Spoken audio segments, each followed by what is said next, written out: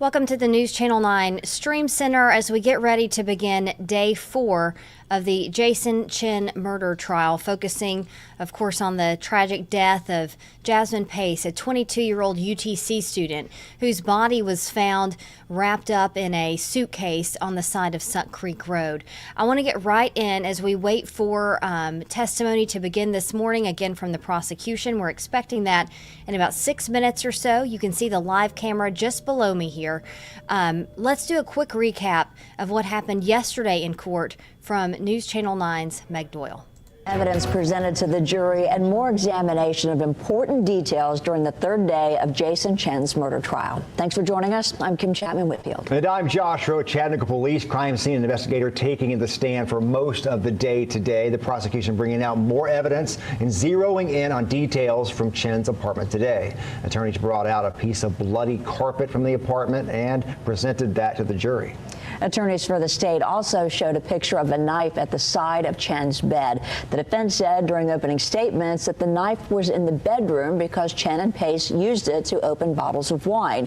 When cross-examined, the investigator admitted on the stand they did not test the knife, which was unbroken. But the prosecutor then revealed that the tip of a knife was found during Jasmine's autopsy.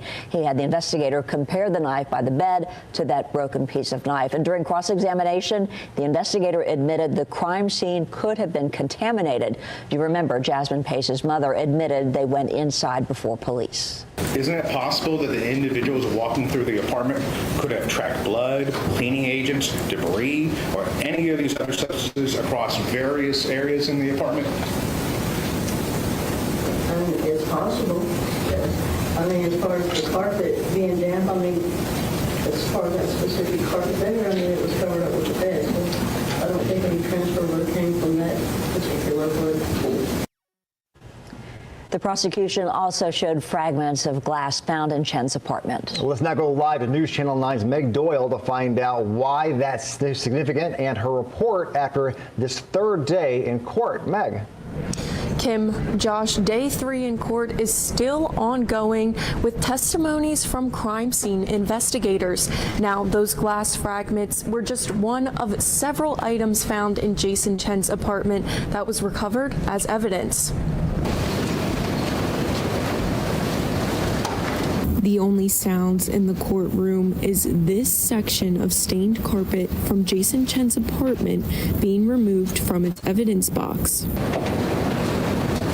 CPD crime scene investigator Michelle Johnson described the 2 large stains on this carpet. A stain that's, I guess, at least Maybe a little more than 5 feet. a little bit more than 5 feet. So a stain, there's a separation between the 2 stains. Investigators used blue star spray to identify any other blood stains in Chen's apartment that may not be detectable at first glance. How would you describe the blue star reaction that you yourself observed inside Mr. Chen's apartment? It was very intense and long duration. It was probably the most I've ever seen on a reaction blue star on the crime scene. Of those 10, 15 times that you've seen with him? Yes. But the defense questioned Johnson on why CSI didn't use additional testing to confirm it was blood. Why wouldn't you use any of these alternative tests? All I know are the tools that we have at our use. Chen's attorney, Joshua Weiss, revealed this theory during opening statements. Jasmine attacked Jason with an empty wine bottle. And in reaction, Jason kicked her. And she fell backwards, knocking over wine glasses. She picked up one of the wine glasses and ran towards Jason. Investigator Johnson described the only glass found in the apartment. Those are the fragments? Yes. Any clue what that came from? I do not. Are they... You describe them as large? No, they were very small. Okay. Did you find, I guess, the stem of a wine glass? No. Johnson also testified that she found this knife on Jason Chen's bed. But during cross-examination, the defense asked if the knife was tested for DNA by the TBI. This is the gray knife found on Jason Chen's bed. Was this tested? It does not look like it was, no. The prosecutor then revealing why that particular knife may not have been a top priority to test. Have you seen that item before? Yes, You know what it is?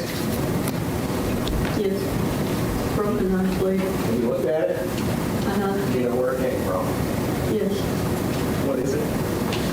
It's a broken knife blade recovered during autopsy of Jasmine Pace. Johnson did say they are only allowed to send 10 items to the TBI at a time, and the lead detective on the case decides which of those items gets tested. Reporting in Chattanooga, I'm Meg Doyle, News Channel 9. Okay, so it looks like court is starting for the day. We're going to switch over to that live stream. And just a quick note here, we have sent a message to the TBI asking if in murder cases they're only able to submit 10 items and why, and if there is any exception to that. When we get that answer, we'll let you know. For now, let's go to court day 4 as it begins.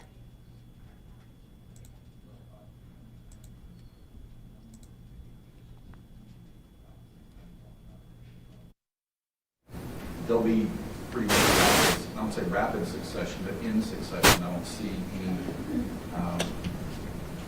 dawdling, but sort of on the state's part. But if for whatever reason you think that's the case, feel free to approach and talk about it then. But I don't think that's going to be the case. So what I'll say is that your motion is for the state to put the picture on, remove it, and then discuss the relevance of the picture with Dr. Cogswell. Okay. Well, I'm not going to hamstring the state as far as the time they want. Because the jurors, they need to listen to what's being said and then look back at the photo for their own education. And I'm not asking to impose on the state's right to do that. I'm just asking for it not to be excessive. Third, based on pretrial hearings, I know that this is going to discuss in this court. We are under the impression that Dr. Cogswell will testify to opinions not contained in this report. We're moving at this time that the state are being excluded from asking Dr. Cogswell any opinions that are not contained in this report. So what specific opinions are you thinking? The state has made it clear that they believe that Jasmine Pace was bound and shackled prior to death. And that statement is not contained in Dr. Cogswell's report at all. It does. The only thing that is relevant to that is Dr. Cogswell's report says that her Jasmine Pace's body was in the fetal position, but never said while shackled. In fact, we would argue the proof display or wouldn't show that anyway. So it could have been addressed on cross-examination, but it's fundamentally unfair to the defense to provide us a report from the medical examiner and then have him come up here and surprise us by ambush with opinions not contained in his original report and no further sub. We discussed this in December, though, didn't we? Yes, sir. Okay. So, all right. Well, I think the time frame is certainly not equivalent to a trial by ambush. I think that if I'm guessing here, if the testimony is going to be that there's chafing around where the cuffs were to show that she was alive, or there was blood that was coming from her wrists, meaning she was alive when she was shackled, I don't think that's so far outside the realm of what the defense was expecting to preclude the state from going down that direction. If there's something specific about time or that gets a little further afield to that, then you can renew your motion. But is the state planning on offering anything specific beyond that type of testimony? Your Honor, the state intends to ask Dr. Cogswell his opinions regarding the condition of Jasmine Pace's body. as an expert, he's allowed to examine other items of evidence that we have in this case and render opinions that are within the scope of his field of expertise, which would hinder him as a forensic pathologist. So I would submit to the court that this motion is untimely. I understand counsel is attempting to, in essence, choke off the prosecution's case. I think that if there is something that he finds objectionable, he can raise that objection at that time in the state can make a specific argument. But it's difficult for me to comprehend what the defense is actually trying to exclude. So I don't really know how to respond to the defense motion. If I understood it, Mr. Weiss is objecting to Dr. Coxwell testifying about an opinion whether or not Ms. Jasmine was shackled while she was still alive. I think if he can render an opinion, he can. I don't know that he will. But candidly, Judge, if that is his expert opinion, I think he can apply that answer to that. Well, again, I just want to make sure we're talking about the same thing. So this narrow field of expertise, I guess, regarding whether or not the victim was alive when she was shackled seems to fall within the general realm of his expertise. We talked about it in December. We talked about it in December. I'm sure people are aware of it before our hearing date. And again, I don't think that's so far outside the realm of what a medical examiner can be expected to testify to as to exclude it. So at this point, Mr. Weiss, let the motion be overruled. Feel free to renew it if it gets too much farther afield than what we talked about today. Yes, sir. And then the last thing is just a clarification regarding the demonstrative exhibit. Can the court clarify that for us? Yes. Earlier, we had the hearing on whether or not your expert could testify. While there was no 12.2 violation to be found with the defense filing it on the Friday afternoon, it did put the state in a position where that's described a lot in the commission notes of where the state could be unfairly surprised. I don't think that you filing the motion on Friday necessarily is, ran up or crossed a deadline. However, since counsel represented that the primary reason he wants expert was in response to the state getting admitted that demonstrative exhibit where the picture of the victim's body in the fetal position was overlaid on a large blood spot on the carpet or in the defendant's apartment. I ruled the workaround would be that the state could not use that picture and then that obviated the necessity of a large part of the defense's reason that they wanted the expert in. So that demonstrative exhibit cannot come in. Thank you, sir. And, Your Honor, the state has removed that demonstrative exhibit from its evidence it has introduced. I've submitted to counsel the photographs the state intends to introduce, but I can think that Dr. Cogswell, within the scope of his expertise, can opine that the blood pattern on the physical evidence that we have here in front of us was created by Jasmine Pace's body. He certainly can, and if the state wants to I'm sorry, yes, I'm sorry. Oh, the defense, that would be a proper, I'm not agreeing with it necessarily, but that wouldn't be an improper opinion by Dr. Cogswell, so we're not. Okay. Thank you. Yes, sir. And I've also removed the composite of the x-rays as well, consistent with what's written. Okay. Anything else before we bring yours in?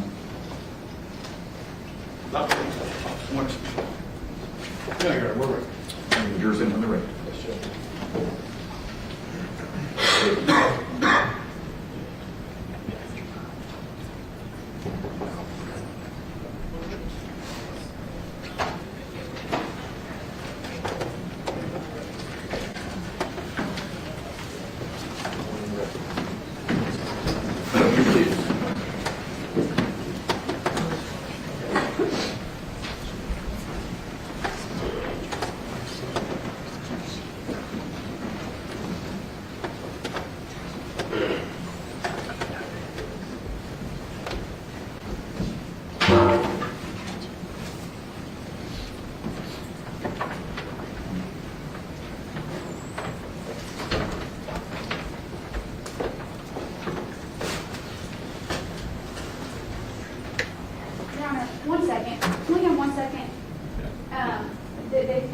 trash can in front of the defendant and brought little napkins over here, if it applies to the gallery that there can be no outbursts, Mr. Chen also needs to keep himself composed during this testimony, or he can exit the courtroom as well. Agreed. But just so this is for me. Okay, well, the trash can was just moved closer to him. That We've already is- indicated that he's feeling unwell. I'm just saying, that's prejudicial as well, Judge. Well, everyone has to comport themselves with maintain decorum of this particular proceeding, so that includes counsel, defendants. However, this is going to be very graphic and personal testimony, the exhibits that are coming in, so everyone needs to maintain their composure. Per your request, Mr. Weiss, if there is anyone in the gallery that feels they cannot maintain their composure, this particular witness, it is best for you to go ahead and leave right now. You know what's about to be displayed on the screen. So that admonition does extend to Mr. Chen, if you can. Of course, if for whatever reason, Mr. Weiss, you feel that we need a recess for him to compose himself, let us know. Anything else before we bring the jury in?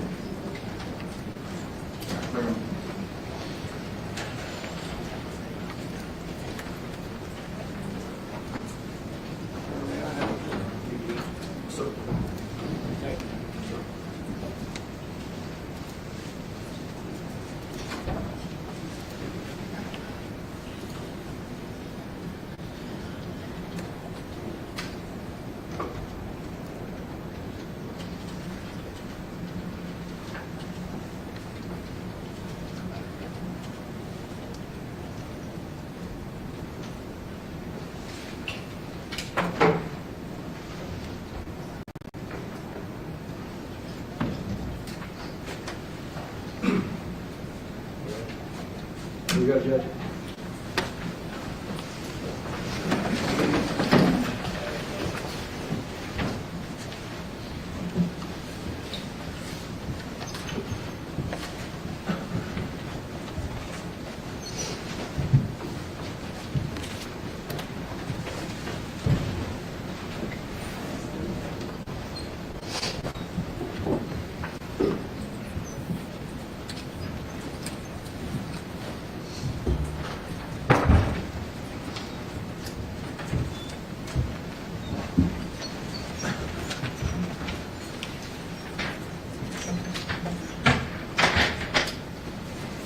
Please be seated. Good morning, jurors. Hope everyone's adjusting to their new surrounding. They get a little more sleep than the first couple of nights. Hope you're rested today. As always, got to start by asking, was everyone able to abide by the court's admonition to refrain from speaking about this case with anyone exposed to media? Records reflect nodding their heads. I was given a note asked from one of the jurors, will the jurors be permitted to ask the state or defense teams questions at any point throughout the trial?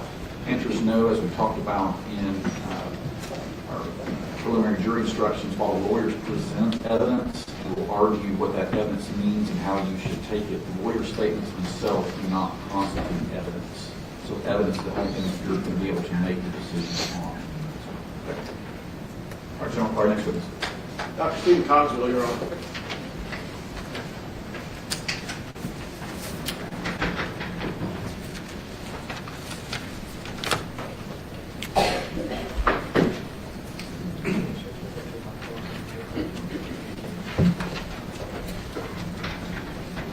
I solemnly swear from the testimony about to give the truth, the whole truth, and nothing but the truth, so help me God. I do.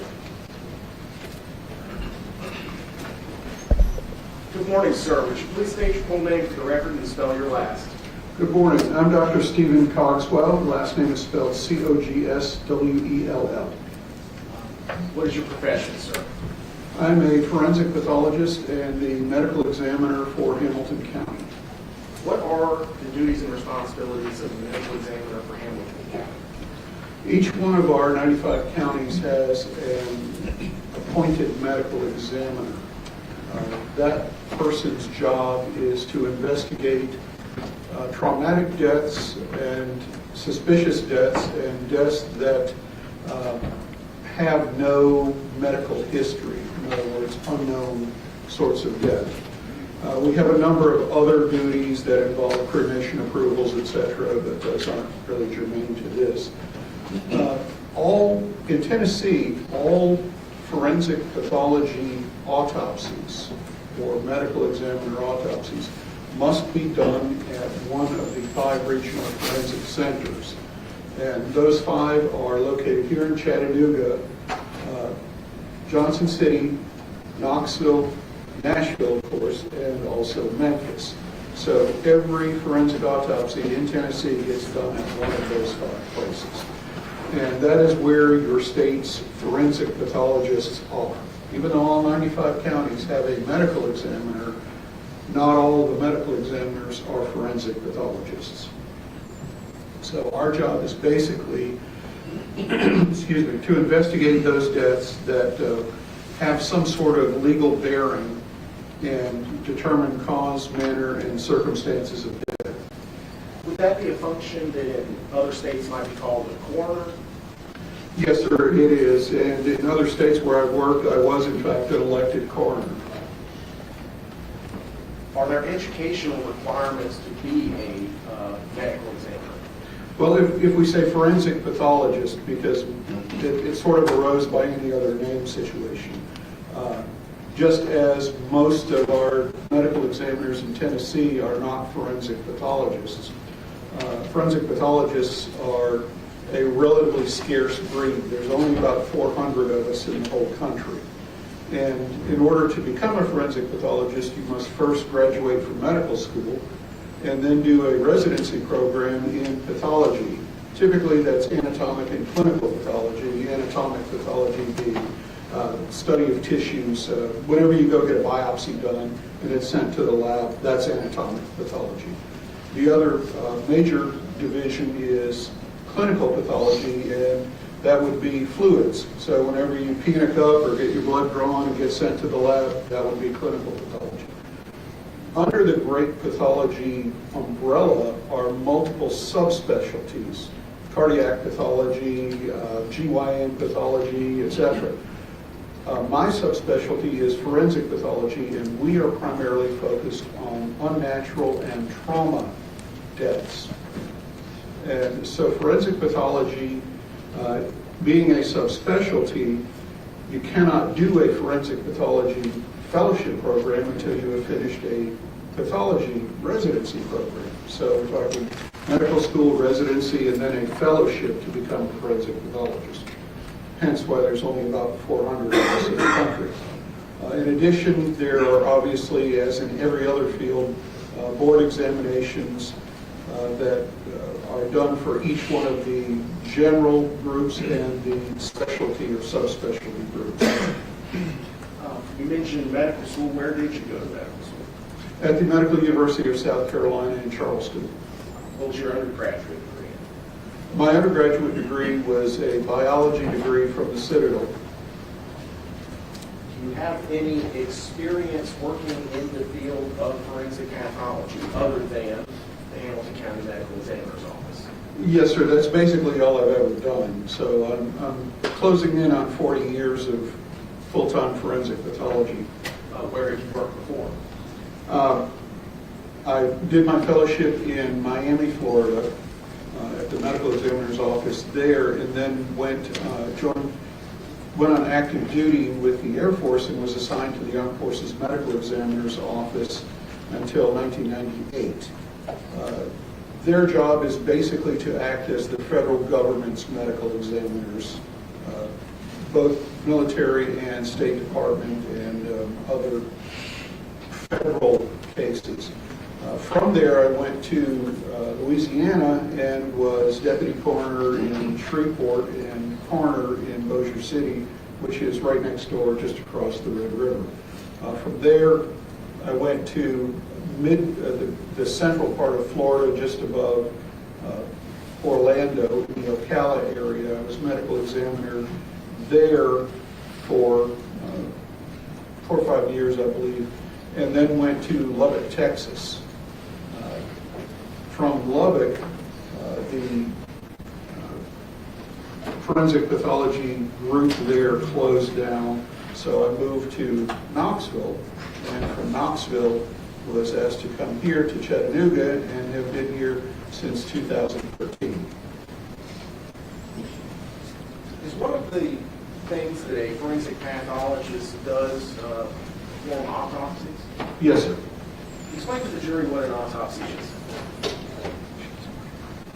An autopsy basically is an examination of a dead person, both external and internal, with an eye toward documenting natural disease, trauma, and ultimately coming up with a conclusion as to the cause of death and the manner of death, as well as the circumstances of death. An autopsy is only one part of a death investigation. And basically, it's generating the data to go into that investigation in order for the whole picture to become clear. So the autopsy in and of itself doesn't really tell you the whole story of the person's death. It also requires an investigation. We always say you can't do autopsies in a black box and come up with a good answer. What type of other things would you want to look at besides just the autopsy as a forensic pathologist?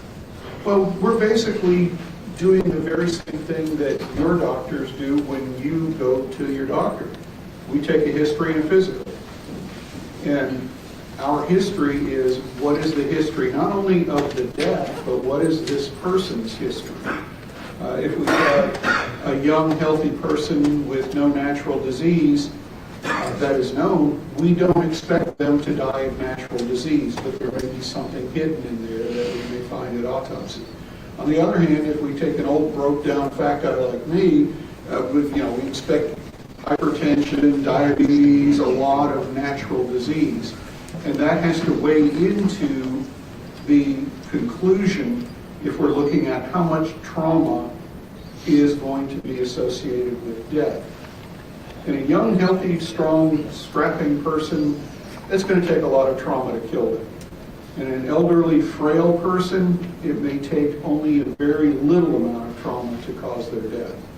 And so we not only look at the person as far as what their state of health was before they come in, just like when you go to your doctor's office and they say, what diseases do you have? And you check that whole box thing. We're pretty much doing the same thing. But we're also more concerned with the circumstances surrounding the death, just as you are when you go to the doctor's office and they say, well, why are you here?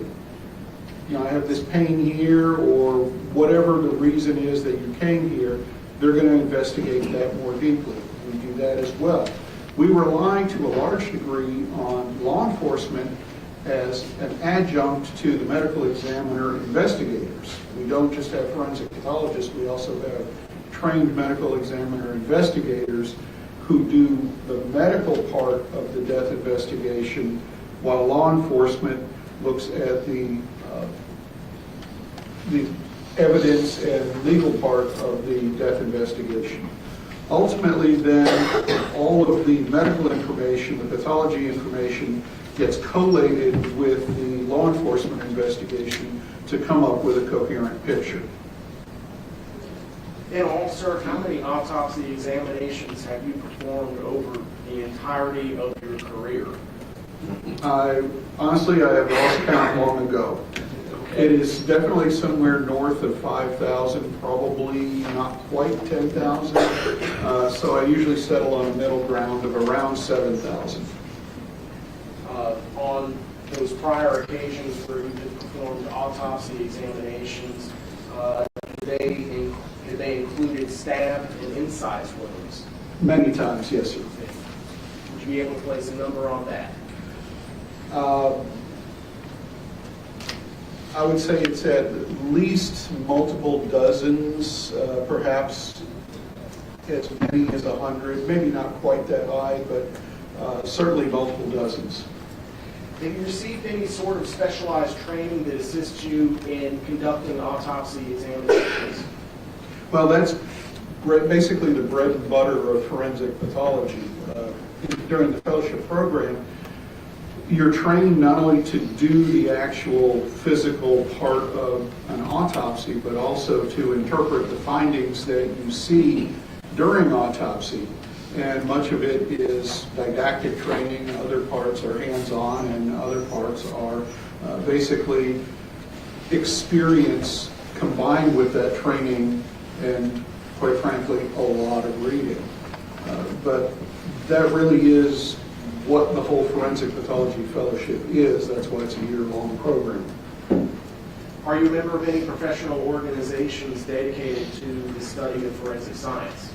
Yes, sir. The American Academy of Forensic Sciences is a multidisciplinary and, in fact, international, despite the American name, group of forensic scientists, not just pathologists, from around the world. There are subsections.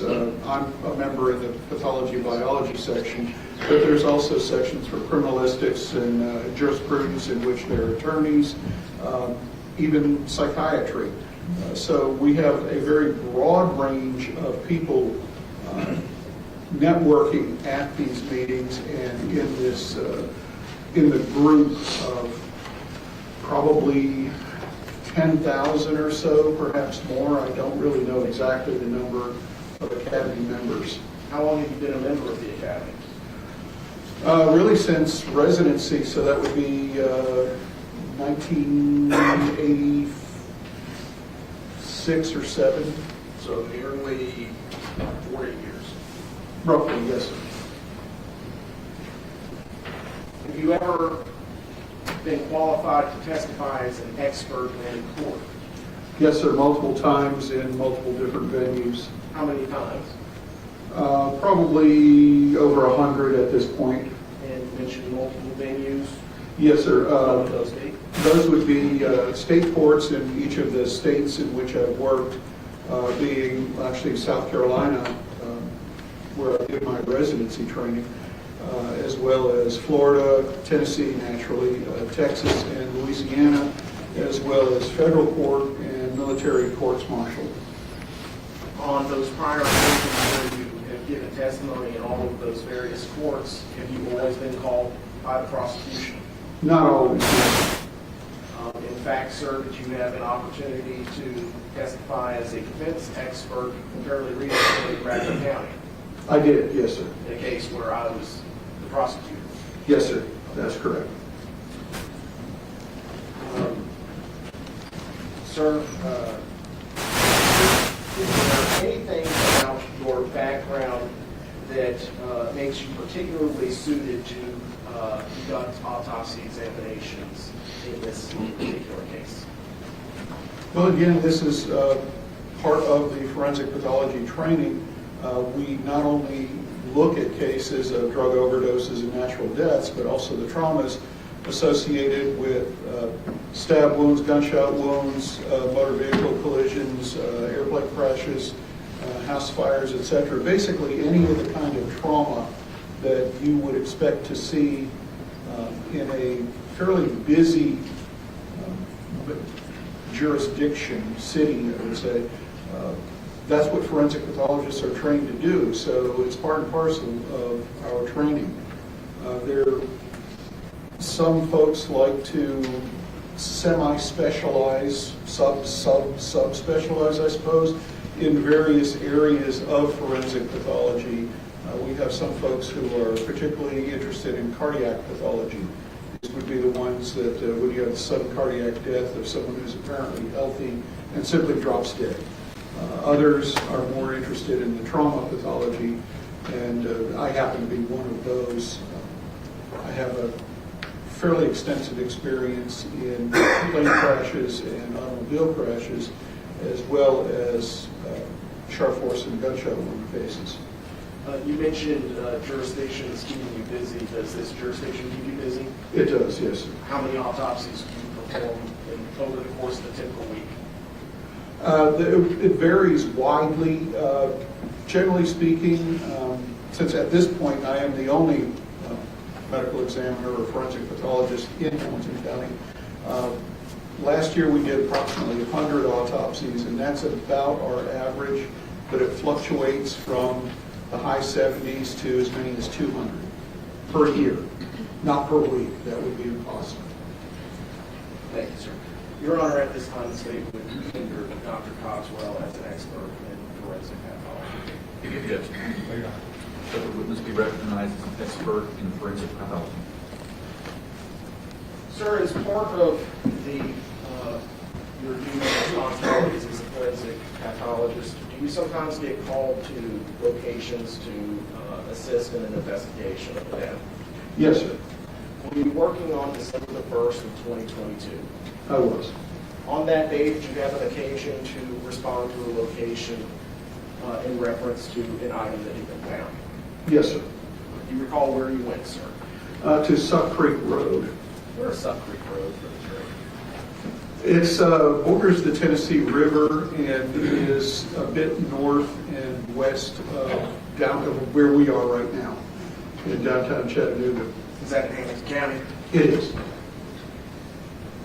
What did you see when you got there?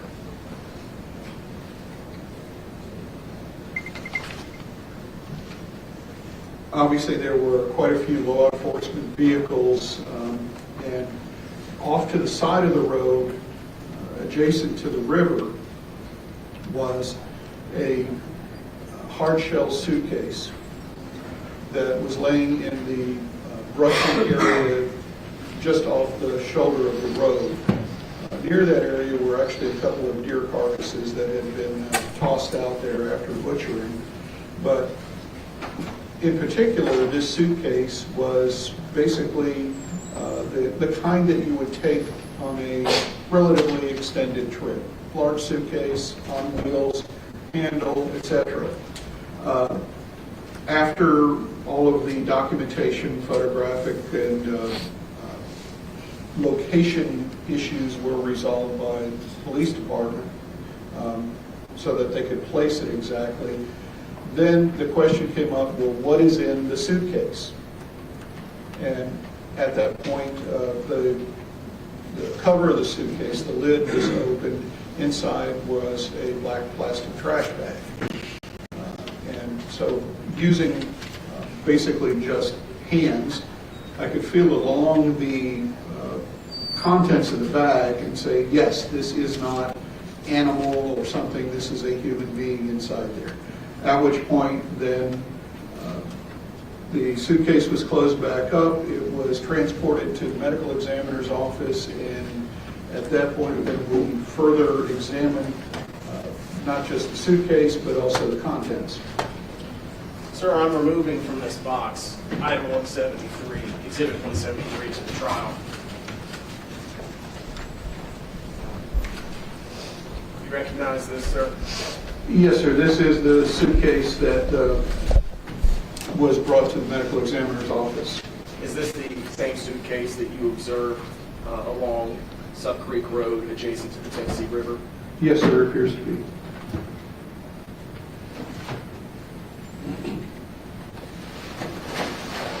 So you take this item with what you felt as human remains inside a garbage bag back to your office. What did you do when you returned to your office? At that point, before we do anything else, then we're going to start doing photographs and x-rays because we're going to document everything we're doing as we're doing it in a stepwise fashion because we don't want to lose evidence. So in x-raying, we basically just laid the suitcase on top of the x-ray plates and x-rayed through the suitcase. And looking at those x-rays, it was evident that there is a deceased person inside, basically in a fetal position that is drawn with the knees drawn up and the arms crossed across the chest and fitted into the suitcase. In addition, along with all of the hardware in the suitcase that shows up on x-ray, there's also a triangular metallic density piece that showed up in the area of the chest. And it's something that obviously didn't belong to the suitcase because there's a very regular arrangement of support bars, rivets, etc., that is fairly symmetrical. So after the x-raying was done, then the body was lifted out of the suitcase, and again, it was in black plastic trash bags, And at that point, then the suitcase is laid off to the side. That's no longer a medical examiner interest, that's law enforcement interest. And then I proceeded to cut each of the black plastic trash bags along one side and along the bottom and remove each of those in turn. Turns out there were 3. And as happens to be fairly common, at least in the bodies that I've done, in cases in which I've autopsied, where people have been disposed of in trash bags, it seems like the interior bag is always pulled up from the feet toward the head, and then there's another one down from the head toward the feet, and then there may be a third one, again, feet toward the head. In this case, turns out it was exactly that same way. I guess that's just how humans think. But so each of those bags is cut off, removed, and that reveals the body of a young woman who is in a fetal position, has no clothing on the top half of her body, and is shackled and handcuffed. Obviously, there's a lot of blood involved in this, and multiple stab wounds and size wounds. And if I may go on a slight tangent here, when we talk in forensic pathology about stab wounds and size wounds, those are 2 different things to us. A stab wound is deeper than it is long, and an incised wound is longer than it is deep. An incised wound is basically a cut. And that tells us 2 different things. You know, we're not dealing with just a sharp, pointy object, but we're dealing with a sharp, pointy object that has an edge. On the other hand, if you just have an object with an edge, like say, for example, a piece of sheet metal, that can cut you very deeply, but it's not really going to stab you unless it's pointy. So that's the distinction that we talk about. So when you hear me go on automatically about stab versus incised, that's what I'm talking about. Incised is a cut. Thank you, sir. And you described the process that you went through when you returned to the lab. Do you document those observations and your activities and findings in any kind of a document? Yes, sir. Every autopsy case, of course, has to have an autopsy report. And that report basically is an objective finding or series of findings describing what I saw. Some people tend to put in interpretations into their autopsy report. I was trained that the autopsy report is purely an objective thing. I saw this. And we leave what it means to later. In addition, we're going to take photographs, because photographs are the best way to document things. We all know that. Picture's worth 1,000 words. So we have photographs documenting not only body position and clothing and personal effects, everything on the body, but also the wounds. And we'll photograph them, as we say, dirty, that is, without cleaning the wound. And then clean so that we can actually see the characteristics, contours, and details of the wounds themselves. Some of the things that we look for in wounds of any kind is this wound an antemortem, perimortem, or postmortem wound? And by that I mean antemortem is guaranteed before death. And what we'll see in those wounds is there will be bleeding into the surrounding fat and soft tissue. We all know that. We've all cut ourselves, and we bleed. And there's bleeding into the surrounding soft tissue, as well as out, leaking out of your body. Perimortem, well, let me skip to postmortem. Postmortem wounds occur after death. There is no blood pressure. If there's no blood pressure, you don't bleed. It's pretty simple. So those will not have bleeding into the surrounding fat and soft tissue. A perimortem wound, peri means around. So we have antemortem, perimortem around the time of death, and postmortem after death. Perimortem wounds can have some characteristics of an antemortem wound, but they're not definitively ante-mortem. And so for those, we say, yes, it occurred at or around the time of death, but not definitively before death. Because when your heart stops beating, you don't stop. Your blood pressure doesn't drop to zero everywhere because you have all these little capillaries everywhere. So you can still leak into your wounds a little bit around the time of death. This is complicated in stab wounds, particularly those where the cause of death, as it is in all sharp force injuries, is hemorrhage, or I should say the mechanism of death. Basically, all stab wounds, unless they actually hit your brain or central nervous system, cause death by making you bleed to death. That's the mechanism. So we look at, all right, what is the blood volume in your average person of this size? And it goes by size. So in a person who is the size of Jasmine Pace, just under 100 pounds, her blood volume is approximately 4 liters or 4 quarts of blood, so a gallon of blood. Now, if you lose about 20 to 30% of your blood volume, that is sufficient to make you unconscious. Anything above 30% is sufficient to actually cause death. So when we look at someone who has 4 quarts of blood, if we lose 1.5, that's sufficient to cause death. So there should still be some blood left inside the body, but it's going to be spread around in the body and the capillaries. The blood that's in the big toe is going to remain in the big toe.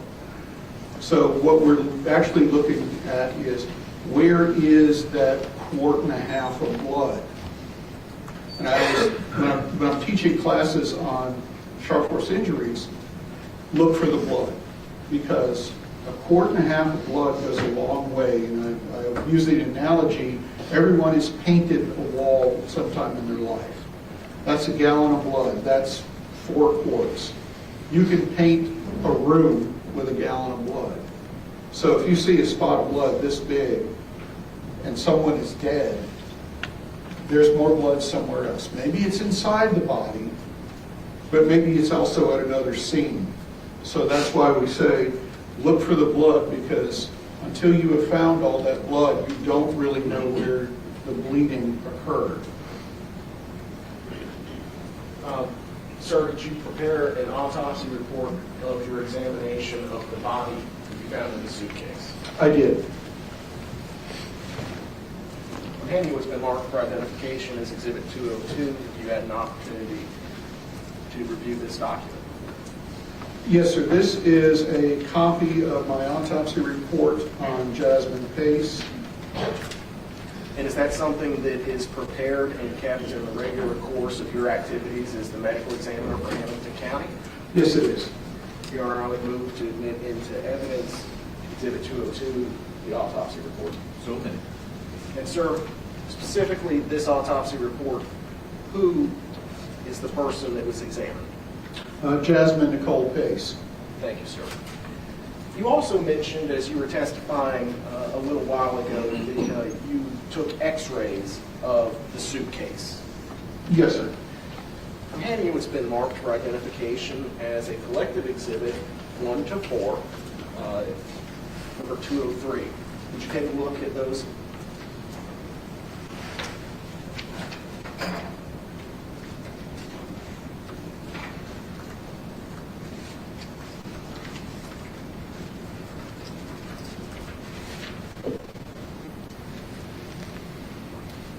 Yes, sir. These are copies of the x-rays that were taken at the medical examiner's office. At the time of Jasmine Pace's autopsy? Yes, sir.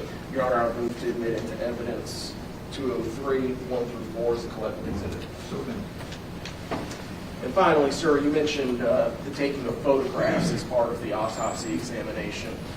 Would you mind taking a look at this collective exhibit, number 1 to 27?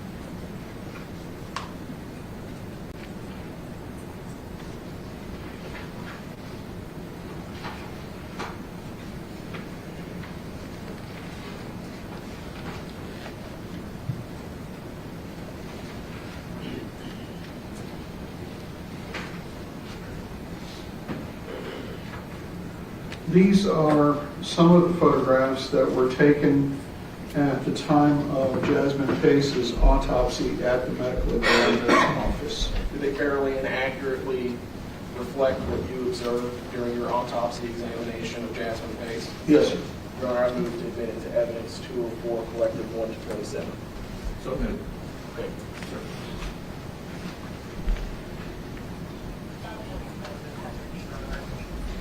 Doctor, there's a couple of terms throughout your autopsy report that I think would be helpful. You've already explained a stab versus an incised wound. What does superficial mean? Superficial means that it does not go very deep into the body. It stays on the surface. And these are injuries that basically, for the most part, we would just stick a Band-Aid on it and move along. Some of them may verge, of course, in the continuum from superficial to shallow, and then shallow may require some stitches, or deep. And the deep wounds would, of course, require actual repair, surgical repair or surgical intervention of some sort. So just as we divide stab wound or sharp force wounds into stabs and incised, we also have superficial, shallow, and deep wounds. So a superficial incised would be a wide but very shallow cut. Right. Well, more specifically, a long but very shallow cut. Long but shallow. Yes. What about penetrating? A penetrating wound is simply one that goes into the body. Again, we have our own verbiage and jargon. Penetrating wounds go into the body, but they don't come out. Perforating wounds come into the body, go through the body, and come out. So sometimes those are called, particularly in gunshot wound cases, they're called through and through, but that's not really a term that we like to use because it doesn't really tell you. So penetrating goes in, and perforating goes in, through, and out.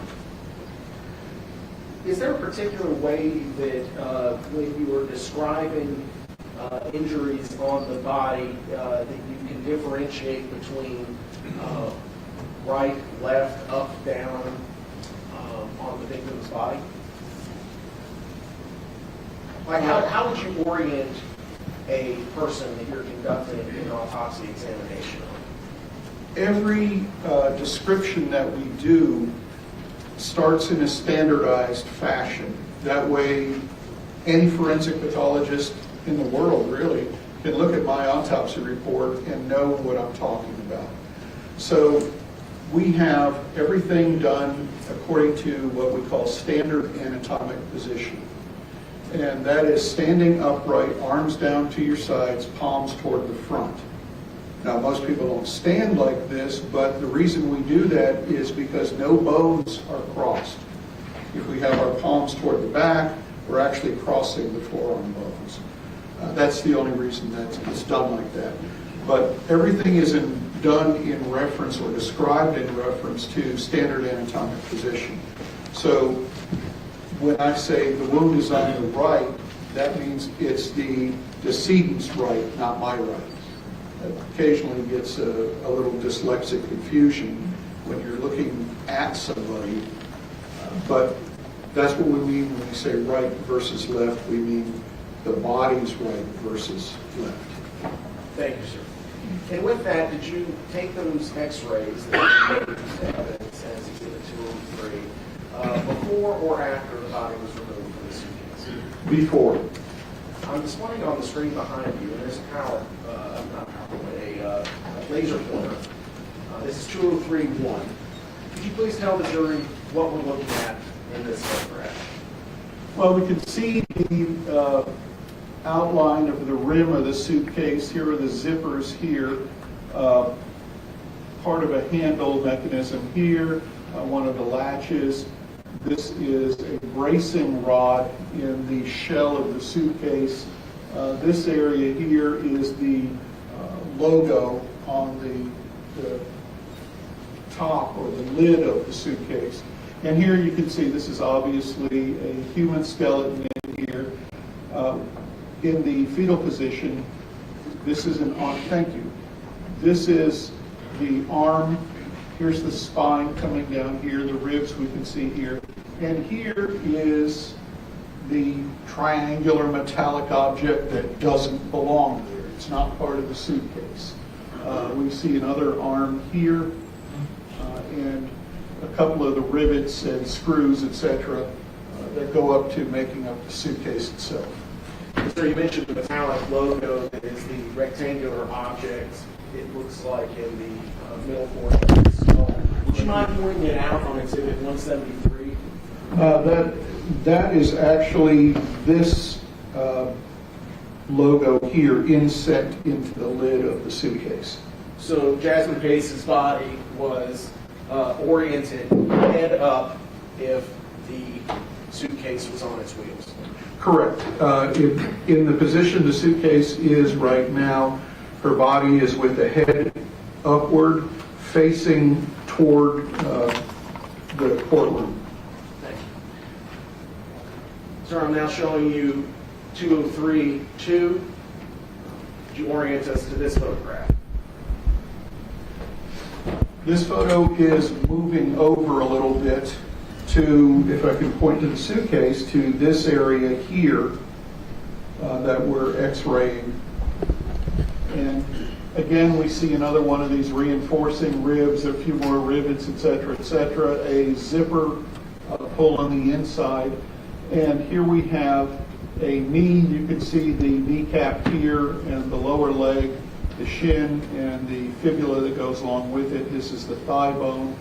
Here you see a hand, or the bones of a hand, and you can see the top of the skull as well here. Thank you, sir. Now 203-3. And we're moving downward on the suitcase in basically counterclockwise fashion to this area down toward the wheel on the side closest to the courtroom.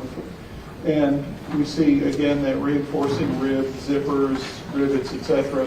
But we also see handcuffs and shackles, as well as another metallic device here, which is actually a bracelet.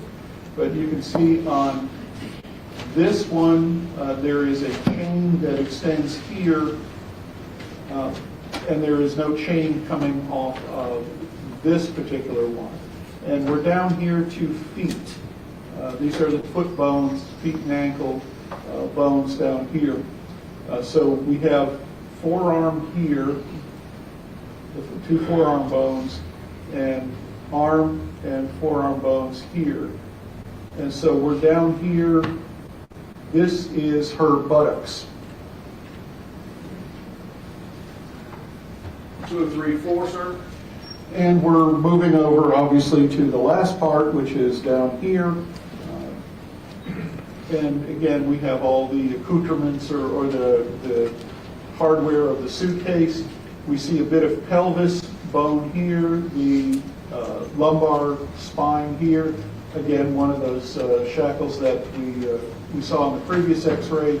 And so we have basically, by going counterclockwise, we have a complete picture of a small individual. At this point, we didn't know male or female because still inside the suitcase, still inside those black plastic bags. Now, turning to your autopsy examination report, specifically the second page, you provide a description of the fetal position inside the suitcase with 3 bags, and the victim was then removed from those bags. Was the removal process documented? Yes, sir, it was. Now showing you it's been previously admitted into evidence as Exhibit 181-1. You recognize the individual on the right? Yes, sir, that would be me. And here is actually the body of Jasmine Pace still inside the trash bags. I'm cutting, as I said, along one side and along the closed end so that the bags can be sequentially lifted off and removed from her body. showing you 181.2, is that a continuation of this process? Yes, sir, it is. And 181.3. And here we are actually getting to the inner trash bag. And now we actually can see, obviously, a hand, right hand, handcuffs, and this is an ankle and foot. Thank you, sir.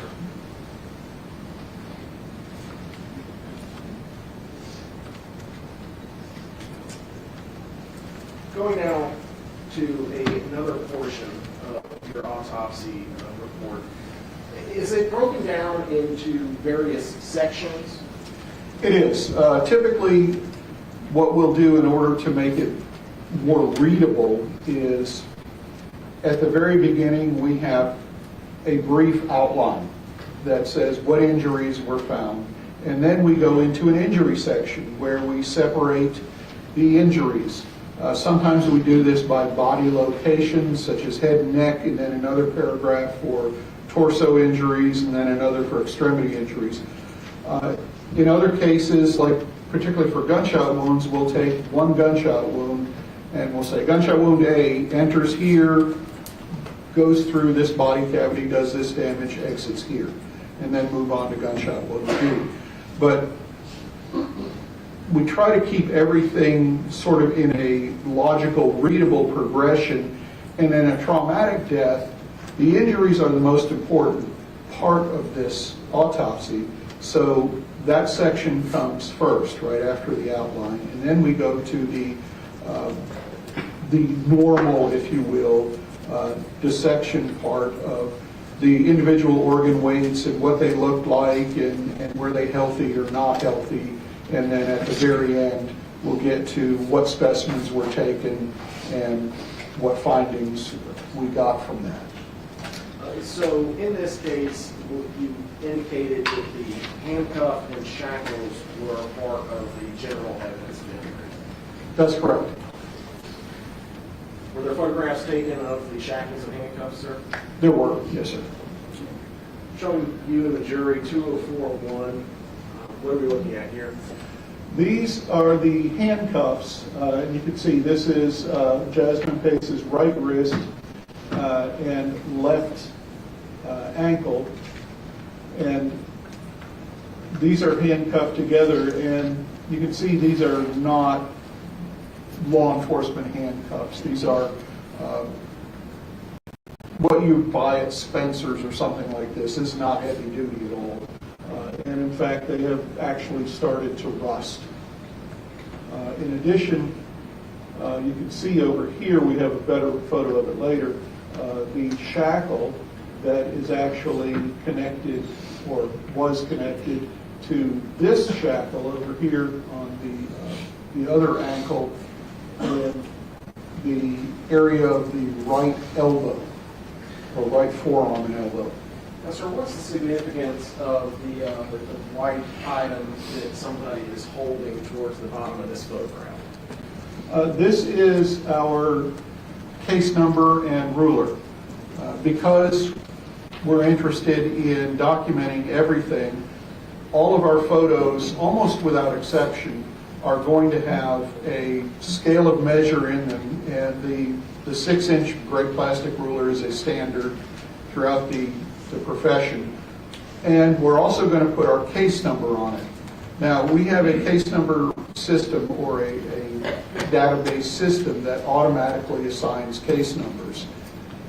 We get a call for a death, we assign a case number to it, it generates it based on the year, which is 2022, the month, which is December, and the date, the 1st. And then the following 3 numbers are randomly generated, so the 666 just happens to be generated that way.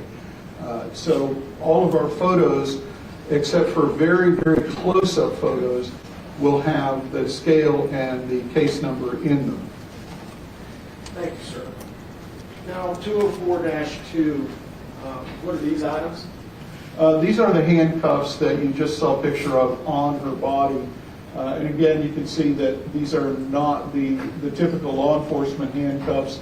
In fact, there's a little lever on each side that can be used to release them. So these, again, are something that would be novelty items as opposed to anything that was used for serious purposes.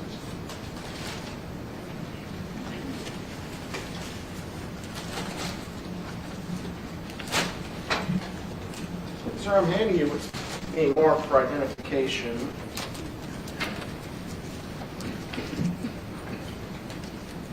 That's 205. You recognize this?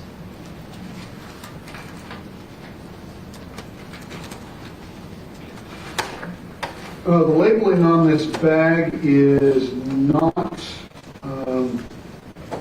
it's not medical examiner, it's law enforcement labeling, but I do recognize the description of that. And opening it, help familiarize yourself with the contents. Certainly, we can do that.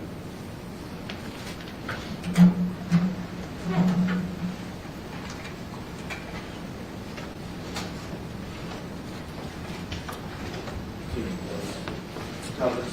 Well, it's right there next to the picture. If he needs it. You're welcome.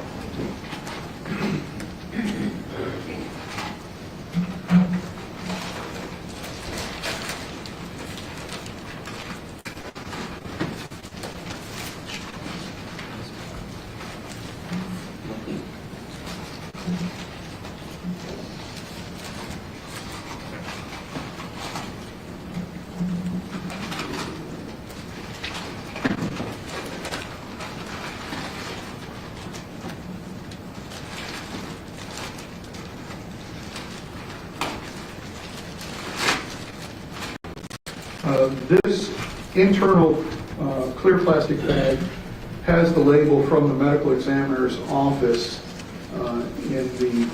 with the description handcuffs Jasmine Pace, along with our label and the seal, etc. Would you like me to actually remove the handcuffs? Yes, sir.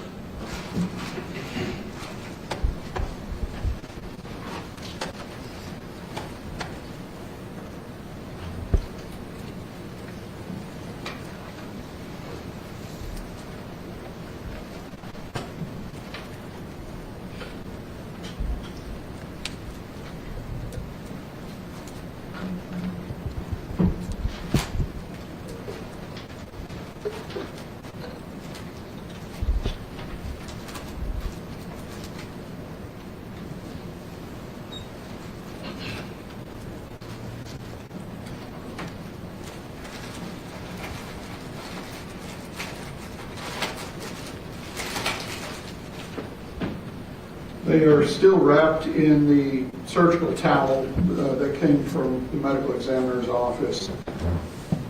Do we see that towel in 2042? Yes, sir. That's actually what those are lying on.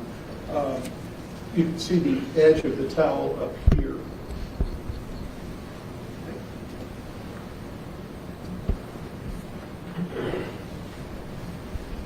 And again, these are not the typical law enforcement handcuffs. They're simply cheap steel, chrome-plated.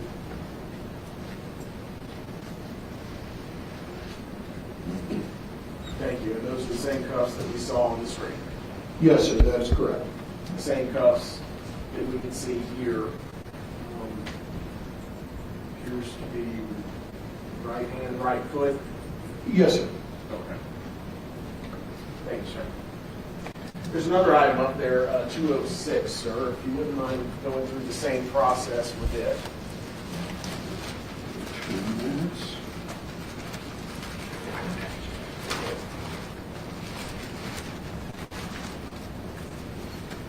Your Honor, I'll move to admit into evidence 205. So moved.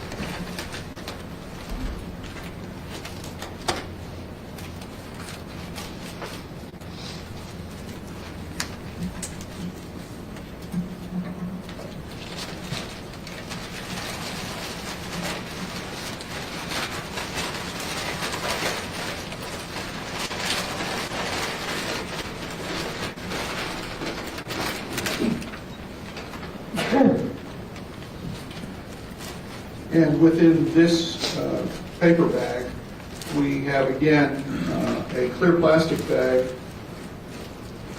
with the medical examiner's office label marked as Shackles Jasmine Pace. And these would be those that were, or the shackles that were removed from her body at the time of autopsy. What's the difference between handcuffs and shackles, sir? Handcuffs would have a short chain on them, and shackles would have a longer chain. Basically, the intent is to allow you to walk with shackles. So you obviously can't handcuff someone's ankles together, they can't walk. But by the same token, if you shackle someone's wrist together, that gives them a fair amount of space. So the chain length would be basically the big distinction. There's obviously many different models, types of shackles, but these, like the handcuffs, are not the typical heavy-duty law enforcement type. They're, again, the sort of novelty type of cheap chrome-plated steel, and you can see that it's basically almost a lamp chain as opposed to a heavy-duty chain, and these would fit together like that. So the chain length isn't very long, and these both of these have still some blood and rust on them. So, sir, I'm now showing you 204.3 are the shackles that you just held up to the jury, the same ones depicted in 204-3. Yes, sir. Where were the shackles affixed to Jasmine Pace's arm?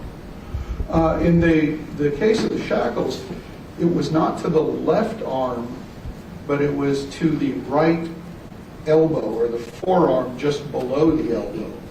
So her left hand and arm were actually free. They were not bound. I'm showing you this admitted into evidence as 204-19. Could you tell us what we're looking at in this photograph? This is Jasmine Pace's right elbow area. You can see this would be the tattoo on her shoulder. This is her actual elbow here. And you can see two lines of rust, basically, along with the pattern of that chain, again, with a rust pattern showing where the shackle was. And in fact, you can see, I think, where the double part of the shackle is over here, right at the inside crook of the elbow. Sir, what is the substance darker in color that's adjacent to the measuring device that you have held up to the elbow? This right Yes, here is blood that has dried. The lighter, more yellowish is rust. Now, some of this is rust and blood mixed because, again, her body is wet, and so the blood tends to creep everywhere by capillary action. So basically, the entire outside of her body has a thin layer of blood on it. And blood being very oxidizing, I guess is the best way of putting it, does prompt rust. So it's not surprising then that these handcuffs rusted in a wet environment being exposed to blood. Thank you, sir. Going on to the external examination of Miss Jasmine Pace. 62 inches is what in feet? 5 feet 2 inches. 98 pounds, obviously, is just measurement of weight. How would you describe Miss Jasmine Pace's build? She's a small, fairly thin young female. You also described down here genitalia atraumatic with a menstrual pad in place. What's that mean, sir? The external genitalia, that would be obviously the labia minora, majora, etc. Atraumatic means there's no trauma visible. So there's no damage, there's no lacerations, abrasions, etc. There is, of course, blood because there's a menstrual pad in place. So rather than a tampon, she's actually wearing a pad. Was that item collected, It was, yes, sir. turned over to the police department? Yes, sir. From Handy, it's been marked for identification as 207.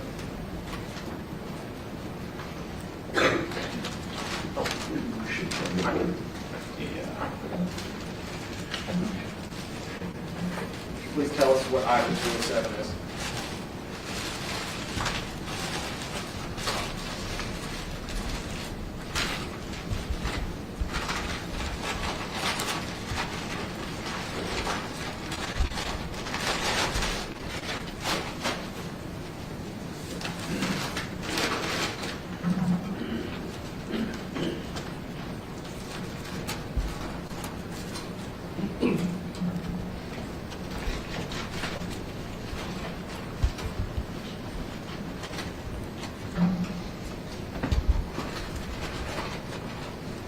You don't have to fully remove it, just you recognize the item. I do. This is the gray underwear that Jasmine Pace was wearing at the time of autopsy, and in it is the menstrual pad that's adherent to the crotch of the panties. Your Honor, I would move to admit it to evidence 207 and 206. So then,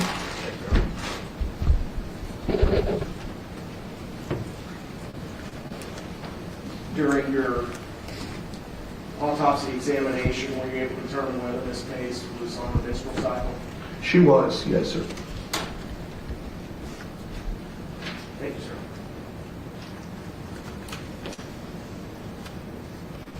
You mentioned in your autopsy report on page 2 that the injury locations are consistent with the decedent's fetal body position as found.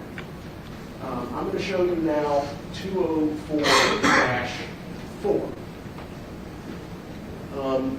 Is this the condition and positioning of Ms. Pace after the final interior garbage bag, I think it's garbage bag number 3, was removed from her body?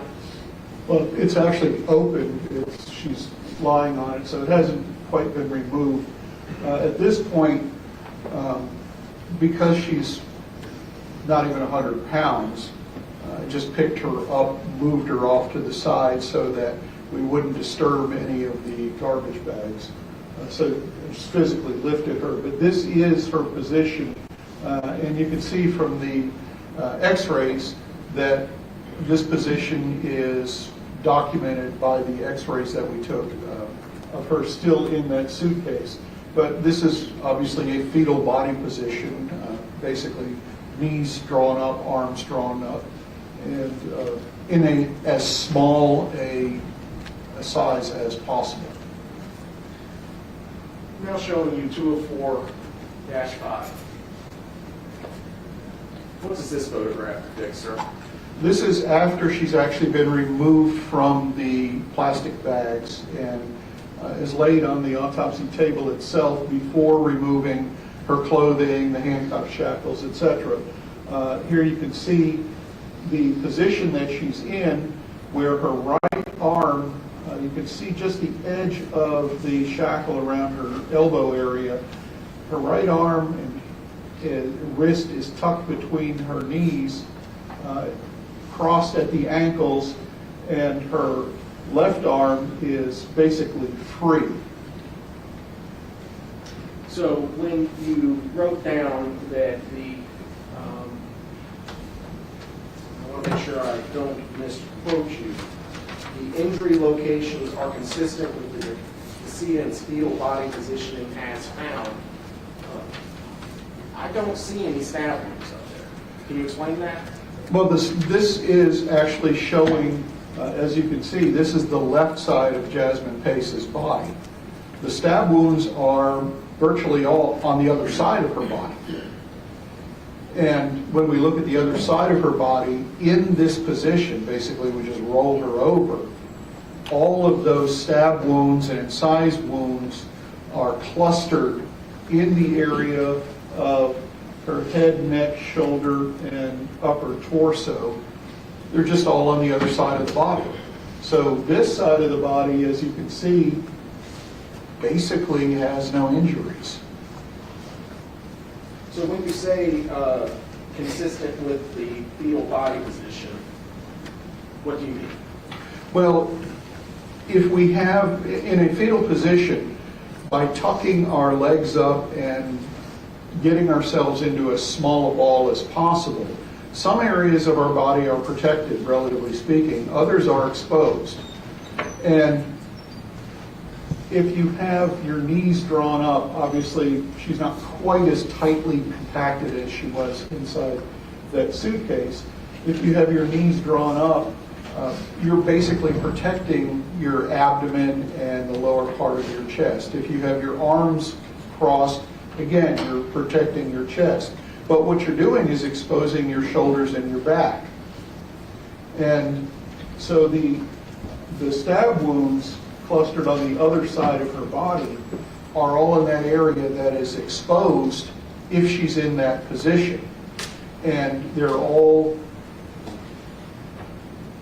pretty much about from the area of where your rib cage comes together at your solar plexus up. In fact, there's very little that's even below the level of, say, the armpit.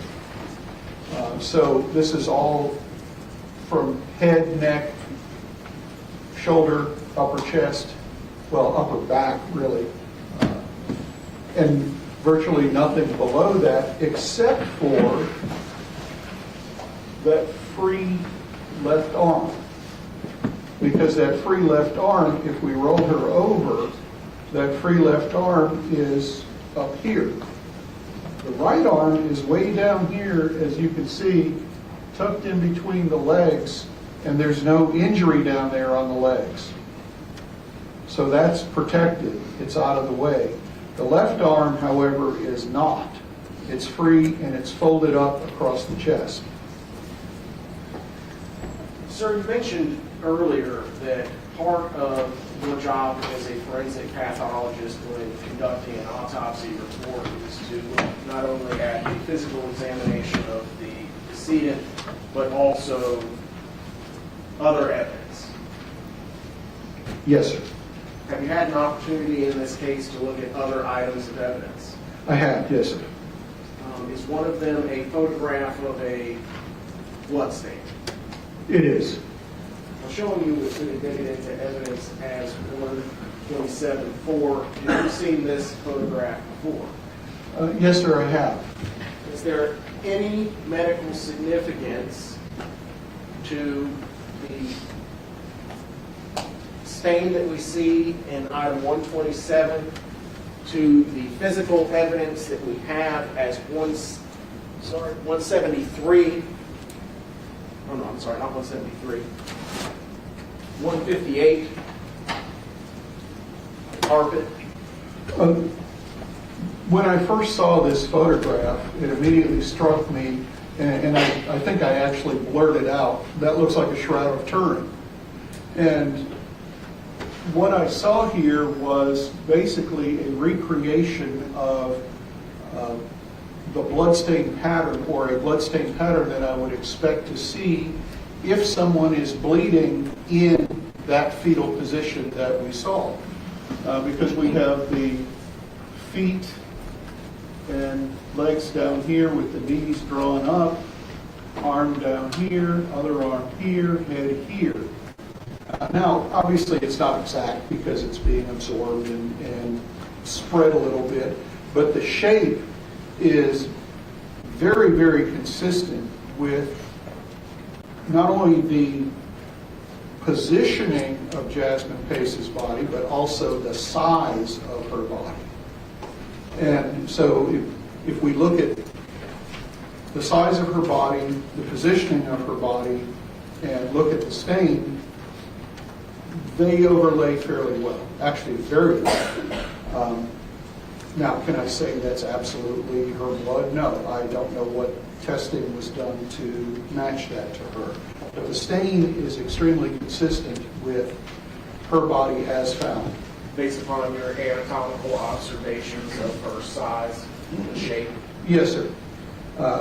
Because the dimensions of her from her head down to her buttocks and from her back to her knees and feet, etc., that matches this very well. And as you can see, we have scales of measure on this piece of evidence, which was done by law enforcement, as well as the scales of measure that we have at autopsy. So it's very easy to match sizes because we have a scale of measure in both different photographs. So, sir, you mentioned both different photographs. I'm now displaying 204 and 127-4. You mentioned no measurements. Do you see no measurements on the left 204-4? Yes, sir. In fact, we have two of our rulers in this photograph. So if you were to basically flip Jasmine Pace's body over, rotating it on her feet, and just flip it over, she would fit into this stain very nicely. So, sir, in your expert opinion, Exhibit 158, where's Jasmine Pace's head? On this actual exhibit, Yes, sir. Her head is... You're still free to stand up if you want a better view. If we look here at this area, that's this area right here, and that's where her head is going to be. Her head and shoulders are right in this area. You mentioned legs and buttocks. And similarly, this is going to be her back with her knees drawn up. There's a foot, knee, and arm. Specifically, which arm? That's most likely going to be her left arm. And why would you say most likely be her left arm? Well, that's the arm that not only has the injuries, but it's also the arm that is lying, or is, excuse me, I said left arm, I meant right arm. That's the arm that's got the injuries. The left hand and wrist has injuries. The right shoulder has injuries. So this would be most consistent with the left wrist area. I believe I said that correctly without confusing myself. Thank you. During your external examination of Ms. Pace's body at autopsy, were there signs of obvious injuries? There were. Let's start with the head and neck. Do you, in your autopsy report, work from head down? Yes, sir.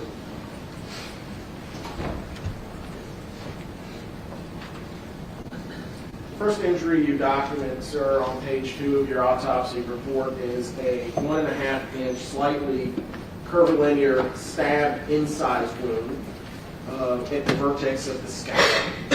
What would a curvilinear stab and incised wound look like? Well, we have our stab incised wound, and obviously since we have stabs and we have incised wounds, there's got to be sort of a middle ground where it's kind of stabbing and cutting as well. And so that is a stab incised wound. Curvilinear means it's not absolutely straight, but it's curved. And it's not irregular, it's linear. So we have a curved but linear wound that is a combination of a stab and incised wound, and the measurements all refer to the length of that wound. And the vertex scalp is the top of the head. It's at the vertex, the most vertical part of the body. So at the top of the head, we have this wound on the scalp. I'm showing you now 204-6. Is that injury depicted here? It is. If we look, here is her forehead, here's her nose. So just to orient you, so this is forward, and here's that wound. You can see that it's got stabbing characteristic here, and then it slices. So that's where you get the curvilinear stab in size. So the blade's going in, it doesn't penetrate the bone, it just goes down to the skull, and then it cuts backward. Thank you, sir. The next injury you describe is a 1 3/4 inch stab incised wound on the right forehead above the eye. Sir, I'm going to show you 204-7. Would you mind pointing that out to the jury? That would be this wound that we see here. And here, obviously, now we've got what we call clean pictures because we've removed this, washed away as much of the blood as we can. And now we can see the characteristics of the wound themselves. This is that wound that we're talking about. And you can see there's a blush of bleeding around these wounds. So again, these are wounds that have some blood pressure with them, but you also see the underlying fat here. Our fat is yellow. It looks like chicken fat, quite frankly. And so when we see yellow fat, that's indicative of not much bleeding going into that area. So the combination of that blush of blood and the yellow fat would mean this is more likely a perimortem wound. And again, what's perimortem? Perimortem is at or around the time of death. There's not full blood pressure at that time. So she's bled enough to drop her blood pressure down. She's in the dying process, but she's not yet dead. Thank you, sir. The next injury you describe is a 1 1/8-inch stab incised wound to the left forehead. I'm now showing you 204-8. Could you please describe this injury to the jury? Here is that injury. It basically cuts across the eyebrow and goes under the brow ridge itself into the eyeball itself, so that her eyeball is actually ruptured. So the wound track here is downward and backward. Next injury is a 1/2-inch irregular stab wound. What is an irregular stab wound? That's going to be one that isn't linear, doesn't have the usual characteristics of a straight stab wound. We've all cut up our food and prepared food. If you take your knife and you stab it into the roast beef, that's going to be a typical stab wound. If on the other hand you sort of wiggle the knife around as you're doing it, that's going to leave an irregular stab wound. Now showing you 204-9. Please describe the injury to the jury. The philtrum, by the way, is that ditch in the middle of your upper lip coming down from the nose. And here you can see it goes here, then curves, then goes down, and then curves. So this is a knife that is, it's a stab wound, but it's hitting bone and being deflected. So that's why you get this curvilinear thing. In addition, that skin is not uniformly smooth because you have the philtrum. So you have a peak and a valley and then another peak coming up, as well as the bottom edge of the nostril. So the contours of the face are very irregular and you're hitting bone, but not penetrating deeply into it. That's what makes it an irregular stab wound. Thank you, sir. The next injury is a 3/8-inch stab wound to the chin, just left of midline. I'm showing you 204-10. And this is that stab wound, and you can see it's very regular, very consistent, very smooth, very linear, but it's not very big, so it doesn't go very deep.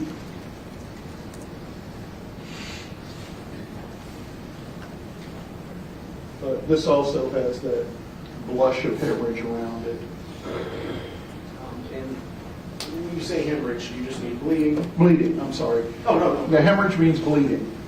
Thank you, sir. Next, sir, you go on to describe a large number of stabs to the side of the head and neck. And for this, you may need your autopsy report to explain them. So here's Exhibit 202. I'm now showing you, sir, 204-11. Could you orient the jury to which side of Jasmine Pace are we looking at? Obviously, this is the right side of her head, right ear, eye, top of the shoulder down here. Here you see her left hand, which we'll get to momentarily. But you can see all of these individual stab wounds and stab incised wounds that are occupying the right side of her head and face. These don't go any deeper, basically, than what you see. They don't penetrate into the skull until we get down to neck wounds. Even this double stab wound in the ear here only goes to skull. So her brain is remaining intact. So there's no actual brain injury at this point. These are basically stabbing into muscle, soft tissue, etc. And because it's not penetrating the skull, would any of these injuries be immediately fatal? They wouldn't be immediately fatal, but obviously with this number of stab wounds, there's going to be a lot of bleeding coming from them because the head is a very vascular part of our body. And any one of us, particularly bald people, who have bashed your head somewhere know scalp wounds bleed. They bleed a lot. And facial wounds also bleed. So these are going to do quite a bit of bleeding. When we get down to these wounds in particular, these are significantly deeper. This one just behind the ear and at the lower edge of the jaw. They don't cut into large arteries or veins, but they do go deeper, and so they do cut through a lot more muscle. Doctor, are these injuries that we see on the screen, 204-11, slashings? Well, they're mostly stab wounds. Some have stab incised characteristics. That is, the blade comes in, and as it's coming out, it doesn't come straight out, but it cuts its way out and back. So instead of going straight in and out, it's in and then out at an angle. So you have more of an incised characteristic to, say, for example, this one. In this particular wound, this is a good example of where you have that little curved edge here, which would be the initial penetration, and then the cut coming out as the blade deflects, hitting skull, etc. So when you see this little fishtail,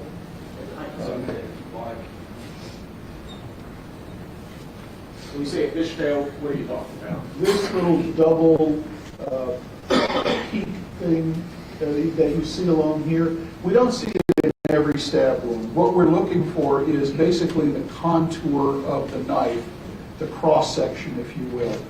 We look for a blunt edge, that's going to be the spine of the blade or the back of the blade. In a single edge knife, a double edge knife, of course, will not have a blunt edge, but a thin single edge blade frequently doesn't show you a good blunt edge.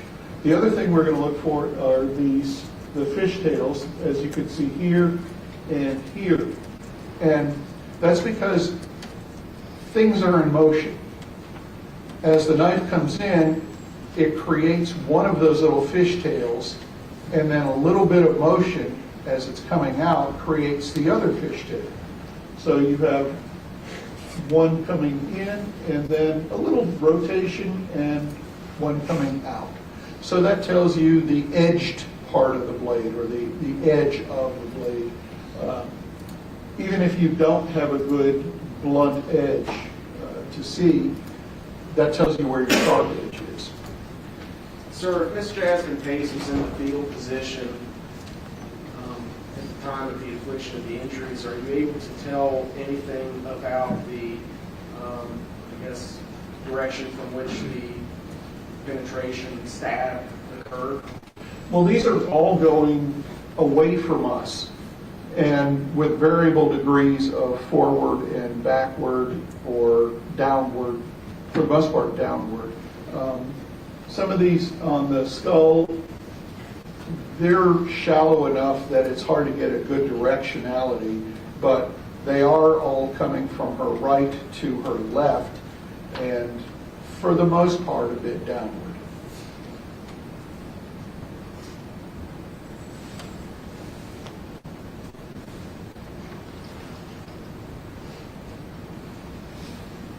Next, sir, you describe a injury to the right side of the neck with a 1/4 inch stab wound with 1/8 inch anterior blunt edge. It penetrates completely through the neck before exiting and transecting the thyroid horn as well as the jugular. Sir, I'm showing you now what's been admitted into evidence is 204-12. Can you please tell us what we're looking at here? Well, for orientation, here we have the top of the left shoulder. Obviously, this is the neck. There's that stab wound on the chin that we saw before. This is actually one wound pathway. It comes in here and exits here.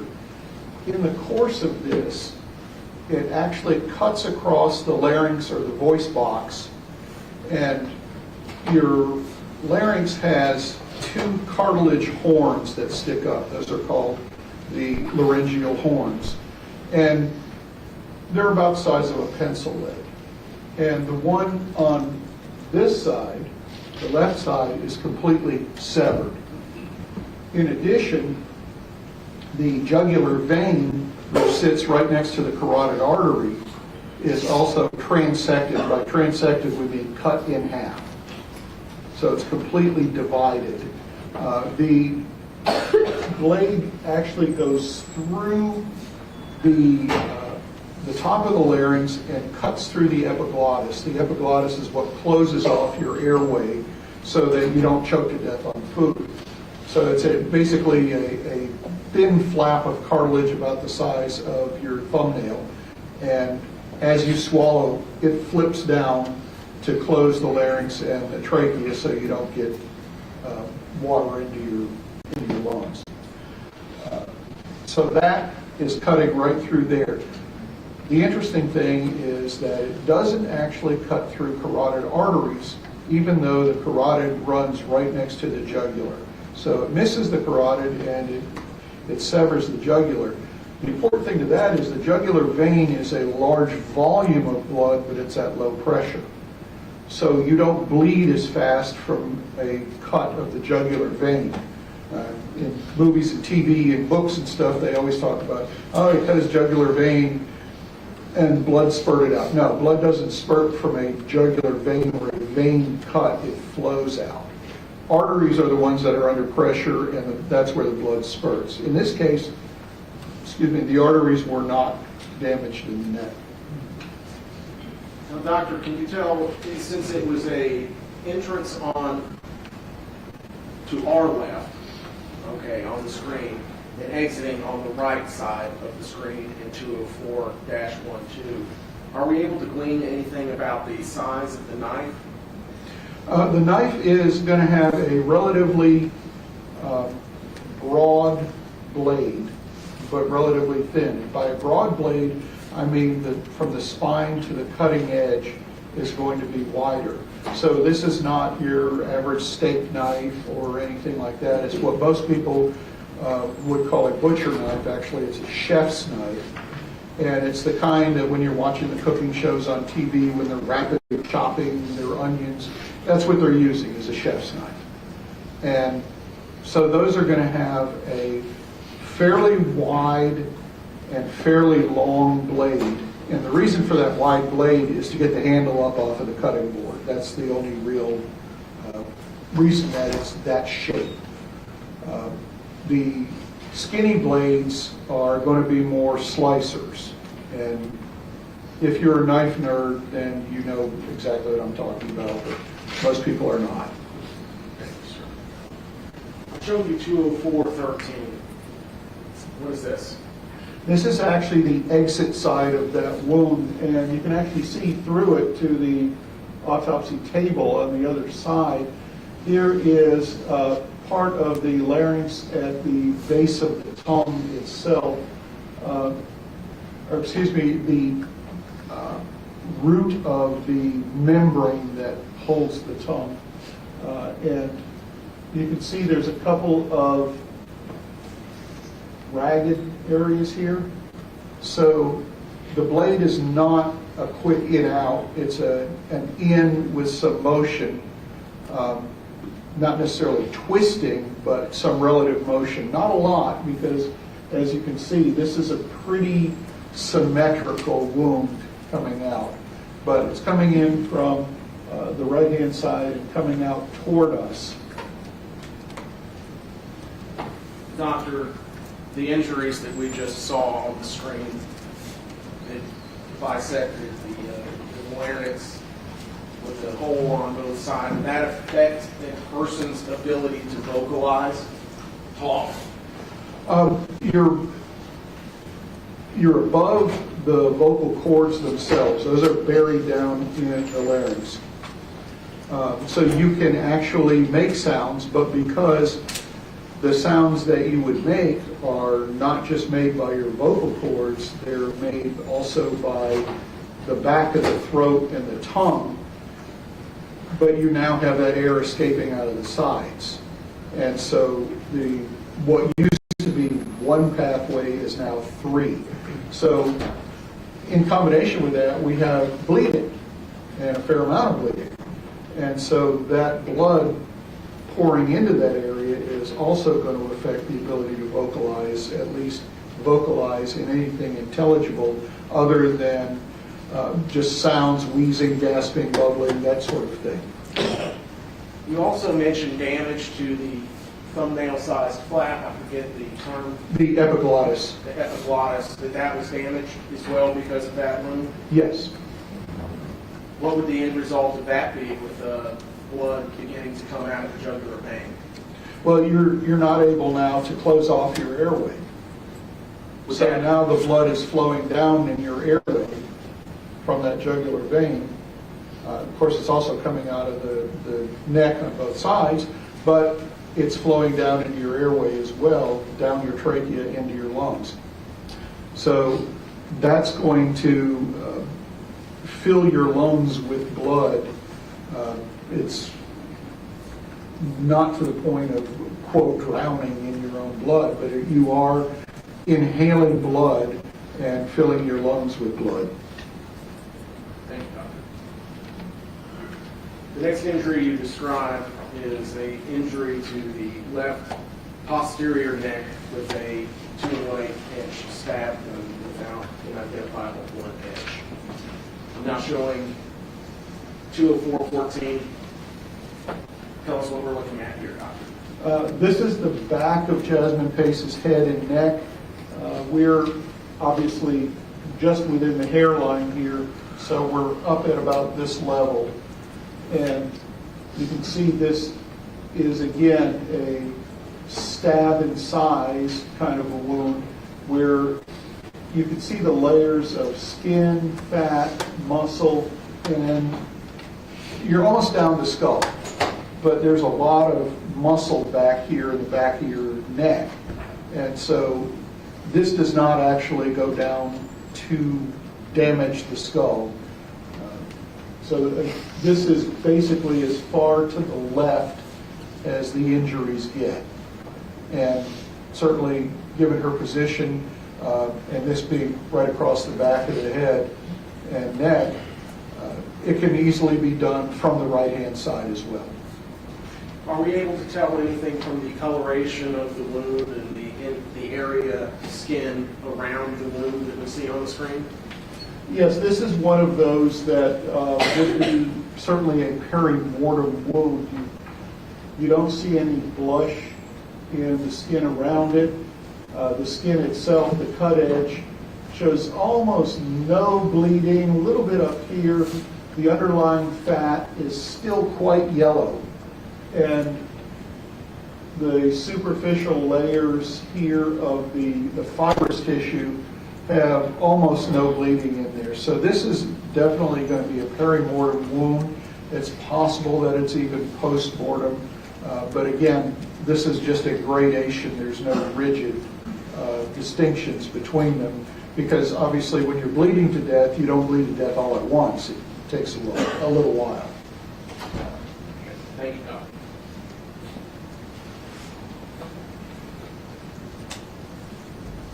Next, sir, you begin to describe injuries to Jasmine Pace's torso. And you describe it as a cluster of stab wounds on the right upper back from the base of the neck to the level of the axilla. You then describe the individual injuries themselves. Showing you now 204-15. Could you please show the jury where those injuries are? Well, we've already discussed the head injuries. We haven't yet discussed the arm injuries, so we're in this area right here.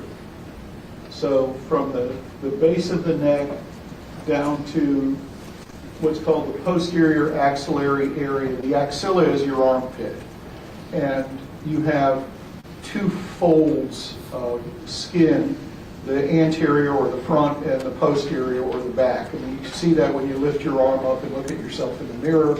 You've got basically two columns that define the front and back of your armpit.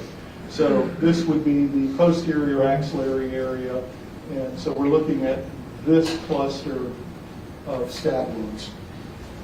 So, sir, the cluster of incised wounds on the upper back with a 1 1/4 inch horizontal stab with a discernible blunt edge at the web of the neck would be where? We're in this area right here. So that's the injury that you described there? Yes, sir. Okay. Next, you describe a horizontal 3-inch incised wound and a similar horizontal 1 3/16 inch stab incised wound, which are above the scapula. Yes, that would be this fairly large wound here. You can see it's still fairly regular, but it has some irregularity to its contours. You did mention a pair of horizontal 7/8 and 9/16 inch wounds just below the spine of the scapula. Those are these wounds here. When we talk about the spine of the scapula is your shoulder blade. And we're not talking about the spine of your back, but the shoulder blade is a sort of triangular shaped bone. And in its upper portion, it has a ridge of bone that goes sideways. That's what supports the back of your shoulder. Your shoulder is not actually connected to anything other than your scapula and your collarbone. So that ridge of bone that runs horizontally is called the spine of the scapula. So we're not talking about the spine of the body, but of that one bone. And that runs in this area along, well, right about here. And on some people, you can see it if they're thin enough. You can see that spine of the scapula. You can sometimes even make out the shape of the scapula itself. But that's what we're talking about. And finally, sir, you described an oblique 1 5/8 inch stab wound in the posterior axillary fold. That would be back here. So that wound right there. Yes. Sir, are you able to tell anything from the direction of the knife into Miss Jasmine Pace's body if Miss Pace was in the fetal position as found? Well, the position that you're seeing here would be the wounds are all following the same basic directionality. They're all going from right to left, variable degrees of front to back, and variable degrees of up and down, but not deviating very far. So there's not any that are going sharply downward or sharply upward. They're going basically right to left, some a little forward, most of them not really backward at all, until we get to some of these other wounds here. But these, including the neck, would be going to the left and a little bit forward, which would be in that position downward relative to the ground if she's in that fetal position. So, Doctor, what we see on the screen with 204-15, given the fact that this is the underside of the carpet, would Jasmine Pace's body be oriented so that her head and right shoulder would actually be up? Well, up from what we're looking at is the back of the carpet, so everything is flipped. So her right side, the side that we're seeing here, would be the side that is actually touching the fuzzy side of the carpet, the side that you walk on. So we would need to flip it over. Yes, what we're doing is we're looking at the reversed image, if you will, because we're looking at the back of that carpet. So if we make the carpet transparent, if you will, and then lay it here, that's what we're seeing. So if we were to fold the carpet, if we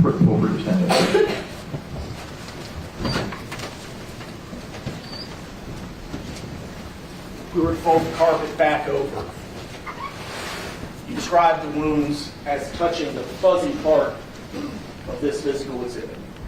Is that correct? Yes, sir. So if we were to flip it back again, just to orient ourselves, you described your head as being here, Correct. meaning that Jasmine Pace's head would be at this location, but the injuries would be down. Correct. Fair to say that she was not at this location when she was stabbed. Not during the stabbing, but placed there while she was bleeding heavily. So if she's there during the stabbing, I mean, the blood's going to flow out of her. But if she's lying on her left side, as opposed to her right side, the blood is going to flow into her body cavities because there's no holes for it to flow out of the body cavities on the left side of the body. So she has to be actually stabbed and then rolled into that position, and then the blood flows out. Now, she could have very easily been a foot over this way and simply rolled over after she was stabbed, but obviously you can't stab from underneath the carpet, but we have to have a pathway for her blood to come out. And so that means that she has to have the right side of her body, all of these injuries, to allow the blood to leak out of her body or flow out of her body. So that puts her with this side of her body against that while she's actually bleeding to death. Thank you, sir. Next, you describe a gaping complex wound with an oblique 2 3/8 inch stab wound crossed by 2 vertical stab wounds of 1 1/2 inches in the mid-scapular region. He described the blade penetrating the scapula, entering the oral cavity through the 3rd intercostal space and the 4th rib, which is splintered. He then states that the end of the knife fractured off and remains in the lung. I'm now showing you 204-1. Would you please point out that knife blade to the jury? This is the end of the knife. It's a little bit rotated. It's not flat on, but this is where it is in her lung. Thank you, sir. Now going back to 204-15, could you please point out the gaping complex wound that you described earlier? That's this wound right here. And you can see you've got one pathway here, one there, and then there's another here. So you've got the big wound and then the 2 crossing wounds. And the dark area here is actually going into the chest cavity, the pleural cavity. So when we perforate the scapula, as it goes in and comes out again, and it hits the 3rd intercostal space. The intercostals are the muscles in between the ribs. So the 3rd rib has the 3rd intercostal space below it, right above the 4th rib. So when we say the 3rd rib down and the 3rd intercostal space, and then the 4th rib, what we're talking about is the area of muscle in between the 3rd and 4th ribs, and then the 4th rib is actually splintered by the blade. So it's not just a cut through, but it's splintered in multiple fragments. Sir, are there any vital organs inside the pleural cavity? Certainly the heart and lungs. In this case, the knife blade actually goes into the right lung, and it's snapped off with the end of the blade actually propped up against the 4th rib, with the tip of the blade still embedded in the lung. How deep into Jasmine Pace's chest did that knife blade penetrate? Well, if we look at the end of the knife blade that's broken off, I believe it's 2 inches, if I'm not mistaken.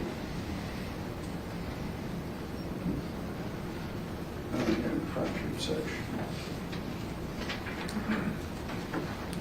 So we have the 2-inch long section that is embedded in the lung, plus the chest wall, or the ribs, plus the chest wall, plus the scapula, plus the muscle and skin of the back.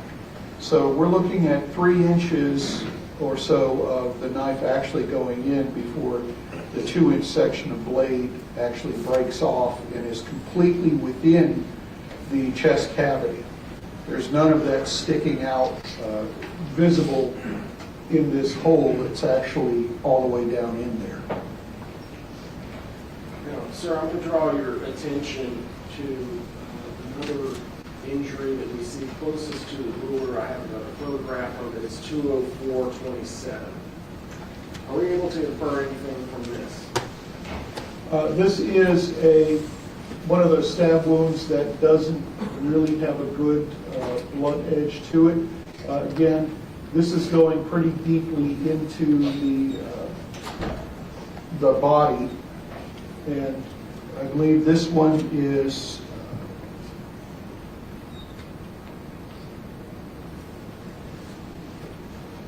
the one that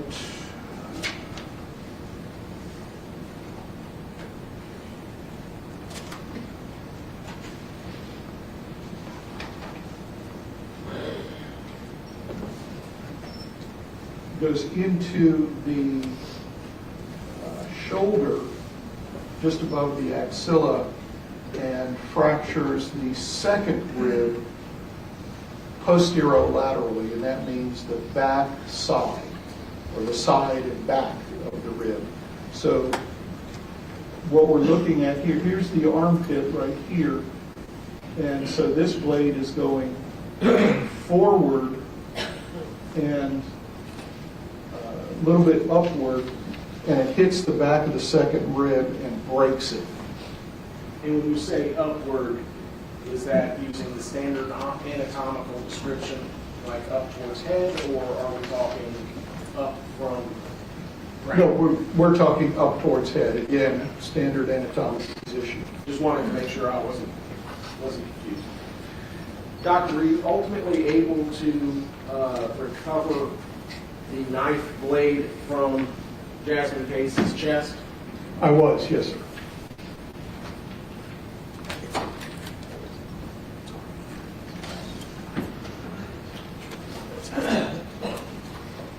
So I'm handing you what's been admitted into evidence as Exhibit 177. Would you mind opening that up?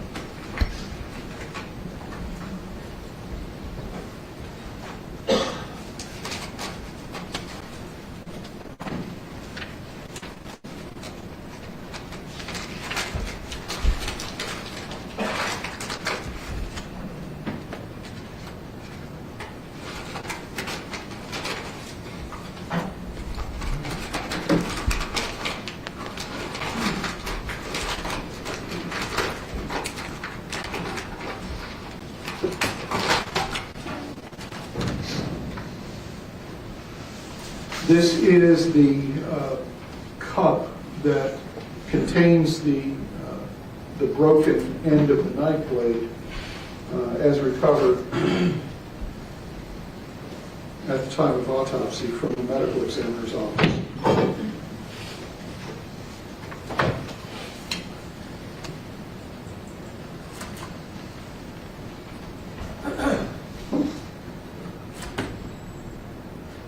And you can see that it has the general contour of what you'd expect to see from a chef's knife.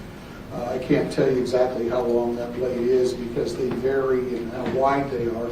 But you can see the very tip end of it is broken off, and that was not recovered at autopsy. But this part of the blade is all the way embedded in the chest. If we assume that my fingers are ribs, then in this case the knife isn't like this through the ribs. If the lung is here, the knife is actually, or the tip of the end of the knife is actually all the way in and propped up against the inside of the ribs itself, embedded all the way into the lung. Is that injury fatal? It's certainly likely to be eventually because there is a large hole from the chest wall into the pleural cavity, that is the chest cavity. There's no longer a vacuum in there, and our lungs rely on having a vacuum inside our chest cavity to expand. As our diaphragm goes down when we breathe, it creates more vacuum and air gets sucked in that way. If you make a hole in there, we no longer have a vacuum. So then that right lung basically becomes non-functional. There's still blood flowing to it, so of course it's bleeding, but it's not doing you any good in exchanging air because you can't get any air into that collapsed lung. So the only lung that's working for you is your left lung. Thank you.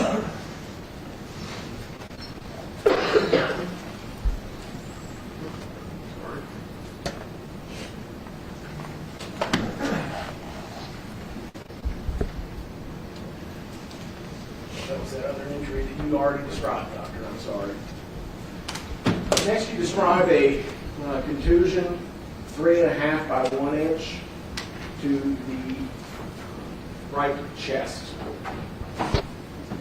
Showing you what's been admitted into evidence is 20417. Can you please point out the large contusion 3.5 by 1 inch? That's this contusion here. It actually has a little blood blister in the middle of it. This is the back of Jasmine Pace's torso. Her front is here. You can see her armpit here, and this is the right upper arm. And here is this large pink to red contusion. Do contusions form, post-mortem? Well, blood has to flow into a bruise.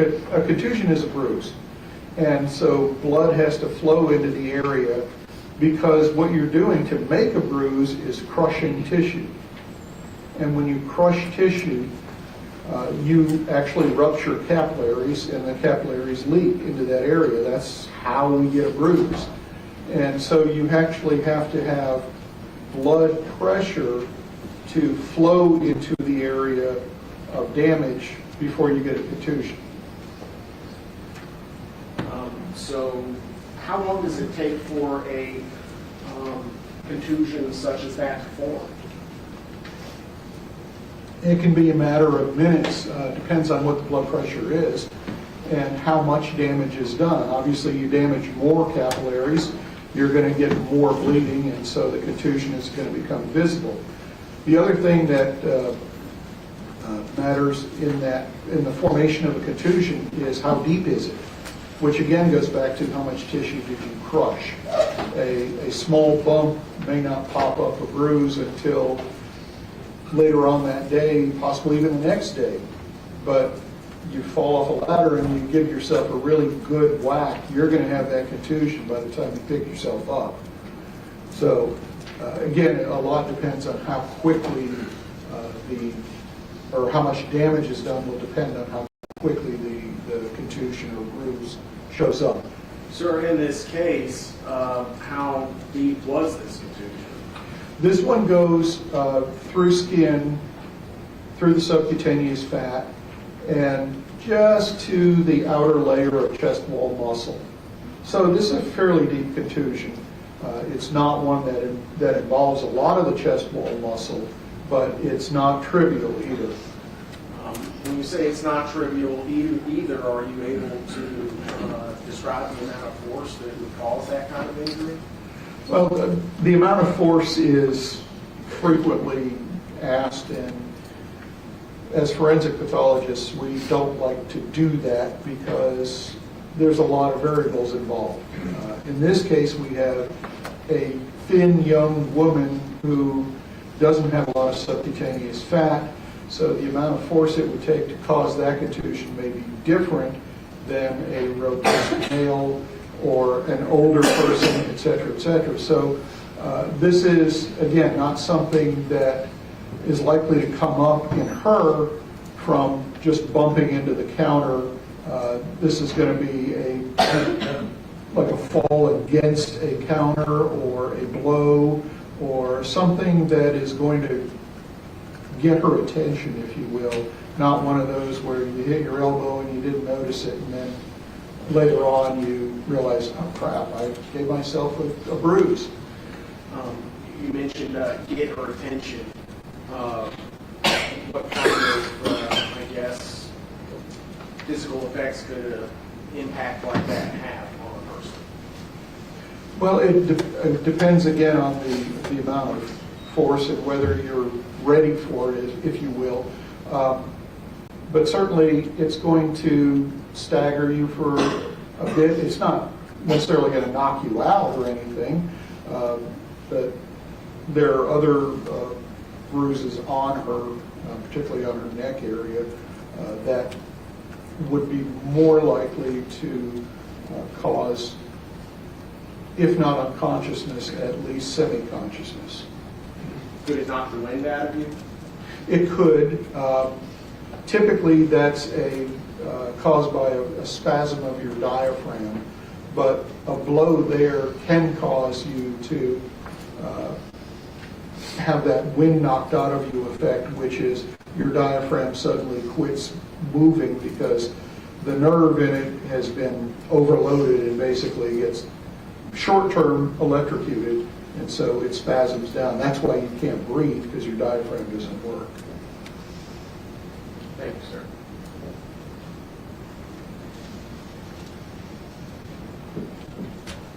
You mentioned bruising to the neck. Yes, sir. On the front of Jasmine Pace's neck, there's a number of abrasions and faint bruises, but the abrasions aren't associated with any stab wounds. And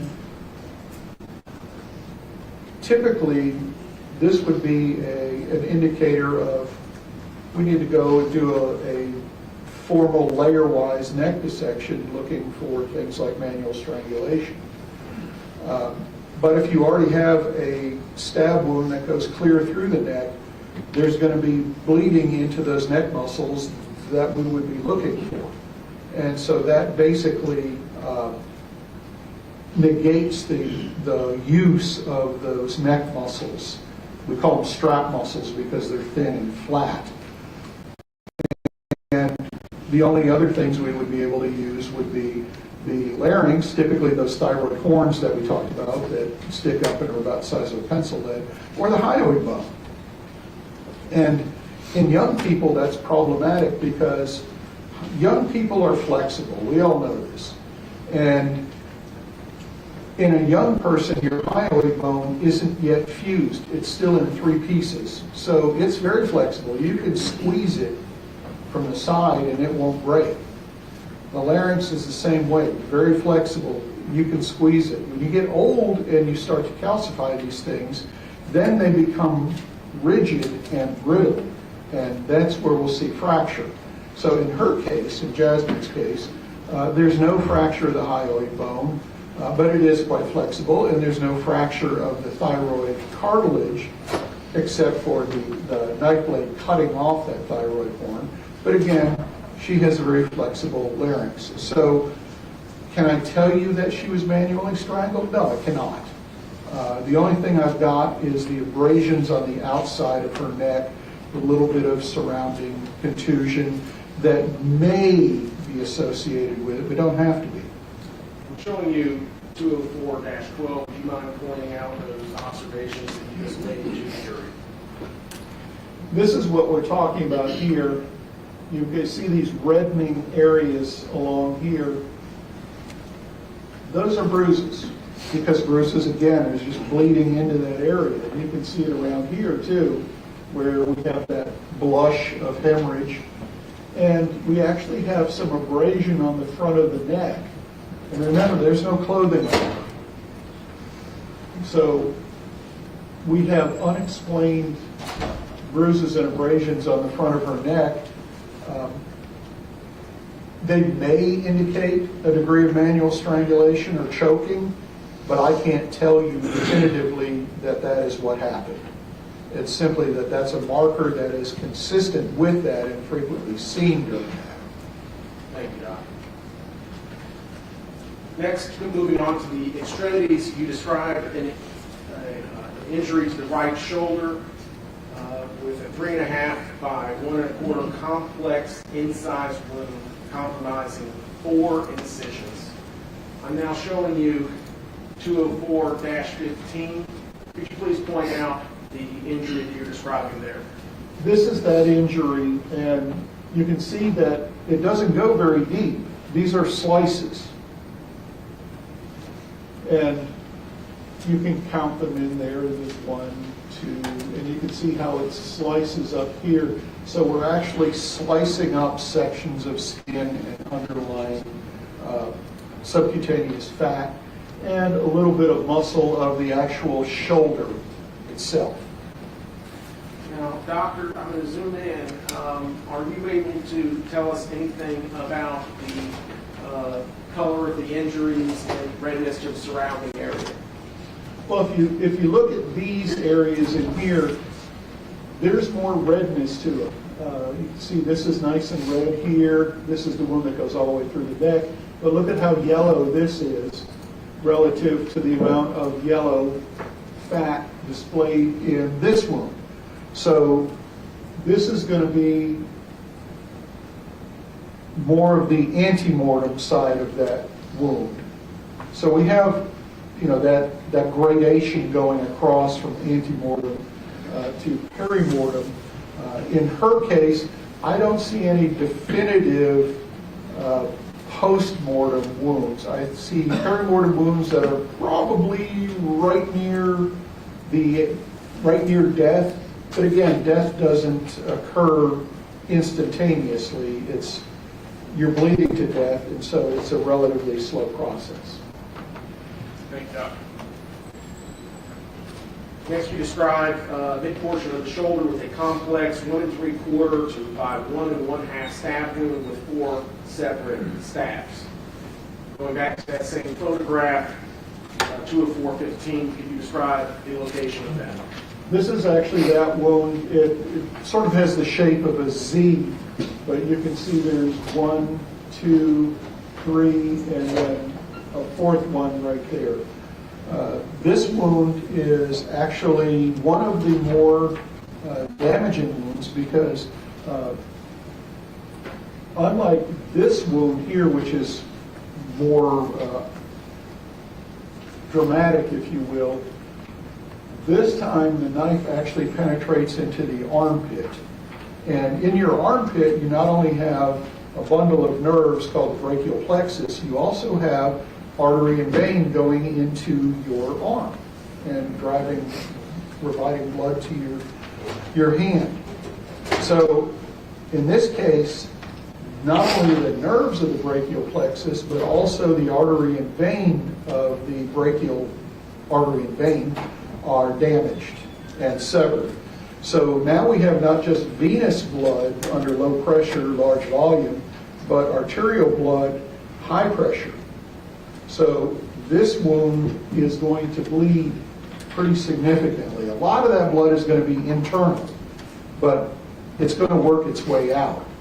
And the internal bleeding is going to come about because the multiple layers of muscle will sort of close over and block off a lot of that bleeding.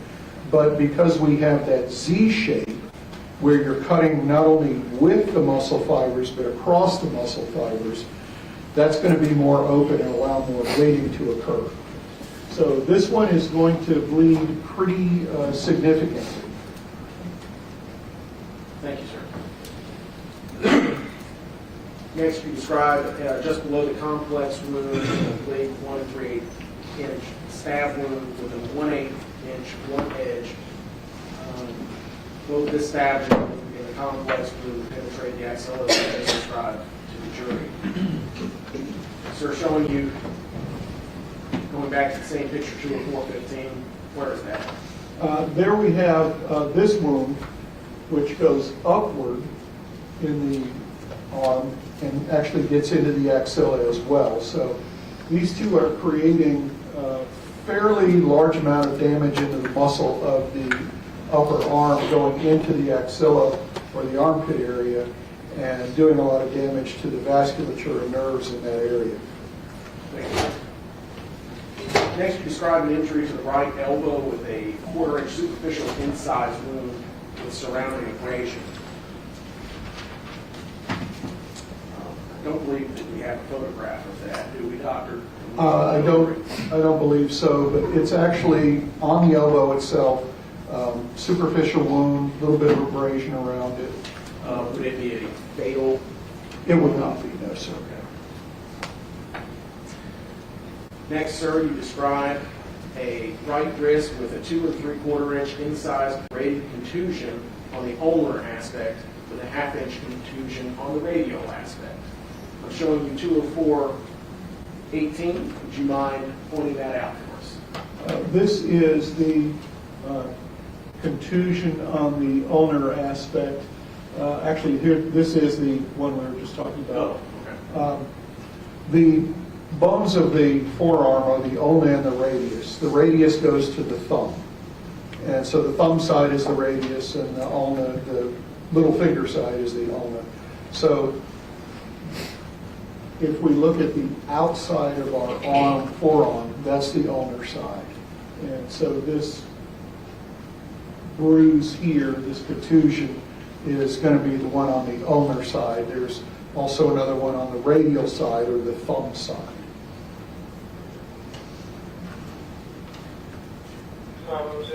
You mentioned the thumb side with the 1/2" contusion on radial aspect. Sir, would you mind pointing it out? That's right here, Next to the tattoo. next to the tattoo with the handcuff. Judge, it's 20420. Sir? Next, sir, you describe a incised wound to the right palm with a 1 1/4 horizontal incised wound of the distal undetermining just proximal to the ring in the fingers. I butchered that. Sir, would you mind pointing out that injury? This is that injury. You notice all the wrinkling of the hand that whenever we're in water, we all see it. We call it washerwoman skin. More formally, it's immersion changes. But the undermining is what we call the term used when the blade scoops under the skin and cuts. And we've all done it to ourselves.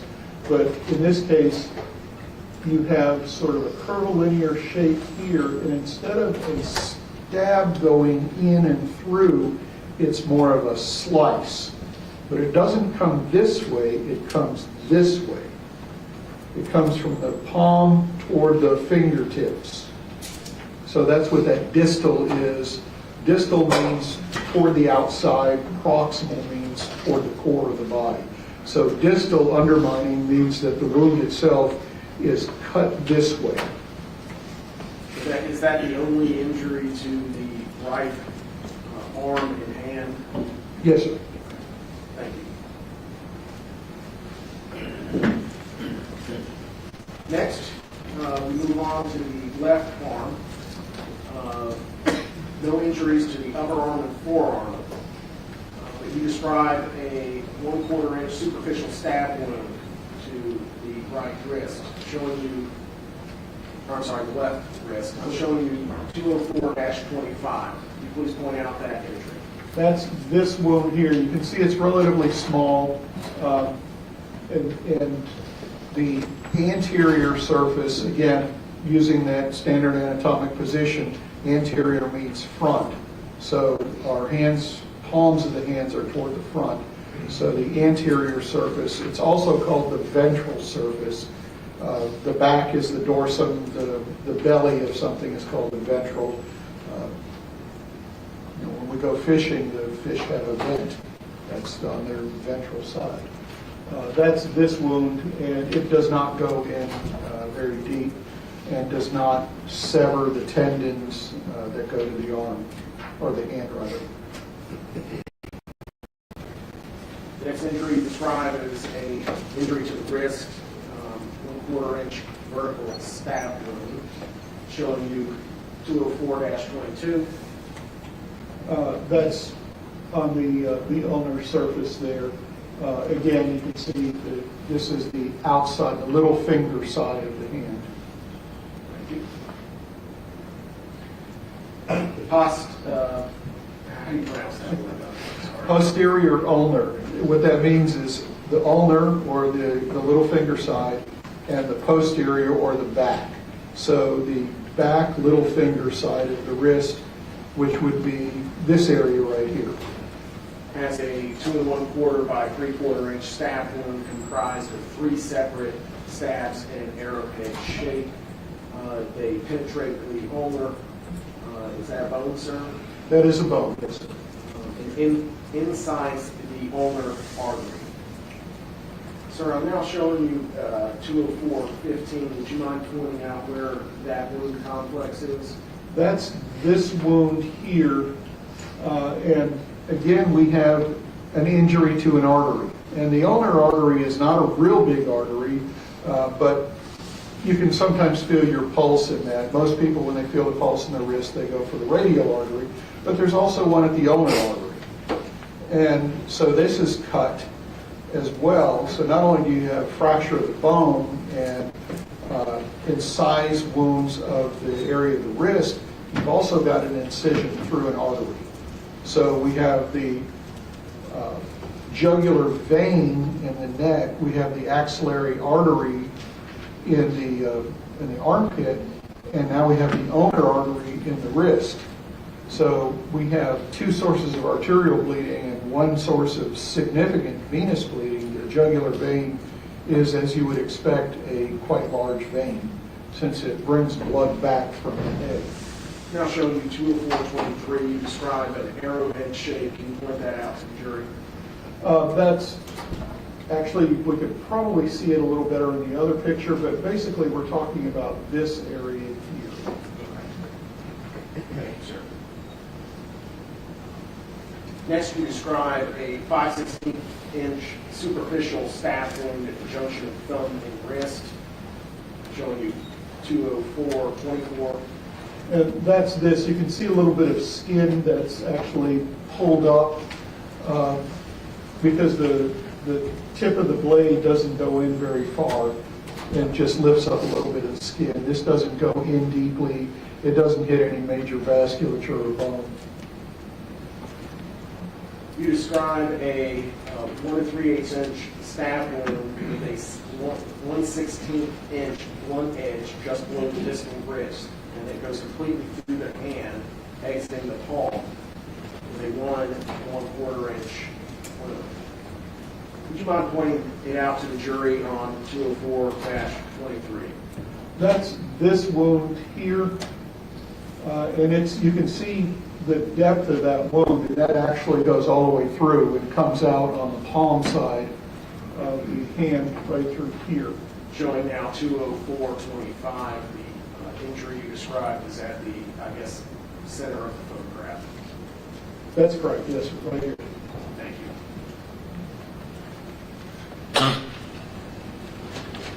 you. You then describe a 1 1/2" incised wound exiting through the back of the palm.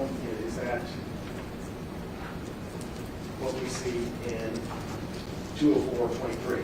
That's this wound here. Basically, it's a slice across the little finger side of the hand that goes all the way through this area of muscle along here.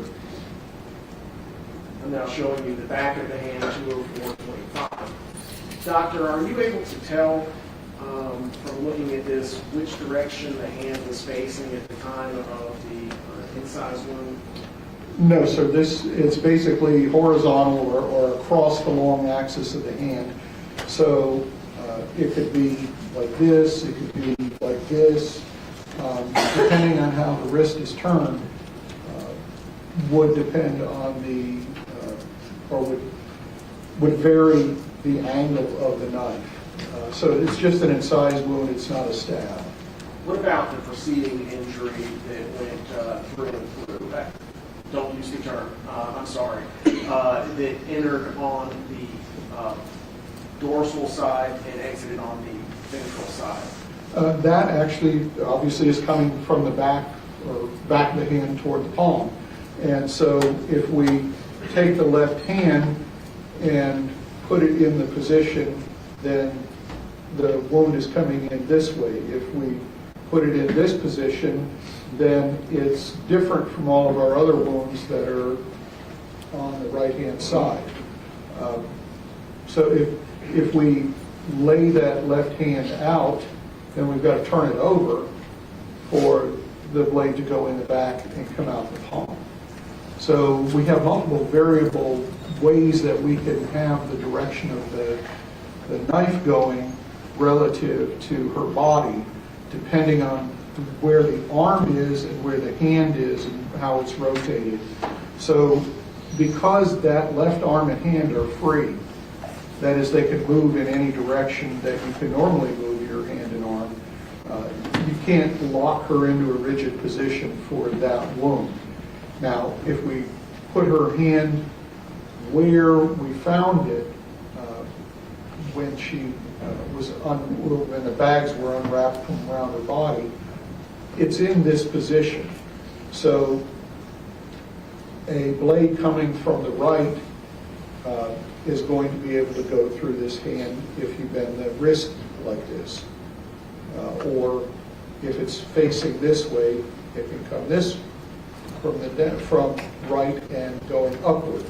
And again, that would fit with the other wounds that we see that are all going from the right to the left and a little bit upward, sometimes a little bit downward, and not much in the way of forward or backward, but some variation on those. Thank you, Doctor. You then describe a quarter-inch superficial stab wound above the back of the hand in reference to the fifth metacarpal. By pointing that out, Judge. Or I'm sorry, Dr. Cosgrove. That's this wound here. The metacarpals are our hand bones. The carpals are our wrist bones, metacarpals are our hand bones, and our fingers are called phalanges. So the hand bones are actually, when you look at an x-ray, what looks like a hand or what looks like your fingers is actually your metacarpals for the most part. And so that's over the bone leading to your little finger. That's the fifth metacarpal. You then describe, sir, a horizontal 3/4-inch stab wound between the fourth and fifth metacarpals going completely through the hand, incising bone and tendon, and exiting through the 5/16-inch wound on the palm. Sir, I'm showing you 2 and 4/23. Would you point that one out? That's this wound. You can actually see the end of the severed tendon right here. And obviously this would be the fifth and the fourth metacarpals. You describe it exiting the palm. Please point out the exit. And that's the exit right here in the wrinkled surface of the palm. Thank you. You describe a perforating stab wound of the index finger entering the back of the finger through a 9/16-inch wound. It incises tendon and bone of the first phalanx, exiting the palmar aspect of the finger through a 5/16-inch wound. Returning to 204/23, we point that out. That's this wound here. It's on the first joint or the first phalanx of the phalange of the index finger. And this one goes through the finger and comes out on the palm surface. You can see, here's the thumb and the index finger here, and this is where it comes out. For the record, 204/26.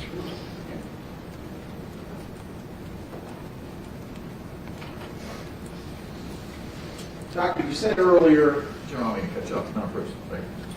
Not approaching. Yes.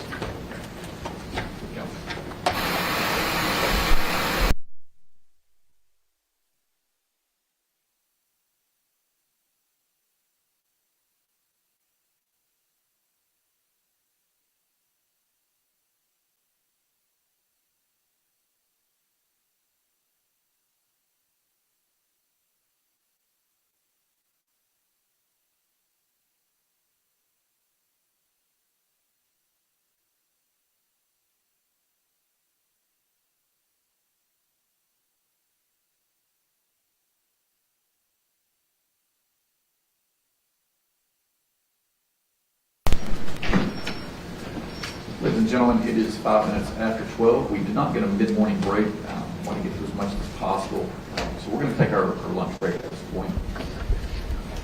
It's 5 minutes after 12. We'll try to resume this jury trial at 1:20.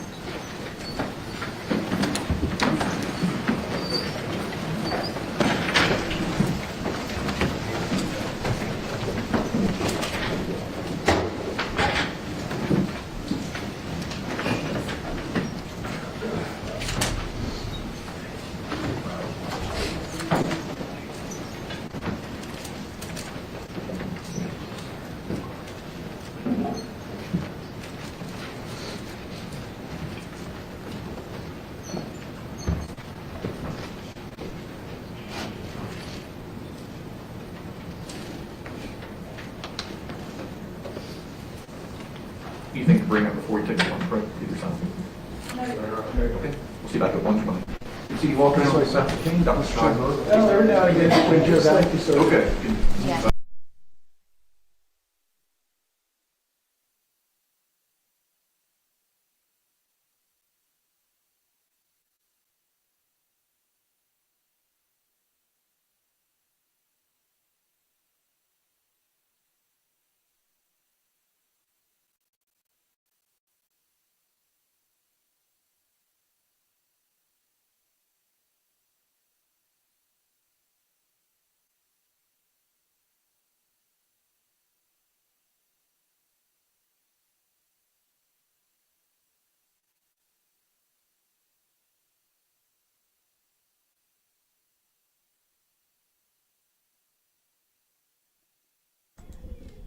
So court just wrapped up for their mid-morning lunch break. They actually didn't take a break since 9:30 a.m. this morning because of the testimony that they were listening to.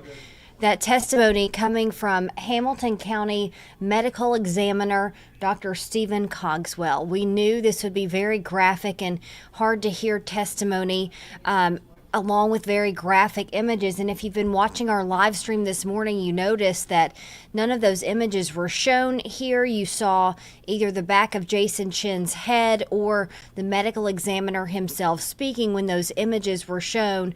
But as far as what they were, we know there were x-rays of the suitcase that Jasmine Pace's body was brought inside of, as well as stab wounds to her body, of which there were multiple that we're hearing from Dr. Cogswell.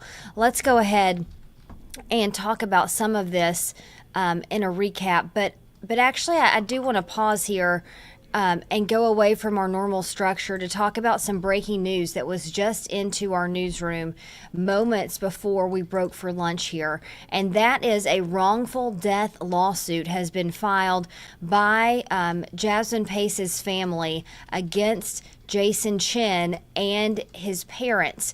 Now, we have not heard them implicated by facing criminal charges in this case, but we now know that in November, attorney Ben McGowan, who's representing the Pace family, filed a wrongful death lawsuit. Some of the things that it claims here, that there was criminal conspiracy between Jason Chen and his parents. They claim the family helped him to cover up the murder and then harbored him at their Nolensville, Tennessee home while police were looking to arrest him.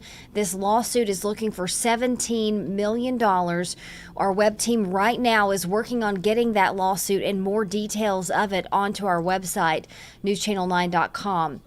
So you'll be able to go there at that point and read that and some more of the claims that are being made. Again, a wrongful death lawsuit filed in November by the Pace family against Jason Chen, not only him individually, but his two parents. So again, we're working on that in the background here in the newsroom and trying to get more information there about that. So we can dive into that a little bit deeper. But so far this morning, we have seen a lot of testimony from the medical examiner. Let's go through some of the highlights that we know from his testimony so far. So this is Dr. Stephen Cogswell. He's the Hamilton County Medical Examiner. The first thing that they did when they brought him into court this morning was to go over some of his credentials. He said he had performed about 7,000 autopsies in his career, multiple dozens of them on stab victims. And he said he actually was called to the scene on Suck Creek Road on December 1st of 2022 when Jasmine Pace's body was found inside that suitcase. And that suitcase was one of the things that they brought into testimony today. You could see the prosecutor holding it up in front of Dr. Cogswell there, asking him if that was the suitcase that he saw there on Suck Creek Road, and then if it was the same one that was later transported to the medical examiner's office. He said that it was. Then we walked through some of the highlights of the autopsy. Again, very graphic. We know that Jasmine Pace had more than 60 stab wounds on her body. They were detailing today that they were on her scalp, her face, her neck, her arm, and her torso. And that's just to the part that we've gotten to so far. They said Dr. Cogswell testified that her jugular vein was cut in half. And then he started talking about the type of blade that was used to make some of these stab wounds. He said it was a broad blade, and he described it as what most people would call a butcher knife. He called it a chef's knife and talked about the wide blade there. He also talked about how Jasmine's body was found inside that suitcase in what he called a fetal position, and we know from both opening statements and now from his testimony that there were handcuffs and shackles on his body. Now, Attorney Bill Speake is joining us once again to kind of talk about some of the developments in the case this morning. Bill, thanks so much for your time. Yeah, I'm very, very happy to be here.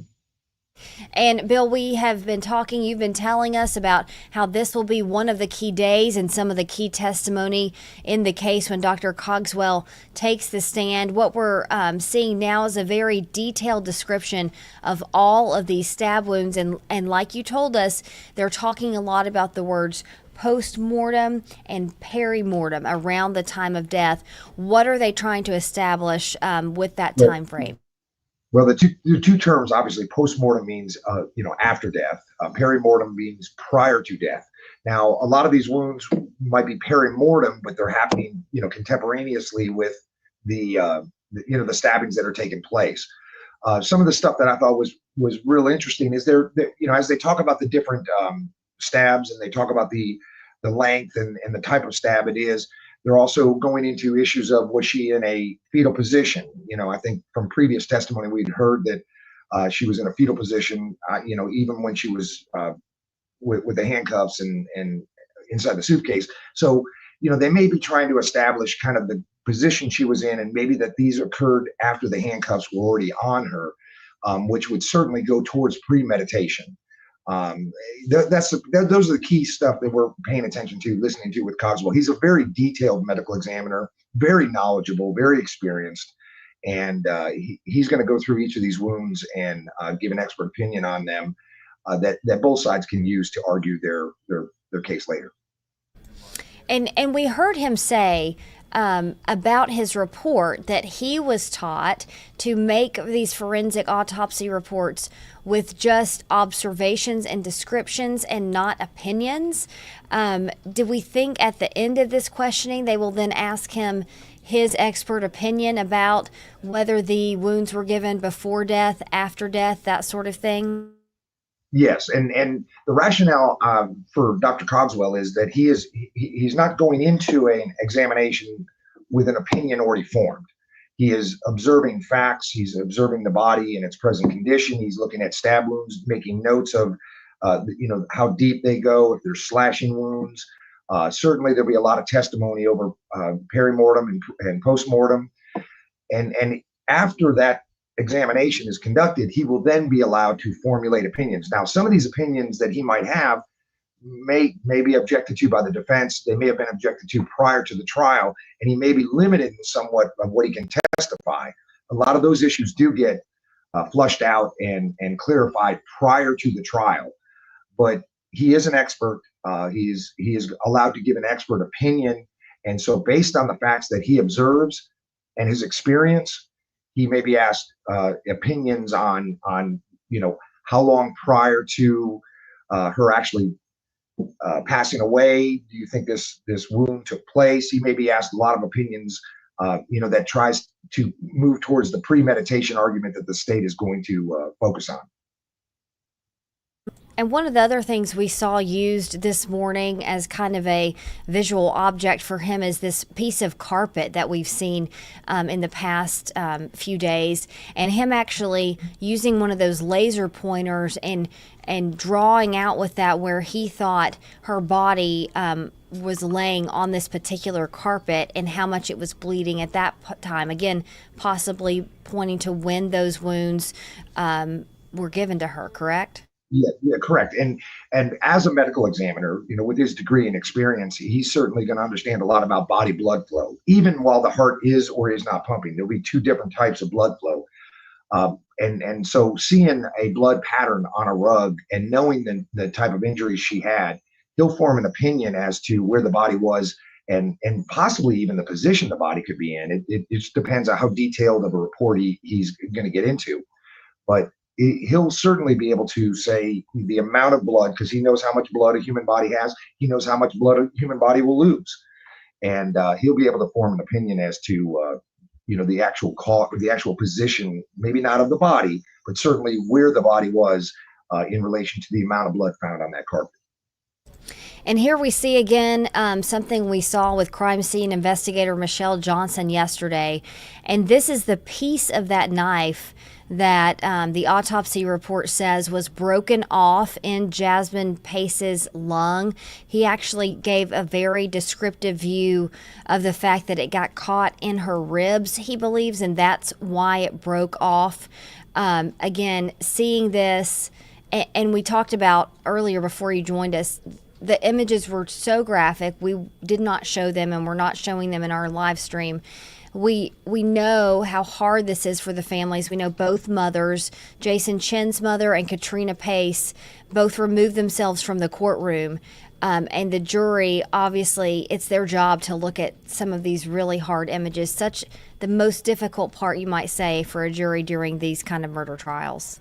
Absolutely. An autopsy, whenever you deal with a homicide, you're dealing with forensic examination of a body.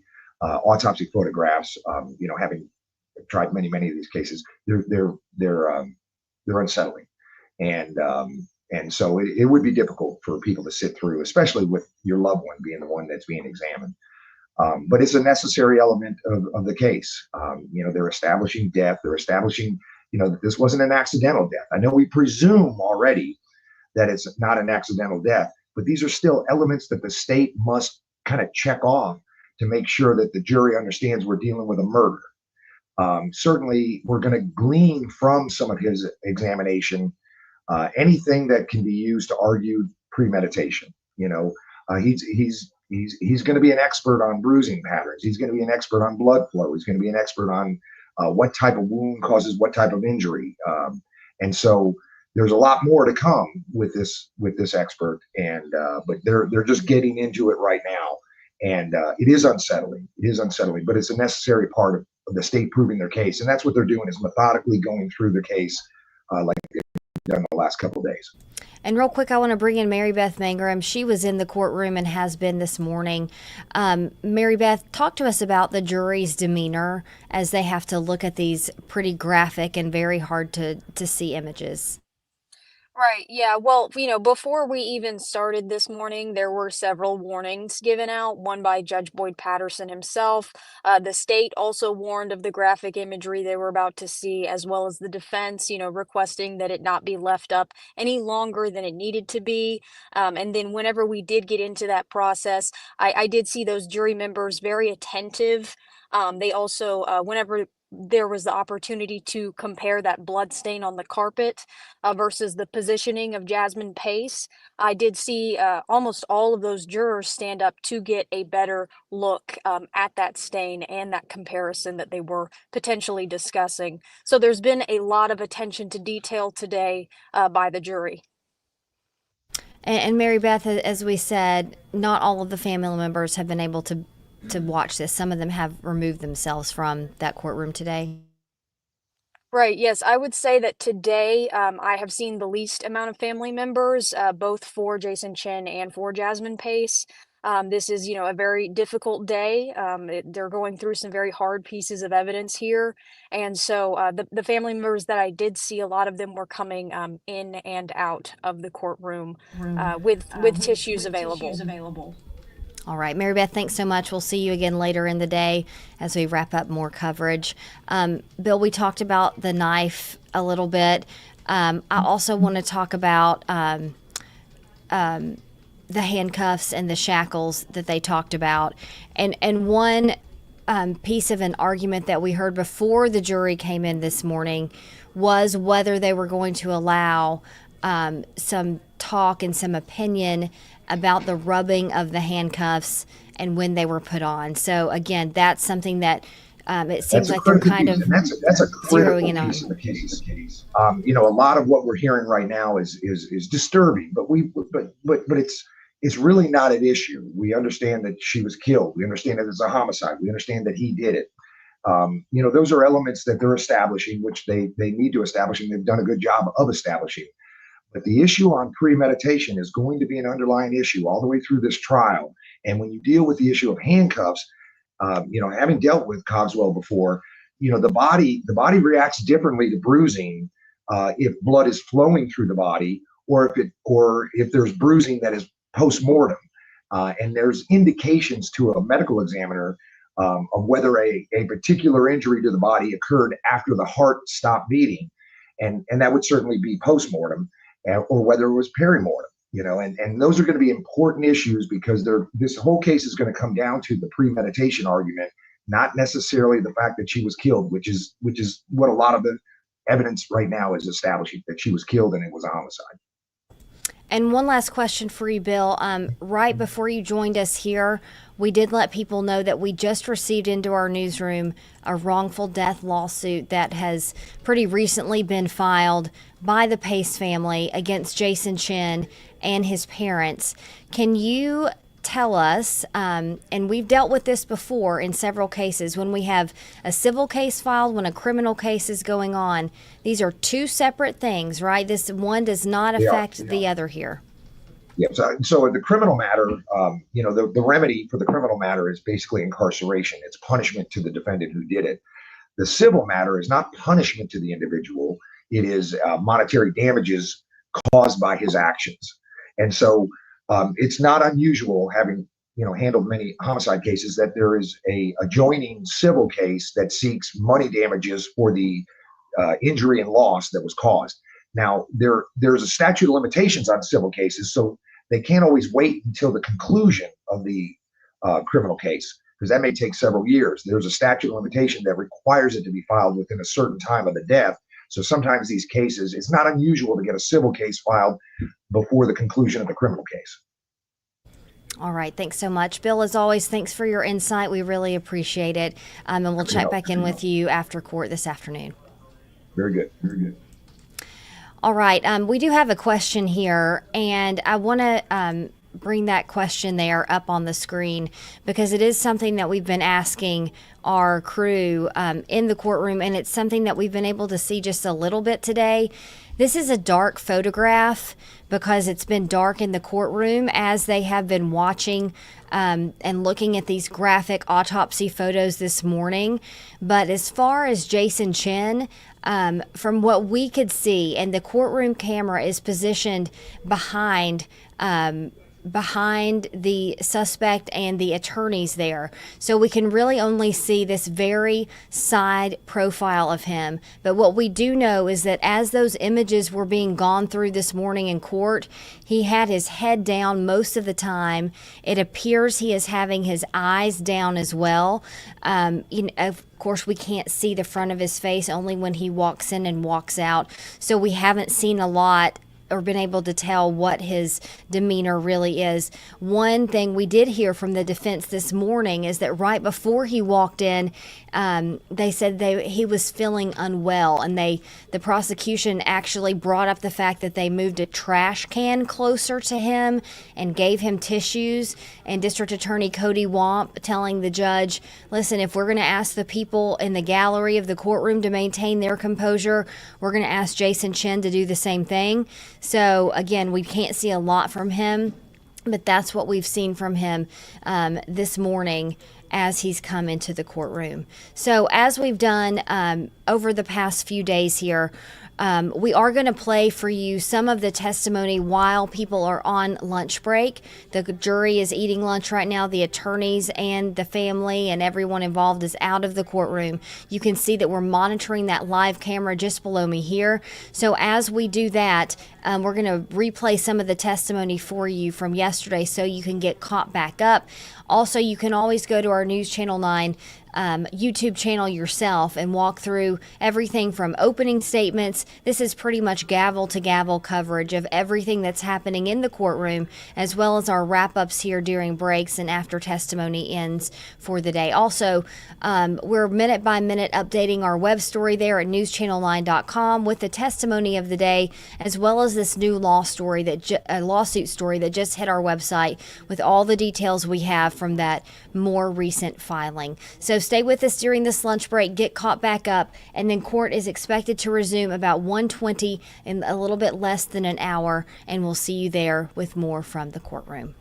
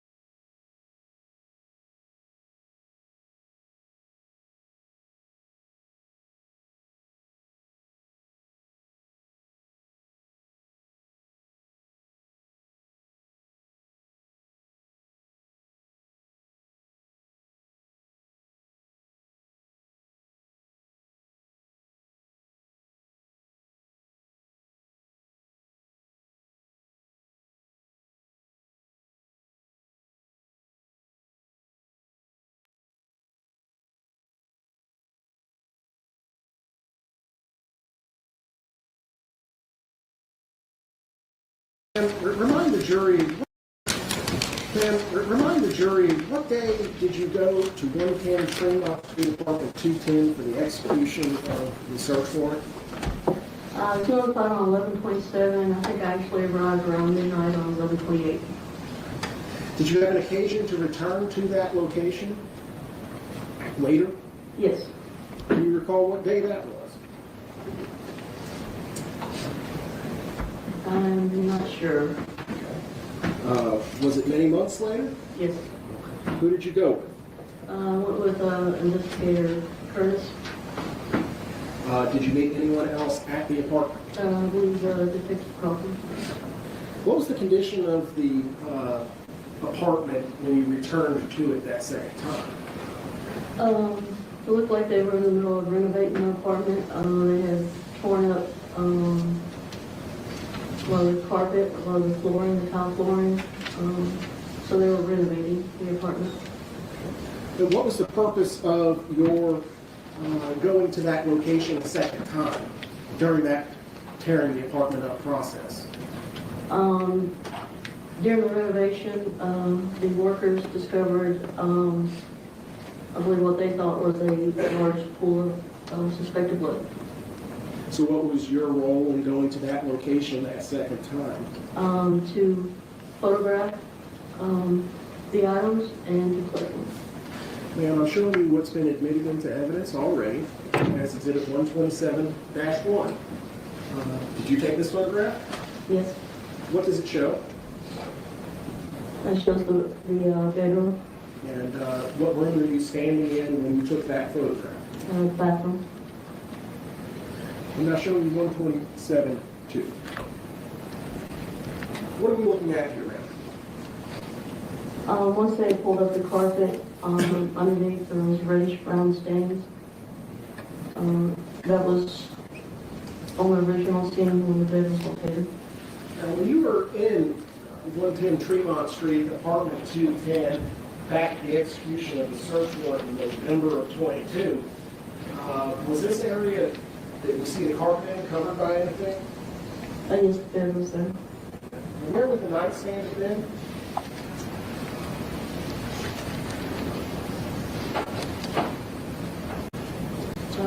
It would have been in this corner here.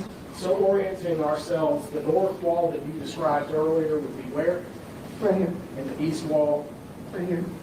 And where would that tapestry have been? It would have been on this wall.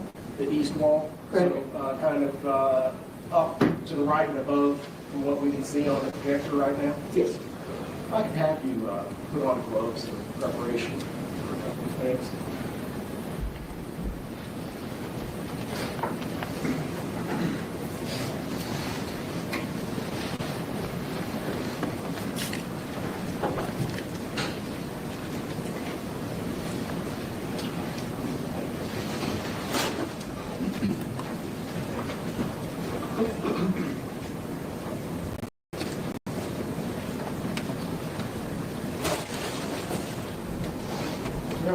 I'm sorry, ma'am, I see a rectangular object in this photograph that's kind of outlined in blue, if you will. What is that? That's the carpet from the bedroom. Okay. Did you collect that? Yes.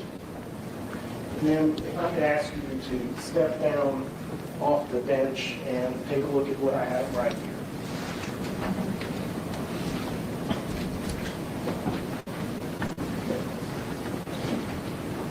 Felix, could you turn the witness's mic around?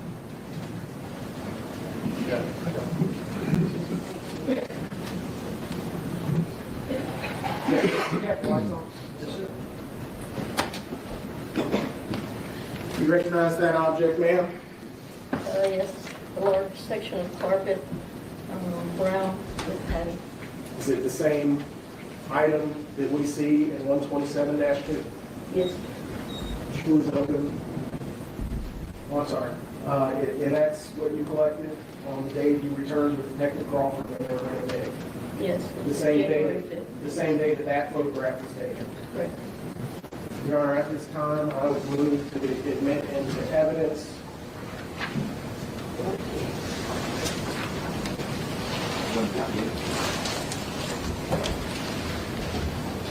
158,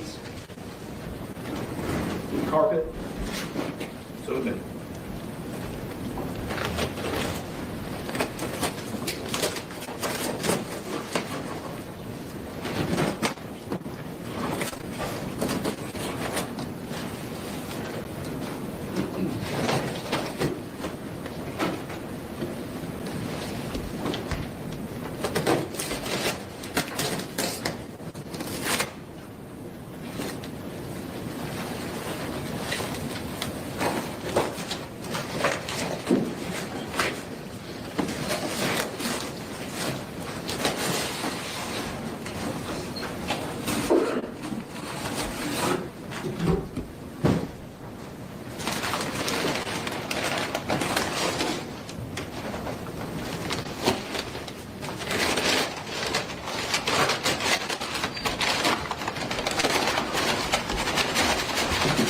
back row wants to stand to see us better.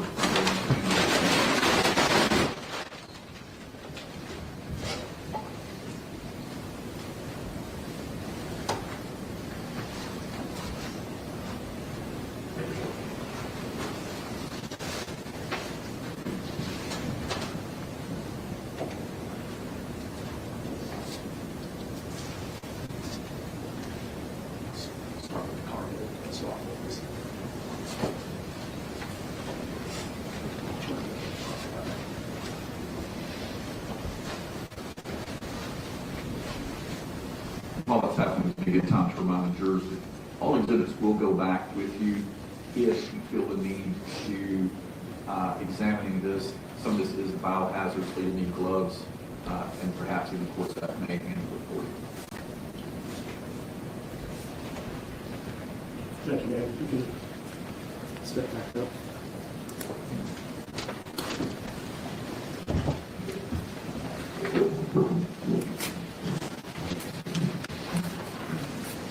Now showing the jury what's been admitted into evidence is 127-3.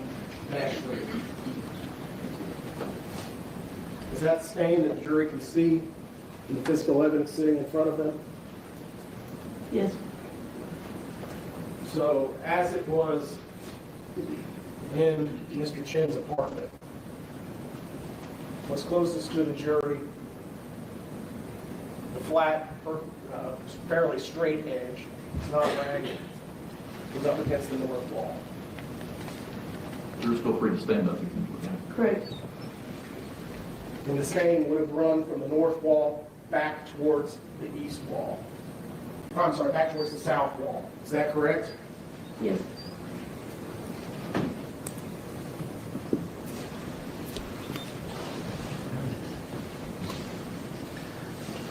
Now showing 127-4. Is it the photograph of the same piece of carpet that we have in evidence right here? Yes. What are the yellow and black items on the left-hand side of this photograph? Scale tape. What's the white line running along the bottom of the carpet in 127-4?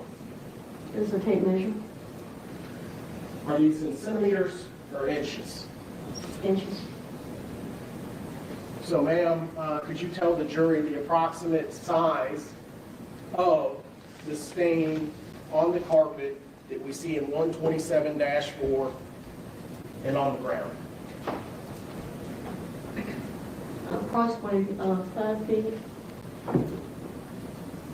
by 32 inches. 32 inches by 5 feet? Yes.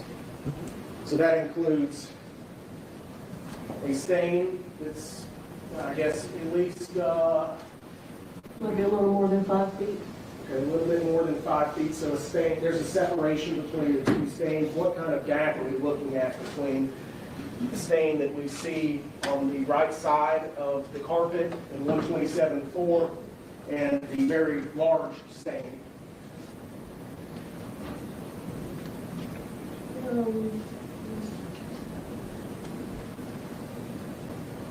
Maybe approximately 6 inches. About 6 inches. So the main stain would be approximately what by what? say 3.5 by 32, 3.5 feet by 32 inches. Ma'am, are you aware of a suitcase having been collected in this case? Yes. You had an opportunity to examine that suitcase that was collected in this case? Minimally. Minimally? Yes.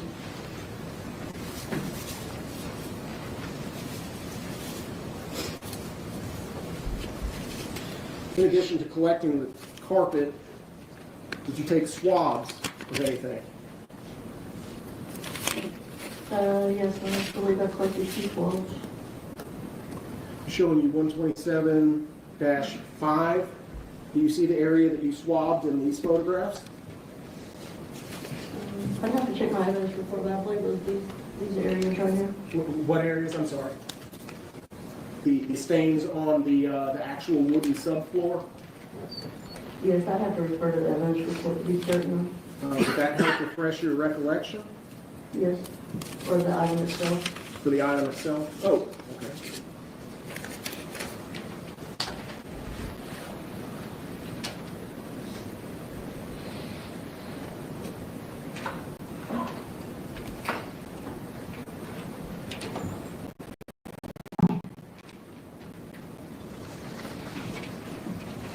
Yes, they were collected from the sofa.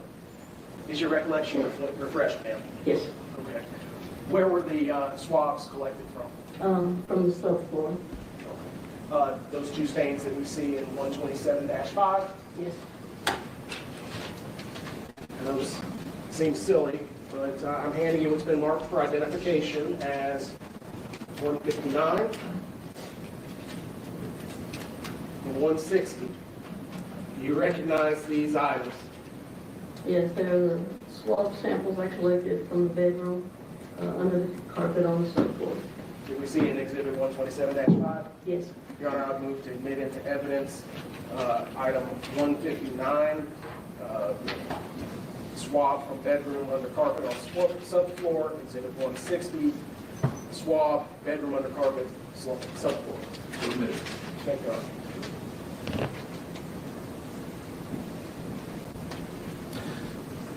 Ma'am, you agree that all of the items that we've just admitted into evidence, the swabs and the carpet, came from a single room? Correct.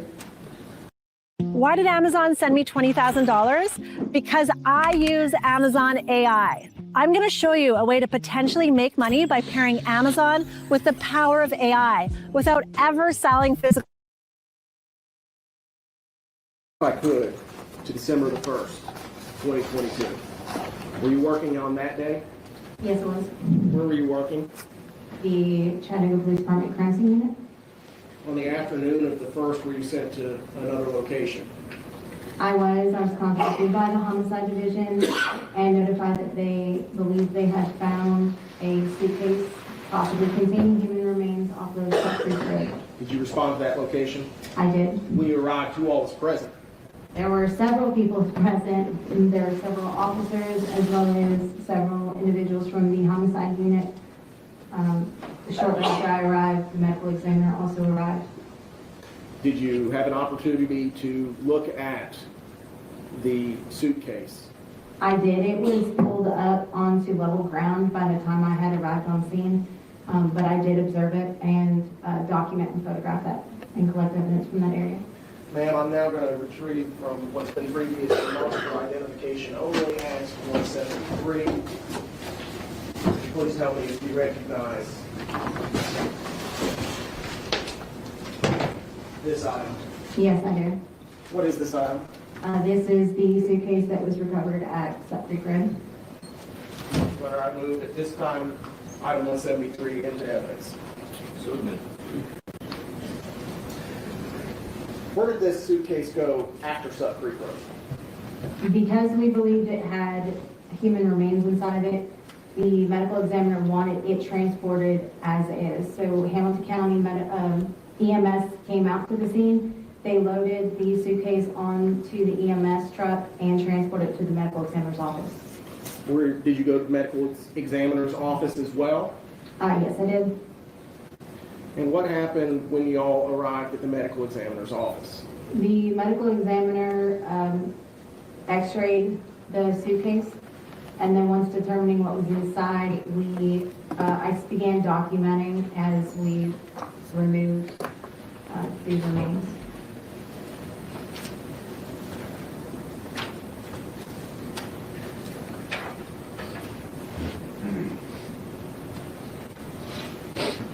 Ma'am, I'm handing you what's been marked for identification as Exhibit 181, 1 through 5. Familiarize yourself with those.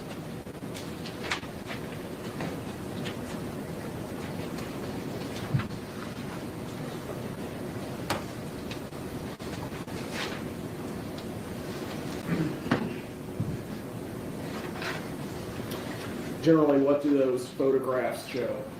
This is a series of photos that shows the process once we removed the victim from the suitcase while inside the bags. We placed them on the table. And this is a series of photos to show the process of taking each layer of the garbage bags off. And so it depicts that process. Your Honor, the state would move to advance the evidence of collected exhibit.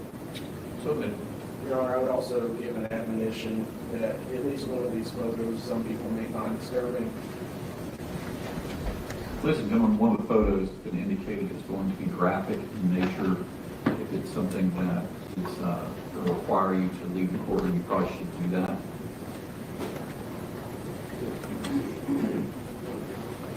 I'll allow the media of the court's admonition earlier.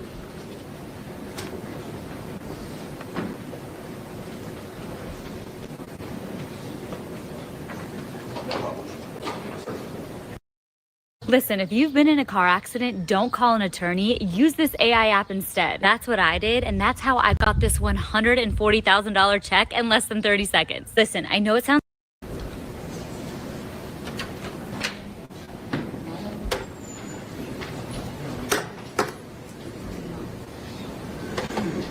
Showing you 181-1.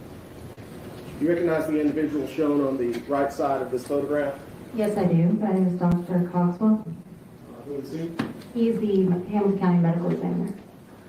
And what are we looking at in the center of this photograph, ma'am? This is the bags with the victim's remains in it outside of the suitcase. In all, how many layers of bags were there? There were 3. 1812. What does this photograph show? This is looking into layer number 2. We had just cut the outside layer of the bag here, and on the inside you can see the second layer. 1813. This would be when we entered the innermost layer, the third layer of the garbage bags. Ma'am, there appears to be a metallic object towards the center of this photograph. Can you identify those for us? This is the set of handcuffs, one to her wrist and one to her ankle. On which side? Her right side. 1814. This is Dr. Cogswell peeling back each layer of the garbage bags. And the one, Judge, that you could probably find most disturbing, 1815. What are we looking at here? This is just another view as we're getting through the layers of garbage bags to the victim. And you can see I believe it's the shackle on the left side. Left shackle.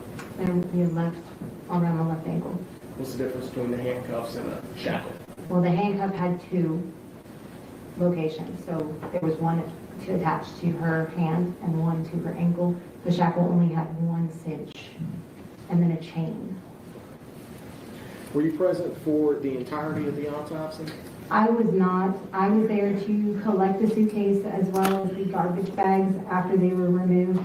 They needed to dry out, so I took custody of those items and I left. I did not stay further.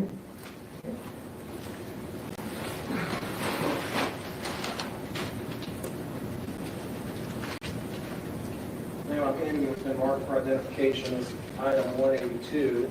Have you seen item 182? Yes, this is the garbage bag, number one, the most exterior. So going back to Exhibit 181-1, that would be the garbage bag that we see in its entirety. That's the only bag that we can see in this photo. That's correct. And you collected that from the medical examiner's office? That's correct. You placed that item into evidence? It was hung to dry. Once it was finished processing, yes, it did go to property. That's the same bag? Yes, it is. Move 182 into evidence, Your Honor. And it was been marked for identification as 183.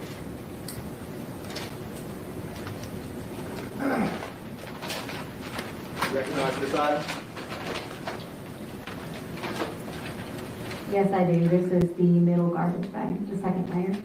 So if we're looking at 181-2, can we see it in that photo? It would have been this layer here. Okay. Thank you, ma'am. That's the same garbage bag shown in that photograph in the middle. Yes, it is. I'll move 183 into evidence, Your Honor. So moved.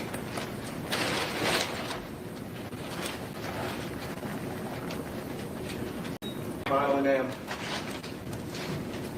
can you please take a look at this phone using it for me? This is layer number 3. So this would have been the one closest to the victim. Going now to 181-3, where would that be?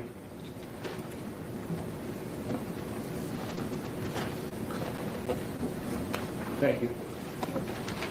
Now, ma'am, you mentioned a drying process. Where was that done?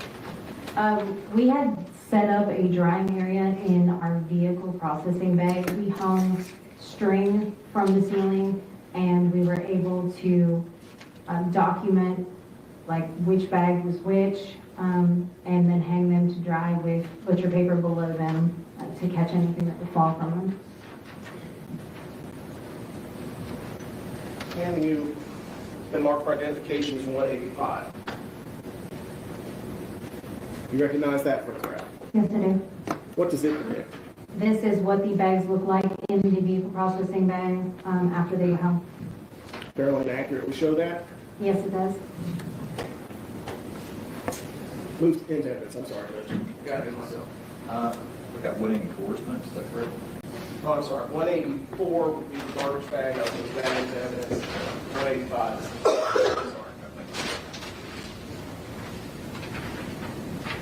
Could you please tell us which bag is number 1, which one is number 2, and which one is number 3 in this photograph?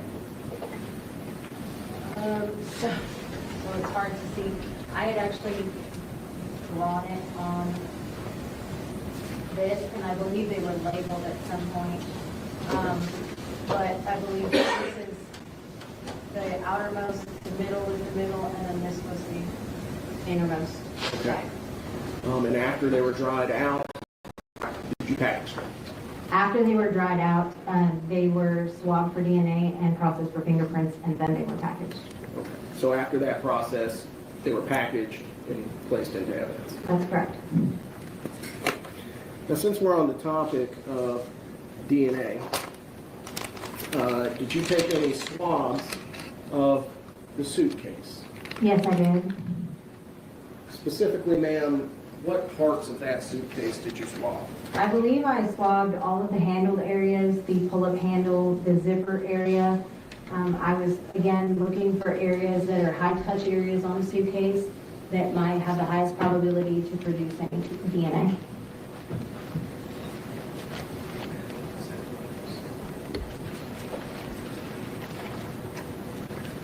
Of course you got it.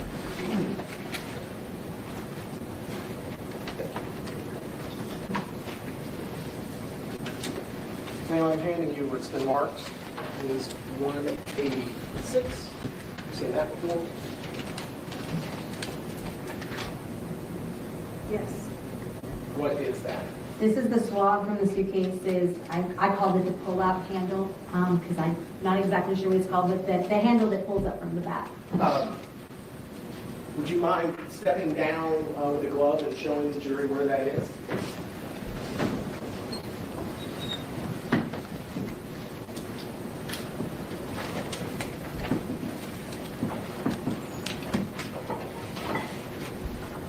Okay, so that's a pull-up hammer.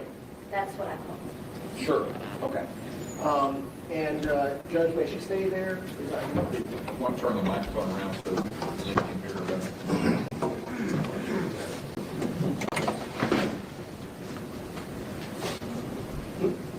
Yes. Next, ma'am, I'm handing you what's been marked is Exhibit 187. You know where that came from? The cold areas of bag number 1. Okay. And what would that be? That would be the garbage bag. Ah, so that came from garbage bag number 1 being Exhibit number 182. Is that correct? Yes. Okay. Thank you, ma'am. And did you collect that using the same process that you described earlier? Yes, I did. Okay. I'm handing you what I will mark as Exhibit 188. You recognize that item? This is a swab from the areas that appeared to be pulled on the bag number 2, the garbage bag. For the record, bag number 2 is which item? That is 191. It's the middle bag. And as far as exhibit is concerned? 183. Okay. Thanks, Dad.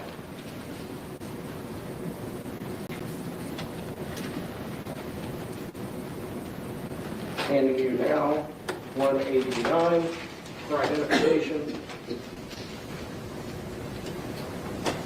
This is a swab from bag number 3, again in the areas that look to have been stretched or pulled on the garbage bag.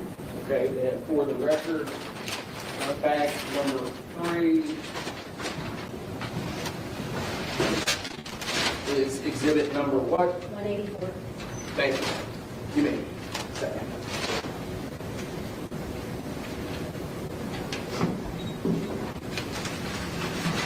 So you collected all of these from those items that you previously testified about? Yes, I did. All right, at this time, I would move into evidence exhibit 186, 187, 188, 189. Check this out. I'm going to show you how I afforded this car. Okay, you ready? All right, $118.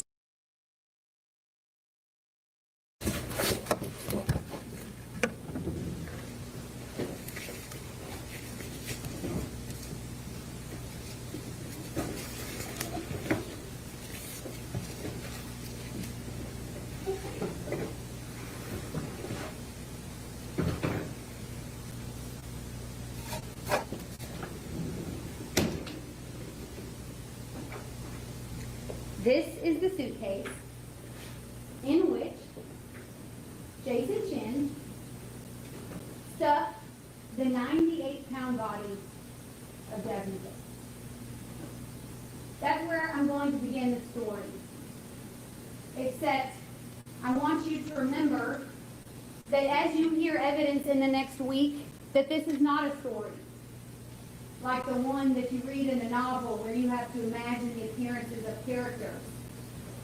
The evidence that you will hear in this case is very real. The evidence will not require that you use your imagination.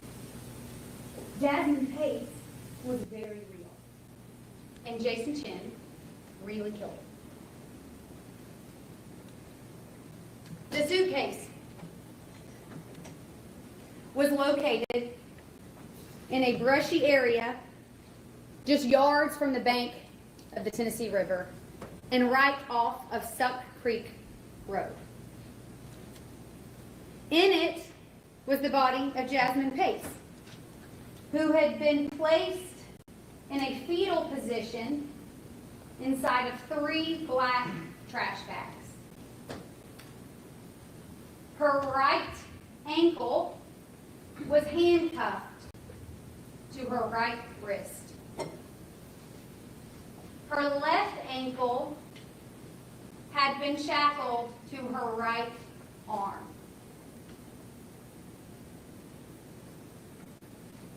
Her wounds were extensive. You will hear from Dr. Cogswell, the medical examiner for Hamilton County, who will describe those wounds in great detail. He stabbed her over and over and over again, not 7 times, not 29 times, not 43 times, but 60 stab wounds. One wound, a through and through, from the right side of the neck all the way through the left. Another so deeply penetrated her rib cage that the tip of the knife broke off into her lung. You will see the tip of that knife.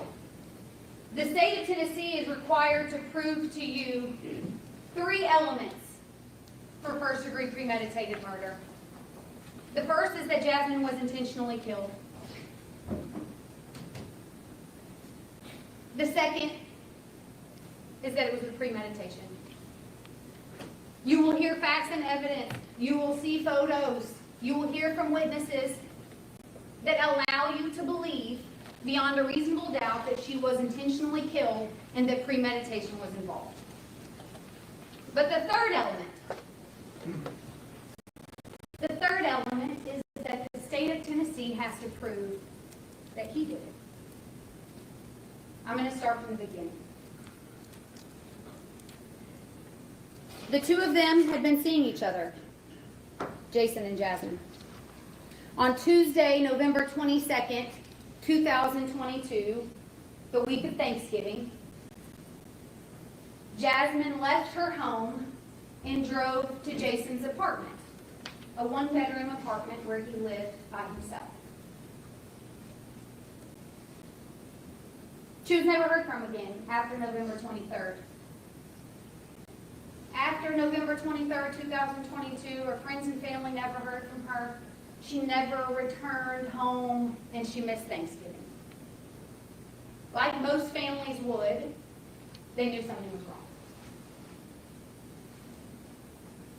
You will learn that Jasmine's family quickly suspected that Jason Chen had something to do with her disappearance. Despite the family's best efforts to get the police department involved, initially the Chattanooga Police Department was of no help. Jasmine's family was forced to take matters into their own hands. So, on November 26, 2022, you will learn that Jasmine's family broke into his apartment.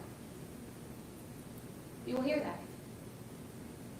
You will hear that they were trying to find their daughter and their sister, and that they went in to his apartment. Of course, Jason wasn't there, but what was there? Some of Jasmine's belongings, including her driver's license and her credit cards. You will hear from a mother who was desperate to find her daughter. Eventually, and only because of the relentlessness of Jasmine Pace's family, the Chattanooga Police Department's Homicide Division executed a search warrant at Jason Chen's apartment on November 28, 2022. The missing persons investigation quickly became a homicide investigation when, even despite his best efforts to clean it up, Jasmine's blood was everywhere. Jasmine Pace's blood, upon the execution of the search warrant, was located all over Jason Chen's apartment. It was obvious that Jason had tried to clean it up based on the scene. You'll see those photos. You'll see photos of cleaning products, but you're also going to see video of Jason Chen on November 23rd, 2022, buying cleaning products at multiple locations. The same day that Jasmine's friends and family stopped hearing from her. You will learn that homicide investigators located Jasmine's body in this suitcase on the side of Sup Creek Road in part due to Jason's own cell phone location records. They were able to track Jason using those cell phone location records throughout Chattanooga on the day of the 23rd. Walgreens, Walmart, most likely looking for a place to dump her body.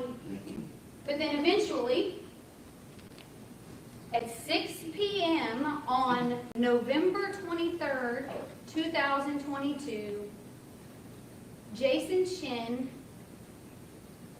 leaves his apartment with a suitcase. He enters his vehicle and he drives to Suck Creek Road.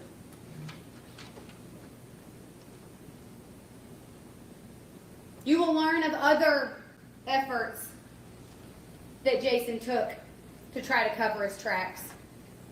How he ditched her vehicle in a random apartment complex on Mountain Creek Road so that it was no longer at his apartment building. He sent text messages to Jasmine's phone to try to create an alibi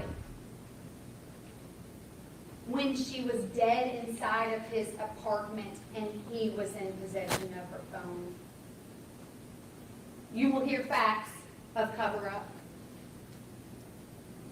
You will learn that police never found Jasmine Pace's phone, but they did find her SIM card.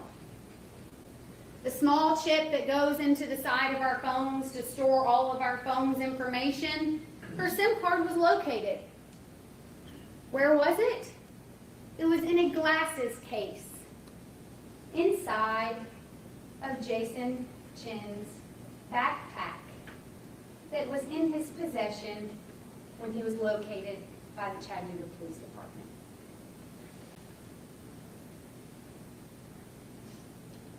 And when you think that you have seen enough evidence that Jason Chen killed Jasmine Pace, you will be convinced that he stuffed her body in this suitcase after placing it in trash bags, because you will hear from a fingerprint expert.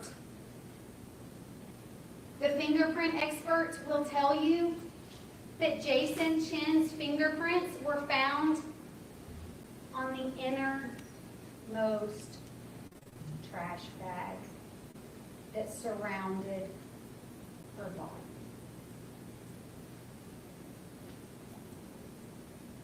In the first few days of trial, you're going to see a few witnesses that may at first seem confusing to you. Bear with me. They are going to be laying the foundation for evidence that you will see through Chattanooga Police Department homicide investigator Zachary Crawford.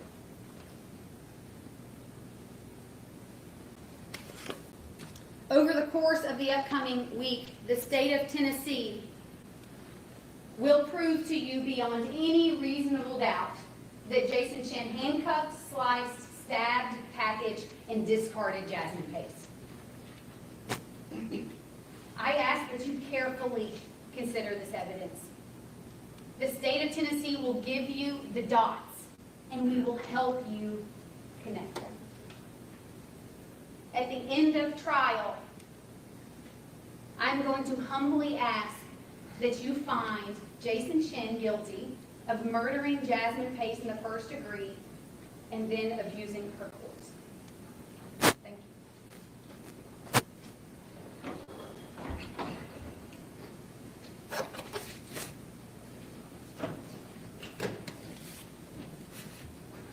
Mr. Chen.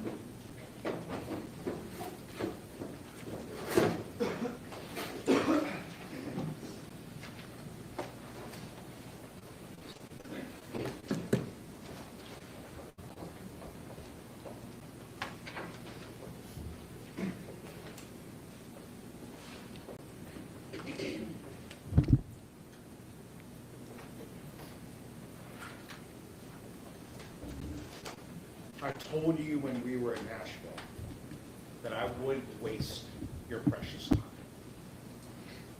And I have no intention to waste it during the course of this trial.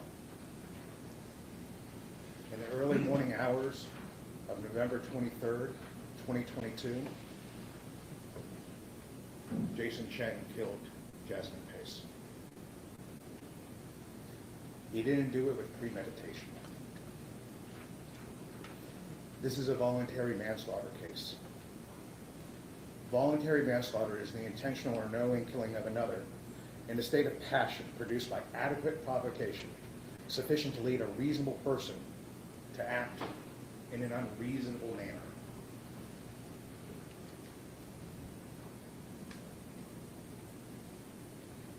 The state told you during jury selection that in order to prove first-degree murder, they don't have to prove that it was a crime, but there wasn't. The state told you in jury selection that they don't have to prove a motive. There is proof. What the state does have to do is prove premeditation, and can't, because it wasn't.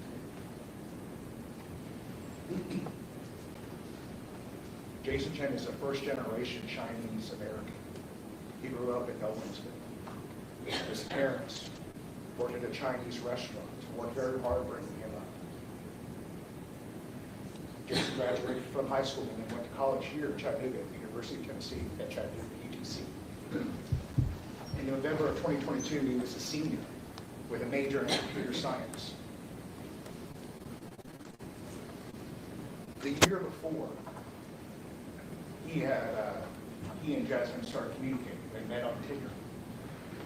And after exchanging messages back and forth, they started texting using iMessage. You're going to see the iMessages between Jason and Jasmine. You're going to see how their relationship progressed through these text messages. In 2021, they dated for a few months, but then lost touch. But then about 8 months later, in May of 2022, they rekindled that relationship and they started dating, seeing each other more and more. They obviously got much closer. They traveled to Chicago together that summer. And you're going to see through the text messages, someone was obviously more into this relationship than the other. Jasmine started getting feelings for Jason. And you're going to see through those text messages that Jason didn't reciprocate that as much as she did. Then you come to the week of November 22nd.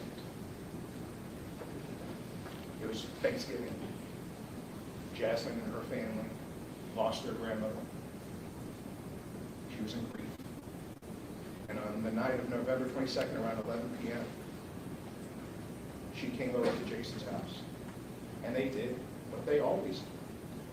Drink wine, smoke pot, smoke wax, watch movies, and do what 22-year-olds do.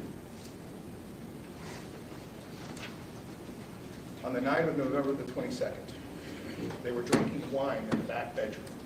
You're going to see pictures of the apartment. This apartment is 500 square feet. You can get from the front door to the back door or back wall, less than 10 seconds walking away. Very small apartment. In order to open one bottles of wine in the bedroom, Jason had to go to the kitchen and get a kitchen knife to take off that plastic wrapper that goes around the top of wine bottles. So he was able to get off the top of the wine bottle, the plastic wrapper, and he placed it on his nightstand. At a certain point, they finish off the bottle of wine, and Jasmine goes back into the kitchen to get another bottle. And there on the counter is Jason's cell phone. Ding, ding, ding, ding. That familiar Tinder ding that Jasmine and Jason knew so well because that's how they met. Jasmine looked at his phone and saw all these messages with other girls, with other people. And this was infuriating to her. She was already in grief, and it sent her in an anger into a rage, and they started yelling and fighting verbally. Jason came into the kitchen, and you're going to hear from witnesses that can hear both of them arguing. You're going to hear from witnesses that heard this dispute, not the words, but can hear them yelling. Jasmine attacked Jason with an empty wine bottle. And in reaction, Jason kicked her, and she fell backwards, knocking over wine glasses. She picked up one of the wine glasses and ran towards Jason, and Jason retreated, going from the kitchen to his bedroom, which you have to go through the bathroom.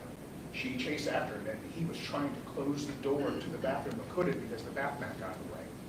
Then tried to run from the bathroom into the bedroom, but there was a pocket door, and it's impossible to close. And he gets back into his bedroom, and Jasmine was right there coming at him with this broken glass.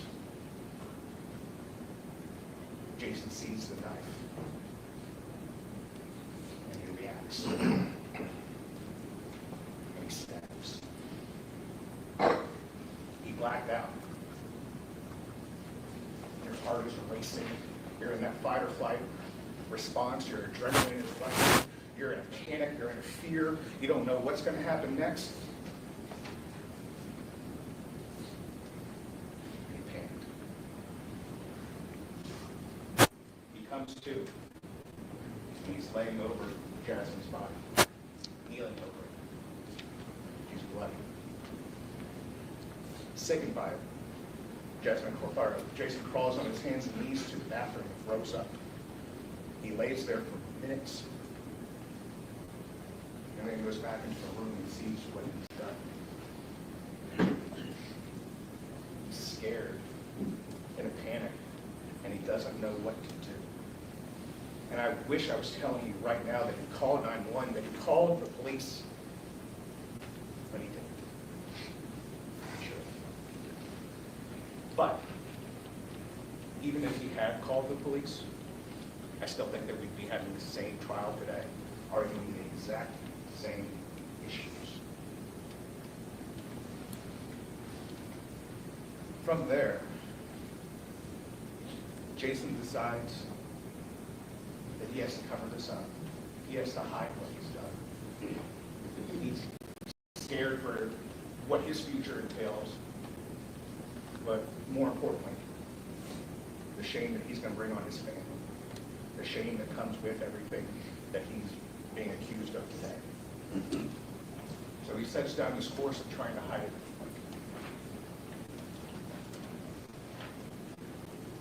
He places Jasmine in trash bags, puts the handcuffs on her after she is dead, so that way she can fit into the trash bags, and so that he can put her into that suitcase.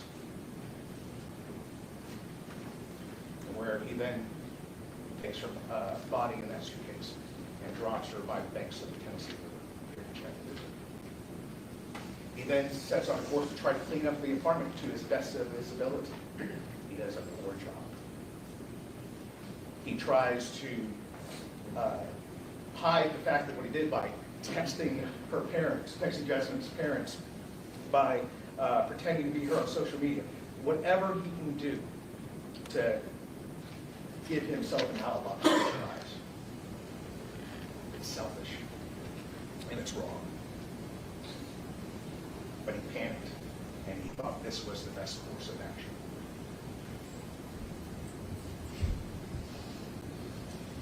There's a couple other things that complicate this case. You're going to hear about Katrina Pace, Jasmine's mother.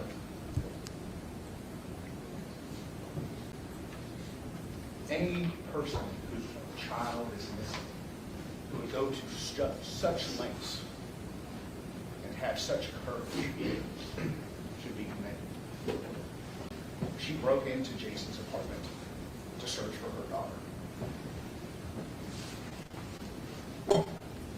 She also went in other times than that first time. She went in at least 3 or 4 other times, doing 2 things.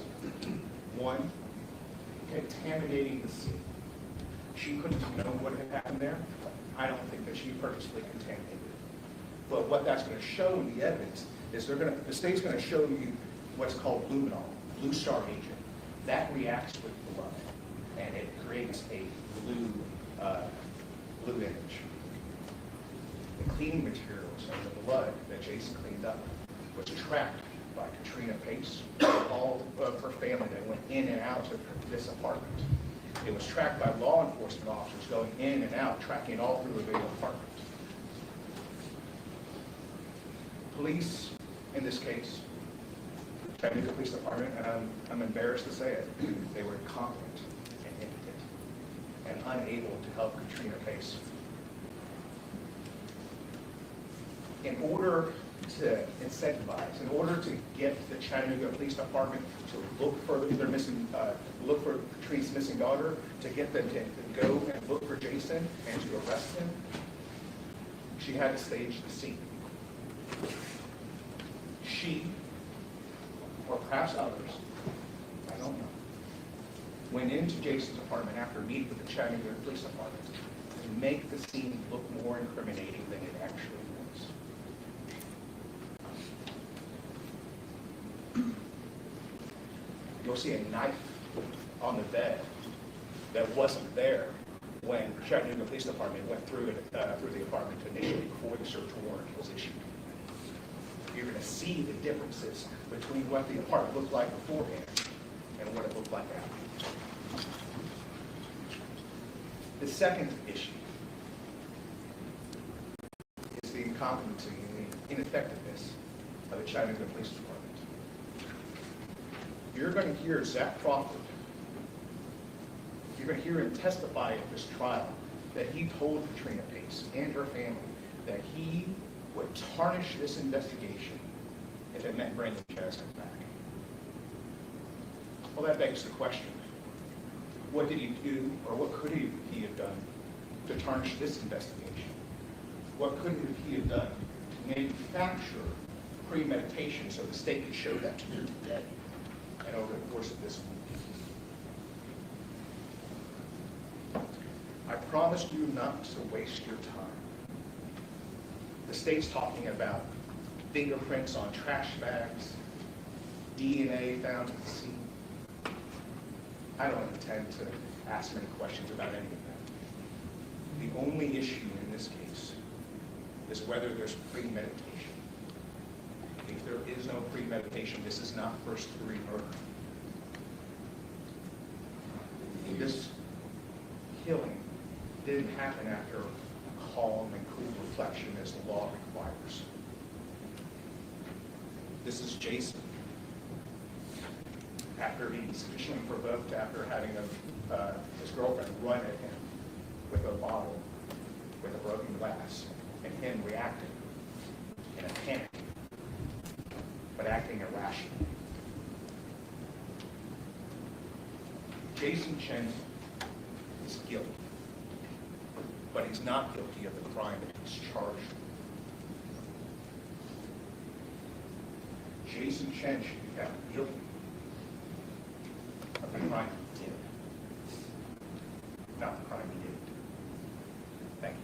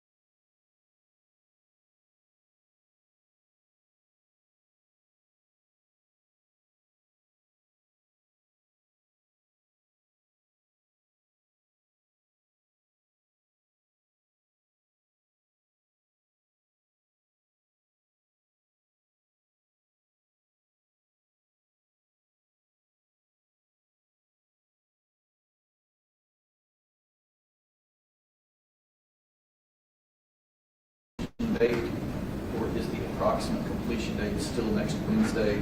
Total duration of 10 days. The jurors have all agreed they would like this coming Sunday off. So, I have to say this, I think the state indicates they will probably rest sometime tomorrow, likely. So, we're not asking for anything definite, but as far as scheduling for the weekend, we need to have deputies here for the Saturday part of this as well. Beyond that, I'll leave it up to y'all to let me know how long you expect your proof to last. Well, let us assess that. Okay. All right, yeah, we'll bring it up again first thing tomorrow morning when the jurors get that answer. Maybe a bridge in the meantime. Yes.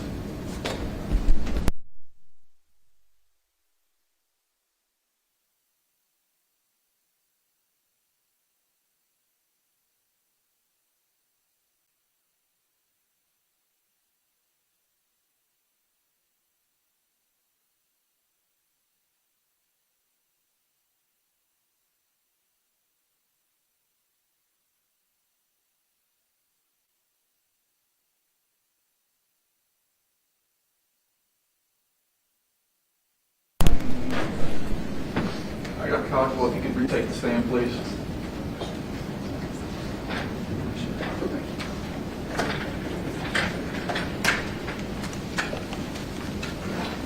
You remain under oath from earlier this morning. We'll ask, typically, witnesses are advised not to talk about their testimony while we're on a break. Just make sure that you talk about your testimony to anyone during this last lunch break. No, sir. Okay, thank you. I'm bringing the jury when they're ready. Okay, Mr. Chen first, sir. Oh, yes, yes, sir. That's what I meant to say. I know. Okay. That's not good.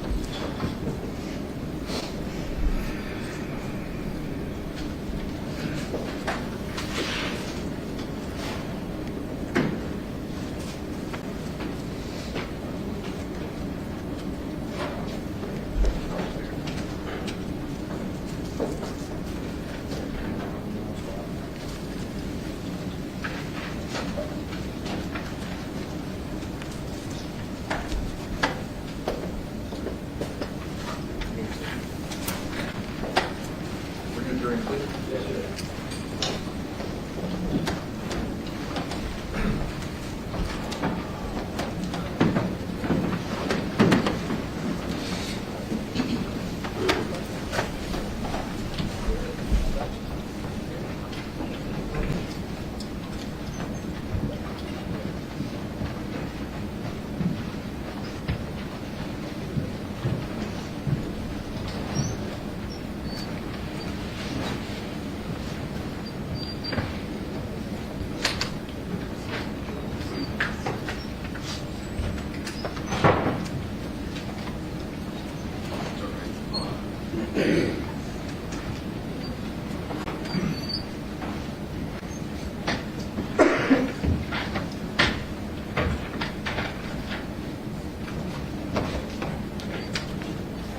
All right, please be seated.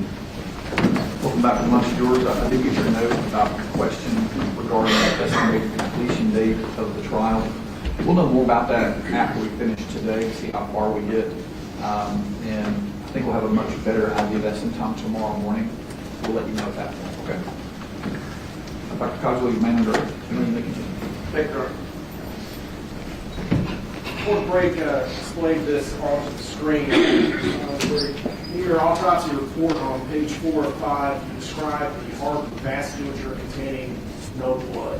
What is the medical significance of that observation? Well, that is an empty vascular tree. That is all of her blood, with the exception of that noted the 10 milliliters of blood, which is basically a thumb-sized syringe full, is no longer there. So basically her vascular tree, her heart, her arteries, her veins have been drained. So all of her blood is, with very little exception, that which is, again, what's in the capillaries in the big toe is still in the capillaries in the big toe, but the bulk of her blood is no longer in her body. It is drained out of her body. In essence, how much are we talking? What kind of volume? Well, again, we're looking at about a quart and a half gallon, just for her to die, but she's got about 4 quarts of blood, so about a gallon of blood is her total blood volume. So you're really looking at 3, probably a little more quarts of her blood is outside of her body, has come out of the wounds that she has suffered. Is that caused by her positioning post-mortem? Yes, sir. She's allowed now to drain because we have wounds that are open to the outside, and the blood that's in body cavities, specifically the chest cavity, can drain out through that wound. The blood that's in the vasculature can drain out through the ruptures of the jugular vein, the axillary arteries, the ulnar artery in the hand or in the wrist. So all that is draining out of her body, and so that's why we're getting a large volume of blood basically on an area of carpet or within the apartment. Thank you, sir.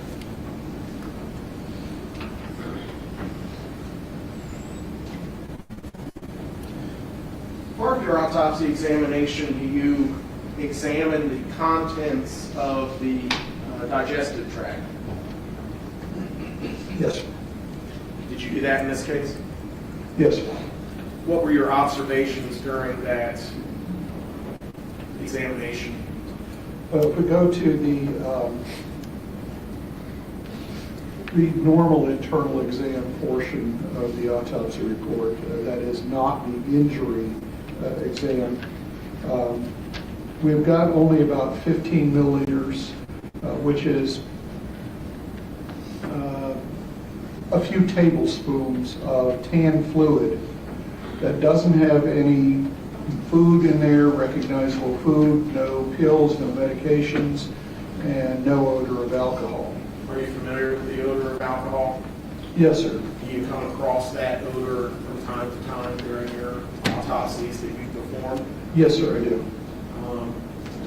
How long does alcohol persist in the stomach? Typically, if you're drinking on an empty stomach, the alcohol will be partially absorbed in your stomach and partially absorbed in your small intestine. And we can still smell the alcohol in your stomach even a few hours later in many cases. In cases where the stomach has been completely empty of alcohol, it's all moved down into the small intestine, a faint odor may persist, but usually not. And in this case, are you able to draw a conclusion regarding alcohol consumption? Certainly there was no alcohol consumption in the immediate time prior to her death, because again, we don't have any breach of any internal organs other than that right lung, and this is all vascular injury. Thank you, sir. In addition to conducting a visual, olfactory examination of the stomach contents, do you do anything to confirm those observations? We do toxicology, but we don't do it typically on gastric contents unless we're suspecting a poison or something like that. But we will do it on blood. And again, with an empty vascular tree, the amount of blood that's left in her body to test is relatively small. And basically the toxicology test came back as a negative drug screen, negative alcohol. Is the report of the examination that was done on the quantity of blood that you submitted from Ms. Jasmine Pace attached to your autopsy report? It is. Going now to that document, is this the report that was submitted to you from NMS Labs? Yes, sir, it is. Regarding the examination of whom? Of Jasmine Pace. Now, it says at the bottom that there were no positive findings, none detected is what it says. But it references that you need to see an additional detailed finding section of initial information. What does that tell you based upon your years of experience conducting thousands of autopsies? Well, the toxicology laboratories, when they test, there's no such thing as a true negative. There's absolutely not anything there. What they have is something below detectable limits or below reportable limits. And this gets into basically, is this number reliable? And they have, over the course of decades and really almost a century of testing, we know what the lower limit of detectability is, reliable detectability for certain substances. And if we have basically it looks like an EKG tracing, if you will. It runs through the machine and you get blips, and depending on where these blips come for time, that tells you what that substance is, and then that gets confirmed by a different test. But if there's a little tiny peak, but it's not up to where it needs to be reliable, it won't be reported. We'll just say, yeah, it may be there, but it may not be there. We can't say reliably, so we're going to say not detected. So the rest of the toxicology report tells you what we tested for, or what NMS tested for, and what their reporting limit is, so that you know that whatever it is that may or may not be there, it's at least that much if we've said we found it. If we don't find it, or we say not detected, then it's below that reliable level. Because there's always a little bit of noise in these testings, especially when someone is starting to decompose, as Jasmine Pace was, because she'd been dead for a while. So even though she's still relatively fresh, she is starting some internal decomposition. So there's some noise in that little blip tracing, if you will, that comes out of the instruments. Specifically, sir, the second page of the NMS reports indicates that testing was not performed for THC and what appears to be metabolites due to interfering substance. Can you interpret that for us? That's typical of what we'll see when we start to have decomposed or not the greatest specimen. It may be mixed with some fat or something like that, depending on how clean, if you will, the draw is. In this case, it was clean blood, but it was kind of decomposing slightly. And so finding interfering substances is not unusual in that case, because as we start to decompose, we create a huge number of very complex compounds that will also broaden out those peaks or blunt those peaks or make it impossible to say, yeah, okay, it is THC in this case, or not THC, but we can't really be sure, so we're just not going to test that because there's too much noise in the background to this. So, and that's not uncommon. We'll see that in, I'd say, probably about half of the decomposed cases that we have. One or another test won't be able to be run because of interfering substances.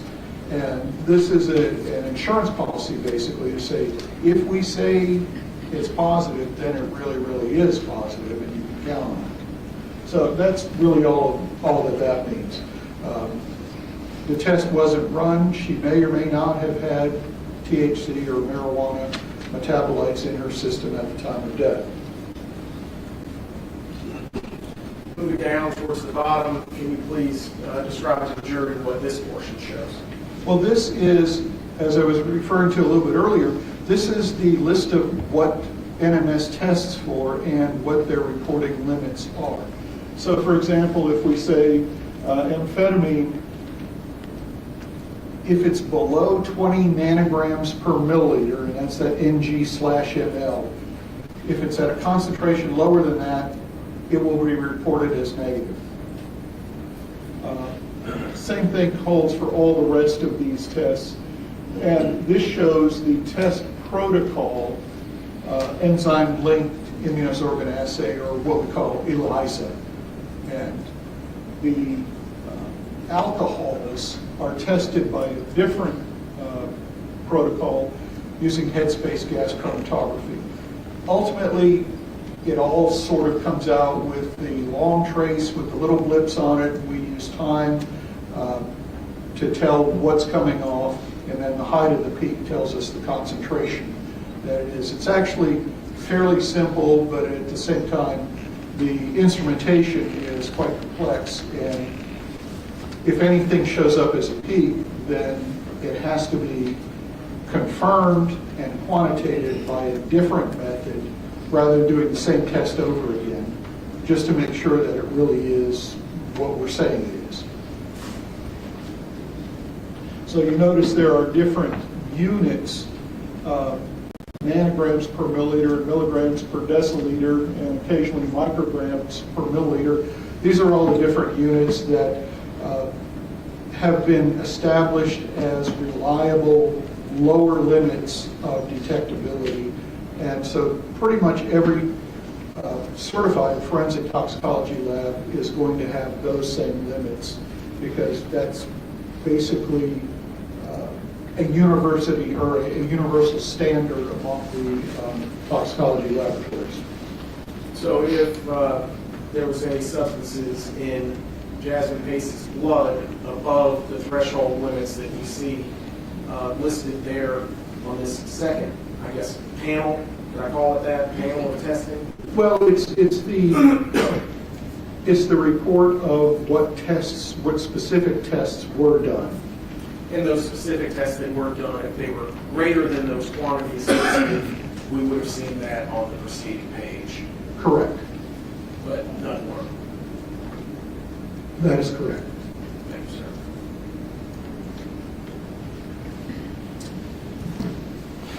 Now, doctor, you examined Jasmine Pace's lungs. Yes, sir. What were your findings concerning her lungs? The right lung, of course, had a stab wound into it. Her left lung, well, actually both lungs, but more prominently left lung, had what we call aspirated blood. And that's blood that's being inhaled into the lungs itself. And it leaves a pattern that we call leopard spot pattern, because it really looks like leopard spots.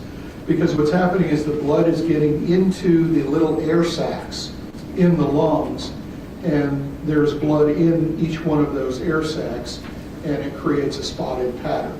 So aspirated blood means that there's active inhalation at the time that the blood is coming down into the lungs. If it's post-mortem and blood is coming down into the lungs, there's no active inhalation, so it doesn't get out into the airways, and it certainly doesn't create a spotted pattern. It just would flow down gravitationally, and we would have essentially a line where the blood would settle to in a dead lung, a dead person's lung. In a live person's lung that's still attempting to breathe, then the blood is carried with the air into the individual air sacs, and that creates the spots, because blood is darker than air. Are you able to draw a conclusion between the observation of the aspirated blood and any of Jasmine Pace's injuries? Well, yes, sir. She's bleeding into her airway. And again, we have that perforating stab wound in the neck. She's bleeding into that airway, and she's still trying to breathe. So she was alive? She was alive at that time, yes, sir.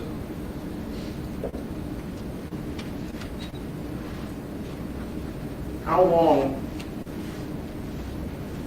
based upon your observation of the number of injuries, the locations, would it take for someone to succumb to those injuries? This is not a rapid death. This is a death over the course of at least some minutes. It's hard to say exactly how long because heart rate has a lot to do with it, and obviously the more stressed you are, the faster your heart rate is, so your heart is pumping more blood and at higher pressure, and if you already have breaches in your arteries, you're going to bleed faster. The other thing is, as you start to bleed to death, then there's less pressure behind not only your arteries but also your veins, so the bleeding actually slows down. And so this is, at best, we can estimate some minutes, but it could be significantly longer. This is certainly not a half-hour event, but it's also not a half a minute. So we're in comfortably around the few minutes, I would say, most likely less than 10 minutes and probably less than 5 minutes, assuming that all these stab wounds are inflicted in a short space of time. Do you believe, based upon your observation of the color of the injuries, do you believe that to be the case, that they were inflicted all in a short period of time? Certainly, they're clustered, as you saw, in a relatively small area. And there is not only the multiplicity of them, but they show differences in coloration. So we sort of have a pathway or an example of antemortem to perimortem to getting close to postmortem, just based on the coloration of these injuries. So some of them we know occurred antemortem, particularly the ones in through the throat, where she's aspirating blood into her lungs. We know she's alive then. And so we can kind of use that as a benchmark for an antemortem wound. And then as we get to some of the more yellow-based wounds, more and more those are getting closer to her time of death as she's bleeding to death. So some of them were early, some of them were potentially several minutes Yes. into the stabbing and incisive wound infliction. Yes, sir. Were you able to determine the cause of death in this case with reasonable degree of medical certainty? Yes, sir. It's multiple stab and incised wounds. As reflected on the first page of your autopsy report. That's correct. Okay. Sir, nothing further. Cross.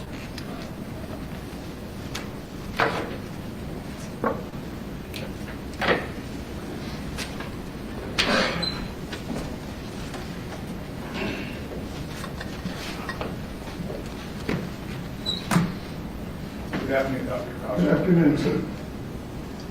You didn't witness the events leading up immediately after the sequence step, did you? No, sir, I did not. And that's why you perform an autopsy, so you can figure out what happened. That's one of the reasons, yes, sir. And when you perform an autopsy, you put the body in the anatomic position, correct? Yes, sir. And you put the body face up. Correct. And that's the position in which you measure the knife, entry, exit, and the angles.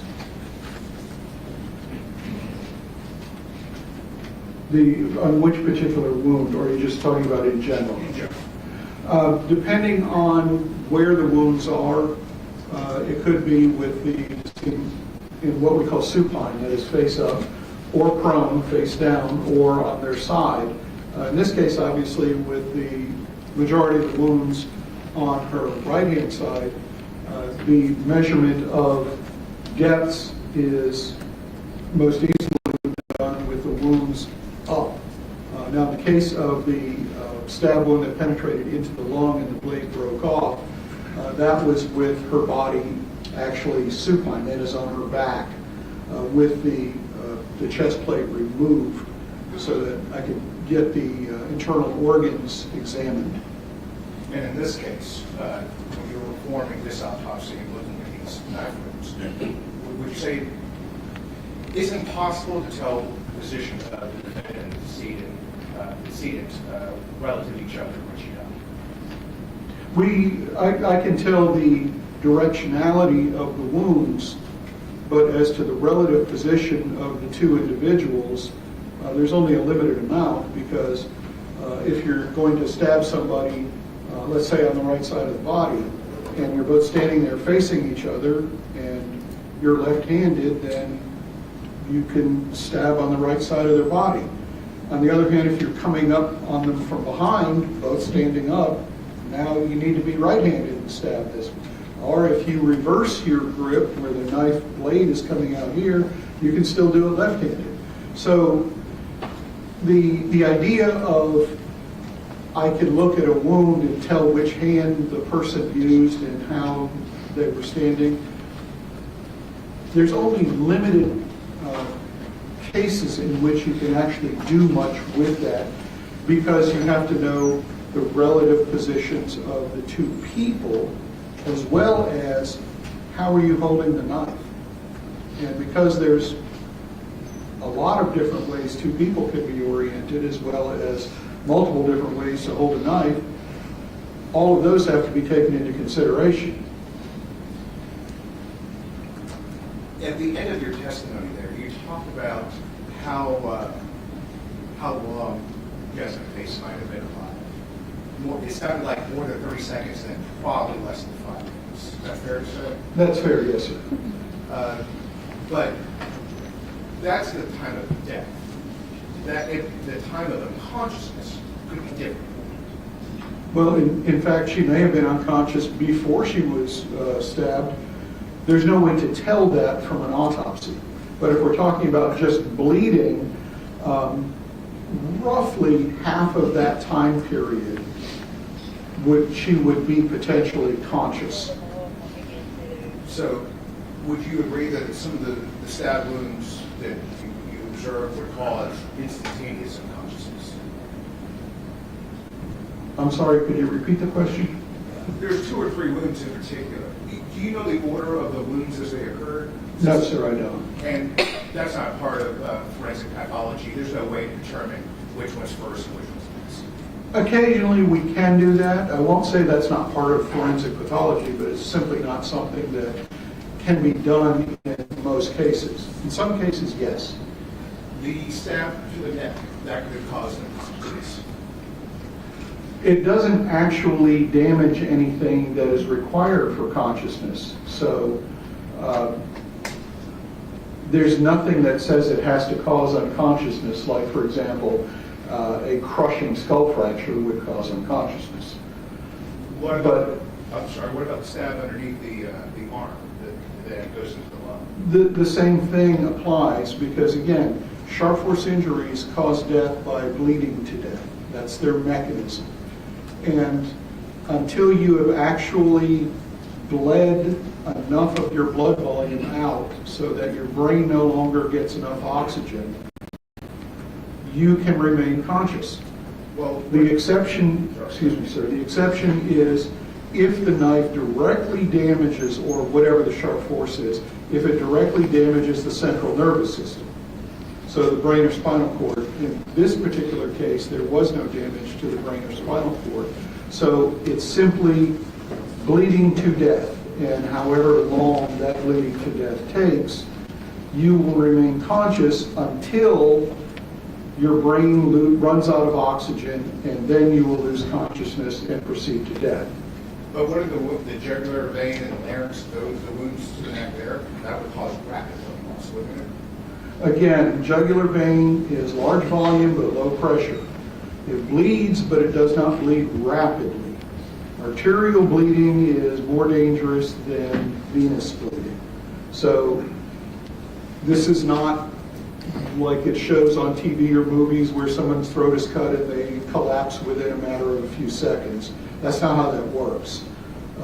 So no, that would not necessarily lead to unconsciousness. There's no physiologic reason for her to lose consciousness rapidly from any one of these stab wounds.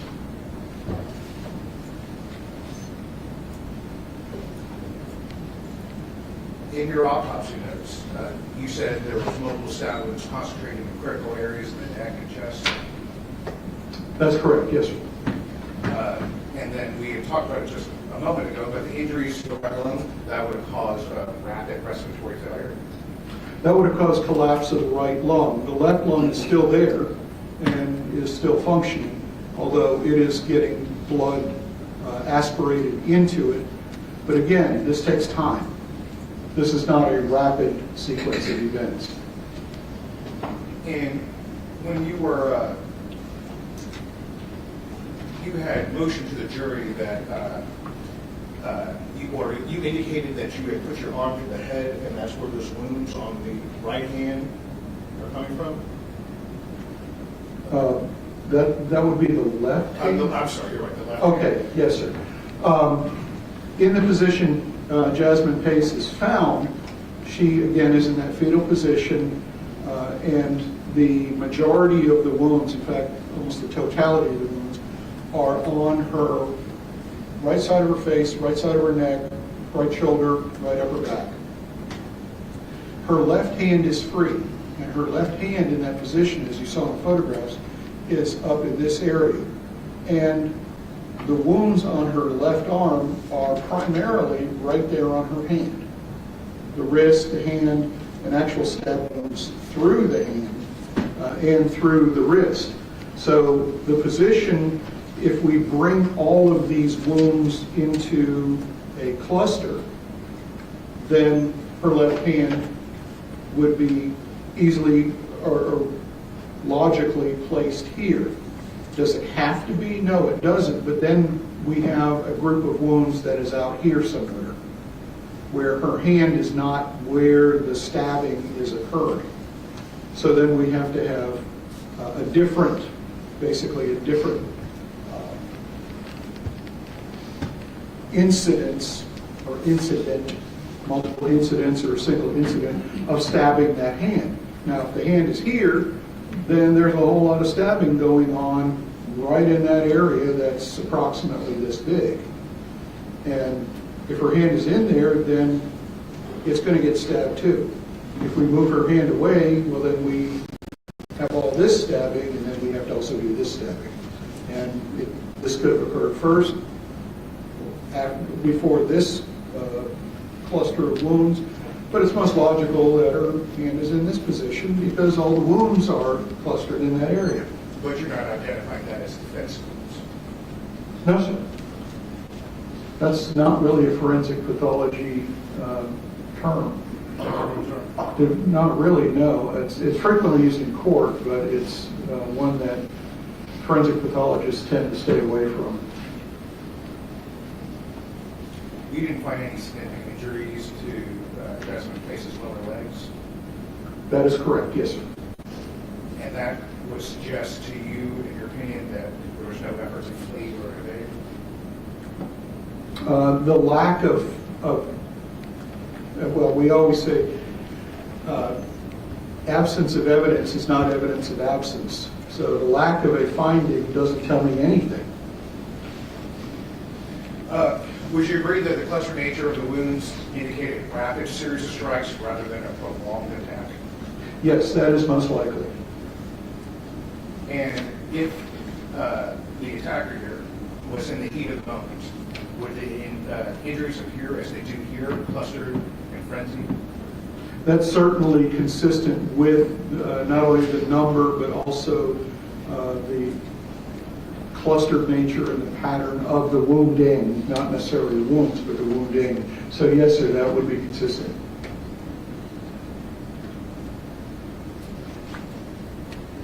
The suitcase was found by the banks of the Tennessee River. Yes, sir. That's going to be a moist area, right? It is, yes, sir. It's going to be wet, there's going to be moisture, and that's going to be able to get into the suitcase. To some degree, yes, although it was somewhat supported, I believe, on brush, brambles, so it's not actually laying in water. Oh, and I don't want to give the impression that it was in the water. It was not in the water. It was on the side of the flames. And water and moisture can change the appearance of wounds as the body decomposes. Is that right? To some degree, yes, sir. noticed that the fingers, the hands, the feet had the immersion changes. Correct. I never heard the term before, but washerwoman skin? Yes, sir. That goes back to probably a century or so ago. I'm old, so I do remember stuff like that. The women who would hire out to wash people's clothes frequently had wrinkled up hands like that because that's all they did. Their hands were immersed in water and soapy water constantly, and so they would almost constantly have skin that looked like that.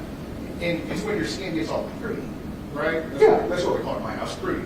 Yes, it's pruny skin. Why does the skin do that? What we're doing actually when that happens is we're losing the oils in the skin.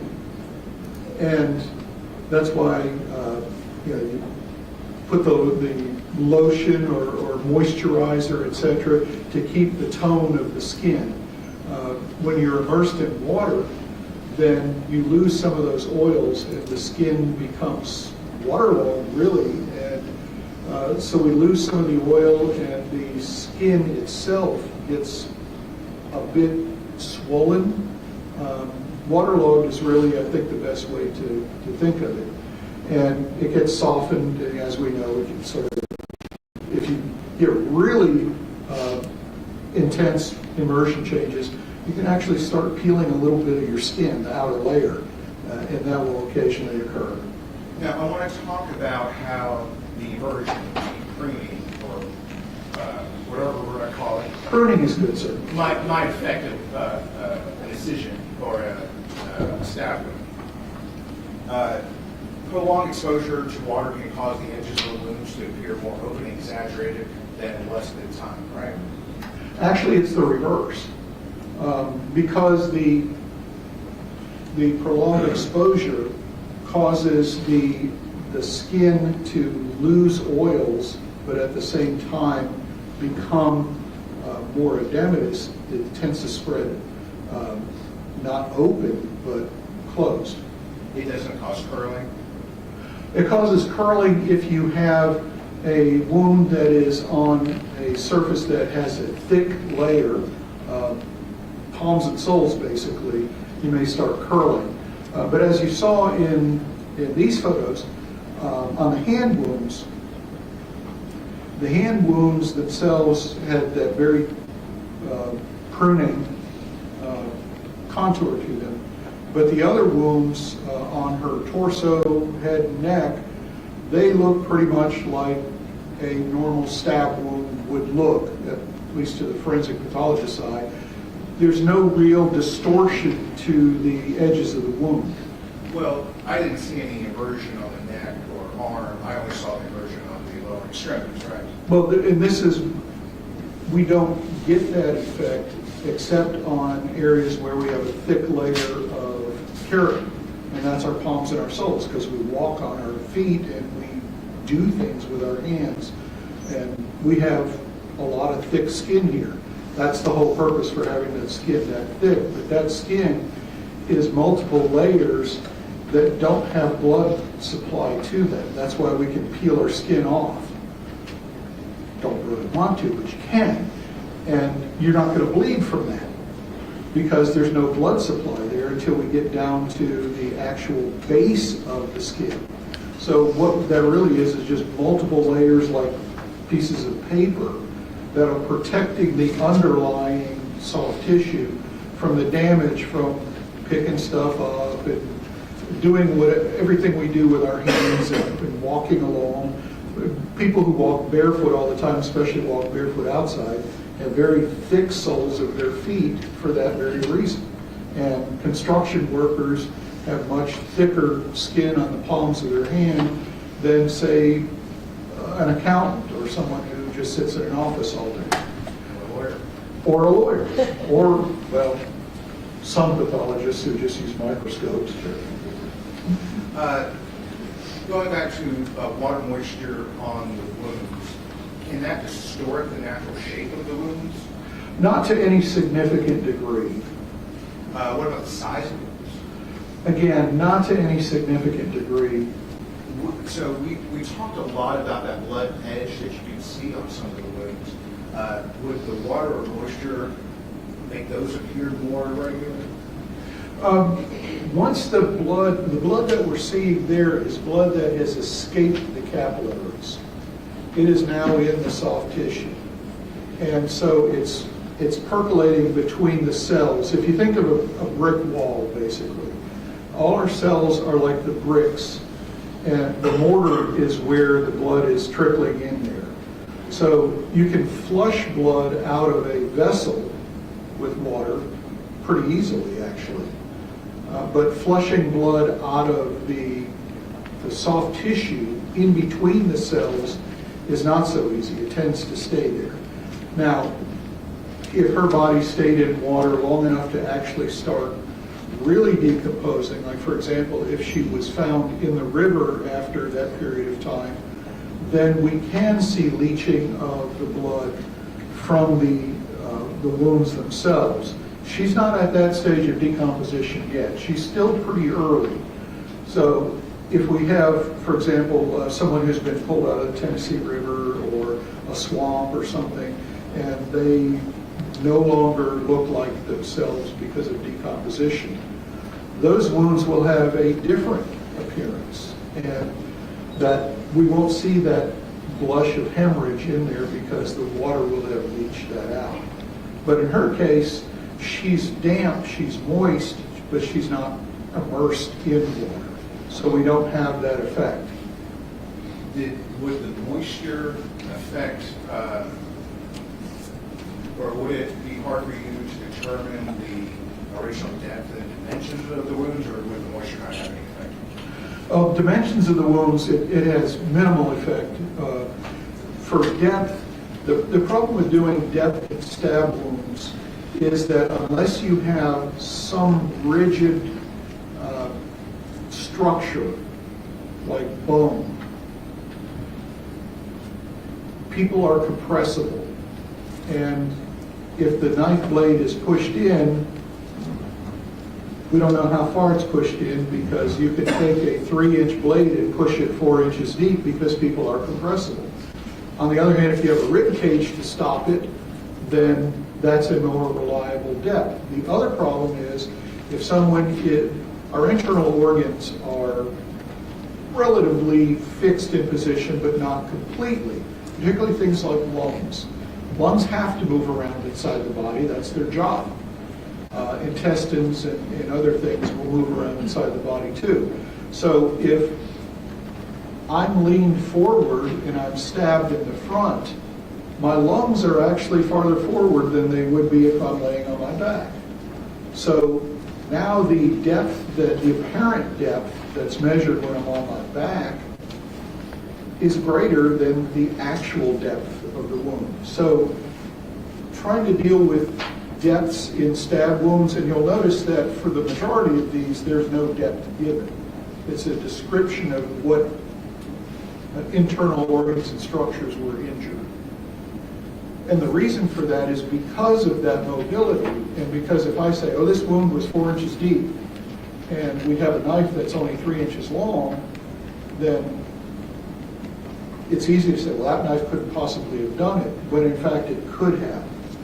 I have actually seen in my career stab wounds that were almost twice the depth of the knife that was left in them. So I know that knife actually caused that wound.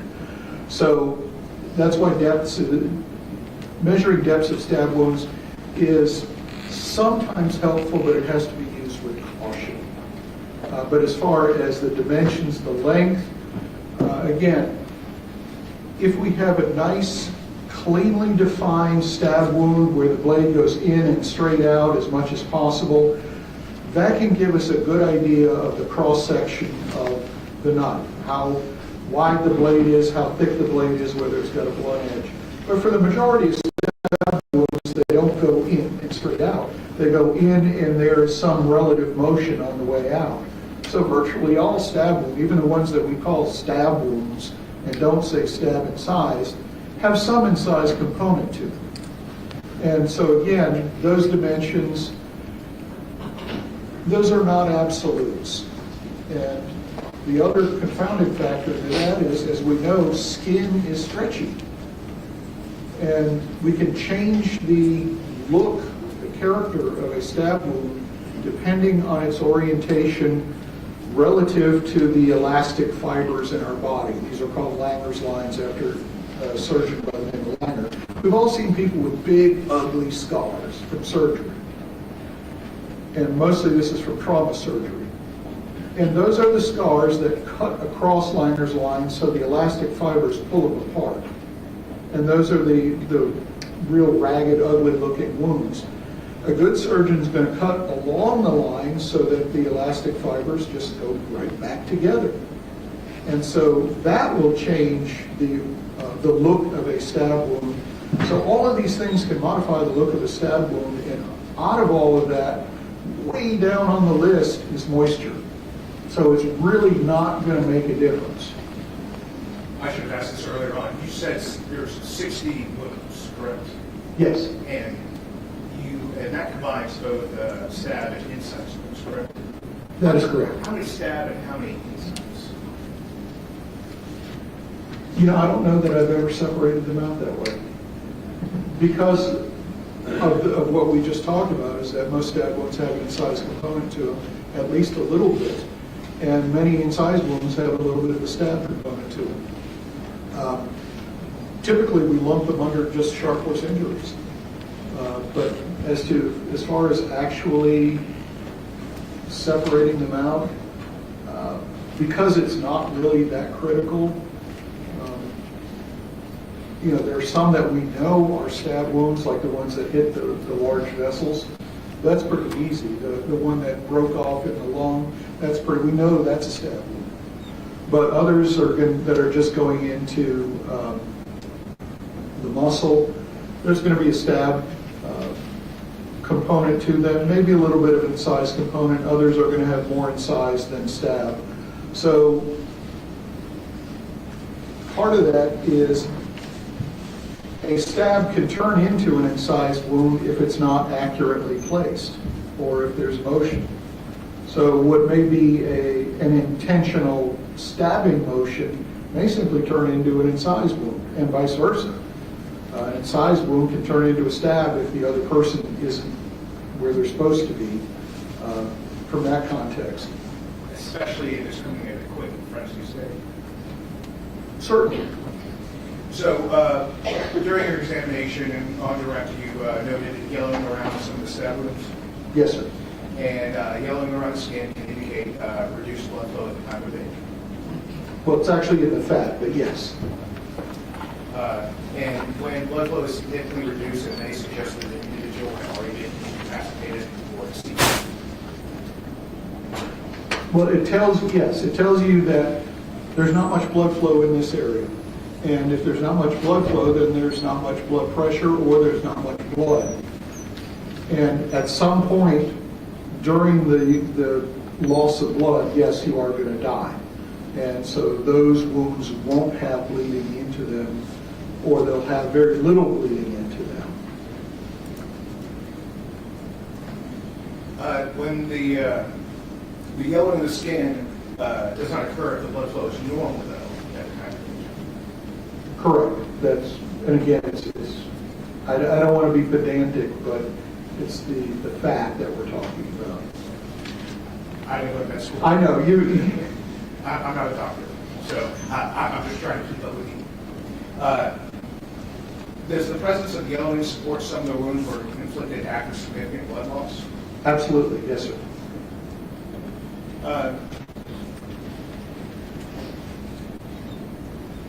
You said that the cut to the jugular is a large blood flow, but it would be slow because of blood pressure. Right. If the blood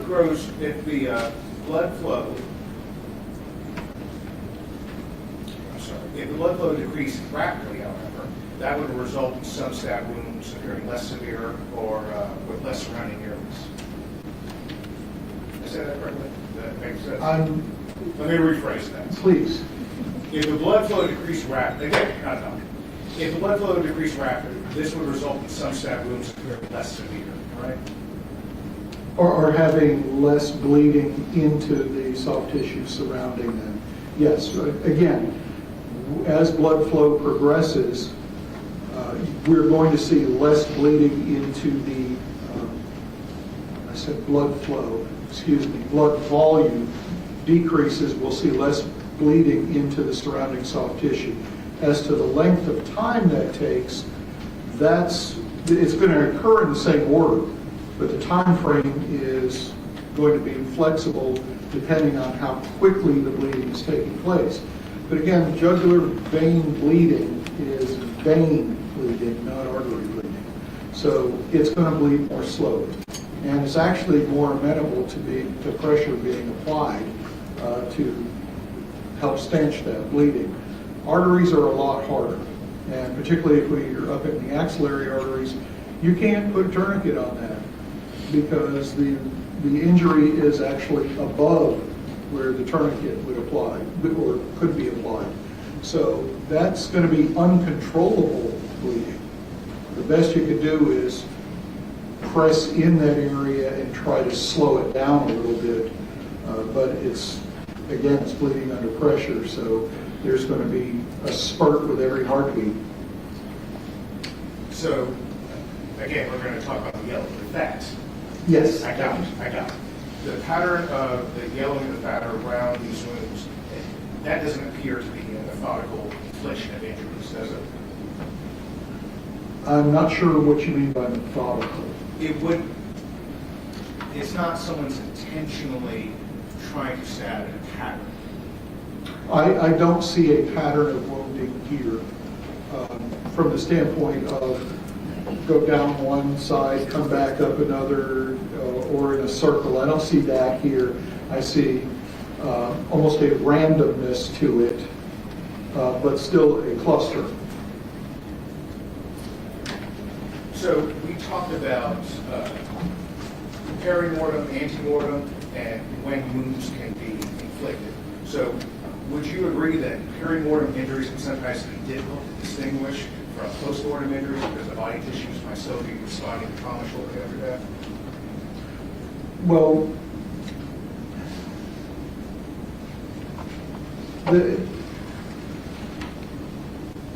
I'm trying to figure out what it is that you were actually asking. The difference between perimortem and antemortem. Well, again, antemortem is we know this person is alive. Postmortem is we know this person is already dead.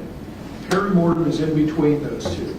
And it's all on a continuum. There's no rigid separations between them. So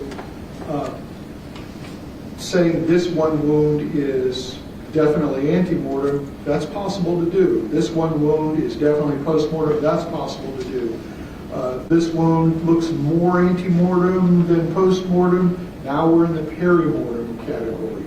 And again, there's not rigid distinctions between them. So I'm kind of unclear what it is that you're... Let me kind of lay a foundation there. Okay. You didn't notice in the report any postmortem wounds.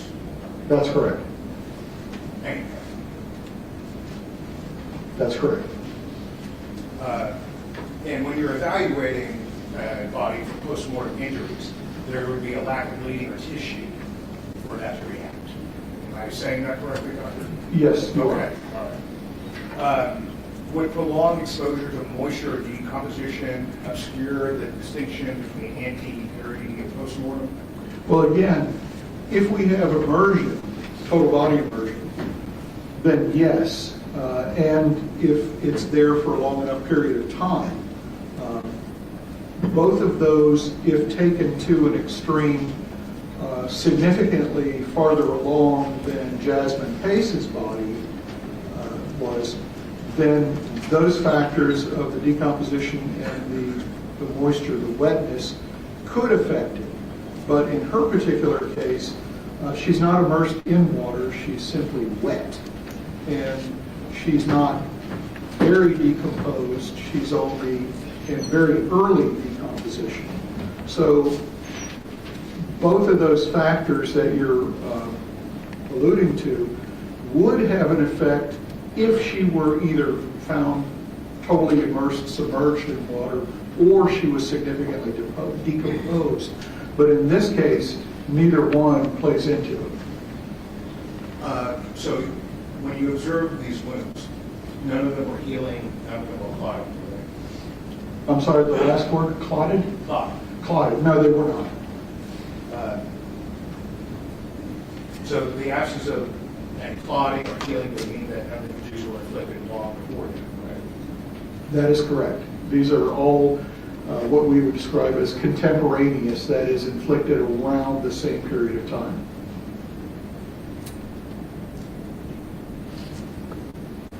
With the body in the light state of decomposition that it was, did you have any trouble or was it challenging to determine the timing of the injuries? Timing as in their timing relative to each other, or? No, the time they were inflicted, not the time they were You mean time since death, or? Time since death, yes. Or time since from wounding to when body was examined? I'm not clear on. Let me try that again. So the timing of the injuries from when they were inflicted until when you viewed them, okay? How might the light state of decomposition or moisture, did that make this autopsy challenging? Oh, in this particular, I understand what you're saying at this point. In this particular case, there's minimal interference by the stage of decomposition or the wetness of the body, because given the cold temperatures that surrounded this time in the year, her body's remarkably well preserved. And so the decomposition is, again, very early. And at a very early stage of decomposition, there's very little alteration in wounds or internal organs or structures. It's almost like what we would consider a fresh autopsy. There's a little bit, very, very little bit of difference in what we see, but something that we're used to as forensic pathologists. This is not anything that's really challenging at all, to use the phrase. So from the standpoint of the wounding, time since the wound was inflicted to the time when the autopsy was done, that goes along with the stage of decomposition. And in this case, the decomposition, again, is very, very early. So that has more to do with what the wounds look like, the decomposition does, than any of the moisture or any of the rest of the factors. Because again, you saw the photos, and although you're obviously not used to seeing dead folks, she looks fresh, or very close to fresh. There's a little bit of decompositional change here and there, but for the most part, it's not an issue. Actually, for the all part, it's not an issue. I'd like to talk to you about the handcuffs and shackles that you found during your autopsy, right? Yes, sir. You didn't observe any significant injuries to the decedent's wrist, right? That is correct, yes, sir. And if you had, that would be consistent with struggling? That's correct, yes, sir. And during the autopsy, you found rust marks on her wrist and ankles, or ankle? Yes. And that's probably because those handcuffs were exposed to moisture? Moisture, blood, and again, they're cheap handcuffs. These are not the typical law enforcement stainless steel, heavily chrome-plated handcuffs. These are cheap novelty, mild steel, very easily rustable items. And I think you said on direct you get these from places like Spencer's. I use that as an example of a novelty store. I've never been to handcuff shopping at a Spencer's, so they may not carry them. I don't want to disparage them, but something similar. These are handcuffs that you can buy at I think you described it, any novelty type store. Or I'm sure Amazon would be glad to sell them. What are ligature marks? Ligature marks are impressions in the skin where we're actually compressing the skin and squeezing the underlying fat to leave a permanent or relatively permanent mark, depending on how deep it is. We typically will see these in hangings. And what you see is the skin becomes sort of waxy and is a sort of a yellowish, waxy look to it, because what we're seeing now is the compression of the skin, and we're seeing through it to the underlying fat. And as you saw, the underlying fat is yellow. So we see this yellow waxy shape to it, where the skin is actually indented. And again, we typically will see these in hangings because you have a fair amount of weight pressing on them. Anything that is less than that can be called a ligature mark, but unless it's fairly permanent, it's probably best to just describe it as what it is, an indentation or something similar, an abrasion if it is an abrasion, or a mark, patterned abrasion or impression. Impression is sort of the mild form of a ligature mark. You didn't note any ligature marks or those types of abrasions in your report, did you? I did not. Do you know if those handcuffs and shackles, if they're a set, or if they're from the same manufacturer or same brand? I have no idea. The only marking on them is made in China, so there's no brand name on there. One of the pair of handcuffs had the key attached to it? It did. In fact, 2 keys. And then both the handcuffs and the shackles have a mechanism on them that allows for instant release. I believe only the handcuffs. My recollection is that the shackles did not. They were slightly different design. But the jury can always go back and look at those exhibits. Yes, I may be incorrect, but I believe that's the case.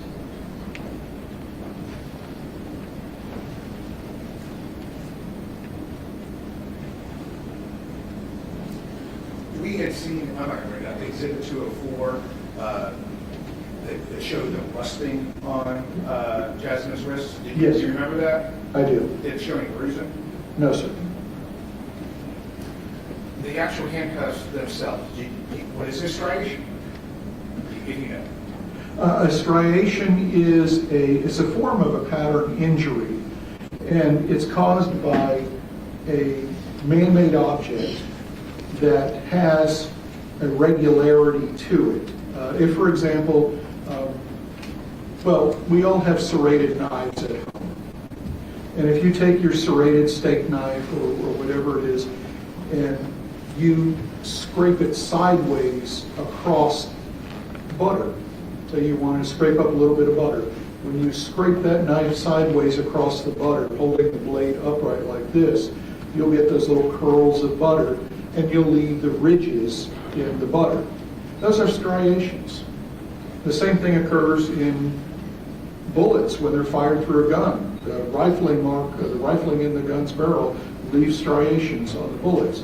So striations are any sort of regular groove pattern that we see. We can see it in nature, particularly shark's teeth have striations to them, but that's not terribly common. Did you examine the handcuffs or shackles for striation marks? I'm not sure what it is that you're... So there is, if a knife hit the handcuffs, that would make a mark, wouldn't it? Or it could? It certainly could. That wouldn't necessarily be a striation. That would simply be a strike mark on it, unless we have a serrated blade. So to answer that question, no, sir, I did not. I did not see any marks that would appear to be made by a knife striking a handcuff.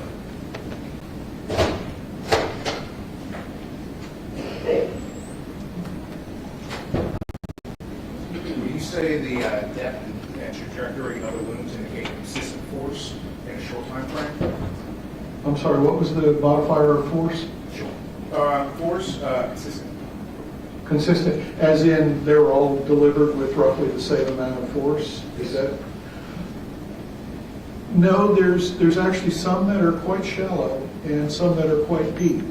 So the force is fairly widely variable. If we assume that we're dealing with the same knife, then it's going to have the same sharpness on the point and the same edge. So depending on whether we're striking bone or not, if we use the same amount of force, we would expect it to go through muscle and soft tissue to the same depth. And since we have some that are pretty superficial or shallow and others that are quite deep, I would say there's a variable amount of force being exerted. When you said, when we were looking at the carpet, you said that the body had to be rolled over, or could have been rolled over. Yes, sir, I believe it probably was. Did you go to Jason Chen's apartment? No, sir, I did not. Do you know what room Jasmine Pace was killed in? I do not. Is it possible that she could have died right there and then rolled over on her back from the fetal position to the supine position? If that's the case, then if she was dead, then how would she roll? I'm not clear. If someone moved. Oh, she could be rolled. Right. Yes, okay, I was going to say dead people don't move themselves typically, but I understand if you're assuming that she's not in a fetal position and then was rolled and placed in a fetal position. So it is your belief that she had to be moved immediately after the stabbing for that blood to go onto the carpet? Or at some point after the stabbing, because again, there's only a few places that have easy access to the outside world, if you will. And those are primarily the stab wound through the neck and the stab wound that goes, where the blade breaks off in the lung.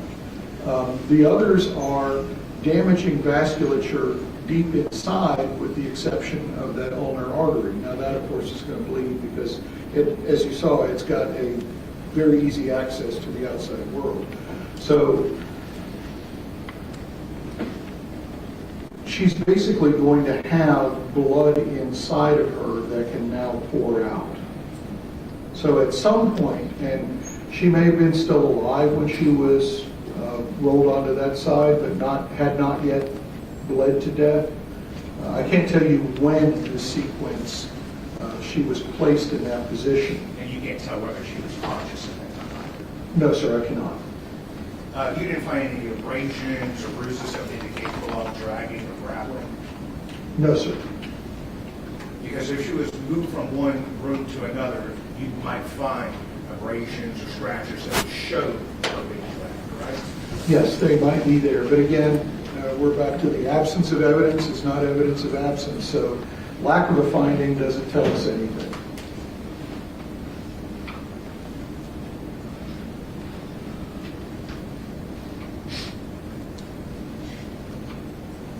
Doctor, are you aware that they never tested the blood from this carpet? I'm not aware, sir. You can't say definitively that that is Jasmine's blood. Thank you. No, sir, I can't. No.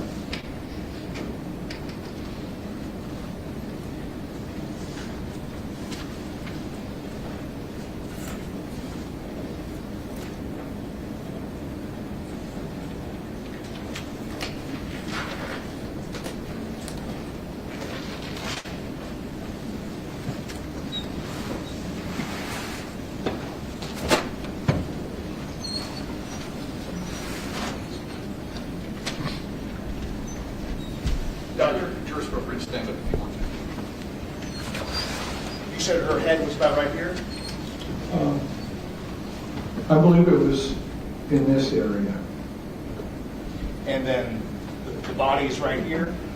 Yes, her back along here, her buttocks down here, the legs coming up here, foot down here, and arm here, in that general shape. all the stab wounds were on the right side. Correct. And all the blood would have come out the neck, under the arm, on the right side. Correct. Why is there so much blood down by the lower extremities? Why is there blood where her feet? Well, again, we're losing, or she's losing, a couple of quarts of blood, and they're being absorbed into the carpet. Why are they going all the way down there and not staying up towards the top of the torso? It's a flat surface. It wouldn't roll down. The blood wouldn't roll down a flat surface. Right? No, it's not going to roll down, but you're on an absorbent surface. So if she's basically covered in blood and still bleeding, then we can get a pattern like this. Is your conclusion that she was in the fetal position based on the fact of how you found Jasmine in the suitcase? No, it's actually based on the likelihood of where the stab wounds are clustered. Again, we have an area that's not much bigger than a piece of paper. If we just say chest and shoulder and neck, where all of her wounds are clustered, with the exception of the left arm, but the left arm itself, again, is free. So if someone is just standing there and they're upright and not in a position, a constrained position, then I would expect to see stab wounds all over the body. And there would be stab wounds to the front of the torso and the arms and the back of the torso. And this is how, when we see people being stabbed to death, it's a very active thing, because nobody just sits around and lets someone stab them. They try to run, they try to get away, they try to grapple, they try to do.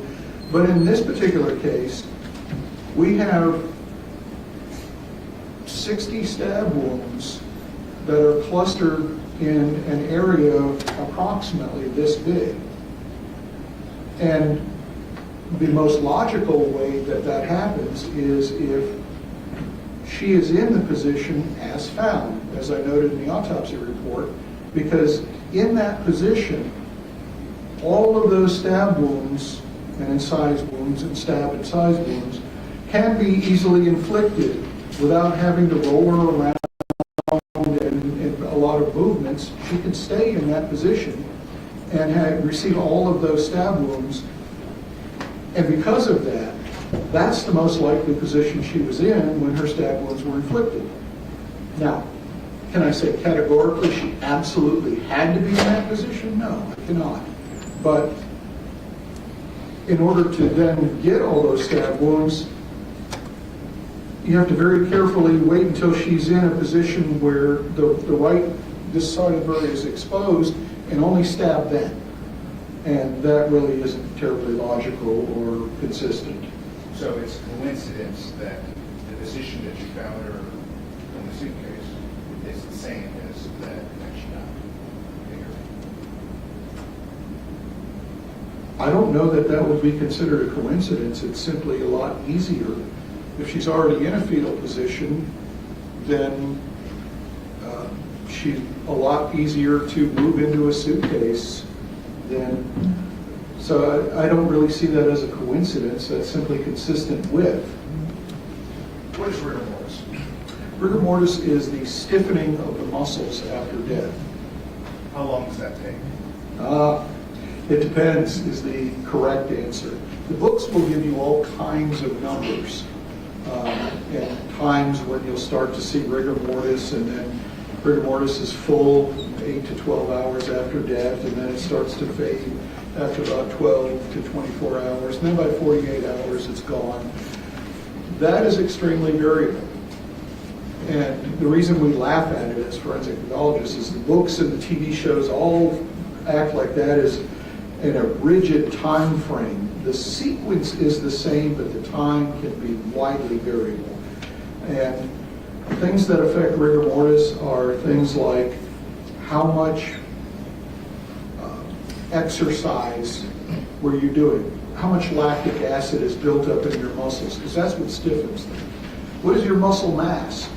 Little children don't develop rigor mortis very well at all. Their rigor mortis, even full, is very weak because they have little muscle mass. Same thing with the little old ladies. People who are very bulky and robust and muscular, they may develop rigor mortis a lot faster. And it takes longer before it fades away, or what we call lysed or broken. So the amount just inside the body of change that can be produced on the timing of rigor mortis is pretty wide. Then we introduce environmental changes to it. And if you have a lot of air blowing across you, rigor mortis will set in quicker because your body cools faster. If you have a lot of clothes on, decomposition, including rigor mortis, will set in a lot quicker. There's a lot of the variabilities. Are you on carpet? Are you on a hard floor? Are you on bed? Are you covered up? Is it cold? Is it warm? Is it humid? Is it dry? These are all the variables that will affect the timing of rigor mortis. The stages all pass through the same set of stages, but the timing of them can be widely variable. So what it seems like in books and manuals and on the television is pretty misleading, actually. But it is basically the stiffening of muscles after death. You don't know the length of time between her Jasmine's death and when she was placed in the suitcase. That's correct, I do not. It is possible during that time Jasmine had entered into the river, right? Yes. And that would have made it difficult to place her in a trash bag. Or easier, depending. If someone is already in a very compact position, it's significantly easier to slide a compact, relatively almost football-shaped object into a trash bag than someone whose arms and legs are askew that you've got to try to pack in there and break the rigor mortis, that is to actually not break bones, but loosen the muscles enough so that you can bend them. So if she's already in that position, she's in a nice compact position, and it would probably be easier to put her in a trash bag. What about into the suitcase? Well, again, if she's in that nice compact position, and the suitcase is large enough to fit her in, then it's actually a matter of simply lifting her, placing her in the suitcase in much the same way that at autopsy, I lifted her off of the trash bags and placed her over on the autopsy table so we could move the trash bags. Are you able to determine whether or not the handcuffs start that?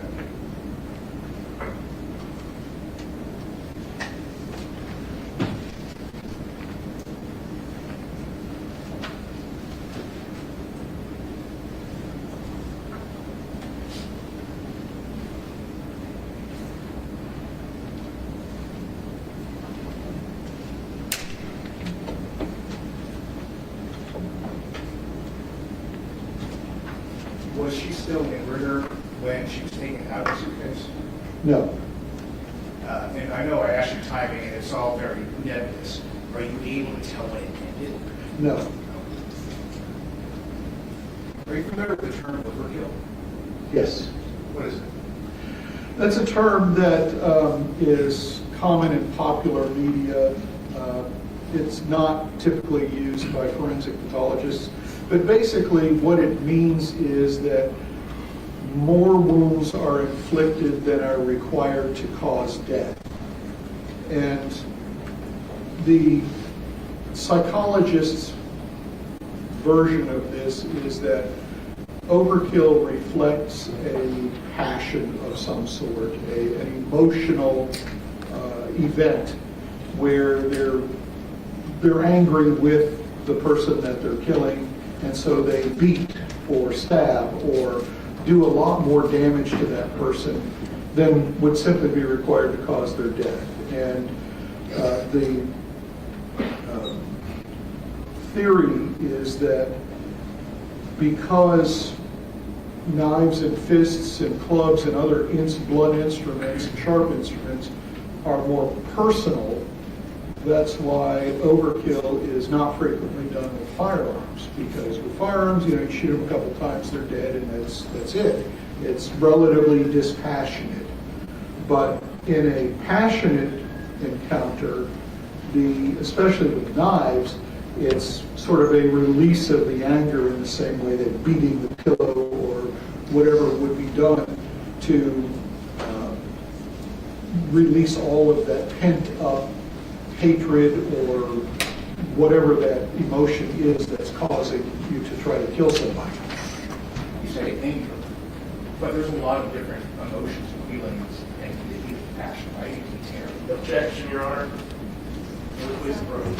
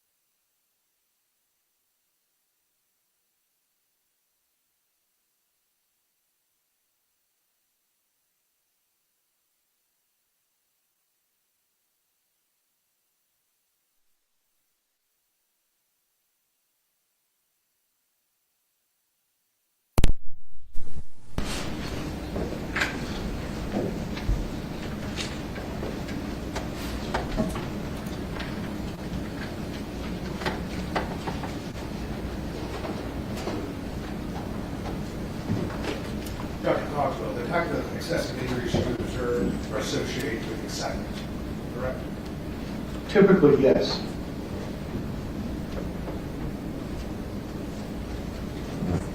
And you tend to see overkill in situations when the attacker is excited, correct?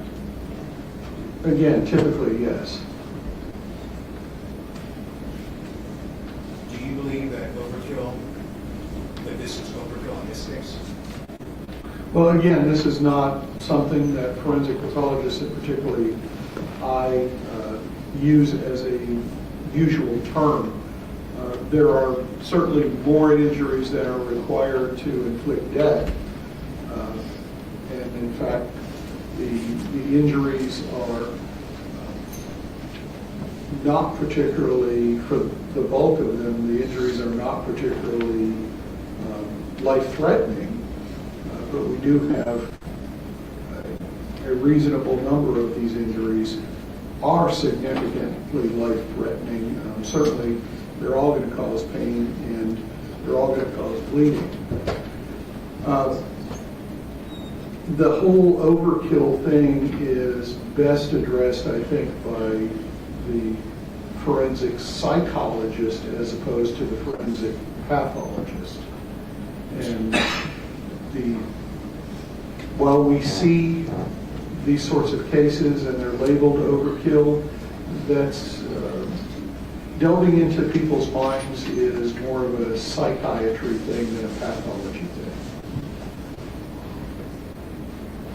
Let's go back and ask you a couple of questions about those handcuffs and shackles. Could they have been used to draw the body into a smaller position? Smaller than the fetal position that was already there? Oh, smaller than the position as found? I don't believe so. The handcuffs, of course, just have a very short chain of 3 or 4 links.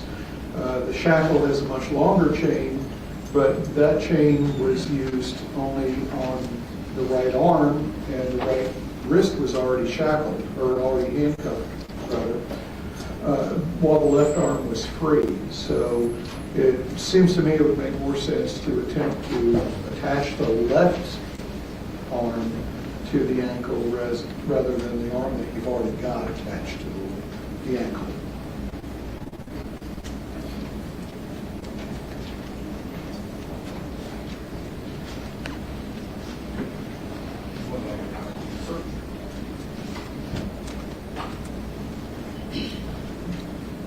Is it possible? That's really my question. You weren't there, I wasn't there. Is it possible that that handcuffs or restraints could have drawn or could have made the body more compressed? Well, certainly it's possible. As we always say, all things are possible that do not violate the laws of physics. As to whether they're likely or not, it just doesn't particularly make sense to do it that way. That doesn't mean that's not what happened. One of the last things that you talked about on the record was the toxicology, correct? Yes, sir. And in your report, you indicate that THC was not present, but in the toxicology report, as we saw, it says that there was an interfering substance, and so it wasn't one. Why didn't you notice that or mention that in the report? Well, because I don't have any value for THC. I don't have a positive or a negative. So it's, again, I don't have any data, so the toxicology screen is negative. But lack of evidence is not evidence of anything, right? That's absolutely correct. I can't tell you categorically that Jasmine Pace did not have THC in her system, nor can I tell you that she did. We don't have any data for that. And so if you don't have any data one way or the other, it's a negative test. Is it conclusive? Not that yet, right? Well, the toxicology report as just in regards to the THC. Well, just regards to THC, it's not even inconclusive. It's simply the test was not done because it could not be done. So the test was not done. Not that it was negative. We don't know if Jasmine Pace had THC in your system, scientific, right? Right, that's what I said. We don't know whether she did or whether she didn't because we couldn't test for it. Because there was an interfering substance. Do Right. we know what the interfering substance is? No. What could it? It could have been any one of a dozen or maybe even 100 different decompositional products. We simply don't know. That's not something that the toxicology lab is going to chase down because it doesn't really matter what the substance is that's interfering. It's enough that there is an interfering substance. It doesn't help you if you know that the chemical name of this interfering substance or substances, and it's more likely to be more than one. That doesn't help knowing that because you still don't have the answer to your question about THC. You used the term I'm not familiar with, decomposition products. What is that? Well, when we decompose, things break down. And alcohol, for example, is a very good example of this. After we die, the bacteria in our gut will create alcohol and also consume alcohol, depending on which bacteria. We have probably half dozen or so different strains of bacteria in our intestines right now. Some of those will use alcohol as their fuel, some of them will create alcohol as a waste product. When you start to decompose, those bacteria are released from your intestines and they travel through your bloodstream or through your vasculature. You don't have a bloodstream anymore. And that's what creates that marbling look that we see in decomposition. Prior to that, just the enzymatic breakdown of cells will release a lot of products that are within the cell. And enzymatic breakdown is the first step before decomposition. And this is what is called autolysis or autolysis. Auto meaning self, lysis meaning break. So the body is literally digesting itself. And because of that, that's when we start to get into the decomposition from the intestinal bacteria. So in a dead person who is decomposed, we may get alcohol positive on a toxicology test. But that alcohol may be just from bacteria, or it may be alcohol that they drank. Typically, if it's above 0.10, we can be confident it's alcohol they drank because even the decompositional alcohols that have been seen over the decades in cases, they don't rise above 0.08, but so we have the fudge factor of 0.1. But there are other compounds. We have hundreds of compounds within our bodies. And as to which one is causing the interference, it could be multiple. Well, you kind of jumped ahead for me, but let's go ahead and where you went without the alcohol. You had said on the record that you didn't smell any alcohol, correct? That is correct. But you did send, I think you took, how many bottles of blood did you take from Jasmine Pace? Only the one. Why only one? That was all it was. Remember, her vascular tree was empty. So how many milliliters, or is that what you would measure it in? That would be a 10 milliliter tube. This is, when you get your blood drawn, the big tubes that are about the size of your index finger, those are a 10 milliliter tube. They come in 10, 7, 5, and on down to the little ones that are used in hospitals. We only use the 10 milliliter tubes. And those tubes have a sodium fluoride preservative in them.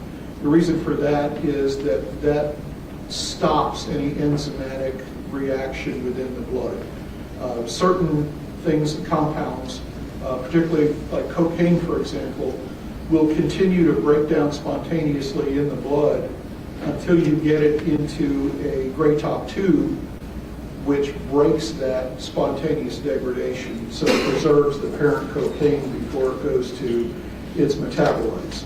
Alcohol, same thing. If we've got some decomposition, then the blood that we're sucking up into the tube also has some of that bacteria in there, and they will continue to change the concentration of alcohol in the specimen. So that's why we use the gray top tubes. In this particular case, as I noted, since the vascular tree is basically empty and I couldn't get any blood out of any place in there, I used the blood that was still in her right chest cavity, which would have been the blood that came out of her right lung. But that was enough to fill a tube, a tube. Council, approach for a moment, please.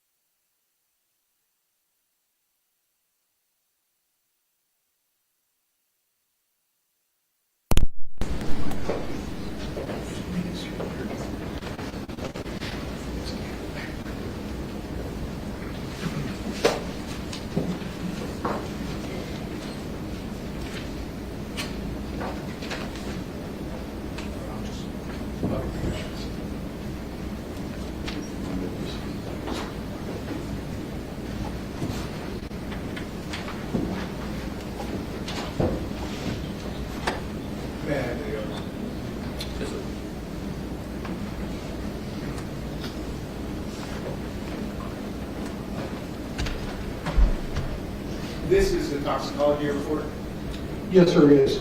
and it looks like the tube that you used, you had a mass volume of 5.75 milliliters, Correct.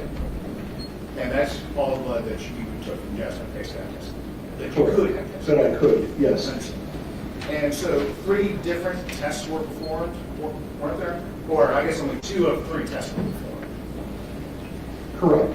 And we've already talked about THC. I don't want to go any more into that. But let's talk about Alyssa. They tested for all these other drugs. And why did an interfering substance mess up the mass spec, but didn't interfere with Alyssa? Well, the answer to that is in your question, because these are 2 different testing protocols. So we have, this is HPLC, tandem mass spec, and all of these tests are run using ELISA, and all of these tests, the alcohols basically, are done using headspace gas chromatography. And so these are 3 different test protocols. And so then each protocol is defined as the best screen for these substances. There are interfering substances in the blood, correct? Yes. And can you tell me, or if you have knowledge, whether or not that substance would have affected this test? Well, no, because the ELISA tests are reported as not present. It's not reported as interfering substance. If there was interfering substance on these or on these, we would have had the same note, testing canceled due to interfering substance. So again, we're looking at three different things. It's kind of a Ford, Chevy, Dodge. You know, we've got, just because your Ford doesn't have this particular part doesn't mean that your Chevy or your Dodge is not going to have that part. I understand. Thank you. So let's talk about the alcohol. That test was done with gas chromatography, right? Correct.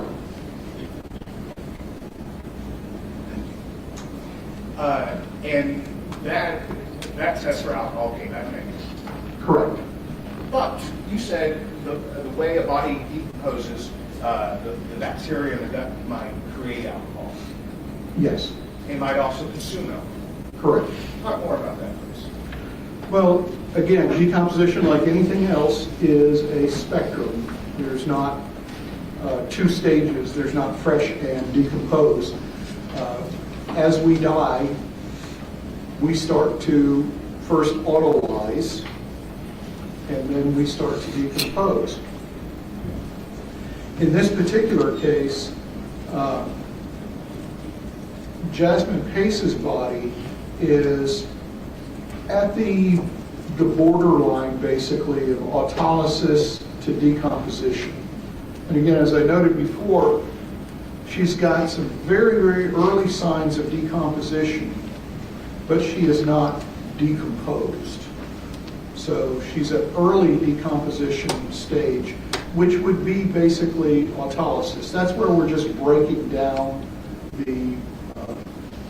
the cell walls and releasing everything inside our cells. With decomposition, we don't have to create alcohol, and in fact, much of the distinction between whether you create alcohol or consume alcohol, whether your gut bacteria does that, seems to have a lot to do with your diet. And the toxicologist will jokingly say it depends on whether it was chili night last night. So that is a widely variable thing. You don't always see it, but when you do see it, again, anything less than a 0.10 is probably going to be decompositional if they're sufficiently decomposed. And that's going to be at a stage significantly more advanced than what Jasmine Pace was. But the extent of decomposition can be influenced by numerous factors, right? So the amount of time, obviously. Yes. Temperature. Yes. And so if this is the week of Thanksgiving in November of 2022 in Chattanooga, Tennessee, it's fall, it's cool out. Is that fair to say? It is, yes. And then other environmental conditions, and here the only other environmental conditions were adjacent to the Tennessee River.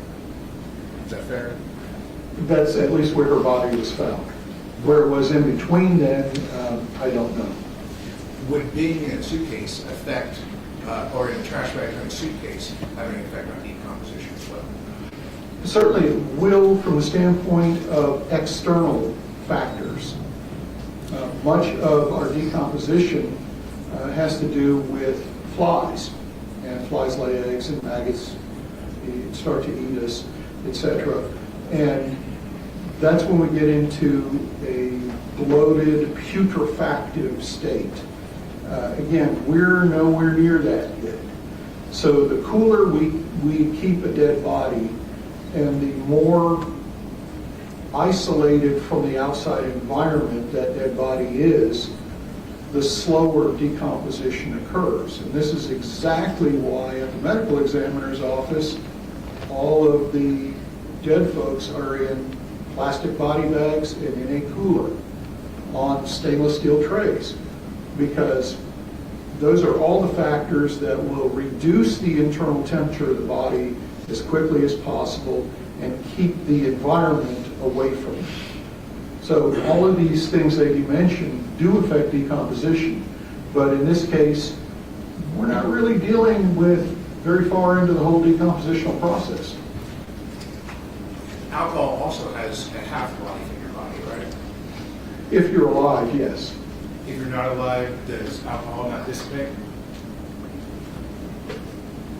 Eventually, as the alcohol gets broken down by the decompositional bacteria running rampant, and again, we're at the bloat stage or even beyond, alcohol will tend to drop off because it's created and then it's used up.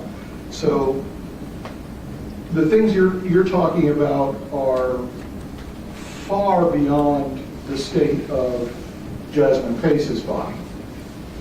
Well, we're talking about not just decomposition, but we're also talking about the length of time as well. So if Jasmine Pace died on November the 23rd, and you didn't do your autopsy until, was it December 1st. December 1st? That's about a little over a week, or 8 days, correct? Correct. And during that period of time, or the longer that period of time goes, the less likely you are to find alcohol, or alcohol to be detected. No, sir, that's not correct. Because you're looking at decompositional alcohol in someone who is not really very decomposed. So it is not unusual at all. In fact, it's expected that even in someone who is bloated with decomposition, they're all turn multiple colors, have marbling, etc., and are no longer recognizable. I'm going to get alcohol on a toxicology test. So alcohol doesn't just go away. But the fact that you didn't find any doesn't conclusively prove that she didn't consume alcohol the night that she died. Right? There's no alcohol in her blood. So she would have had to have died before it was absorbed into her blood. And had she had a few glasses of wine, how long would it have taken her body to absorb that alcohol? Well, typically with alcohol, you process and eliminate about 1 drink per hour, depending on your body size. In her case, because she's very small, she probably would not be able to eliminate more than 3/4, maybe even as low as a half a drink per hour. And a drink is defined as 1 glass of wine, 1 can of beer, 1 shot of liquor. They all contain the same amount of actual ethanol. So in the scenario that you're postulating, she would either have to have just had the alcohol before she starts to absorb any of it from her stomach and then be stabbed to death.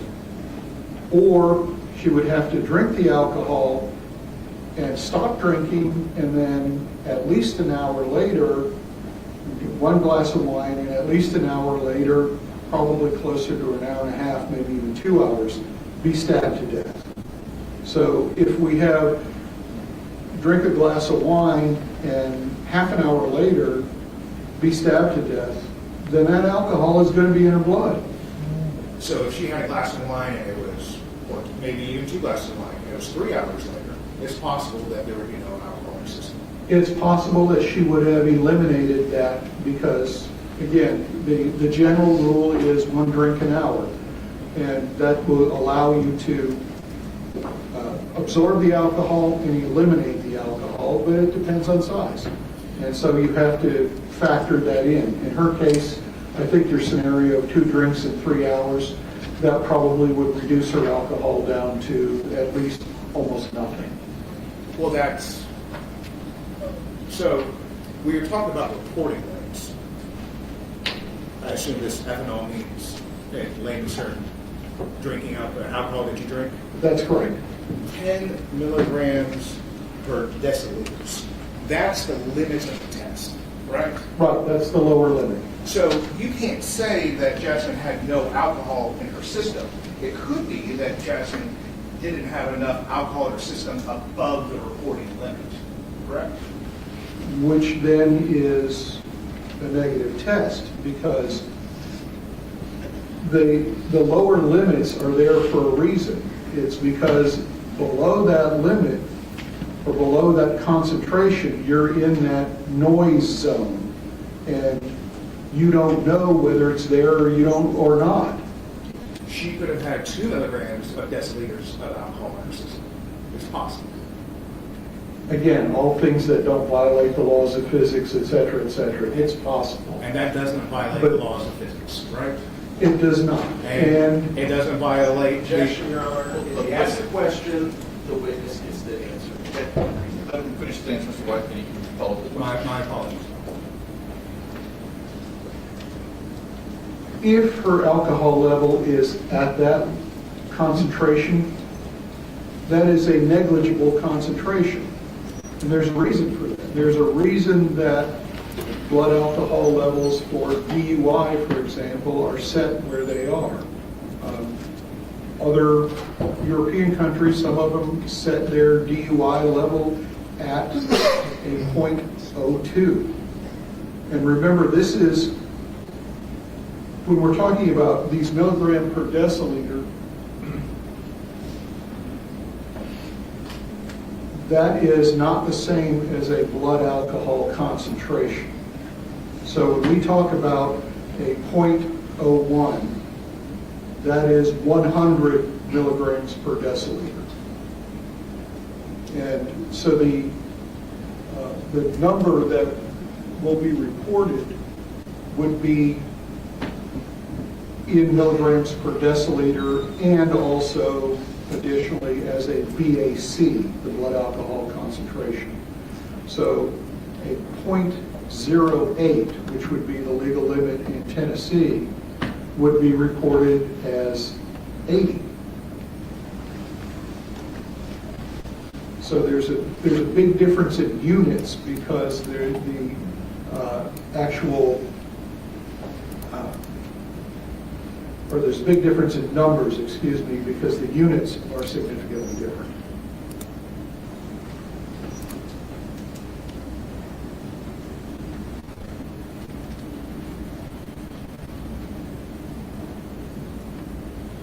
You had talked about strangulation, correct?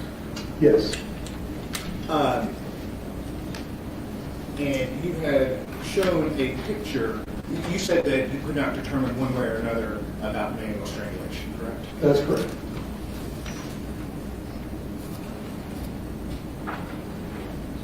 You wrote this report in this case? I did. And the report was accurate to the best of your ability? Yes, sir. And as thorough as you can be? Yes, sir. I don't think anyone would ever question you on your thoroughness, correct? I would hope not, but it could happen. And it was complete? Yes, sir. And you haven't made any updates or supplements to this? I have not. Well, in your report, you used the word unremarkable a lot. What does unremarkable mean? Unremarkable means exactly that. There's nothing different about this particular thing that is unremarkable than in every other random normal autopsy. Basically, it's saying normal. But there's, of course, a variation of normal. There's a normal range for things like organ weights or what they look like. But so if you look at your external examination, second paragraph, how do you describe the neck? The neck is unremarkable. There's a reason for that, and the reason is very specific, because as I mentioned earlier, in the autopsy report, we don't want to have anybody reading that report have to hunt through the whole document to find the important things, the things that are associated with the death. So if there's something that's associated with the death or is significant, that goes in the injury section. Everything below the injury section, from here down, is assumed to be that person prior to the injury event, whatever the injuring event was. So when I say this is unremarkable, that's unremarkable, that means this is the condition of that person absent the injuries. Now, we just said your report is going to be accurate, complete, and thorough, right? Yes, sir. Where can I find anything about manual strangulation in your report?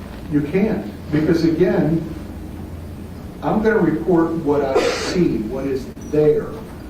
That's not a report for speculation or supposition or anything that might be but isn't provable or demonstrable.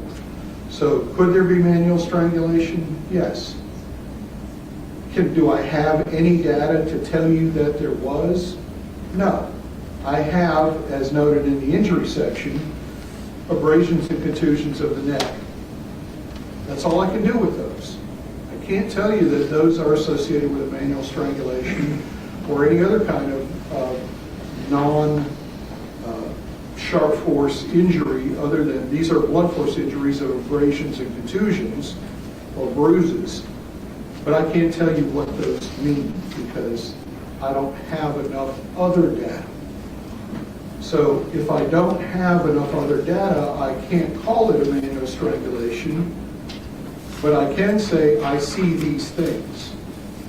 And the interpretation of those is something that doesn't belong in an autopsy report unless it's documentable and is something that can be diagnosed from the findings. Because all that is a medical report that has the observations, the findings, and the diagnoses. It doesn't have any sort of what if. Getting out of doc. Contusions and bruises, are those kind of synonymous? Yes, they are. Okay. Did you find any contusions or bruises on the front side of Jasmine Pace? No, not on the front of her torso. The side of the torso, yes. Like, so what, that contusion, could that have been caused by falling on an object? It could, yes. Could it have been caused by slamming back into a doorknob? It's a fairly large contusion for that, but it's certainly possible depending on how easily she bruised, basically, is because as we all know, young women tend to bruise relatively easily. That's fairly common. So hypothetically, I'm sorry. No, go ahead. So hypothetically, if she were kicked and she fell down. Kicked And fell down on an object or hit a doorknob or the side of the counter, could it have caused that contusion? Yes, contusion? Yes. It's a large contusion, but it has no pattern to it. In other words, there's no shape to it that allows me to say what the inflicting object is. A lot of times we can see corners, or we sometimes can even see the tread mark of a shoe sole or a ring impression, something like that in there. In this case, well, you saw the picture, it's just a large contusion. And so really there's not much that can be said about it. There's no fracture of the ribs underneath it. There's no laceration of the liver underneath it. It's just a bruise.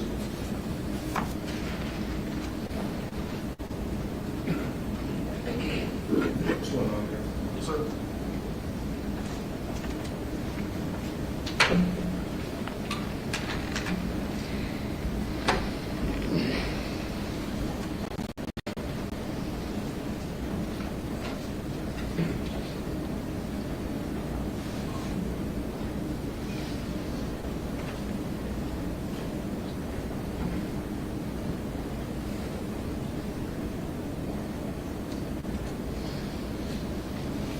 Thank you, Dr. Costello. We've been in session about 2 hours now since lunch. We'll take our mid-afternoon break, come back in 15 minutes when that clock says 3:45, and Tim will turn it over to Andrew to direct at that point.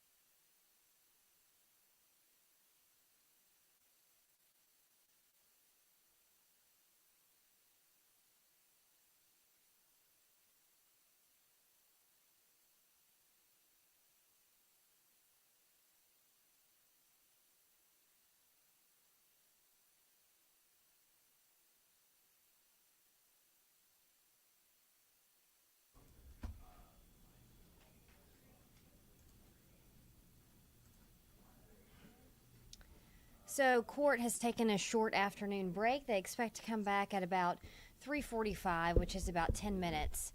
So we'll do a quick recap of what we've learned today. This has all been about the Hamilton County Medical Examiner, Dr. Stephen Cogswell. And some of this testimony is so in-depth that it's taken repeated questioning by the defense attorney to get some of the answers about some of the things that they're trying to prove here. Let's take a look quickly at one thing that has kind of become center stage here, and that is the toxicology report from Jasmine Pace's autopsy. Dr. Cogswell, the one doing the autopsy on Jasmine Pace's body after she was found in that suitcase on the side of Suck Creek Road. One thing, and to understand why there's so many questions about this toxicology report, you have to go back to the opening statements by the defense. So if you'll remember, the defense attorney, Joshua Wise, came out and said, "We're not going to waste your time. We admit that Jason Chen killed Jasmine Pace." But instead of it being a premeditated murder, which is what the prosecution is claiming, they want the jury to believe that this was a crime of passion. And they say this all was sparked when Jasmine Pace saw text messages come in to Jason Chen's phone. And then she got very angry. They said they were together drinking wine. They mentioned the wine in the opening statements several times. They said when Jasmine Pace went in the kitchen to get a second bottle of wine, she heard those text messages come in. They say she then went at him with a wine bottle. He kicked her to get her to move back, which she fell upon some wine glasses and then tried to attack Jason Chen with that broken wine glass. Now, why is that important? Well, today it becomes important, that narrative that the defense says that they will try to prove when it's their turn, which will probably be next week, we're hearing, because now we see the blood tests of Jasmine Pace that have been introduced by her autopsy report, that she in fact did not have alcohol in her system. Now, when you first hear this, does this mean she wasn't drinking at all? Most of the morning was spent with the prosecution questioning Dr. Stephen Cogswell. Remember, he is their witness, but then, as in any court case, the defense gets their turn to come up and cross-examine. So what they're doing now, and what they've been doing for the past probably half hour, is talking about how it might come to be that you could be drinking and then you're stabbed to death, and then in your toxicology report, there is no presence of alcohol. Now, one of the things that they bring up, and this is a disturbing fact, and it's just some of the facts in this case are pretty disturbing, is that there was not a lot of blood left in Jasmine Pace's body. She was stabbed more than 60 times, and when you think about some of the evidence, like the carpet that they keep talking about, this carpet right here, and the sheer amount of blood that is on some of these items, the medical examiner was talking about, and again, this is a disturbing detail, but part of his testimony was that most of her blood drained from her body. And you also have to remember, she is under 100 pounds, they've testified. So she didn't have a large amount of blood in her body to begin with, he testified. So if you have 60 exit wounds and then you bleed this much on this carpet, this is all from his testimony, there's just not a lot of blood left in her body to test. He said he was only able to get enough for one test. So what did that test show? Again, we go back to the toxicology report. It says in that small amount of blood, they did find, and it's hard to see here. I'm going to take this banner off so we can see it just a little bit better. It's down here at the bottom of this. This is not a great screenshot to show it. See there where it says ethanol? That's the part you're looking at for alcohol, and it came back negative there. If you look up at the top of the screen, you see Delta 9, THC, and then the other type of THC there. That test, if you look there, it was canceled due to an interfering substance there. Now, if you talk about the fact that that was, I'm being told that we don't have any audio, but I'm not seeing any comments about that. So we'll see. Okay. There you go. Got it. You're back. So I'm hoping the audio's back. Let me know if you cannot hear me, and we'll take another look at our microphone here. But so if you look at the THC levels there, you can see that was canceled due to an interfering substances. Okay, people are saying we can hear you, so that's a good note there. Thank you for letting me know that.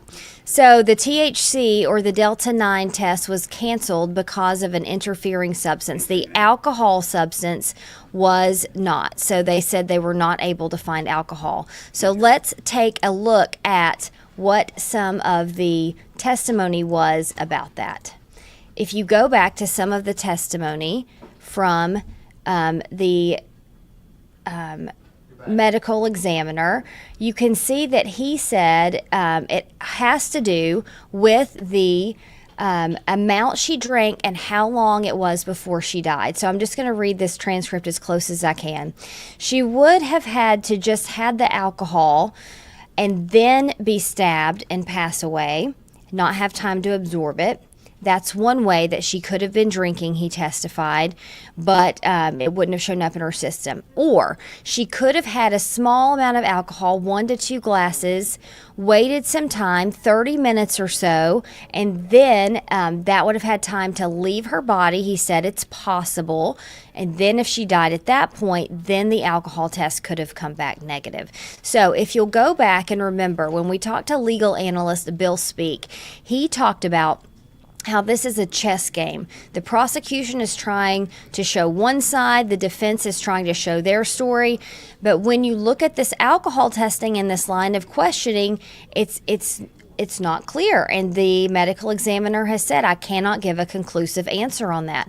So it's hinting at something, it's not giving us a definite answer or another. Now, another very important part of this testimony, and we've been waiting to hear this for a couple of days now, it all has to do with the handcuffs. And that's the knife blade here. Okay, here's the handcuffs. Here are the handcuffs that Jasmine Pace's body in the suitcase was found with. They said her right wrist and her right leg were handcuffed, and then her left leg to her right arm with a shackle. That was another thing that you can see right there. That's the shackle, that's the handcuff. Now, what we were listening for is testimony about whether she was handcuffed before or after she died, because that could lead to an idea of premeditation, which is what the prosecution is trying to prove with that first-degree murder charge. The defense would want it to go the other way, that it happened after she died, because that would go to that crime of passion. Again, the testimony here, it's a little unclear. The Dr. Cogswell, who I have to say, and I've seen a lot of commenters say this, and Bill Speak, our legal analyst, has said this too. He's very good at explaining things in a way that's easy to understand. He's been doing this for so long. He said he's done 7,000 autopsies in his career. So he is very versed in this subject. But he's also very good at explaining it in a way that the jury and then you and I can understand. So, about the handcuffs, he said it is hard to determine how long it took from the time the stab wound started to when she passed away. But he did say this is not something that would have lasted over a 30-minute period. He said his best guess is somewhere between 5 and 10 minutes. Then, when she started to talk about the handcuffs, and I'm just going to pause here for just a second because I want to make sure I'm reading the exact right thing here to you. Okay, so he was asked, you didn't observe any injuries to the wrists, right? He said that is correct, no injuries to the wrists. And this is the defense asking him, if you had, that would be consistent with struggling. And he answers, that is correct, yes. So we're seeing here this question of when were the handcuffs added and what did it leave on her body in both scenarios. So that he did not see a lot of bruising around her hands where those handcuffs were, he said. But what he did see, he said, and this is a little hard to explain, he said her body was in the fetal position, and he tends to believe that her left hand was drawn up by her chest because of the small amount of area that the stab wounds were actually found in. There were a lot of stab wounds, he said, but they were in a small, consistent area. So around her head, her neck, and her upper torso, and her one arm there. Nothing on her lower extremities. So that is another thing they've looked at a lot. The other amount is overkill. So let's talk about this idea of overkill. The defense says this was a crime of passion. She was coming at him. He became scared. I believe they said he even blacked out at some point. And so their line of questioning was, would these 60 stab markings there be something that would go along with overkill? Now, what you heard Dr. Cogswell say in that point is something we heard him say a couple of times today.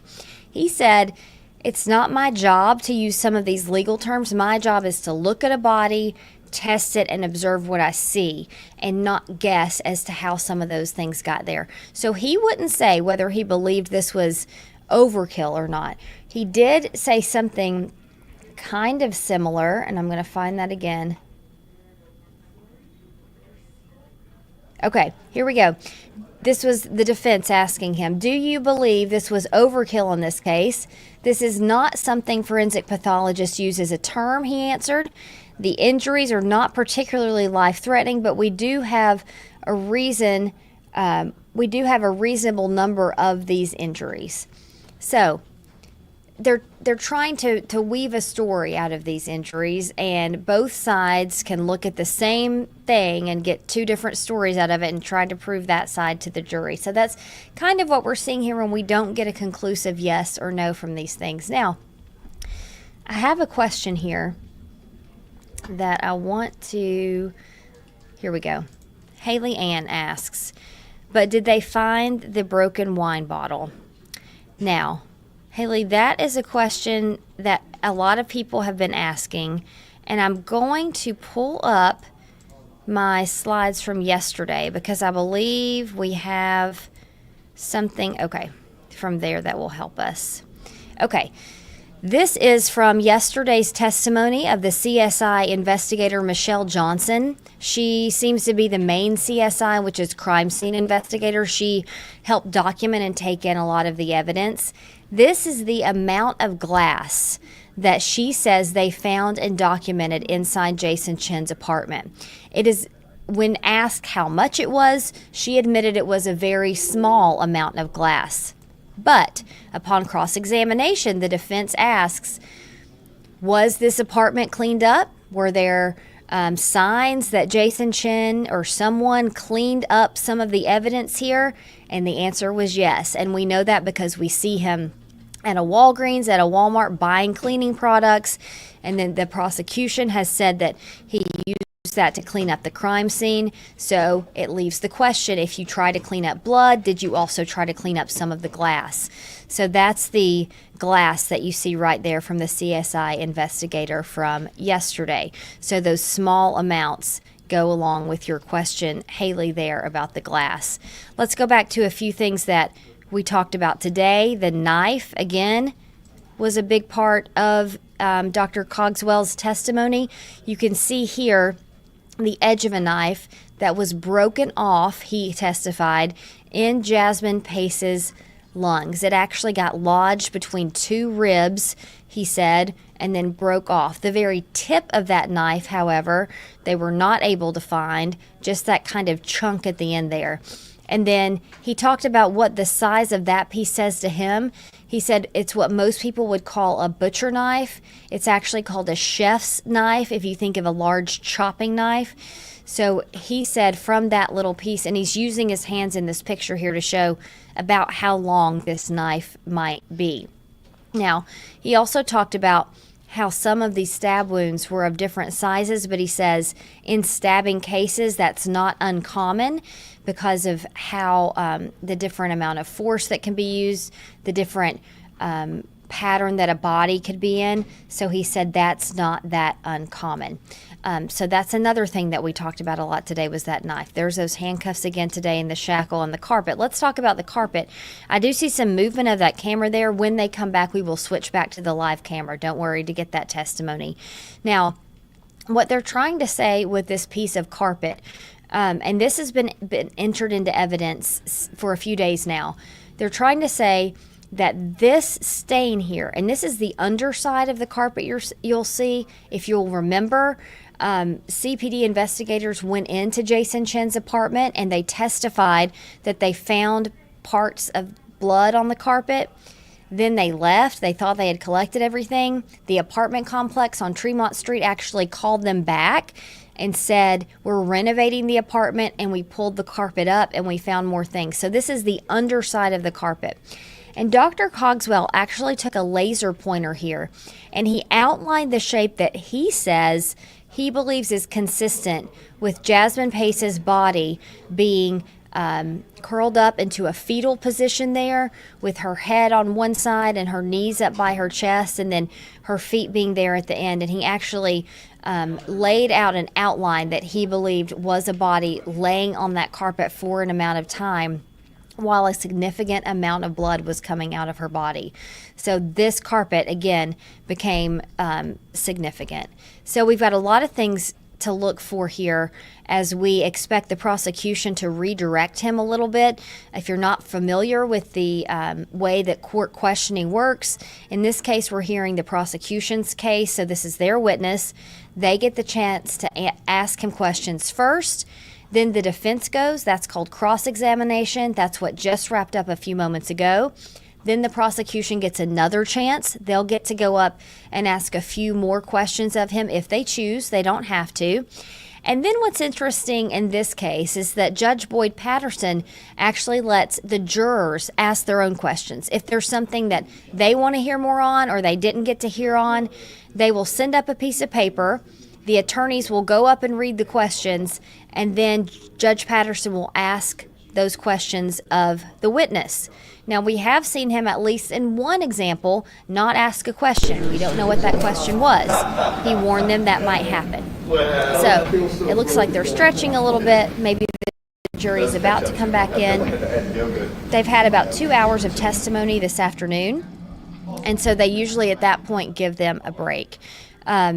We do know, just a quick side note here, most of the day was seeing some very difficult autopsy photos, and we know that both mothers, Jason Chen's mother and Jasmine Pace's mother, removed themselves from the courtroom and didn't watch those pictures.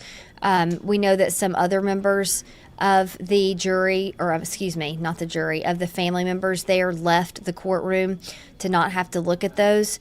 And we also know from our reporter in the courtroom, Mary Beth Mangrum, that the jury was very closely watching these, standing up, taking notes, making sure they could see all parts of these pictures to get whatever they could from that evidence there. So that's one thing that we've seen a lot of today. Again, this toxicology report will probably be discussed even further when they come back from for redirect questioning here. So we'll go ahead as they turn back on the volume, switch back into court, and wait for them to come back from this afternoon break.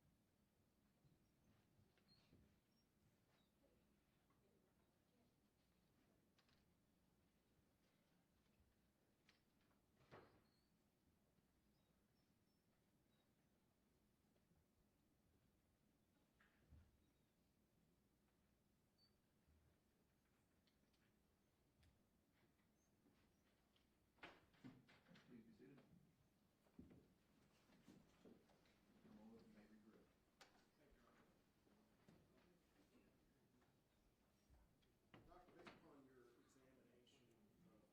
Pace, were you able to ascertain the position that she was in at the time the injuries that you documented in your autopsy report were inflicted upon her body? I believe that the injuries were most likely inflicted in the same position in which she was found, that is, in that fetal position.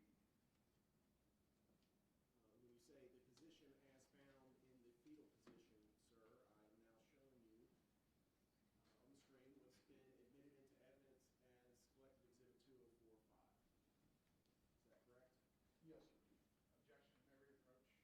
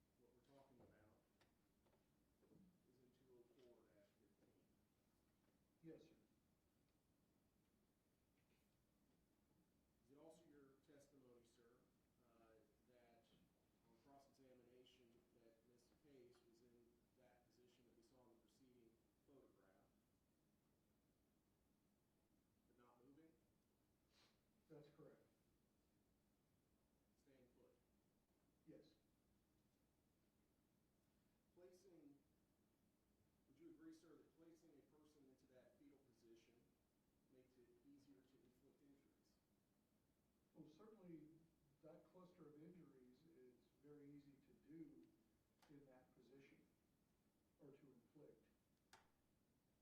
Counsel also asked you questions on cross-examination about having somebody in that fetal position make it easier to place in garbage bags. Do you recall that line of questioning? I do. Would you agree that it would make it easier? Yes, certainly. Would you agree that it would also then make it easier to place Jasmine Pace into the suitcase? Yes, sir, it would.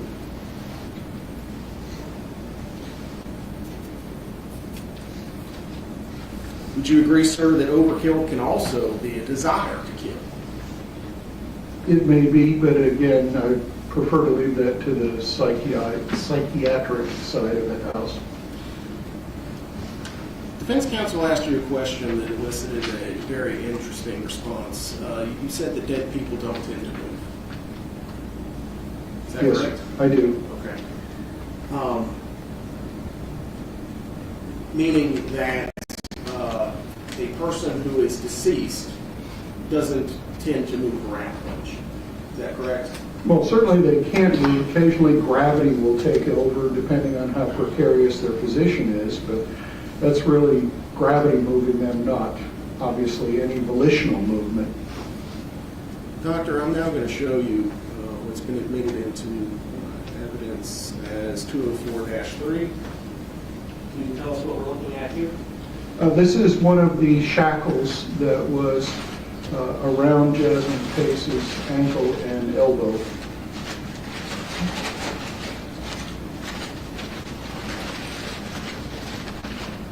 For the record, Judge, I'm retrieving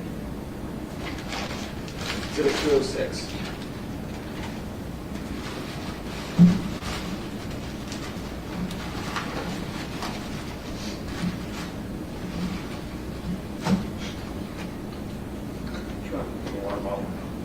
Thank you, Doctor.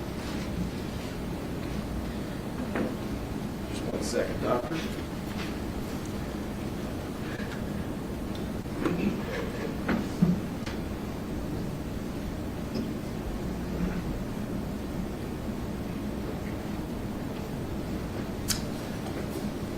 I now pulled up 203-3.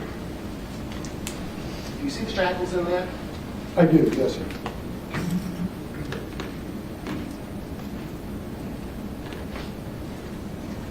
The shackle with the chain, where was that on Miss Pace's body? That's around the right forearm near the elbow. You can actually see this shackle and the chain, and you can see the upper arm bone and the 2 forearm bones right here. The other side of that is this part down here, which you can see the lower leg bone and the foot bones down here. Where would that have been in relation to the carpet that we see here? Well, if we assume that Jasmine Pace is on the carpet, right side down, head toward Mr. Boyle, then we have, Your Honor, may I step down? Absolutely. Thank you.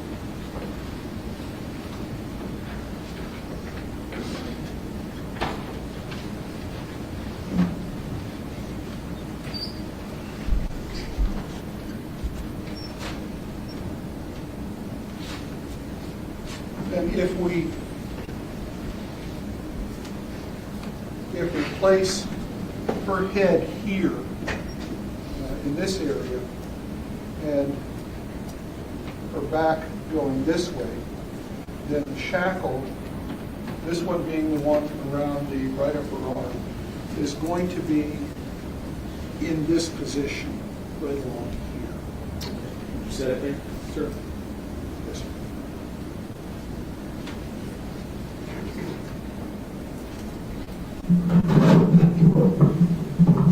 And Doctor, I'm now handing you the other half of the shackle. It appears to have how many links connected to it? This has, well, one long one and a short one. So this would be, again, we were looking at it reversed for most of the time. So this is actually going to be in this area, I believe, based on the x-ray that we're seeing there. Thank you, sir.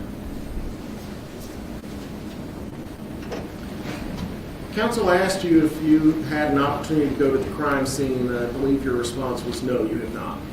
That's correct. Doctor, I'm now showing you what's been admitted into evidence as 127-2. Terry, can you turn his microphone around, please? Yes, sir.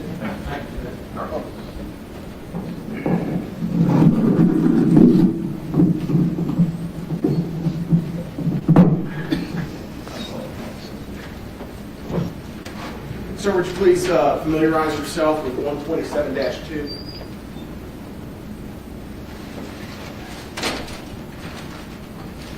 Yes, sir, I recall seeing this photo.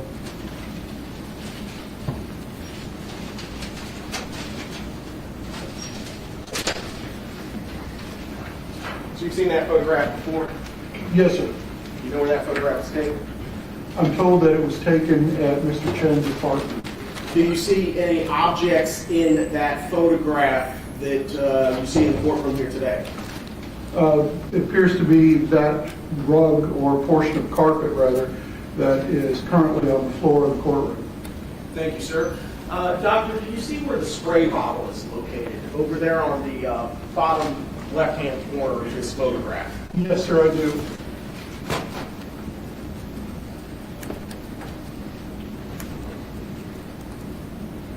I'm now showing you 127-5. You see that photograph? Yes, sir. Now I'm going to return the shackles to your folder. I'm going to peel back, if you will, the carpet. You see the pad that's below the carpet? Yes, sir. Do you see the pad on the carpet in the photograph? Yes. Is the staining pattern on the carpet and the pad consistent with what you see in the photograph? It is. Showing that it has been overlaid from being adjacent to the wall, laid over on itself. Yes. And you do see the stains all the way through to the subfloor. Yes. Is that a lot of blood that you see there? That is a fair amount of blood. Yes, it is. Would that quantity of blood constitute a large portion of the missing volume of blood from Miss Pace's body? Yes. Keeping in mind that stain, you try to memorize it in your head. Now showing you what's been admitted into evidence as 127-13. Do you see the bed that's now been placed up against the wall furthest away in this photograph? Yes, sir. Would you agree that it's where that carpet had actually been folded over onto itself in the preceding photograph? Yes, it is. Thank you, sir. I can have a moment, Judge. Yes, sir.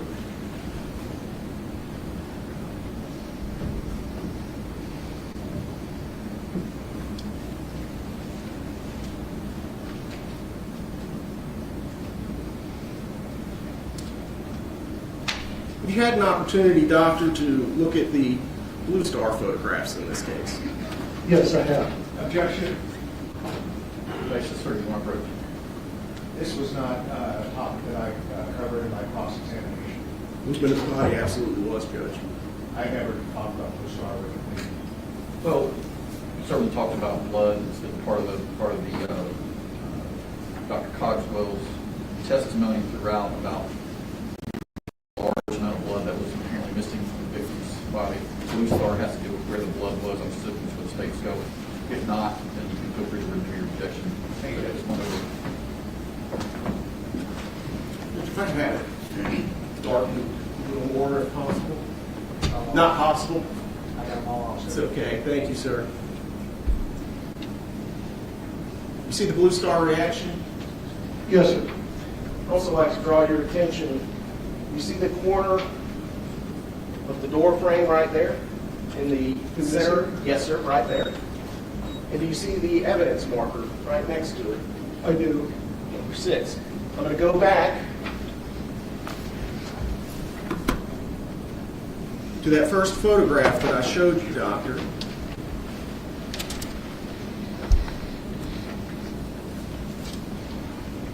Does that appear to be the same door frame? Certainly it's a door frame just like it. Defense counsel asked you from cross-examination whether or not you knew if any items of carpet had been submitted to the TBI crime lab for testing. Recall that question? Yes, sir, I do.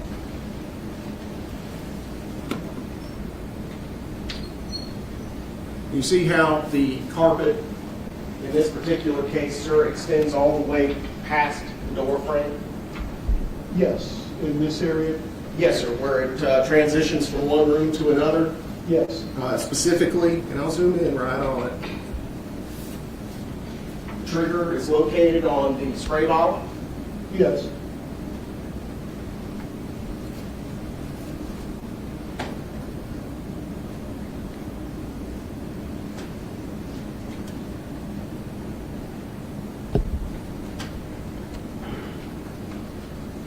Based upon your cross-examination, would it be your understanding that no item samples of carpet were taken in close proximity to that blood stain right there?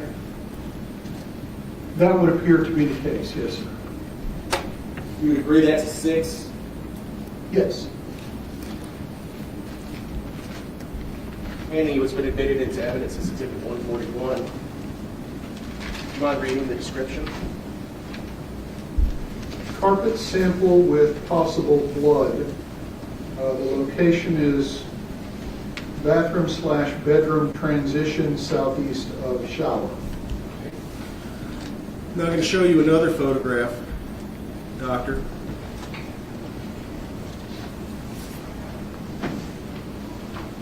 You see the evidence marker 6? Yes. You see the carpet? I do. Does that appear to be the same transition from one room to another with that door frame? Yes, sir, it does. The evidence marker is also number 6.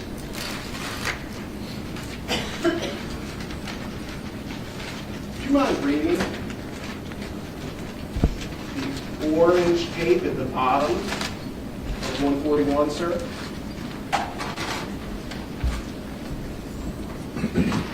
The evidence tape at the bottom, it has the numeral 6 with a circle around it and initials who I assume is the recovering party or the packaging party. Sure.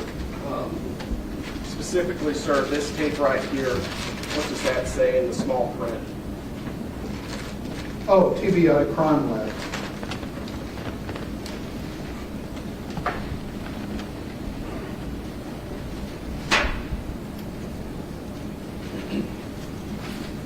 I'll show you another photograph, Doctor.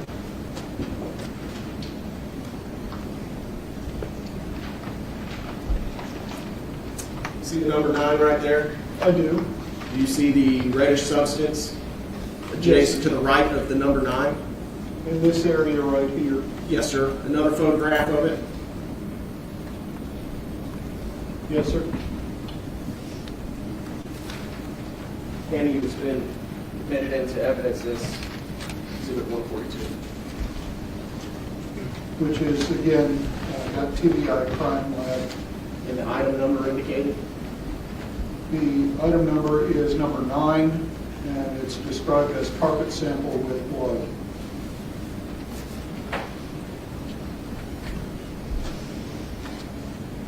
Now I'm going to show you another crime scene photo, Doctor.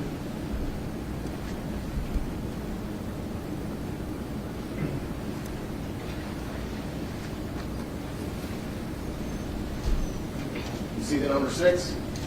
Again, yes, sir. And you see the number 9? I do.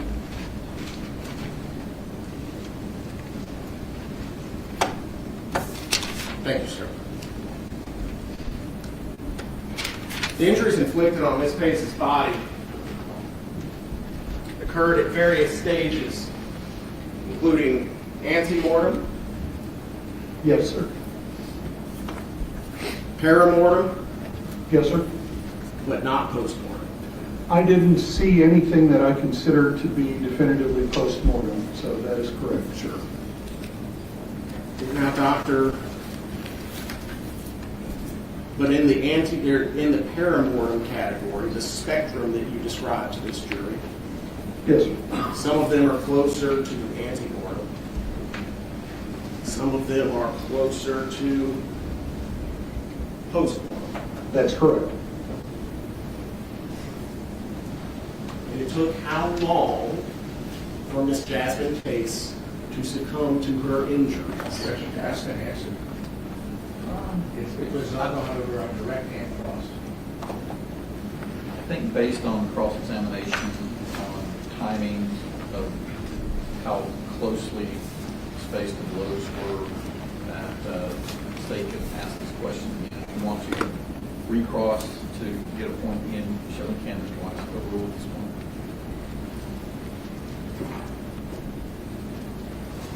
You would agree some of them are in the early portion?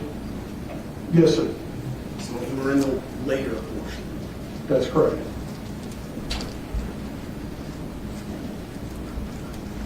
Which means that the injuries inflicted on her with a cutting instrument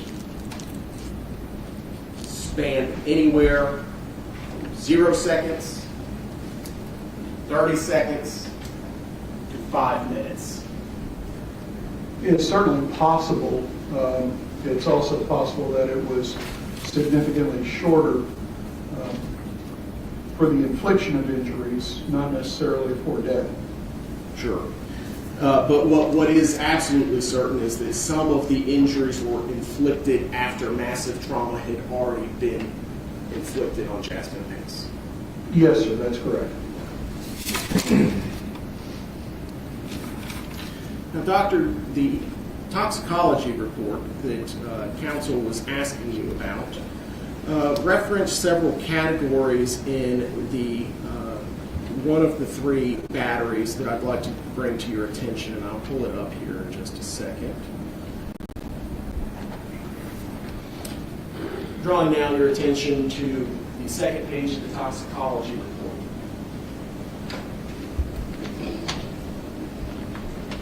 What are cannabinoids? Cannabinoids, right here. That's basically marijuana. It's marijuana and its metabolites and any related substances.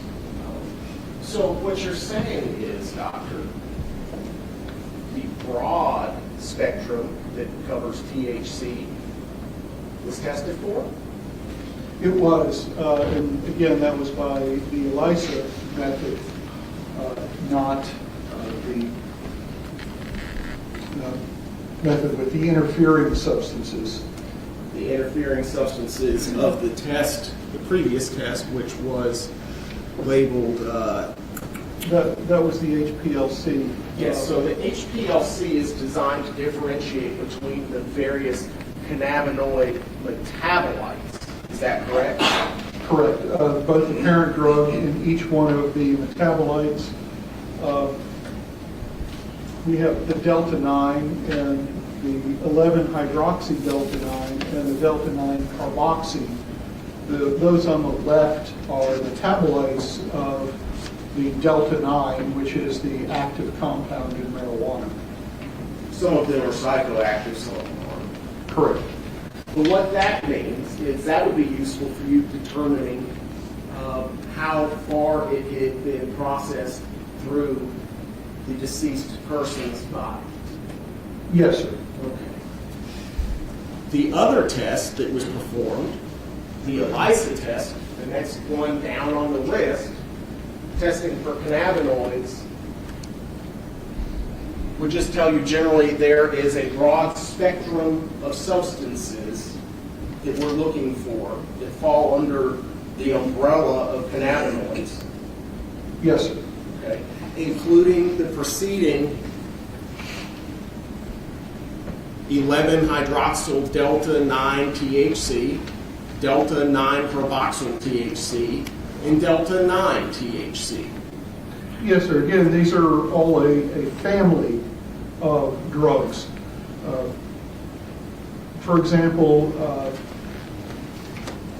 opiates. And Sure. I believe we have a category for opiates. Opiates in general is going to include things like morphine, heroin, oxycodone, oxymorphone. All of these things that are opiates are going to fall under that large umbrella. But we have specific testing for oxycodone and oxymorphone because it's so commonly abused. They are opiates, but the opiate test is sort of a global test for everything that's there. And to use my clumsy pickup truck analogy, this is like saying white pickup trucks. Okay, so is it a Ford, is it a Chevy, is it a Toyota, is it, well, you just asked me to look for white pickup trucks. And since I didn't see any white pickup trucks, it doesn't matter whether there were Fords or Chevys or anything, because they're not there. So to insinuate that we don't know whether there was cannabinoids in Jasmine Pace's blood would not be correct. If we're looking at the family of cannabinoids, that is correct. If we're looking specifically at THC, we don't know whether she did or did not have THC, but we know she didn't have the specific family of cannabinoids under that heading. But if she had THC in her system, she would also show as having cannabinoids. We should see it under ELISA, yes. And that test was performed. It was not interfered with because it's a different process to produce the result. Correct.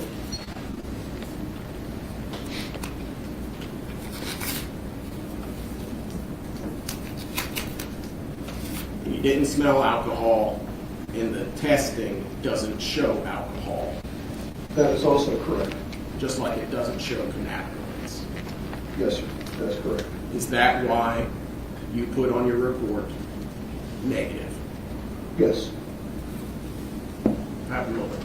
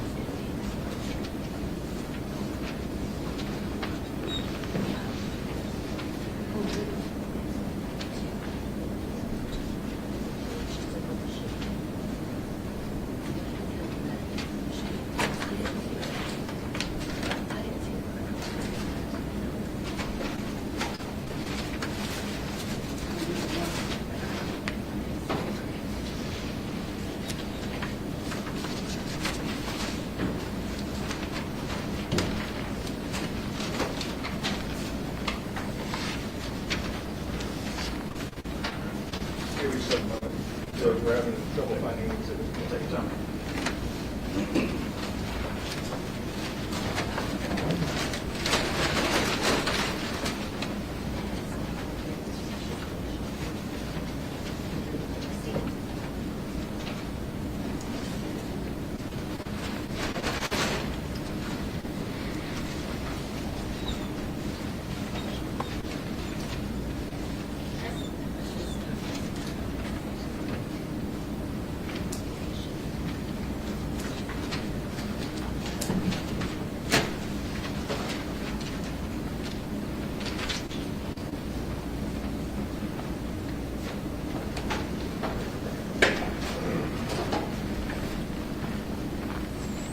Left up or the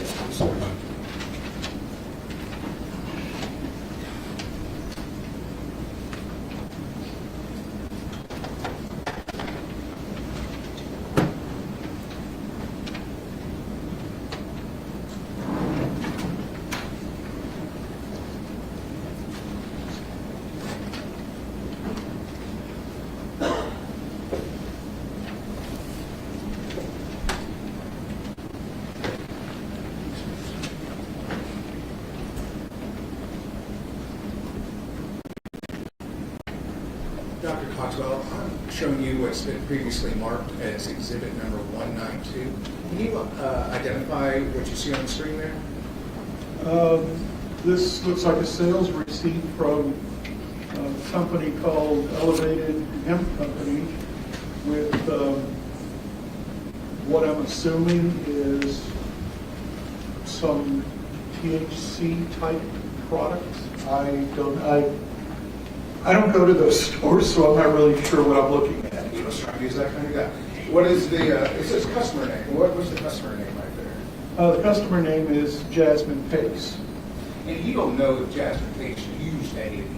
We can see that she bought these products, but we don't know if she used these products. Right? That's correct, we don't. But hypothetically, let's assume that she did use these products. Is there a reason why that the use of these products wouldn't show in your toxicology report? Or the toxicology report, not yours? Well, if they either haven't been used frequently or recently, if she's metabolized off those, whatever those are, or if she hasn't yet taken it, if there's been enough time between her last dose, if you will.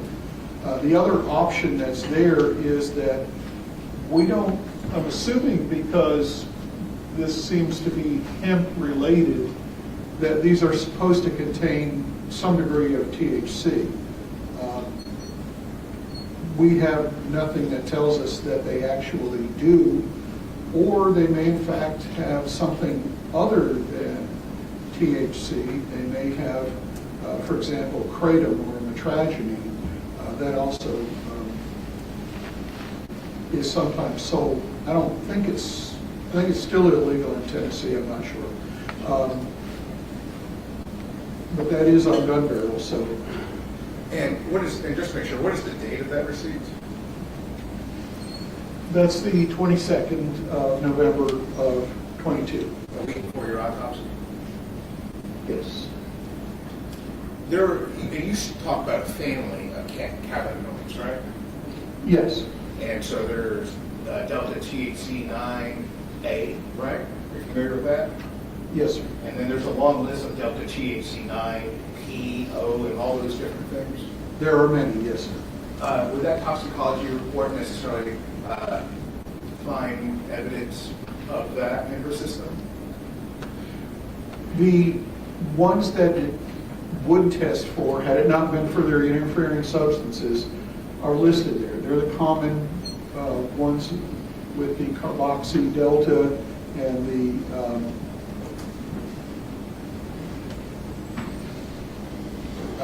I'm blanking on the other metabolite. It would be the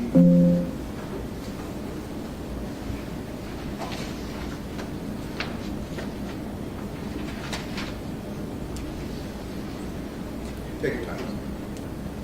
the two that were under the 11-hydroxy and the delta-9 carboxy would be the common ones that are tested. But there's other all of those more esoteric ones, if you will, wouldn't be in that panel. So there's other, I like your word, esoteric, other types of esoteric THC that toxicology report wouldn't be looking for. The one that was not tested shows you what the test would have tested for. And then not only are there different types of THC delta 9, there's THC delta 8. Yes. And there's THC delta 10. Yes. Would this toxicology report test for those substances? Not that specific report, because again, it shows you the 3 substances it tests for, but as Mr. Boyle pointed out, we have the ELISA test that tests for the general family of cannabinoids. And I do have access to the laundry list of everything that would come up under the cannabinoids. I don't have that on the top of my head, nor do I have a copy of that. So I can't say specifically which of the esoterics, if you will, that would be included in that testing. And then there's also THC Delta 9, and it is legal in Tennessee as long as it's less than 0.03%. Are you aware of that? I'm not aware of that, no, sir. There's also just regular CBD that doesn't have any THC. Are you familiar with CBD? I am familiar that it exists, yes, sir. And would that have, even the ELISA test, would that have picked up on it? Again, I would have to review what the ELISA test will pick up on. There are probably a few dozen different compounds under most of these categories. Because again, what we're seeing on the ELISA test is general families of drugs. And within each of these families, there are going to be numerous metabolites, variants on the theme, and more unusual compounds. So to answer your question, I can't tell you whether what Jasmine Pace, what was on that receipt. I can't tell you what was in it and how much was in it, and whether it would have shown up on any of the NMS testing. Thank you. Doctor, just one moment. Thank you, Doctor. No further questions. Does the jury have any questions for Dr. Cogswell?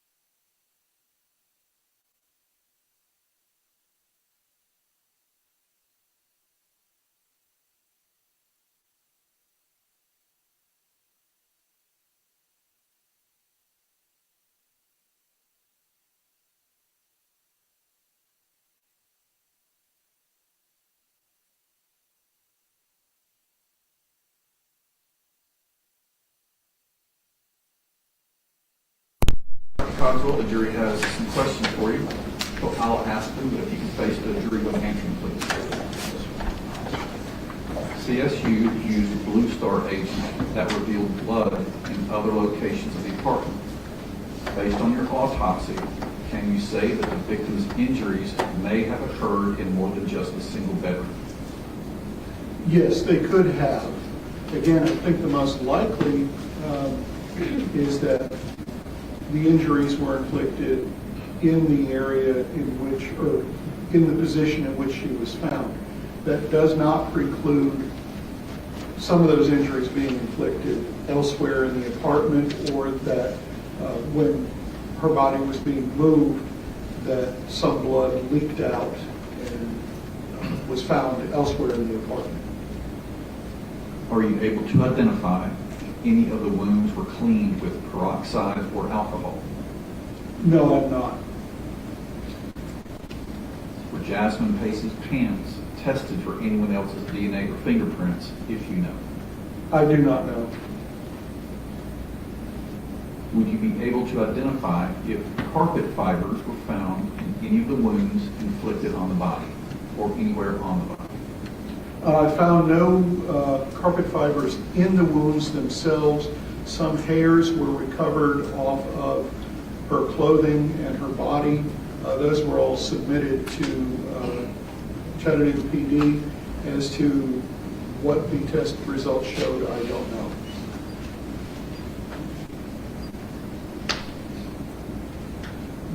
Did you examine Jasmine Pace's body for someone else's, in this case, Jason Chen's fingerprints and DNA?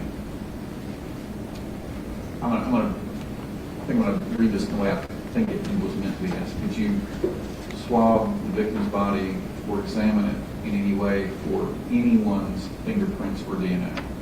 No, in her case, fingerprints would not be something that we could retrieve because the body is wet. For the same reason, swabbing for DNA is not going to really be terribly helpful because, again, she's wet, she's covered in a film of blood. So the question becomes, where do you swab?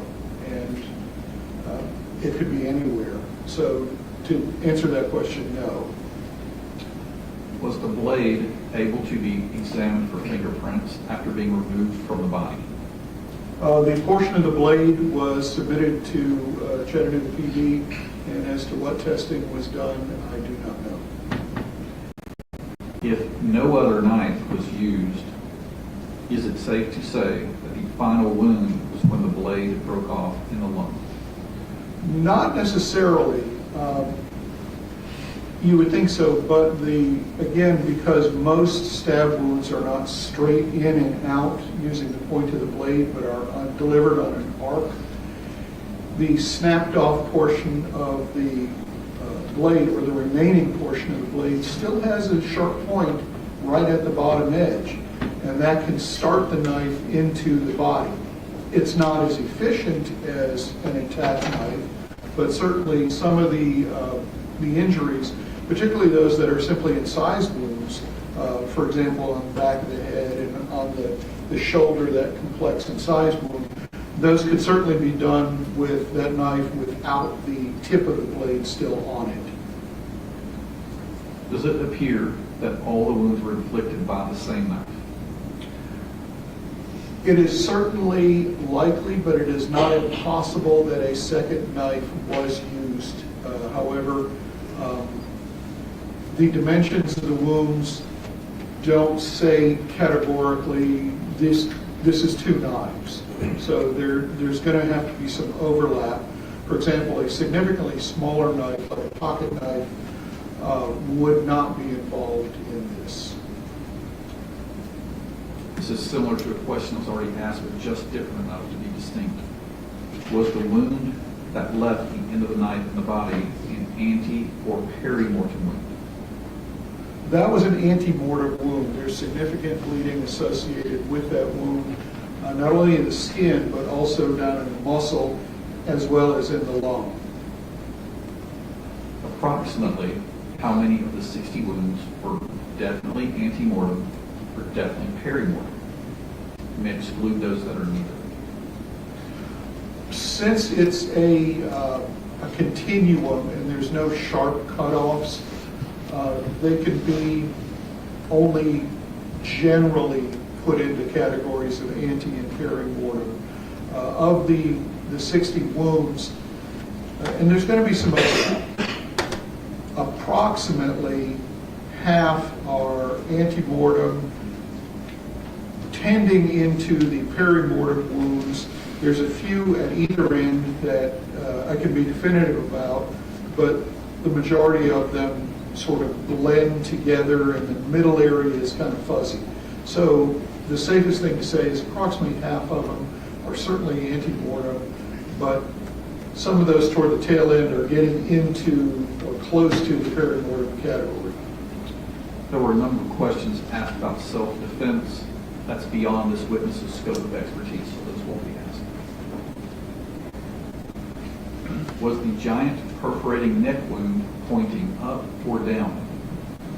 That was the edge of the blade was downward, and the general pathway of the blade was obviously from right to left, somewhat downward and a little bit forward.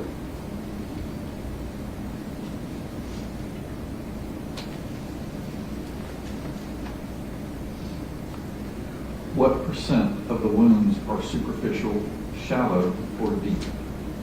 That's approximately 10% of the wounds are going to be superficial. Another 10% or so, maybe 20% would be shallow. It depends on how you define shallow. And certainly some of the incised wounds are going to fall into that category. In fact, virtually all of them would be shallow. The rest of them would be deep wounds. So even saying there's some overlap, certainly at least half to 60% are deep wounds. And the remainder would be shallow wounds with a few superficial ones in there as a very low percentage. How many of the wounds are pointing down? The majority of, virtually all of them go from right to left. Most of them have a slight downward trajectory. Some of them have a little bit of an upward trajectory.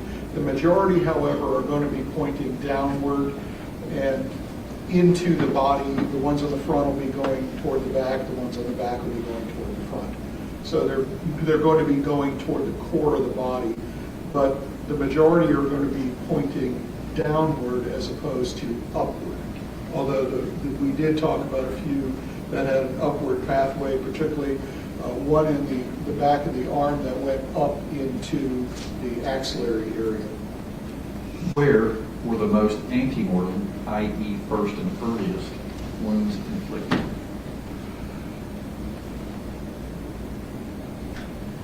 It's approximately an equal distribution. There's obviously a lot of head wounds, and there's fewer wounds to the torso and the shoulder, but if we take percentages, there's approximately an equal percentage of head wounds and torso wounds that are going to be the antemortem wounds.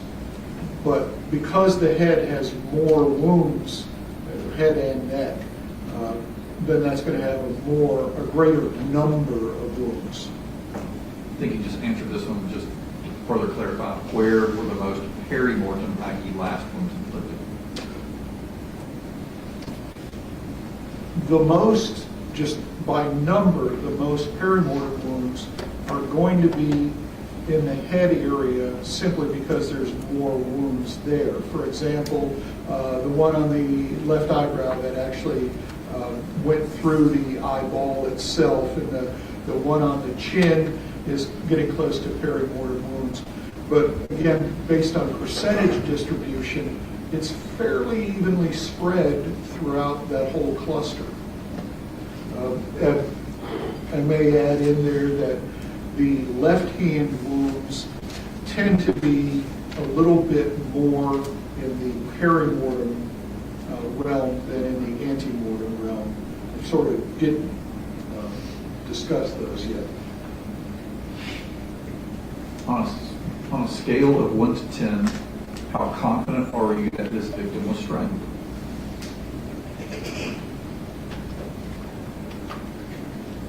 That's a difficult question to answer, and the answer to that... Let me stop you right there, Doctor. If it's something where you don't feel, nobody wants you to speculate. You certainly are an expert with a vast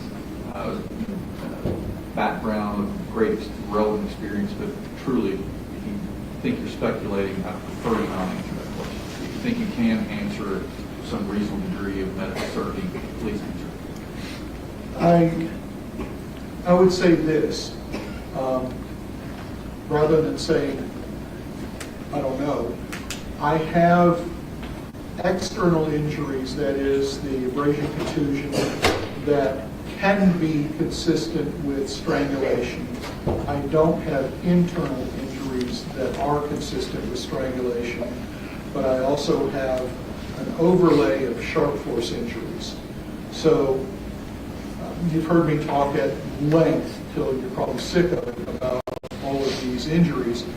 And the simple thing is, it is possible, but I can't go farther than it is possible. This may be a similar question. Is it likely that some of the wounds were inflicted while the victim was not in the fetal position, even though at least most of the wounds were inflicted while the victim was in the fetal position? It's certainly possible. As to the likelihood, I would put that as fairly low. Again, because of the clustering nature of all of these wounds, and also because the positioning of the body as found in that fetal position allows all of those wounds to be inflicted without requiring any movement on her part. So could some of them have been elsewhere? Yes, absolutely, as long as they are in that area. And then an overlay of other wounds once in that fetal position. I believe you asked this or answered this already to in a different worded question, but I'll ask this particular version. Would the wound where the knife tip broke off in the lung be considered the last stab wound? Again, it doesn't have to be. And she certainly could have received multiple other wounds simply with the broken end of the knife, because again, the knife is usually going to be coming in at an angle. So you do have a point, just a 90-degree point, as opposed to that 30-degree point. Was the victim, if you know, was the victim's shirt ever found and collected? I do not know. Does amount of blood collected impact percentages that could result in testing? I.e., very small amount collected, would more blood confirm more accurate results? No, the amount of blood collected is sufficient to run the test. If it's an insufficient quantity, then the toxicology lab will tell us not sufficient to run the test. We suggest doing targeted testing or this. They actually don't need anywhere near the amount of blood we give them. They can actually make do with 2 milliliters of blood. We usually send a 10 milliliter tube, but as you saw in this particular case, it was just under 6 milliliters. So there was plenty of blood. More blood would not actually change the results at all. Okay, thank you. Can you redirect based on what the jury has? Yes, Your Honor. Those are some questions. Doctor, you're asked some questions by the jury regarding injuries caused by the knife after it was broken off in Jasmine Pace's lung. Yes, sir. I'd like to draw your attention specifically, sir, to some of the injuries to Jasmine Pace's head and face. And I'm going to start with what you described in your autopsy report as a 3/8 inch stab wound. Can we have the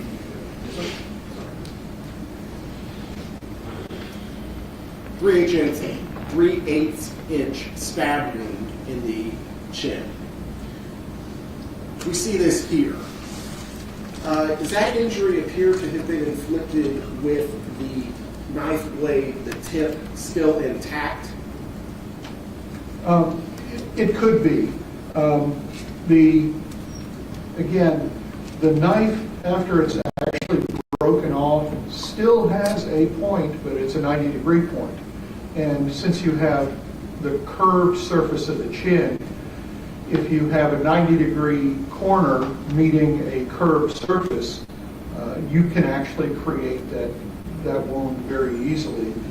It would be basically the same as the corner of this paper coming onto a curved surface, and you can easily see how that would actually stab into the curved surface. So yes, this could be one of the wounds inflicted after the point is broken off.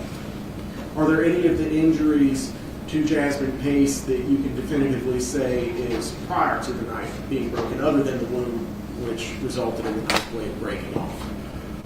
Again, since I don't know the length of the blade, the wound through the throat that actually perforates is unlikely to be with a broken knife. I would say that blade was intact at that time, simply because of the length and also because it's going through multiple different structures and it is going deeply. So if you have a blunt face there, even though the bottom edge is sharp, it's going to be a lot harder to push all the way through the neck and the skin to come out on the other side. Similarly, the wounds in the axilla and the back of the arm, these are... Further explain that, Judge. I'm sorry, Dr. Cogswell. Certainly, if you've got it readily available. And the wound that's close to the complex wound that actually has the broken knife blade, if we look, this one is almost certainly with an intact knife. This one obviously has the broken blade in it. This one is going to require an intact knife because of the depth and the fact that it's actually getting through bone. Now, going through bone may actually have cracked the blade, or whatever caused the very tip of the knife blade to break off may have cracked the blade and made it weaker and more prone to breakage. We're just going through the ribs. These stab wounds are almost certainly with an intact blade, as is this one, because of the depth that they're going. This wound also is going to be with an intact blade because it goes all the way into the mouth, through the neck and the base of the tongue. Wounds up here, while they're stab wounds, they don't go very deep. They stop at the skull. So the depth on these wounds is going to be on the order of a ½ inch or so, perhaps a little bit deeper. As far as the hand goes, this is a complex wound, and it can be done with a broken knife tip, but this one that goes all the way through the hand is not going to be. So with the two of them, they're very close together. They're likely to be inflicted in close temporal proximity, that is, close in time. So this one is likely not going to be from the broken knife. And certainly the ones that penetrate through the palm and through the finger are going to require a tip being on that blade. This one is basically an incised stab wound, and mostly incised, so it could be done with the broken blade. Some of these other ones, you can see how small they are, and they're on a relatively flat surface. So if you only have that 90-degree corner, you're not going to be able to make a wound that long without going deeper than these wounds are. So those are going to be with the knife intact. Dr. Cogswell, by its very nature, does the fetal position that one of the jurors asked you about require an orientation to a surface? Yes, you cannot achieve a fetal position stand, well, you can squat, but a fetal position, when that term is used, it would mean someone is lying down. And it may be on a bed, it may be on a floor, but curling up into that position doesn't necessarily require it, but it's very difficult to achieve it without lying down. You mentioned squatting fetal position. Well, a squatting position, if you're able to squat flat-footed, which I am not, but some people can actually squat flat-footed, and if they were to bring their arms together, functionally you've got basically a fetal position. If you tip them over on their side, it would not look materially different than Jasmine Pace's position. So either balled up on your side or balled up on your feet. Right. Or, let me expand on that, or you could be balled up on your back. If you're lying on your back and you pull your legs up, if you can get them up that high and cross your legs, you can do that. We all did that as kids and rock back and forth on our backs. So that would also be a possible fetal position. Can we rule out any of those three fetal positions based upon the injuries that we see on the screen? Well, since we don't have injuries in the front of the torso, we know that the front of the torso is protected, and that's legs and arms doing that. We only have, again, as you've heard so many times, that cluster of wounds on the right head, shoulder, upper back area. So if you can access those areas, you could be in any position as long as those areas are available to be stabbed. So if you lie on your side with your right side up, those areas are available to be stabbed. If you're able to balance on your feet while squatting and be stabbed 60-some times without falling over or spreading out your arms or in some way changing your position, that is also possible. Lying on your back, that's going to be very difficult because we have wounds in the back. So the overwhelming likelihood is that she's lying on her side. So it's the stabs in the back that can eliminate the back position? Yes. Thank you very much, Doctor. I have no further questions.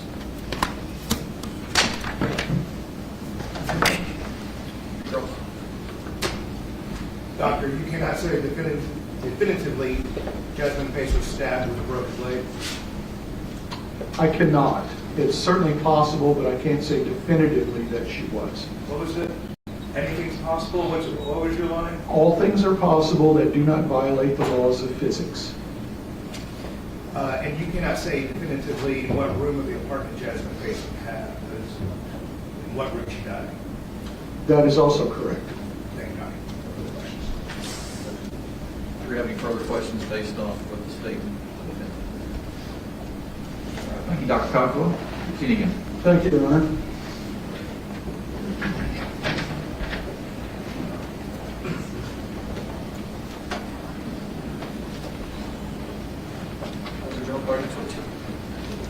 The state recalls Kristen Schubert.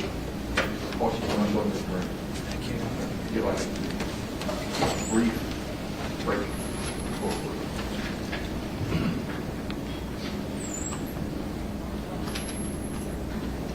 Unless any of the jurors would also like a break.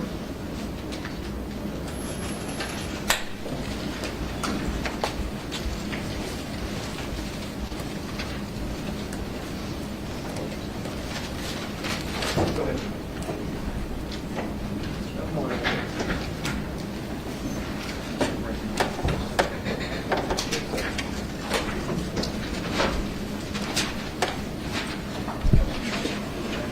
solemnly swear affirmative, the testimony about to give the truth, the whole truth, and nothing but the truth, so help me God.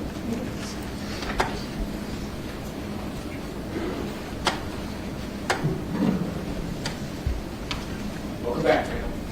Please state your name for the record. Investigator Kristen Schubert, Schubert. And you testified previously about processing Ms. Jasmine Pace's vehicle. Yes, that's correct. And it's been marked for identification purposes as Exhibit 208, 1 through 3. Are you familiar with what's in this collective exhibit?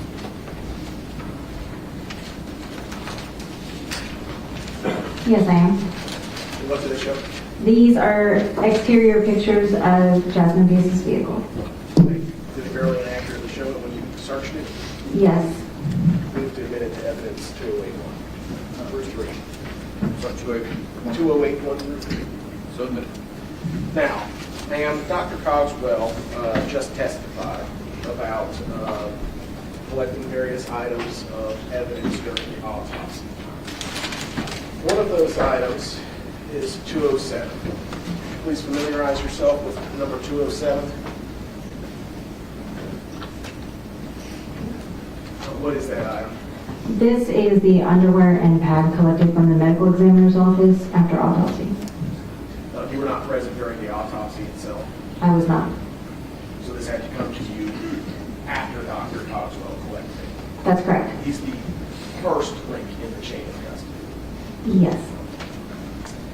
Next, ma'am, I'm showing you what's been admitted into evidence as Exhibit 155. Could you please identify that for the jury? This is a sanitary pad that was collected outside the dumpster at 110 Tremont Street. And Your Honor is maybe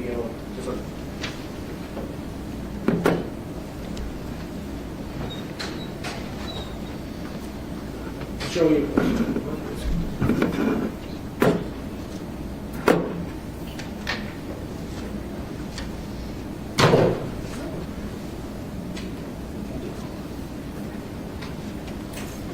I'm going to show you what's been previously admitted into evidence in this case from the dumpster outside of 110 Tremont Street.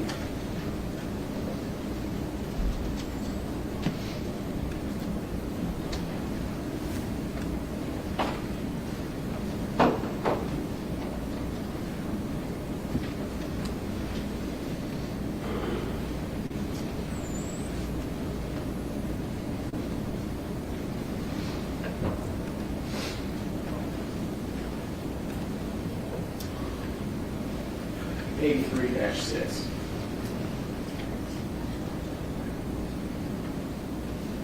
If testimony previously was this item, 155, was the item that we see in between the two white shoes and the blue jeans and underwear. Have you had an opportunity to review this item before? Yes, I did.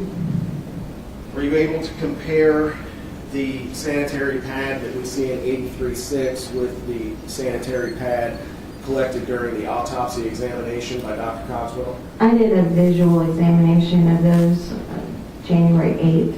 And what, if any, correlation is there between the two?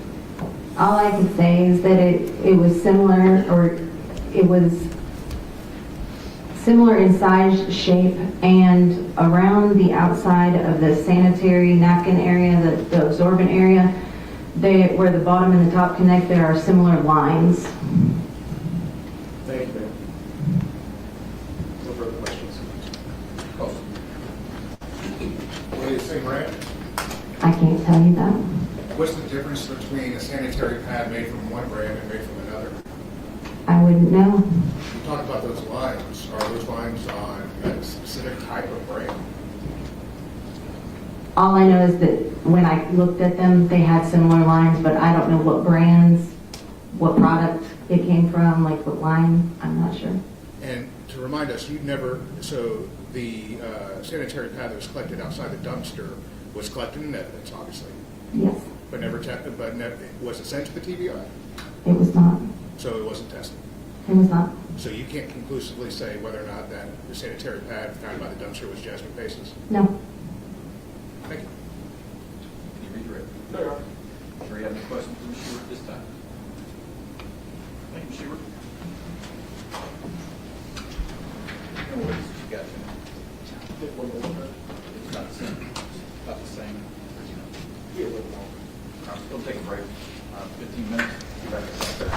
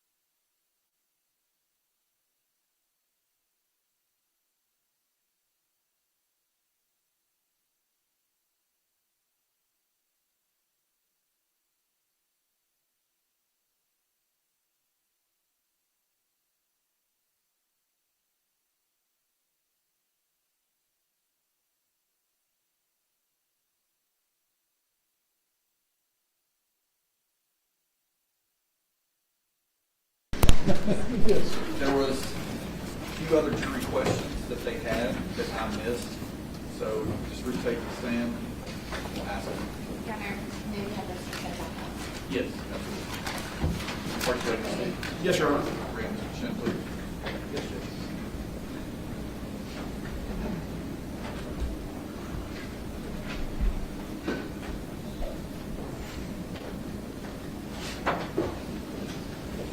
I kind of thought that might be the reason for the trial.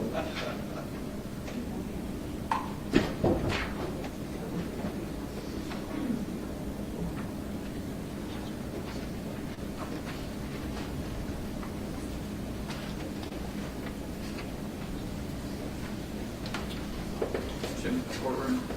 Read the jury with the record. Yes, Judge.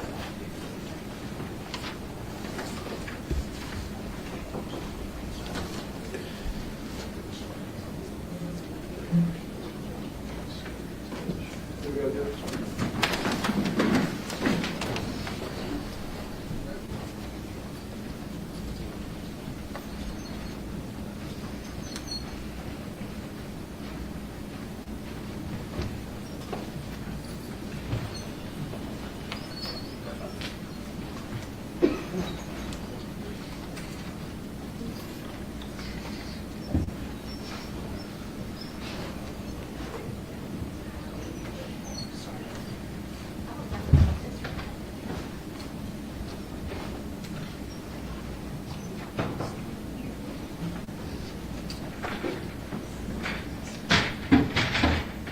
All right, please be seated.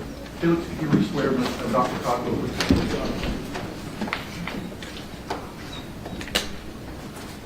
Solemnly swear from the front. Solemnly swear from the testimony by the hand of the truth, whole truth, and nothing but the truth, so help you God. I do. Jurors, in my attempts to keep your questions organized in the piles to ask, piles to not ask, I got some in the wrong pile, and I just noticed that. So there are a few other questions that you asked that we've talked about, and we're going to ask Dr. Cogwell. So again, Dr. Cogwell, I'll ask the question, but if you could face it through your hand, please.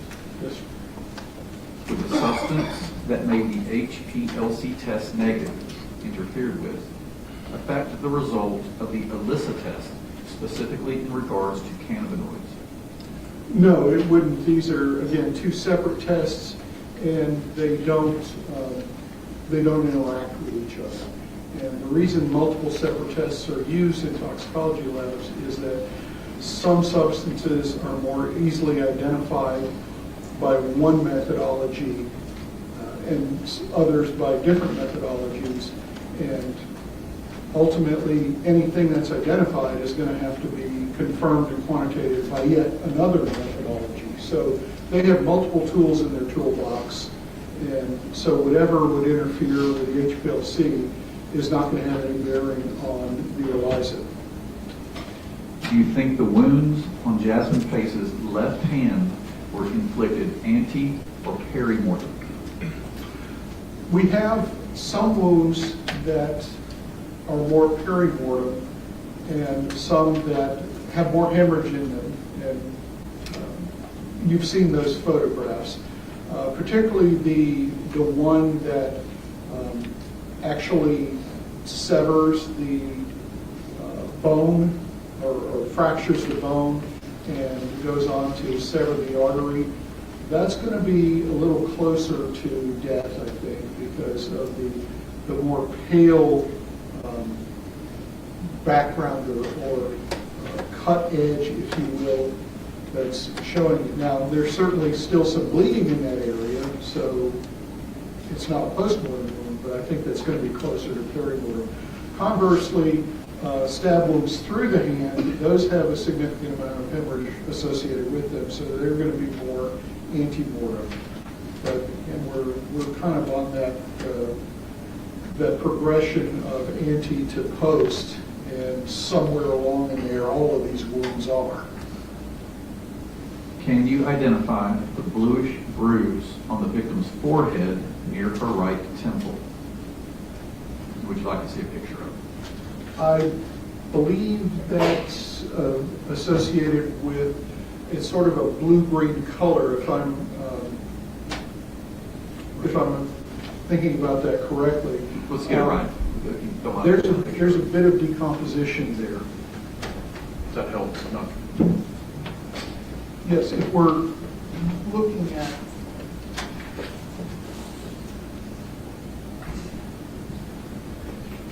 this area here, we're actually seeing some decompositional change. In other areas that we don't have a photograph of, you'd see that same greenish-blue discoloration in the right lower quadrant of the abdomen. And that is very frequently seen, in fact, almost universally seen, as you're starting to decompose. And the reason for that is that's the closest that your intestines come to the surface of your body. And so we call that green sign. And the right lower quadrant is the first place that we would see green sign in most cases. Anytime that we're going to have decomposition, it's going to be earliest in wounds, because that's where bacteria can get in most easily. And the color will be, to a large degree, dependent on what sort of bacteria is getting in there. Almost universally, it's Staphylococcus species, because that's what we're covered in right now is Staph epidermidis. So all that is just a little bit of decom. What is the shaped line that runs the length of the victim's right posterior side, starting near the right scapula and running down the side in this picture?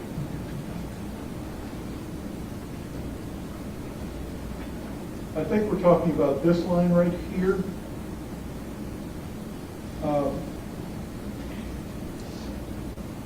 That is actually, I believe, an autopsy artifact. I think I have already done the evisceration at that point. So the autopsy itself is a Y-shaped incision, and then the skin is reflected back. And that's just basically where the reflection back stopped. Did you discover any glass particles or determine if any wounds could have occurred from broken glass? I discovered no glass particles.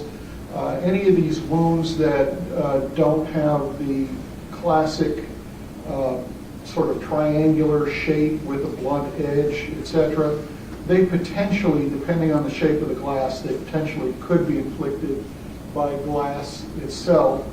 But the majority of these do have a sharp end to each end, or a blunt and a sharp. So there's nothing that I would say, yeah, this is a glass wound, or this wound was inflicted by glass, as opposed to a knife. These are more consistent with knife wounds as opposed to glass wounds. Was the time of death determined? It was not. Legally, the time of death is when found. And that's what goes on the death certificate, etc.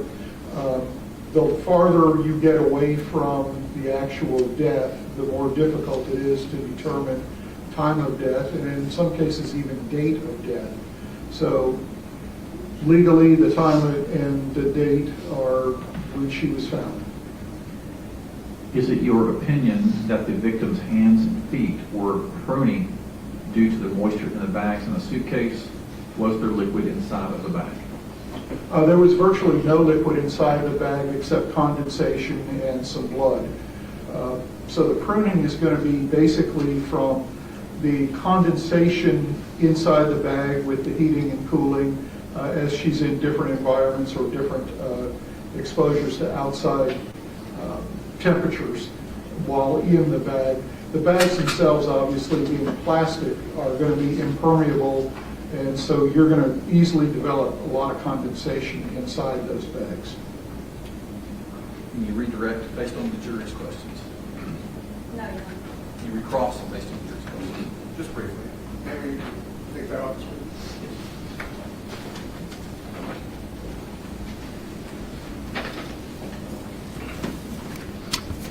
Dr. Cogswell, you are a forensic pathologist? Yes, sir. You're not a forensic toxicologist? That is correct.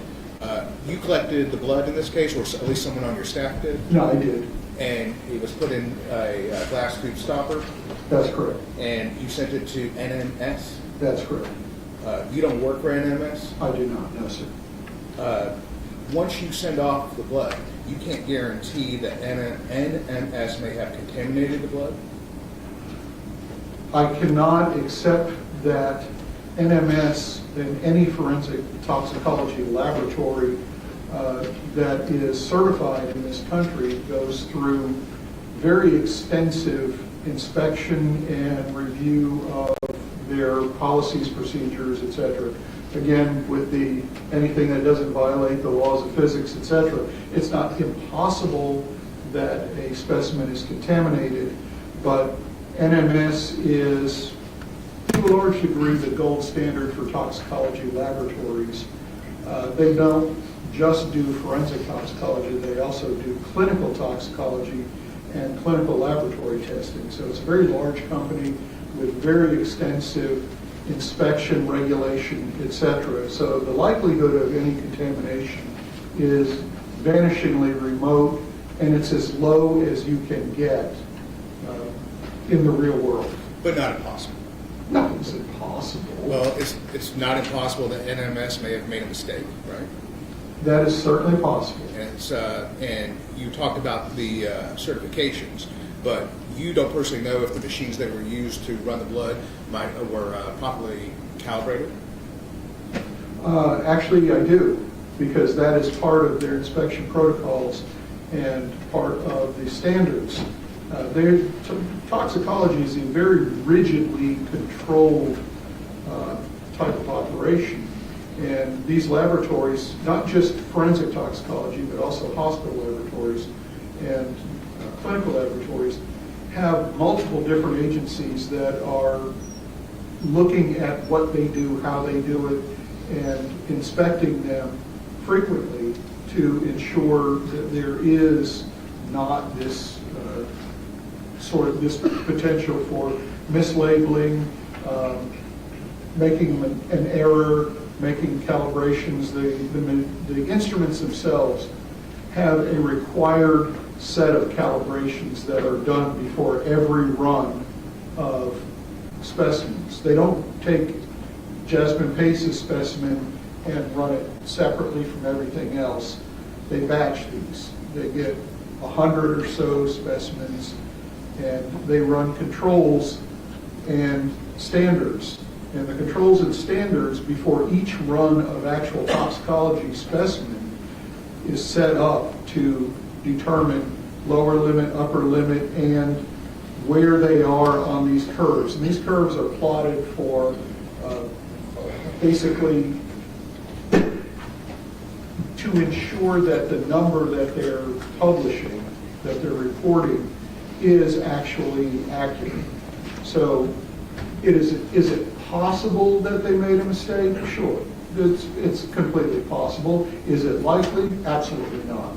Do you remember a few years ago there was the gray test tube stoppers that had the preserver in the bottom, but it didn't have enough of I don't remember the chemical name, but it didn't have enough of one of the chemicals in there, so that caused blood to not be able to be preserved. Do you recall that a couple years ago? I don't, actually. You don't remember the TBI having an issue with that? Oh, we don't send our cases to TBI, so that would not be something that I would be aware of. Why don't you send your cases to TBI? In order for us to maintain name accreditation, that is the National Association of Medical Examiners, all Tennessee forensic centers have to be accredited by the National Association of Medical Examiners. In order for us to maintain that accreditation, we have a certain time limit in which to sign out our cases. We can't let them drag on forever unless there's a very good reason for it. Because TBI's toxicology laboratory is, quite frankly, overworked, they cannot turn around the toxicology results in a timely manner in order for us to keep our accreditation.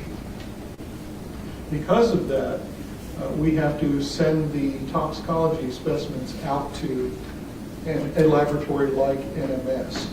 And that typically will allow us to get the toxicology results back in time to meet the deadline for getting these cases signed out. So this has been an ongoing problem for the last decade or two. So if the issue with the gray top tubes occurred within the last decade, that would be something, a TBI issue, and we wouldn't have been involved in that at all. Just one moment. Sir.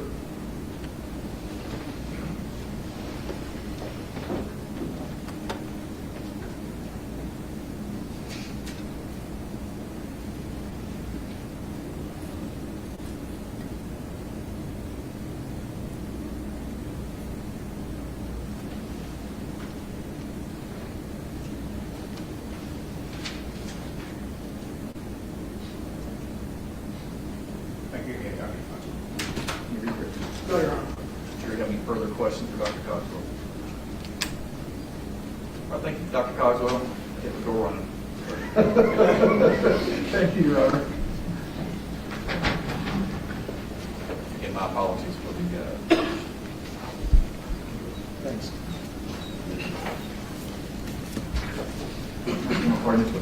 Tim Lowe, Your Honor.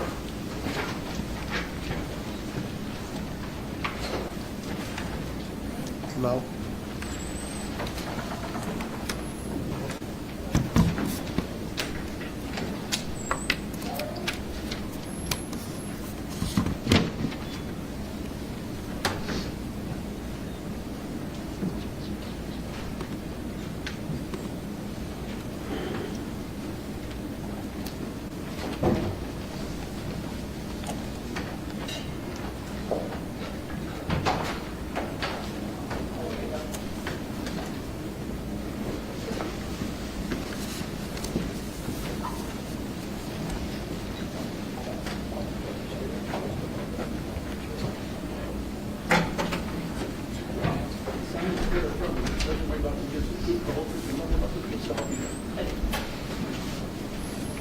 Good evening, ma'am. Would you please state your full name for the record? Special Agent Forensic Scientist Kim Lowe. Ma'am, you mentioned that your name involves a title of Special Agent Forensic Scientist. Could you please explain that to the jury? What is a forensic scientist, special agent? I work for the Tennessee Bureau of Investigation in the Knoxville Crime Laboratory doing forensic DNA analysis. So as a forensic scientist, I look at the evidence for the presence of bodily fluids and then obtain a profile and compare it to a known standard. How long have you been doing that, ma'am? 20 years now. 20. What's your educational background? I have a Bachelor of Arts in Biology from Gettysburg College in Pennsylvania, a Master of Arts in Anthropology from the University of Albany in New York, and then I've had a year and a half of in-house training working cases into each stage of our analysis.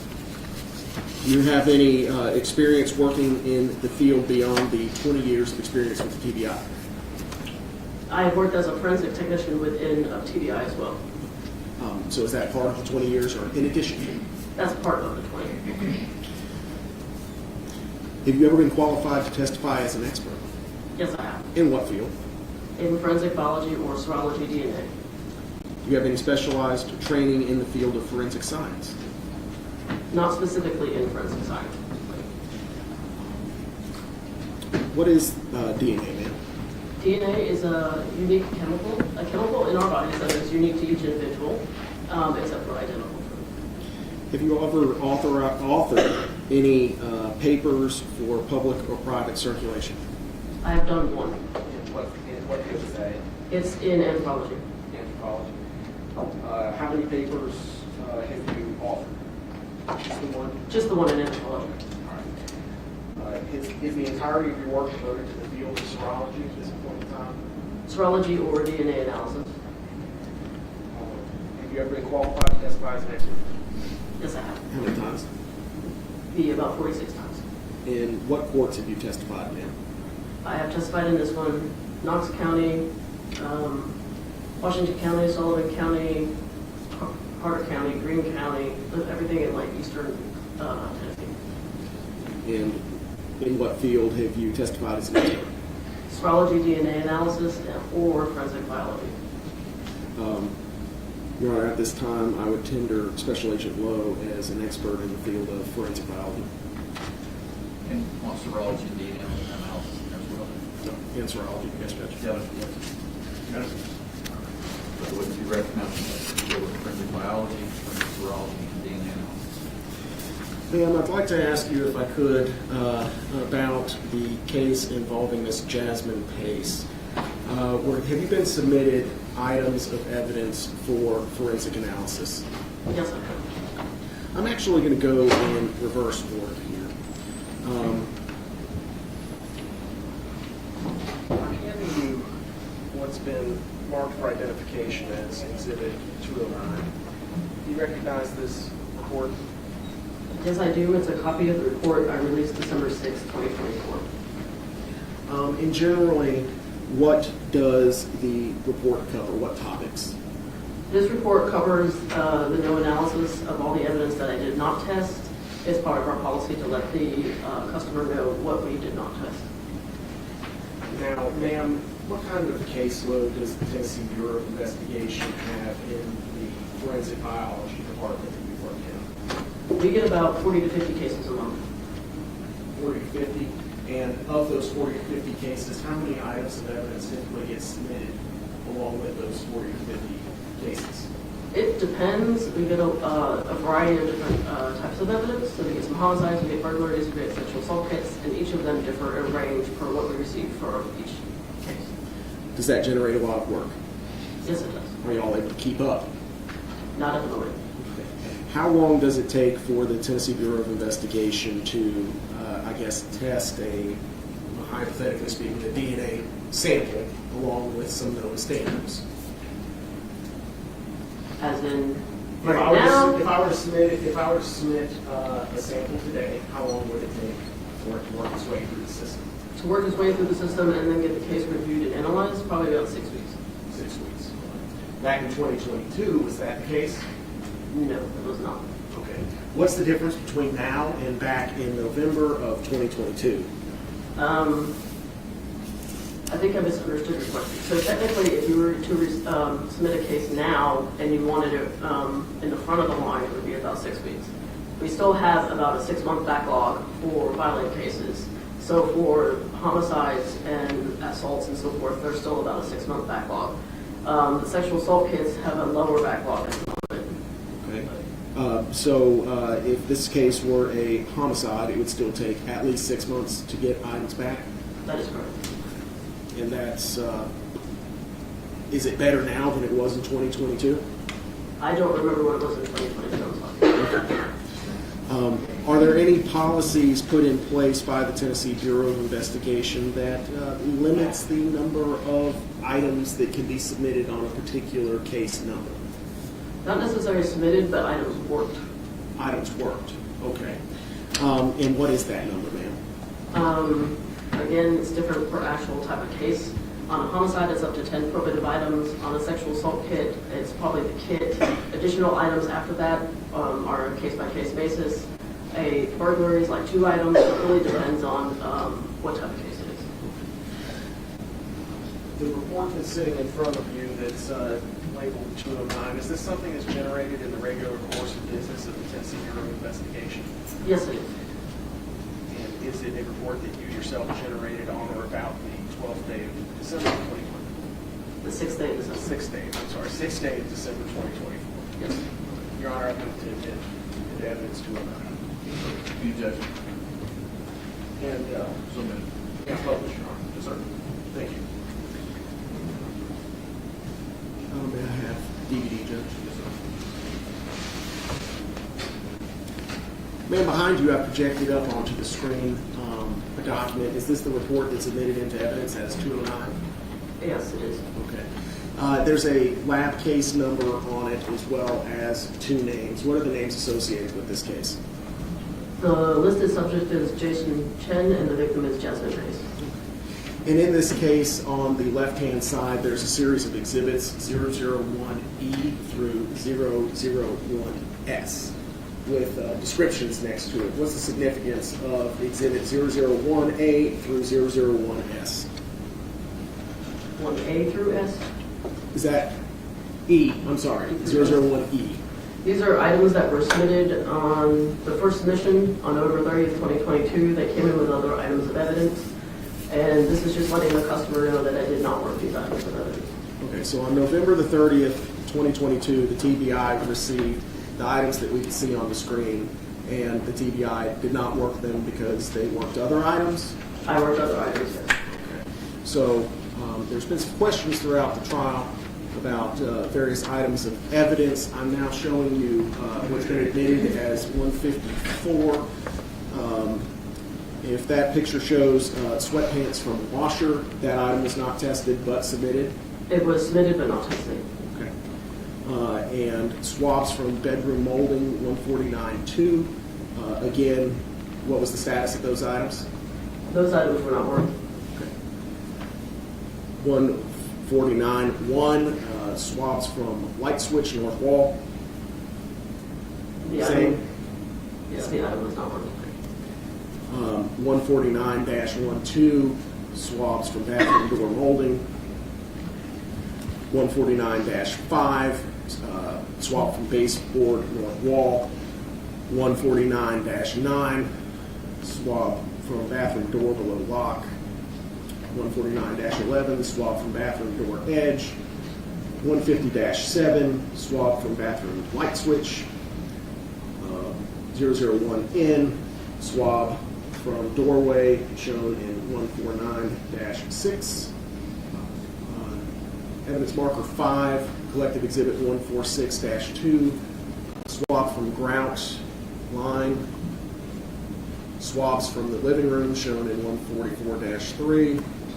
Swabs from the kitchen floor east of laundry room, 144-8, as well as 150-4, a swab from the stairwell. So all of those items were submitted by the Chattanooga Police Department, but because other items were analyzed, these could not.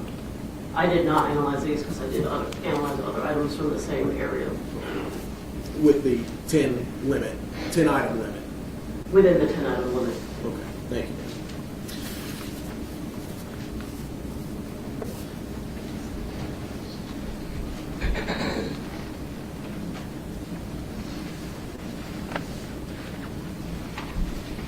Next, I'm showing you what's been marked for identification purposes as 210. It is a multi-page document consisting of 2 pages. Would you mind familiarizing yourself with that?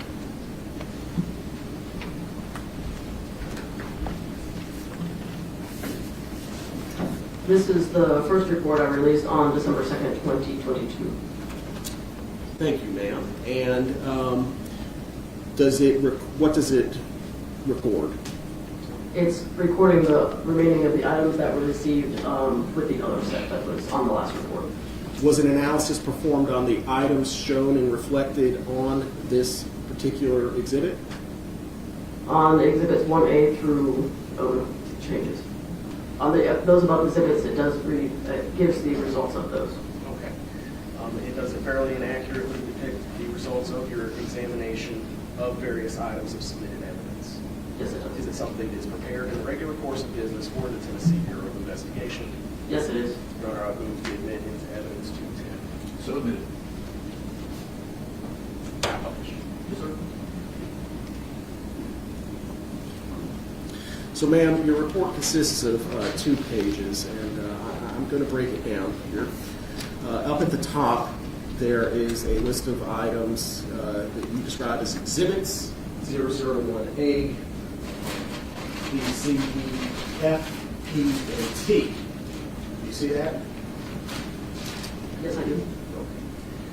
Ma'am, I'm going to hand you a collection of evidence, and if you could please tell me if this is one of the items that you were submitted in this particular case.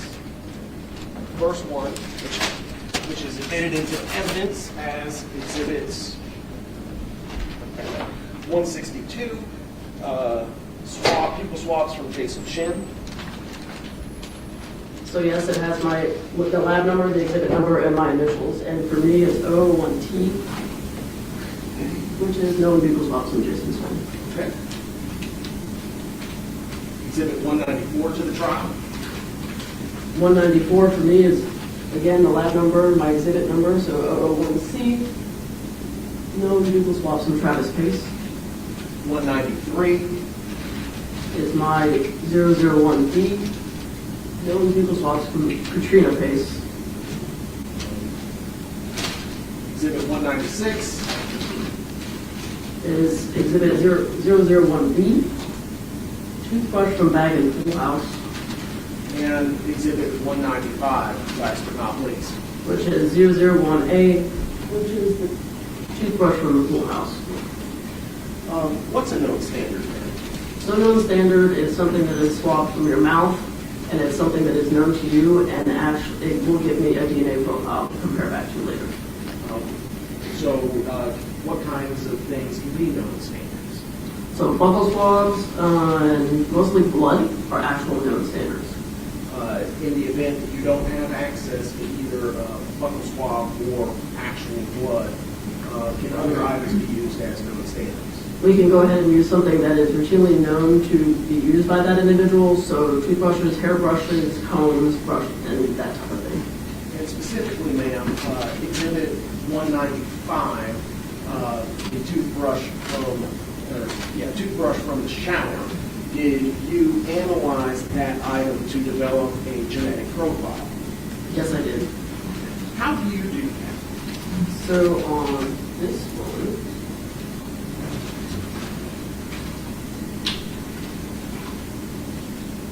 so in this area, I actually use a swab, and I actually swab the bristles of the brush, and then I cut that swab and run through the DNA process. How do you go through the DNA process?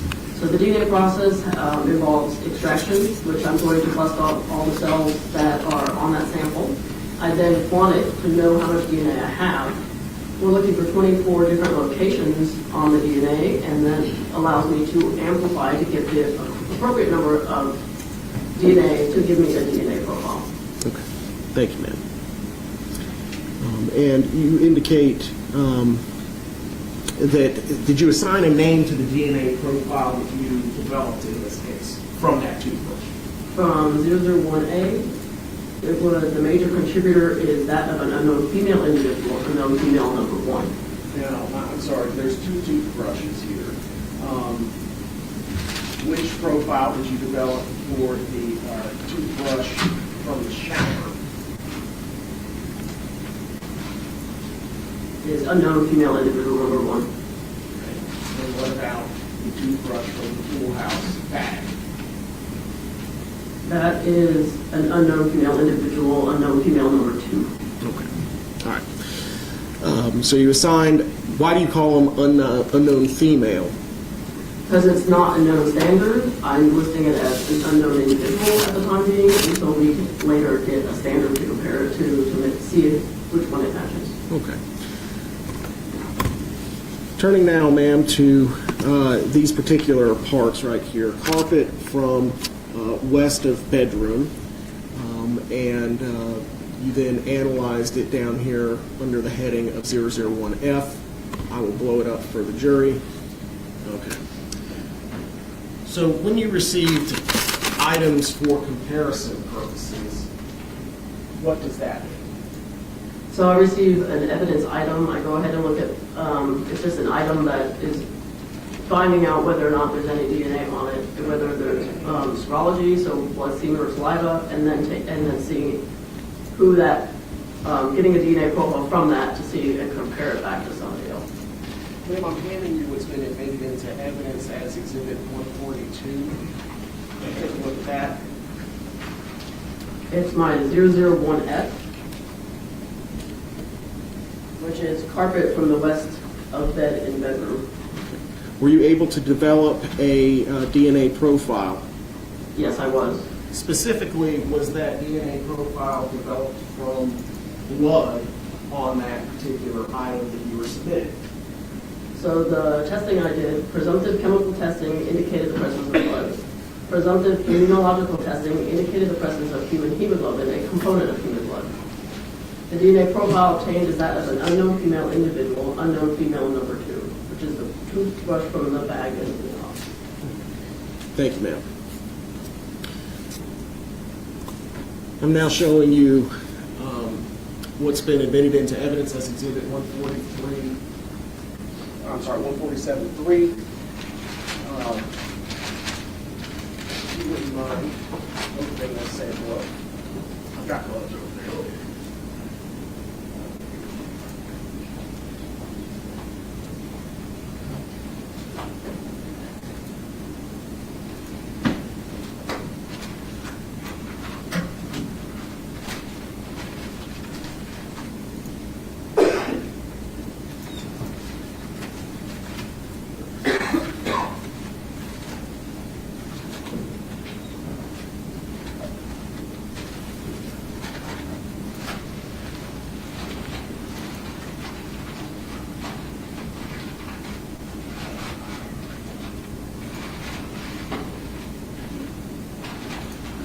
Does that appear to be the same stain pattern that we see in Exhibit 147-3? It's similar, but I also have my lab number with the exhibit number on the back, so it's identified. So item number 9 is the item that you tested, which showed the presence of blood and a genetic profile. That is correct.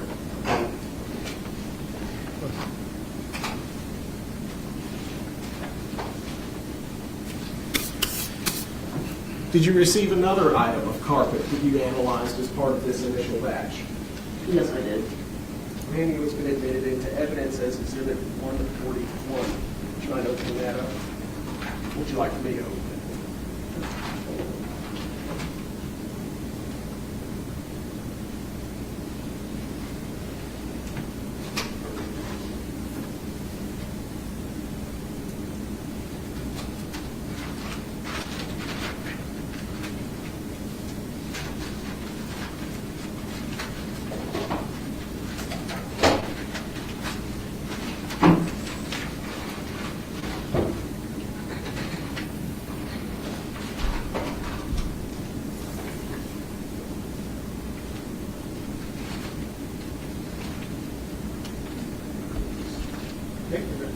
Were you able to develop a genetic profile from this sample? Ma'am, I'm now showing you your analysis for 001P, carpet from bedroom bathroom transition. Was there blood on this item? Again, presumptive chemical testing indicated the presence of blood. Presumptive immunological testing indicated the presence of human hemoglobin, a component of human blood. And what genetic profile was developed from the blood on that piece of carpet? The DNA profile obtained is that of an unknown female individual, unknown female number 2, the toothbrush from the bag in the pool house. Is that the same individual whose DNA was found on Exhibit 9, or Item 9? Yes, it is.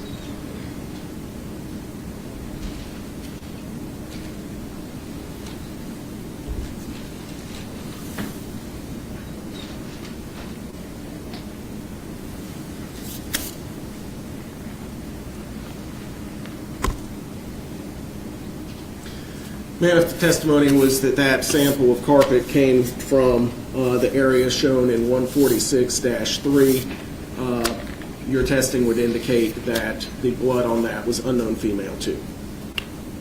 That is correct. At a later time, ma'am, where you submitted additional items for testing and comparison, specifically July the 11th of 2023.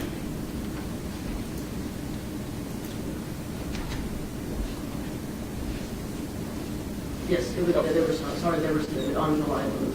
Okay. I'm handing you what's been marked for identification purposes as Exhibit 211, pages 1 to 3. Should you familiarize yourself with that?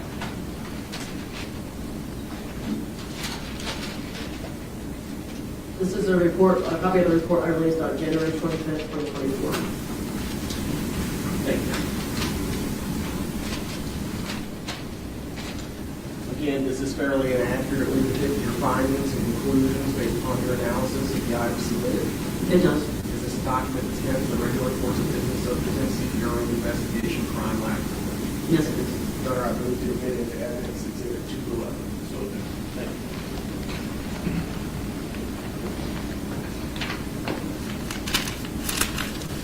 Ma'am, on this second batch of evidence, were you submitted additional known standards of any individuals?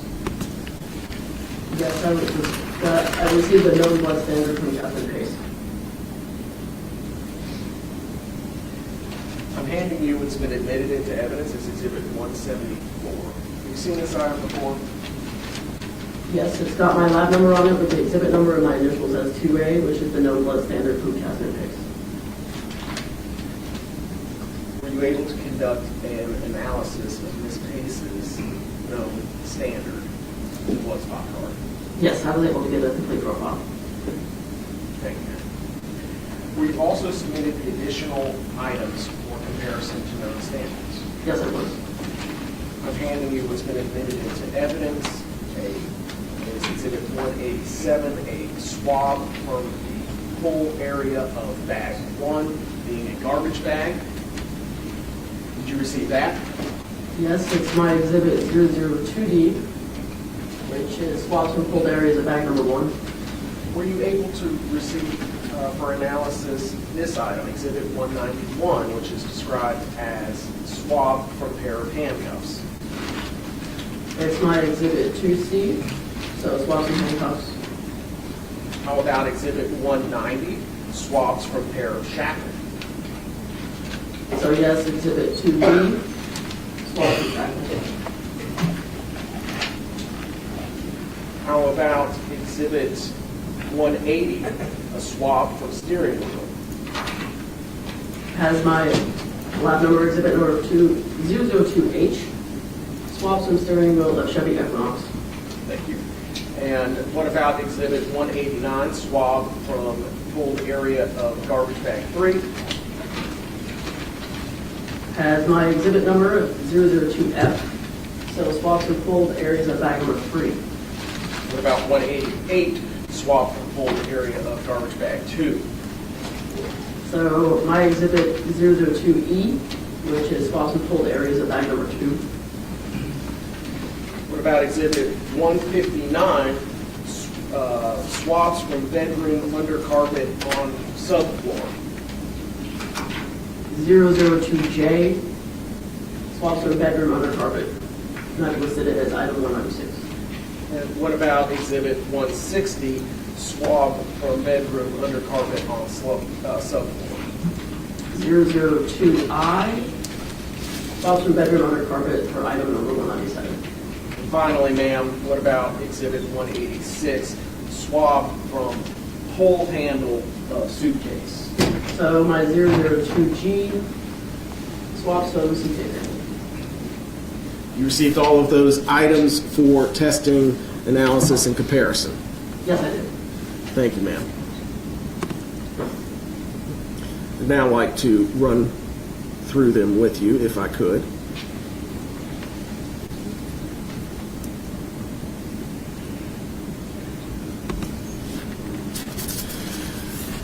Ma'am, you describe a complete DNA profile was obtained for comparison. Since you developed the profile from 002A, which was the blood spot card of Jasmine Pace, what did you do with it? I then used it to compare back to the 2 unknown profiles that I had from the previous report. How do you and then anything else that I obtained from this current. Okay. So how do you conduct a comparison between genetic, profiles that you have developed? So I have a developed profile of an unknown female from the first one that shows 24 different locations. And I've obtained a profile from this one that also shows 24 different locations. And so when I look at them together, they should match at every single spot.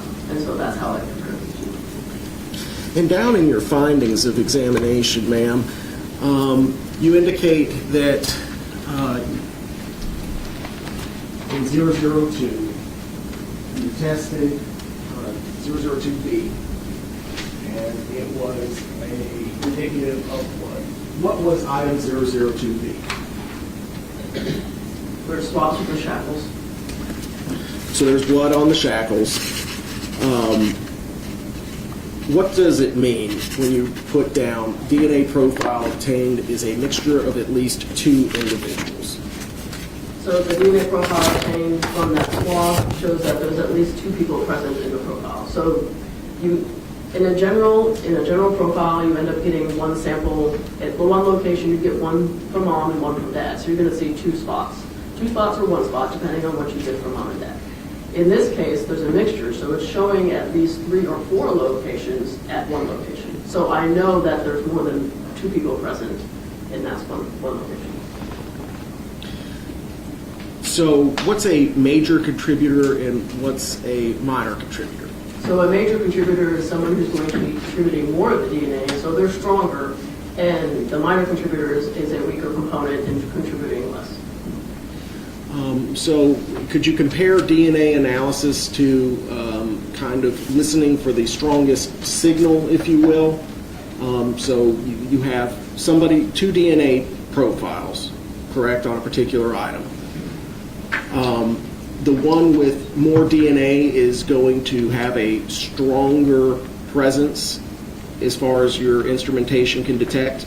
Yes, it's going to be showing a higher peak presence than it would be for the smaller one. And the higher peak presence kind of overpowers the smaller sample. Would that be fair?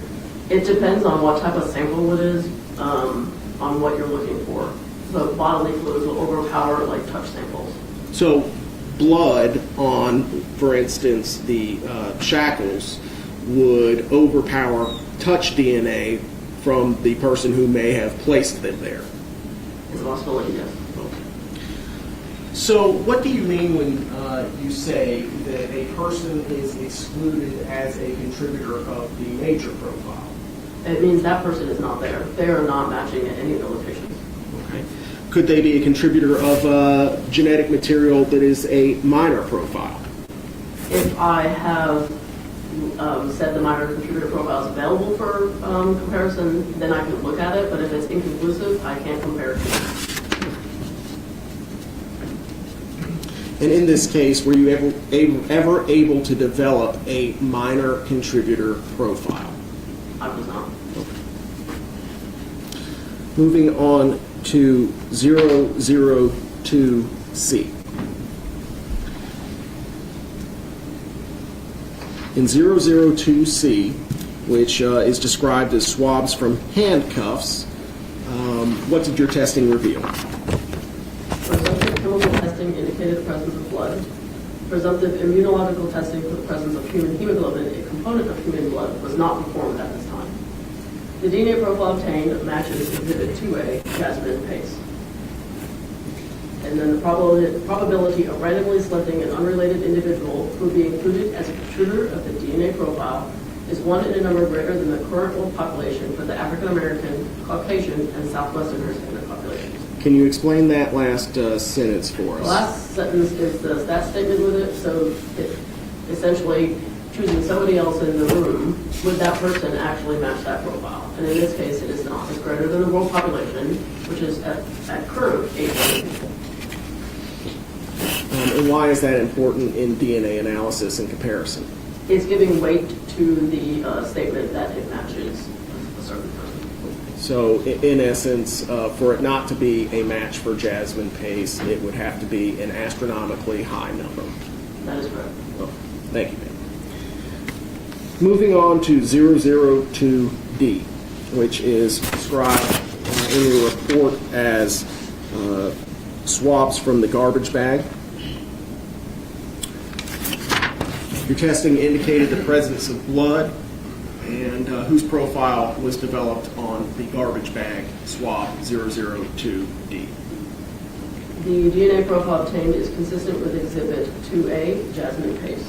Therefore, Exhibit 1T, Jason Chen, is excluded as a contributor to the profile.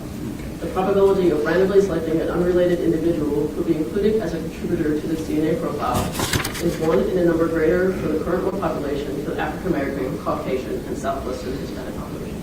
Saying that there's a high confidence level in Jasmine Pace's DNA being on the garbage bag that contained her. On those swabs, correct. Okay. Thank you, ma'am. Moving on to 002E, swab from hold area of bag 2. Did your testing again indicate the presence of blood? It presumptively indicated the presence of blood. And were you able to develop a DNA profile from the garbage bag number 2, the middle garbage bag? Yes, I was. And whose DNA is that? The DNA profile obtained is consistent with Exhibit 2A, Jasmine Pace, and therefore Exhibit 1T, Jason Chen, is excluded as a contributor to the profile. The probability of randomly selecting an unrelated individual who would be included as a contributor to the DNA profile is 1 in a number greater than the current world population for those 3 previous population groups. Okay, you're saying you're highly confident that Jasmine Pace's blood was on the garbage bag that contained her. That is correct. 002F, which is described as the swab from hold area of bag 3, the innermost bag. Ma'am, what did your testing indicate? Presumptive chemical testing indicated the presence of blood. Presumptive immunological testing indicated the presence of human hemoglobin, a component of human blood. The DNA profile obtained matches Exhibit 2A, Jasmine Pace. Therefore, Exhibit 1T, Jason Chen, is excluded as a contributor to the profile. The probability of randomly selecting an unrelated individual who would be included as a contributor to the DNA profile is 1 in a number greater than the current world population for those 3 populations. Again, high probability that Jasmine Pace's DNA was on the garbage bag which contained her. That's right. Moving on to 002G, which is the swab from suitcase handle. Could you please tell us what your findings were in conclusion as it related to your analysis of the swabs from this handle? So testing with real-time PCR was inconclusive for the presence of human DNA to the result not meeting the detection threshold. So in this instance, we're at the quantification stage and it's trying to let me know how much DNA is present. And it's saying that there's not enough to even say that there's human DNA present. It's inconclusive, so I didn't do any further testing. Bottom line, there's just not enough there for you to be able to conduct an analysis to a reasonable degree of scientific certainty. Correct. Not for lack of trying, though. Yeah, I extracted it. Thank you. How about 002H, swab from steering wheel? The DNA profile obtained is consistent with a mixture from at least 2 individuals. Due to the limited profile obtained, this profile is inconclusive for comparison purposes. So I was able to obtain a profile on this that is a mixture, but because it was so limited and a mixture, I wasn't able to actually take anybody out of there to say who was present. So you couldn't parse out the 2 DNA samples that were contained on the steering wheel swab? That's correct. There's just too much interference from both of the profiles? That or not enough DNA present to see, and it's both in one. Okay, thank you. Is that common to happen with touch DNA, ma'am? It's not unheard of. Thank you. And finally, ma'am, there's 3 items, 002I, J, and 003A. And 002I are swabs from under carpet, which is item 197, so it's CPD item 197. 002J, again, are swabs from under the carpet, and a backer board, cement backer board. Were you submitted those items for testing? Yes, I was. Did you perform an analysis on it? I did not. Why did you not perform an analysis on those 3 items? So I had already worked the 2 carpet samples from the bedroom. And we'll get to that in just a moment. Oh. But you worked the analysis from the 2 carpet samples that we have right here. Okay. I'm sorry. Continue without saying what the results were. And then therefore I made a connection there, but I didn't need to, so therefore I didn't need to go ahead and work more evidence from that same area. Now let's talk about these 2 carpet samples. Okay. Going to the first page of your report.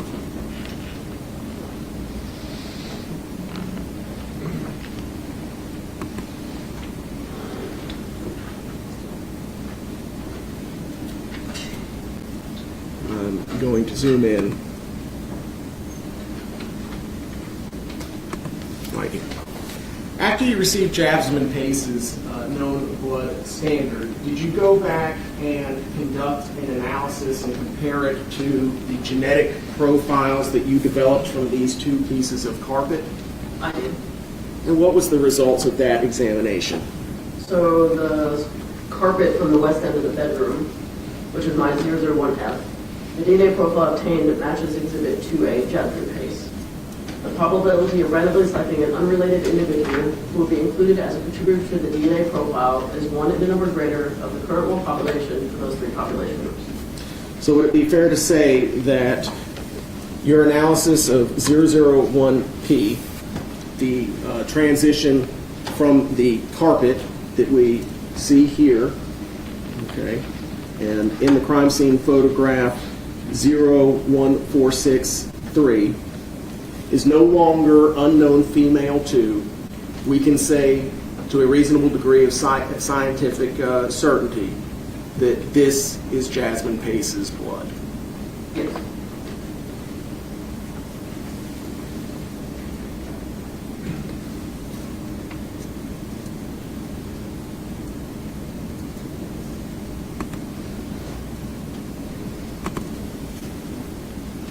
Turning now to the other sample of carpet, Exhibit 142, carpet from west of bed and bedroom.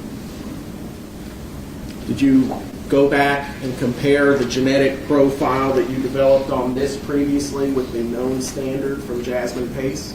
I did, but I have to clarify something. I just read 001F the previous time. Oh, okay, I'm sorry. So 142. I read just now. Okay, when you read just now. It's Jasmine Pace's DNA? Yes, it is. And what about on the transition piece? The transition piece, the DNA profile obtained matches Exhibit 2A, Jasmine Pace. So, I'm sorry. The probability of randomly selecting an unrelated individual to be included as a contributor of the DNA profile is 1 in a number greater than the current world population for those 3 population groups. So there's a high degree of certainty that that's Jasmine Pace's blood? Correct. On both samples? That is correct.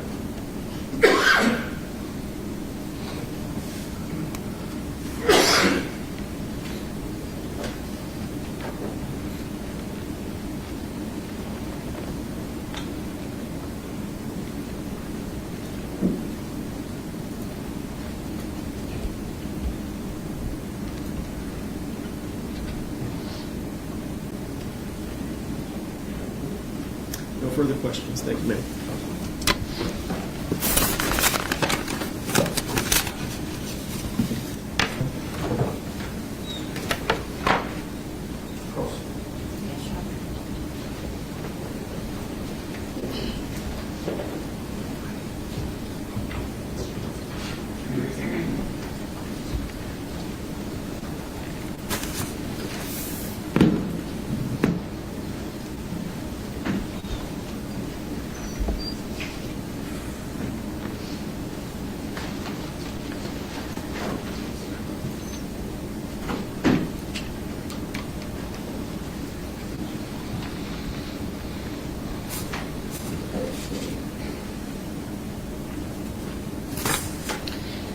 Good afternoon, Special Agent Lou. My name is Amanda Morrison. One of the things that I wanted to go through with you is the policy related to the tetanus. Could you tell the jury about that? The policy around the testing? Yes. It's to, for homicide testing, it's up to 10 probative items to be able to work to make a connection. Okay, and so is that an actual policy within your manual at the TC Bureau of Investigations? It may be a memo that is in policy. Is there a way around that policy? If you have that, if there's a reason, you gotta have a good reason on why things want to be worth more than that. Okay, and how, if there is a reason, could the policy be changed a little, if more than 10 items to be tested? Yes. Has that happened? In other cases, yes. Was there a request for additional items to be tested in this case? I don't believe so, no. Going through your Honor, may I have the long hand here?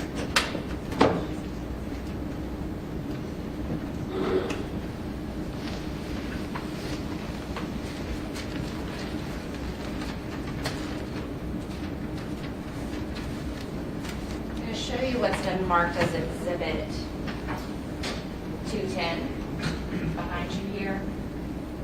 Is it fair to say that the number of items that were submitted to you, I'm sorry, this is not very bright, let me brighten it up here. Try. The lamp on? That would help. Thank you. Does that make it easier to see behind you? No. Okay. How many items were submitted to you in that? 7?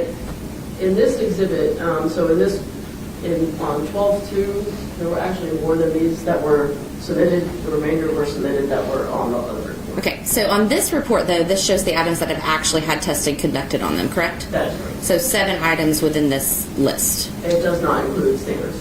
Okay, and so the standards would include Travis Pace, Katrina Pace, and Jason Chen. Correct, so it doesn't include those 3. Okay, and then you issued this first report that was shown by General Moyle, marked as Exhibit 209.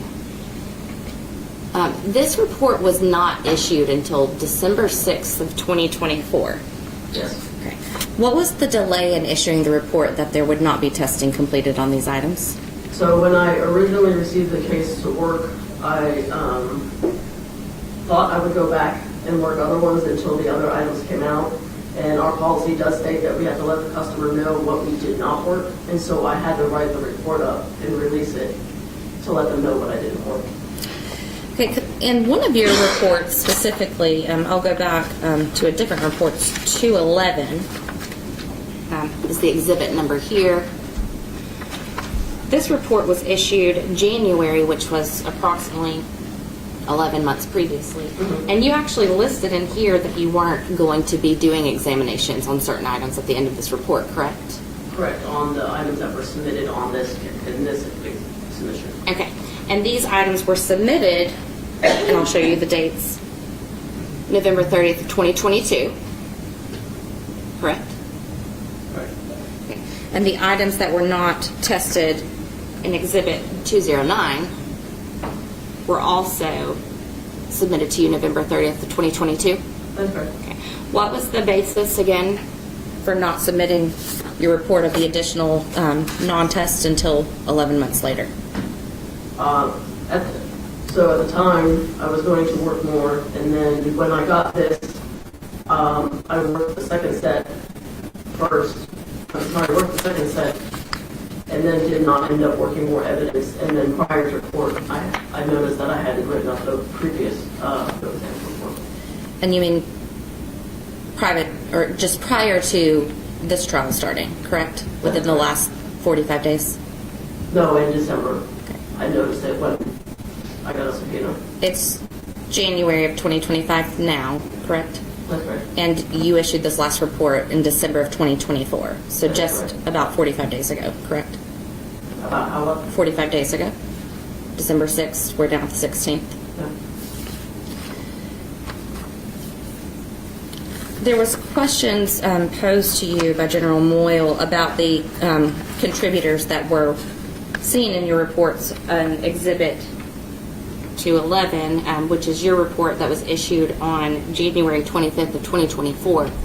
The major contributors is listed as Jasmine Pace, correct? And I'll break this down. 00001F, that was specific to Jasmine Pace's DNA profile that you received, correct? The 001F is from the carpet. Okay. And so I was comparing it back. And so you went back and you were able to see, was she the contributor for the carpet? She was the only contributor for the carpet, yes. And you're talking about the 2 small pieces that were submitted by CPD, which are Exhibits 142 as well as Exhibit 141, correct? Correct. Now there was a second walkthrough by CPD in January of 2023 where they recovered this large piece of carpet. You received swabs of that carpet, correct? I received swabs from a carpet. I didn't know it was that carpet. Did you have conversations with Investigator Crawford about a significance of having the second set of carpet tested? I did not.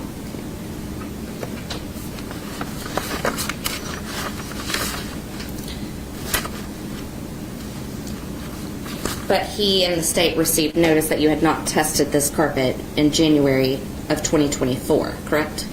For that one, correct. And that's Exhibit 211, right? And you swabs the swabs from under the carpet, which is item 197, is Exhibit 0002I, and 0002J is for the bedroom under the carpet, the swab from the bedroom under the carpet, correct? That's correct. And if we go to page 3 of your report, that's where it shows 002I and 002J, no examinations were performed.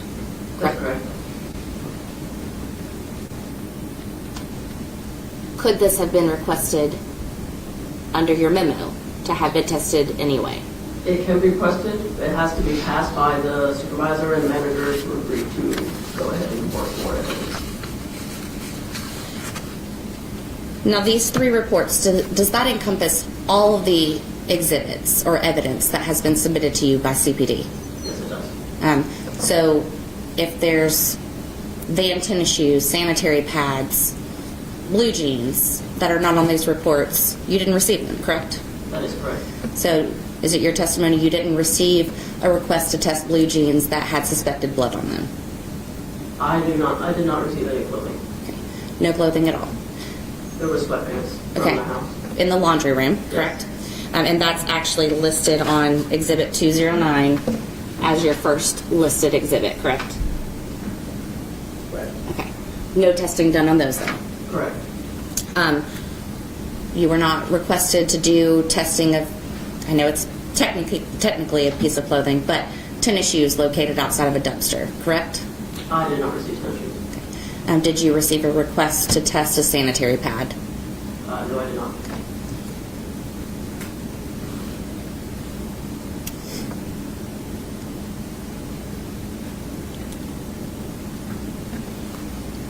In the items that you have on your reports,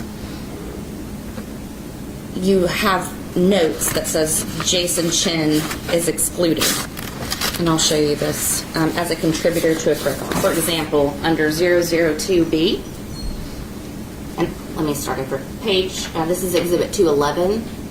This is your report that's issued January 25th, 2024. And I'm on page 2 of 3 of that report. Halfway down the page, we'll start at the quarter, 002B, there's a paragraph that says Jason Chen is excluded as a contributor to the major profile. What does that mean? It means that his DNA profile does not match who the major contributor is in that mixture. And you had a contribution from him through the buccal swabs, correct? Correct. Was he a major contributor in any of the testing that you've done? That was the only one I think I got a mixture on that I was able to say anything about, so no, he was not.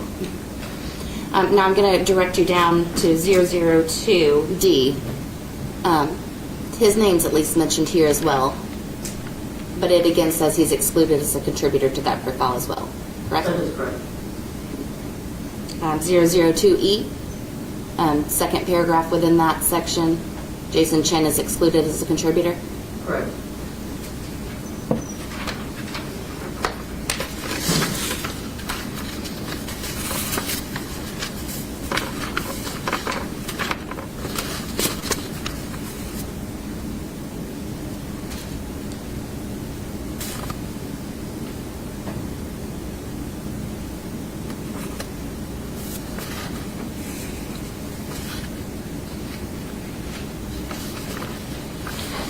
Ms. Lowe, I believe that's all the questions I have for you. Thank you.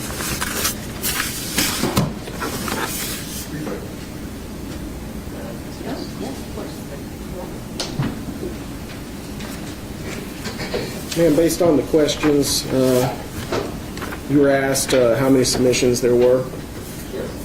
And I think counsel said all these items were submitted on November the 30th, 2022. Do you recall questioning to that? Yes. In an assertion of fact that everything was submitted on November the 30th of 2022? There was a batch on November 30th, there was a second batch. Oh. So in fact, there were multiple requests to test items submitted. Is that correct? That is correct. It wasn't just one request, was it? No, there were two. The Chattanooga Police Department sent 2 batches of evidence for analysis, They did. of which only some of the items on these 2 reports were tested That is correct. within the 10-item limit. Correct. In fact, ma'am, more items for comparison were not tested despite being submitted. That's correct. You would agree that every piece of evidence has potential DNA evidence on it, correct? And has some form of DNA evidence on it. Sure. Do you see this giant pile of brown paper bags here? What if every single item was submitted to DPI Crime Lab on every single case? I may still be working it. Would you ever be able to complete anything? It would be very limited resources to complete everything. The decision to conduct further testing of swabs that came from under this sample of carpet, was that in no small part based on the fact that Miss Jasmine Pace's blood was found mere inches from a very large, and I know you haven't had the opportunity to see this, Special Agent, so I'll help you out. Assuming these 2 pieces of carpet are connected to each other, does it not stand to reason that the swabs that came from under this very large stain adjacent to the piece of carpet that you matched the genetic profile to Miss Jasmine Pace, that they're one and the same? If it's from the same one, I can't tell you what DNA was left behind in that one spot because it's not the spot I tested. Sure. But does it stand to reason that it's likely the It's a same? possibility. Nothing further. Very briefly. Just to clarify, you received a swab of this carpet and the padding, but you were not able to conduct testing, or you did not conduct testing, correct? I received swabs from the floor, I think, from under the carpet. Okay. So I did not test those swabs. Okay, and you have not been submitted any piece of this carpet, correct? No, I did not. So you can't say that those swabs would have given DNA for Jasmine Pace, correct?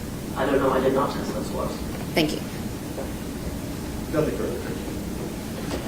Jury, do you have any questions for Agent Lowe?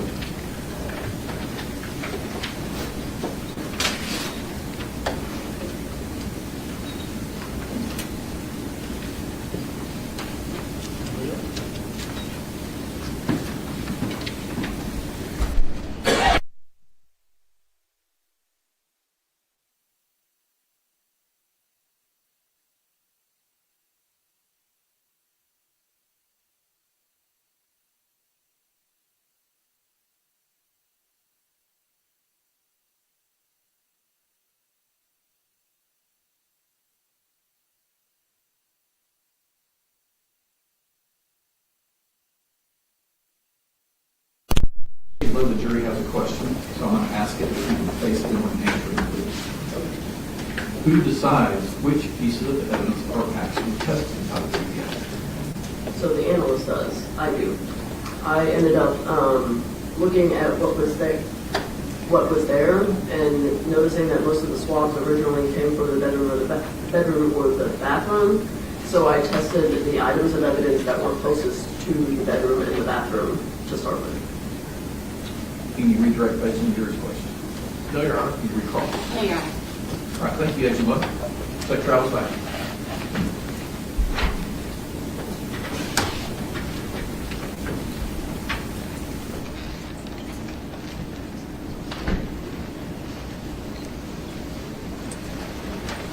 Ladies and gentlemen, that concludes the testimony you're going to hear today. talked briefly about this earlier. I'm going to ask you tomorrow morning. I did get your note about not working on Sunday. We're definitely going to work Saturday. Monday is a federal holiday. If any one of you wants to take it off and not work on MLK Day, I understand.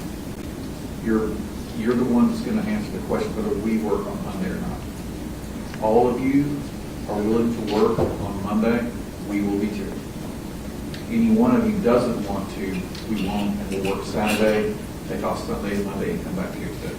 Just talk about it amongst yourselves, and I'll ask you tomorrow morning.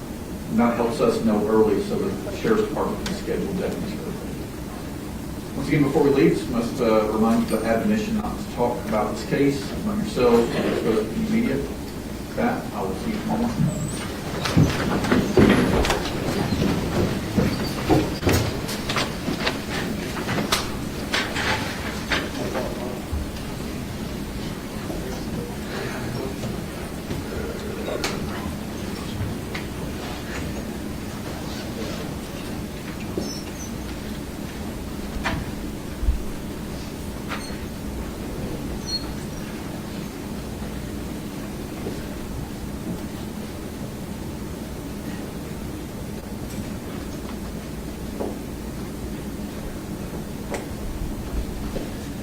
Tomorrow, please do. Tomorrow is arraignment day. We have a lot on. We'll start the jury trial at 10 tomorrow. We can get stuff done from a regular docket as we can. As you know, there's a lot happening on arraignment day. But we will stop at 10 for this jury trial. Y'all further juries preferences to work on Saturday and take off Sunday. Is there anything about Monday that would conflict with anything that the state or the defense wants? Okay. So I'll just keep in communication on this, and we'll proceed tomorrow at 10. I'm just trying to prepare. If the state's going to close, I don't want to have, if we're going to put out witnesses out of ready. So sorry, what? I'm just trying to prepare for tomorrow. So if the state intends to close tomorrow, I don't want there to be, I'm going to attempt to not be a large gap of time between the state closes and when state or defense group opens. The indication I got is they are likely going to close tomorrow, whether that's morning or afternoon, I don't know. Just get with them and we'll take up the motions we need to take up after they close. And if you want to put on any proof at that time, we can get into it tomorrow too. Sure. All right, thank you.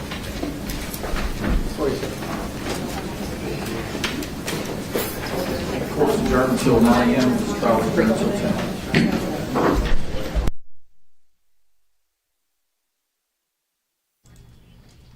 Okay, so court has just wrapped up after a very long day of testimony, first from the Hamilton County Medical Examiner and then from a TBI analyst, who was the very last witness of the day, but she may have given us the most to talk about this afternoon. And that's because at issue is we finally got some answers about all of this TBI evidence and what was tested and what was not tested in the murder trial of Jasmine Pace. So let's back up just a little bit and look at some of the samples that they were sent for testing. You can see here, this is the Hamilton County Medical Examiner. It was part of his testimony today, and he pulled out the carpet that we know has bloodstains on it, as well as some of the shackles that were found on Jasmine Pace's body as well. He was using this moment to show the jury where the autopsy results support that Jasmine Pace's body may have laid on top of this carpet. Now, I do see that Attorney Bill Speak is joining us now. Bill, thanks so much. I know it's later in the afternoon than we usually wrap up, so we appreciate your time. Absolutely. I want to get right to this TBI agent, Bill, who we just heard testify.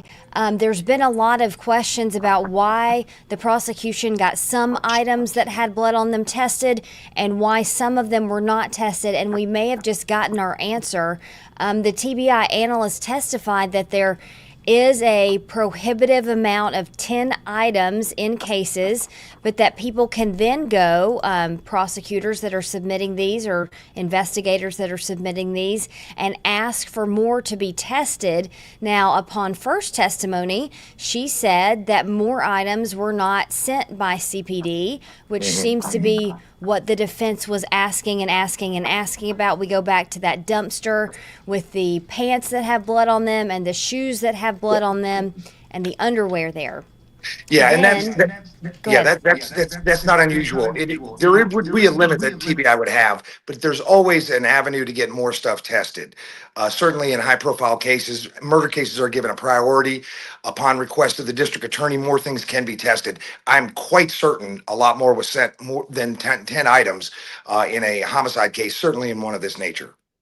Right, and that's what, upon redirect, when the homicide prosecutor got back up, he asked her more specifically, we sent 2 batches of items, correct? She said yes. Did you test all of those items? And she said no. So she said that more items were sent to the TBI and some of those items were not tested. I'm having my producer, as we speak, transcribe some of her testimony specifically. It looks like he's just done in our document here about why she said she did not test them. And I want to read this specifically. She said, and this is TBI agent Kim Lowe, quote, I ended up looking at what was there and noticing that most of the swabs originally came from the bedroom or the bathroom. Now there she's talking about Jason Chen's North Shore apartment. Sure. So I tested the items that were closest to the bedroom and the bathroom to start with. And then she says, I did not test those swabs, talking about some of the carpet in the other parts of the apartment. Your take on that, Bill? Well, I mean, you might have 10 samples out of a particular bedroom, different items that are being tested. I don't agree with the TBI's policy that they don't test what is being sent. Prosecutors are not sending them things to test that they don't deem important. TBI should test whatever is being sent. It's a matter of resources. So they're making a decision that they're going to limit it. They might test a few things in the bedroom and find the rest to be somewhat duplicative. But that the district attorney is requesting all of these to be sent, certainly, and you would expect they would be. There is a policy and there is a budget that does come into play, and so decisions are made, and that's going to be exploited somewhat by the defense, talking about incomplete testing. But that'll all play out later in arguments. But what does that mean for the integrity of the case? If they show that Jasmine Pace's blood was on several parts of the apartment, but yet we have some samples in the same apartment that weren't tested, what doubt could that bring to the integrity of the case? I don't think it would bring significant doubt, because I think it would be a pretty reasonable assumption that we tested several items. These are all out of the same area. They all tested positive for blood. The DNA did match a particular person.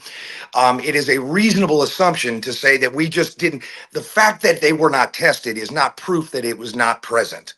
That's an argument a defense attorney might make, is that it was an incomplete investigation. They didn't test all the stuff. But a reasonable assumption would be that they didn't test it because it was duplicative, and it could be reasonably inferred that there would be, the results would be similar to other items tested in the exact same area. So it's not a burden that can't be overcome. It's something that if there was a better budget and everything could be tested, this wouldn't be even an issue brought up.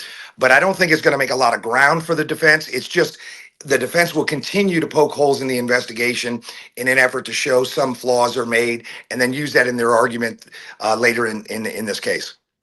And I guess it does beg the question, whose decision is that? If the prosecution does send, let's say, 10 items, is it an analyst's job to decide these items should be tested and these items shouldn't? Or are they obligated to test the ones that they are sent within at least that prohibitive amount of 10?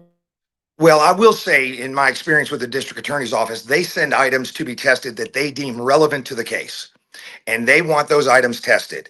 There is a policy that the TBI has, just because of the sheer volume of work and the limited amount of resources they have, where they are exercising some discretion. And it ends up becoming problematic in the discussion we're having right now. I've had drug cases where they've tested 3 types of drugs, but not 2 other kinds of drugs that were being sent, because they thought, whatever the reason might be.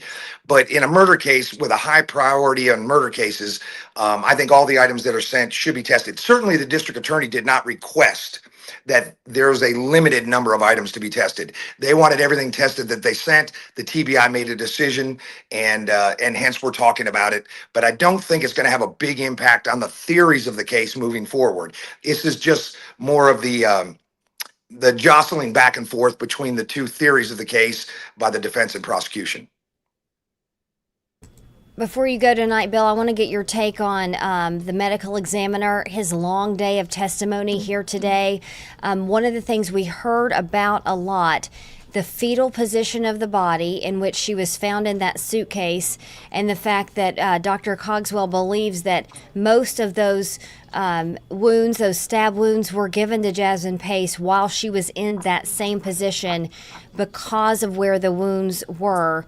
And then at the end, the defense bringing up and asking, does this show a lot of emotion to have a large amount of wounds within that one area? What's your take on how some of that played out today? Well, you could see a little bit from the prosecution side that they're trying to establish the fact that she was in a fetal position, maybe perhaps was even bound at the time. That would be an inference in an argument later on to talk about the premeditated. She was bound and then the stab wounds took place. So that's kind of playing into their theory. The defense on the other side, talking about the number of stab wounds, is talking about an emotional response. The mens rea, again, as we've said for several days, is going to be the key point. The defense is going to be pushing more of an emotional reaction, less of a methodical, premeditated act by the defendant. So we're seeing both sides kind of elaborate on their theories and finding different bits of testimony that they can use later in argument as persuasion with the jury. All right, so much to hear tomorrow. We know the prosecution will probably wrap up tomorrow, and then at the defense, it'll be their turn. Do you still feel like Jason Chen will probably take the stand?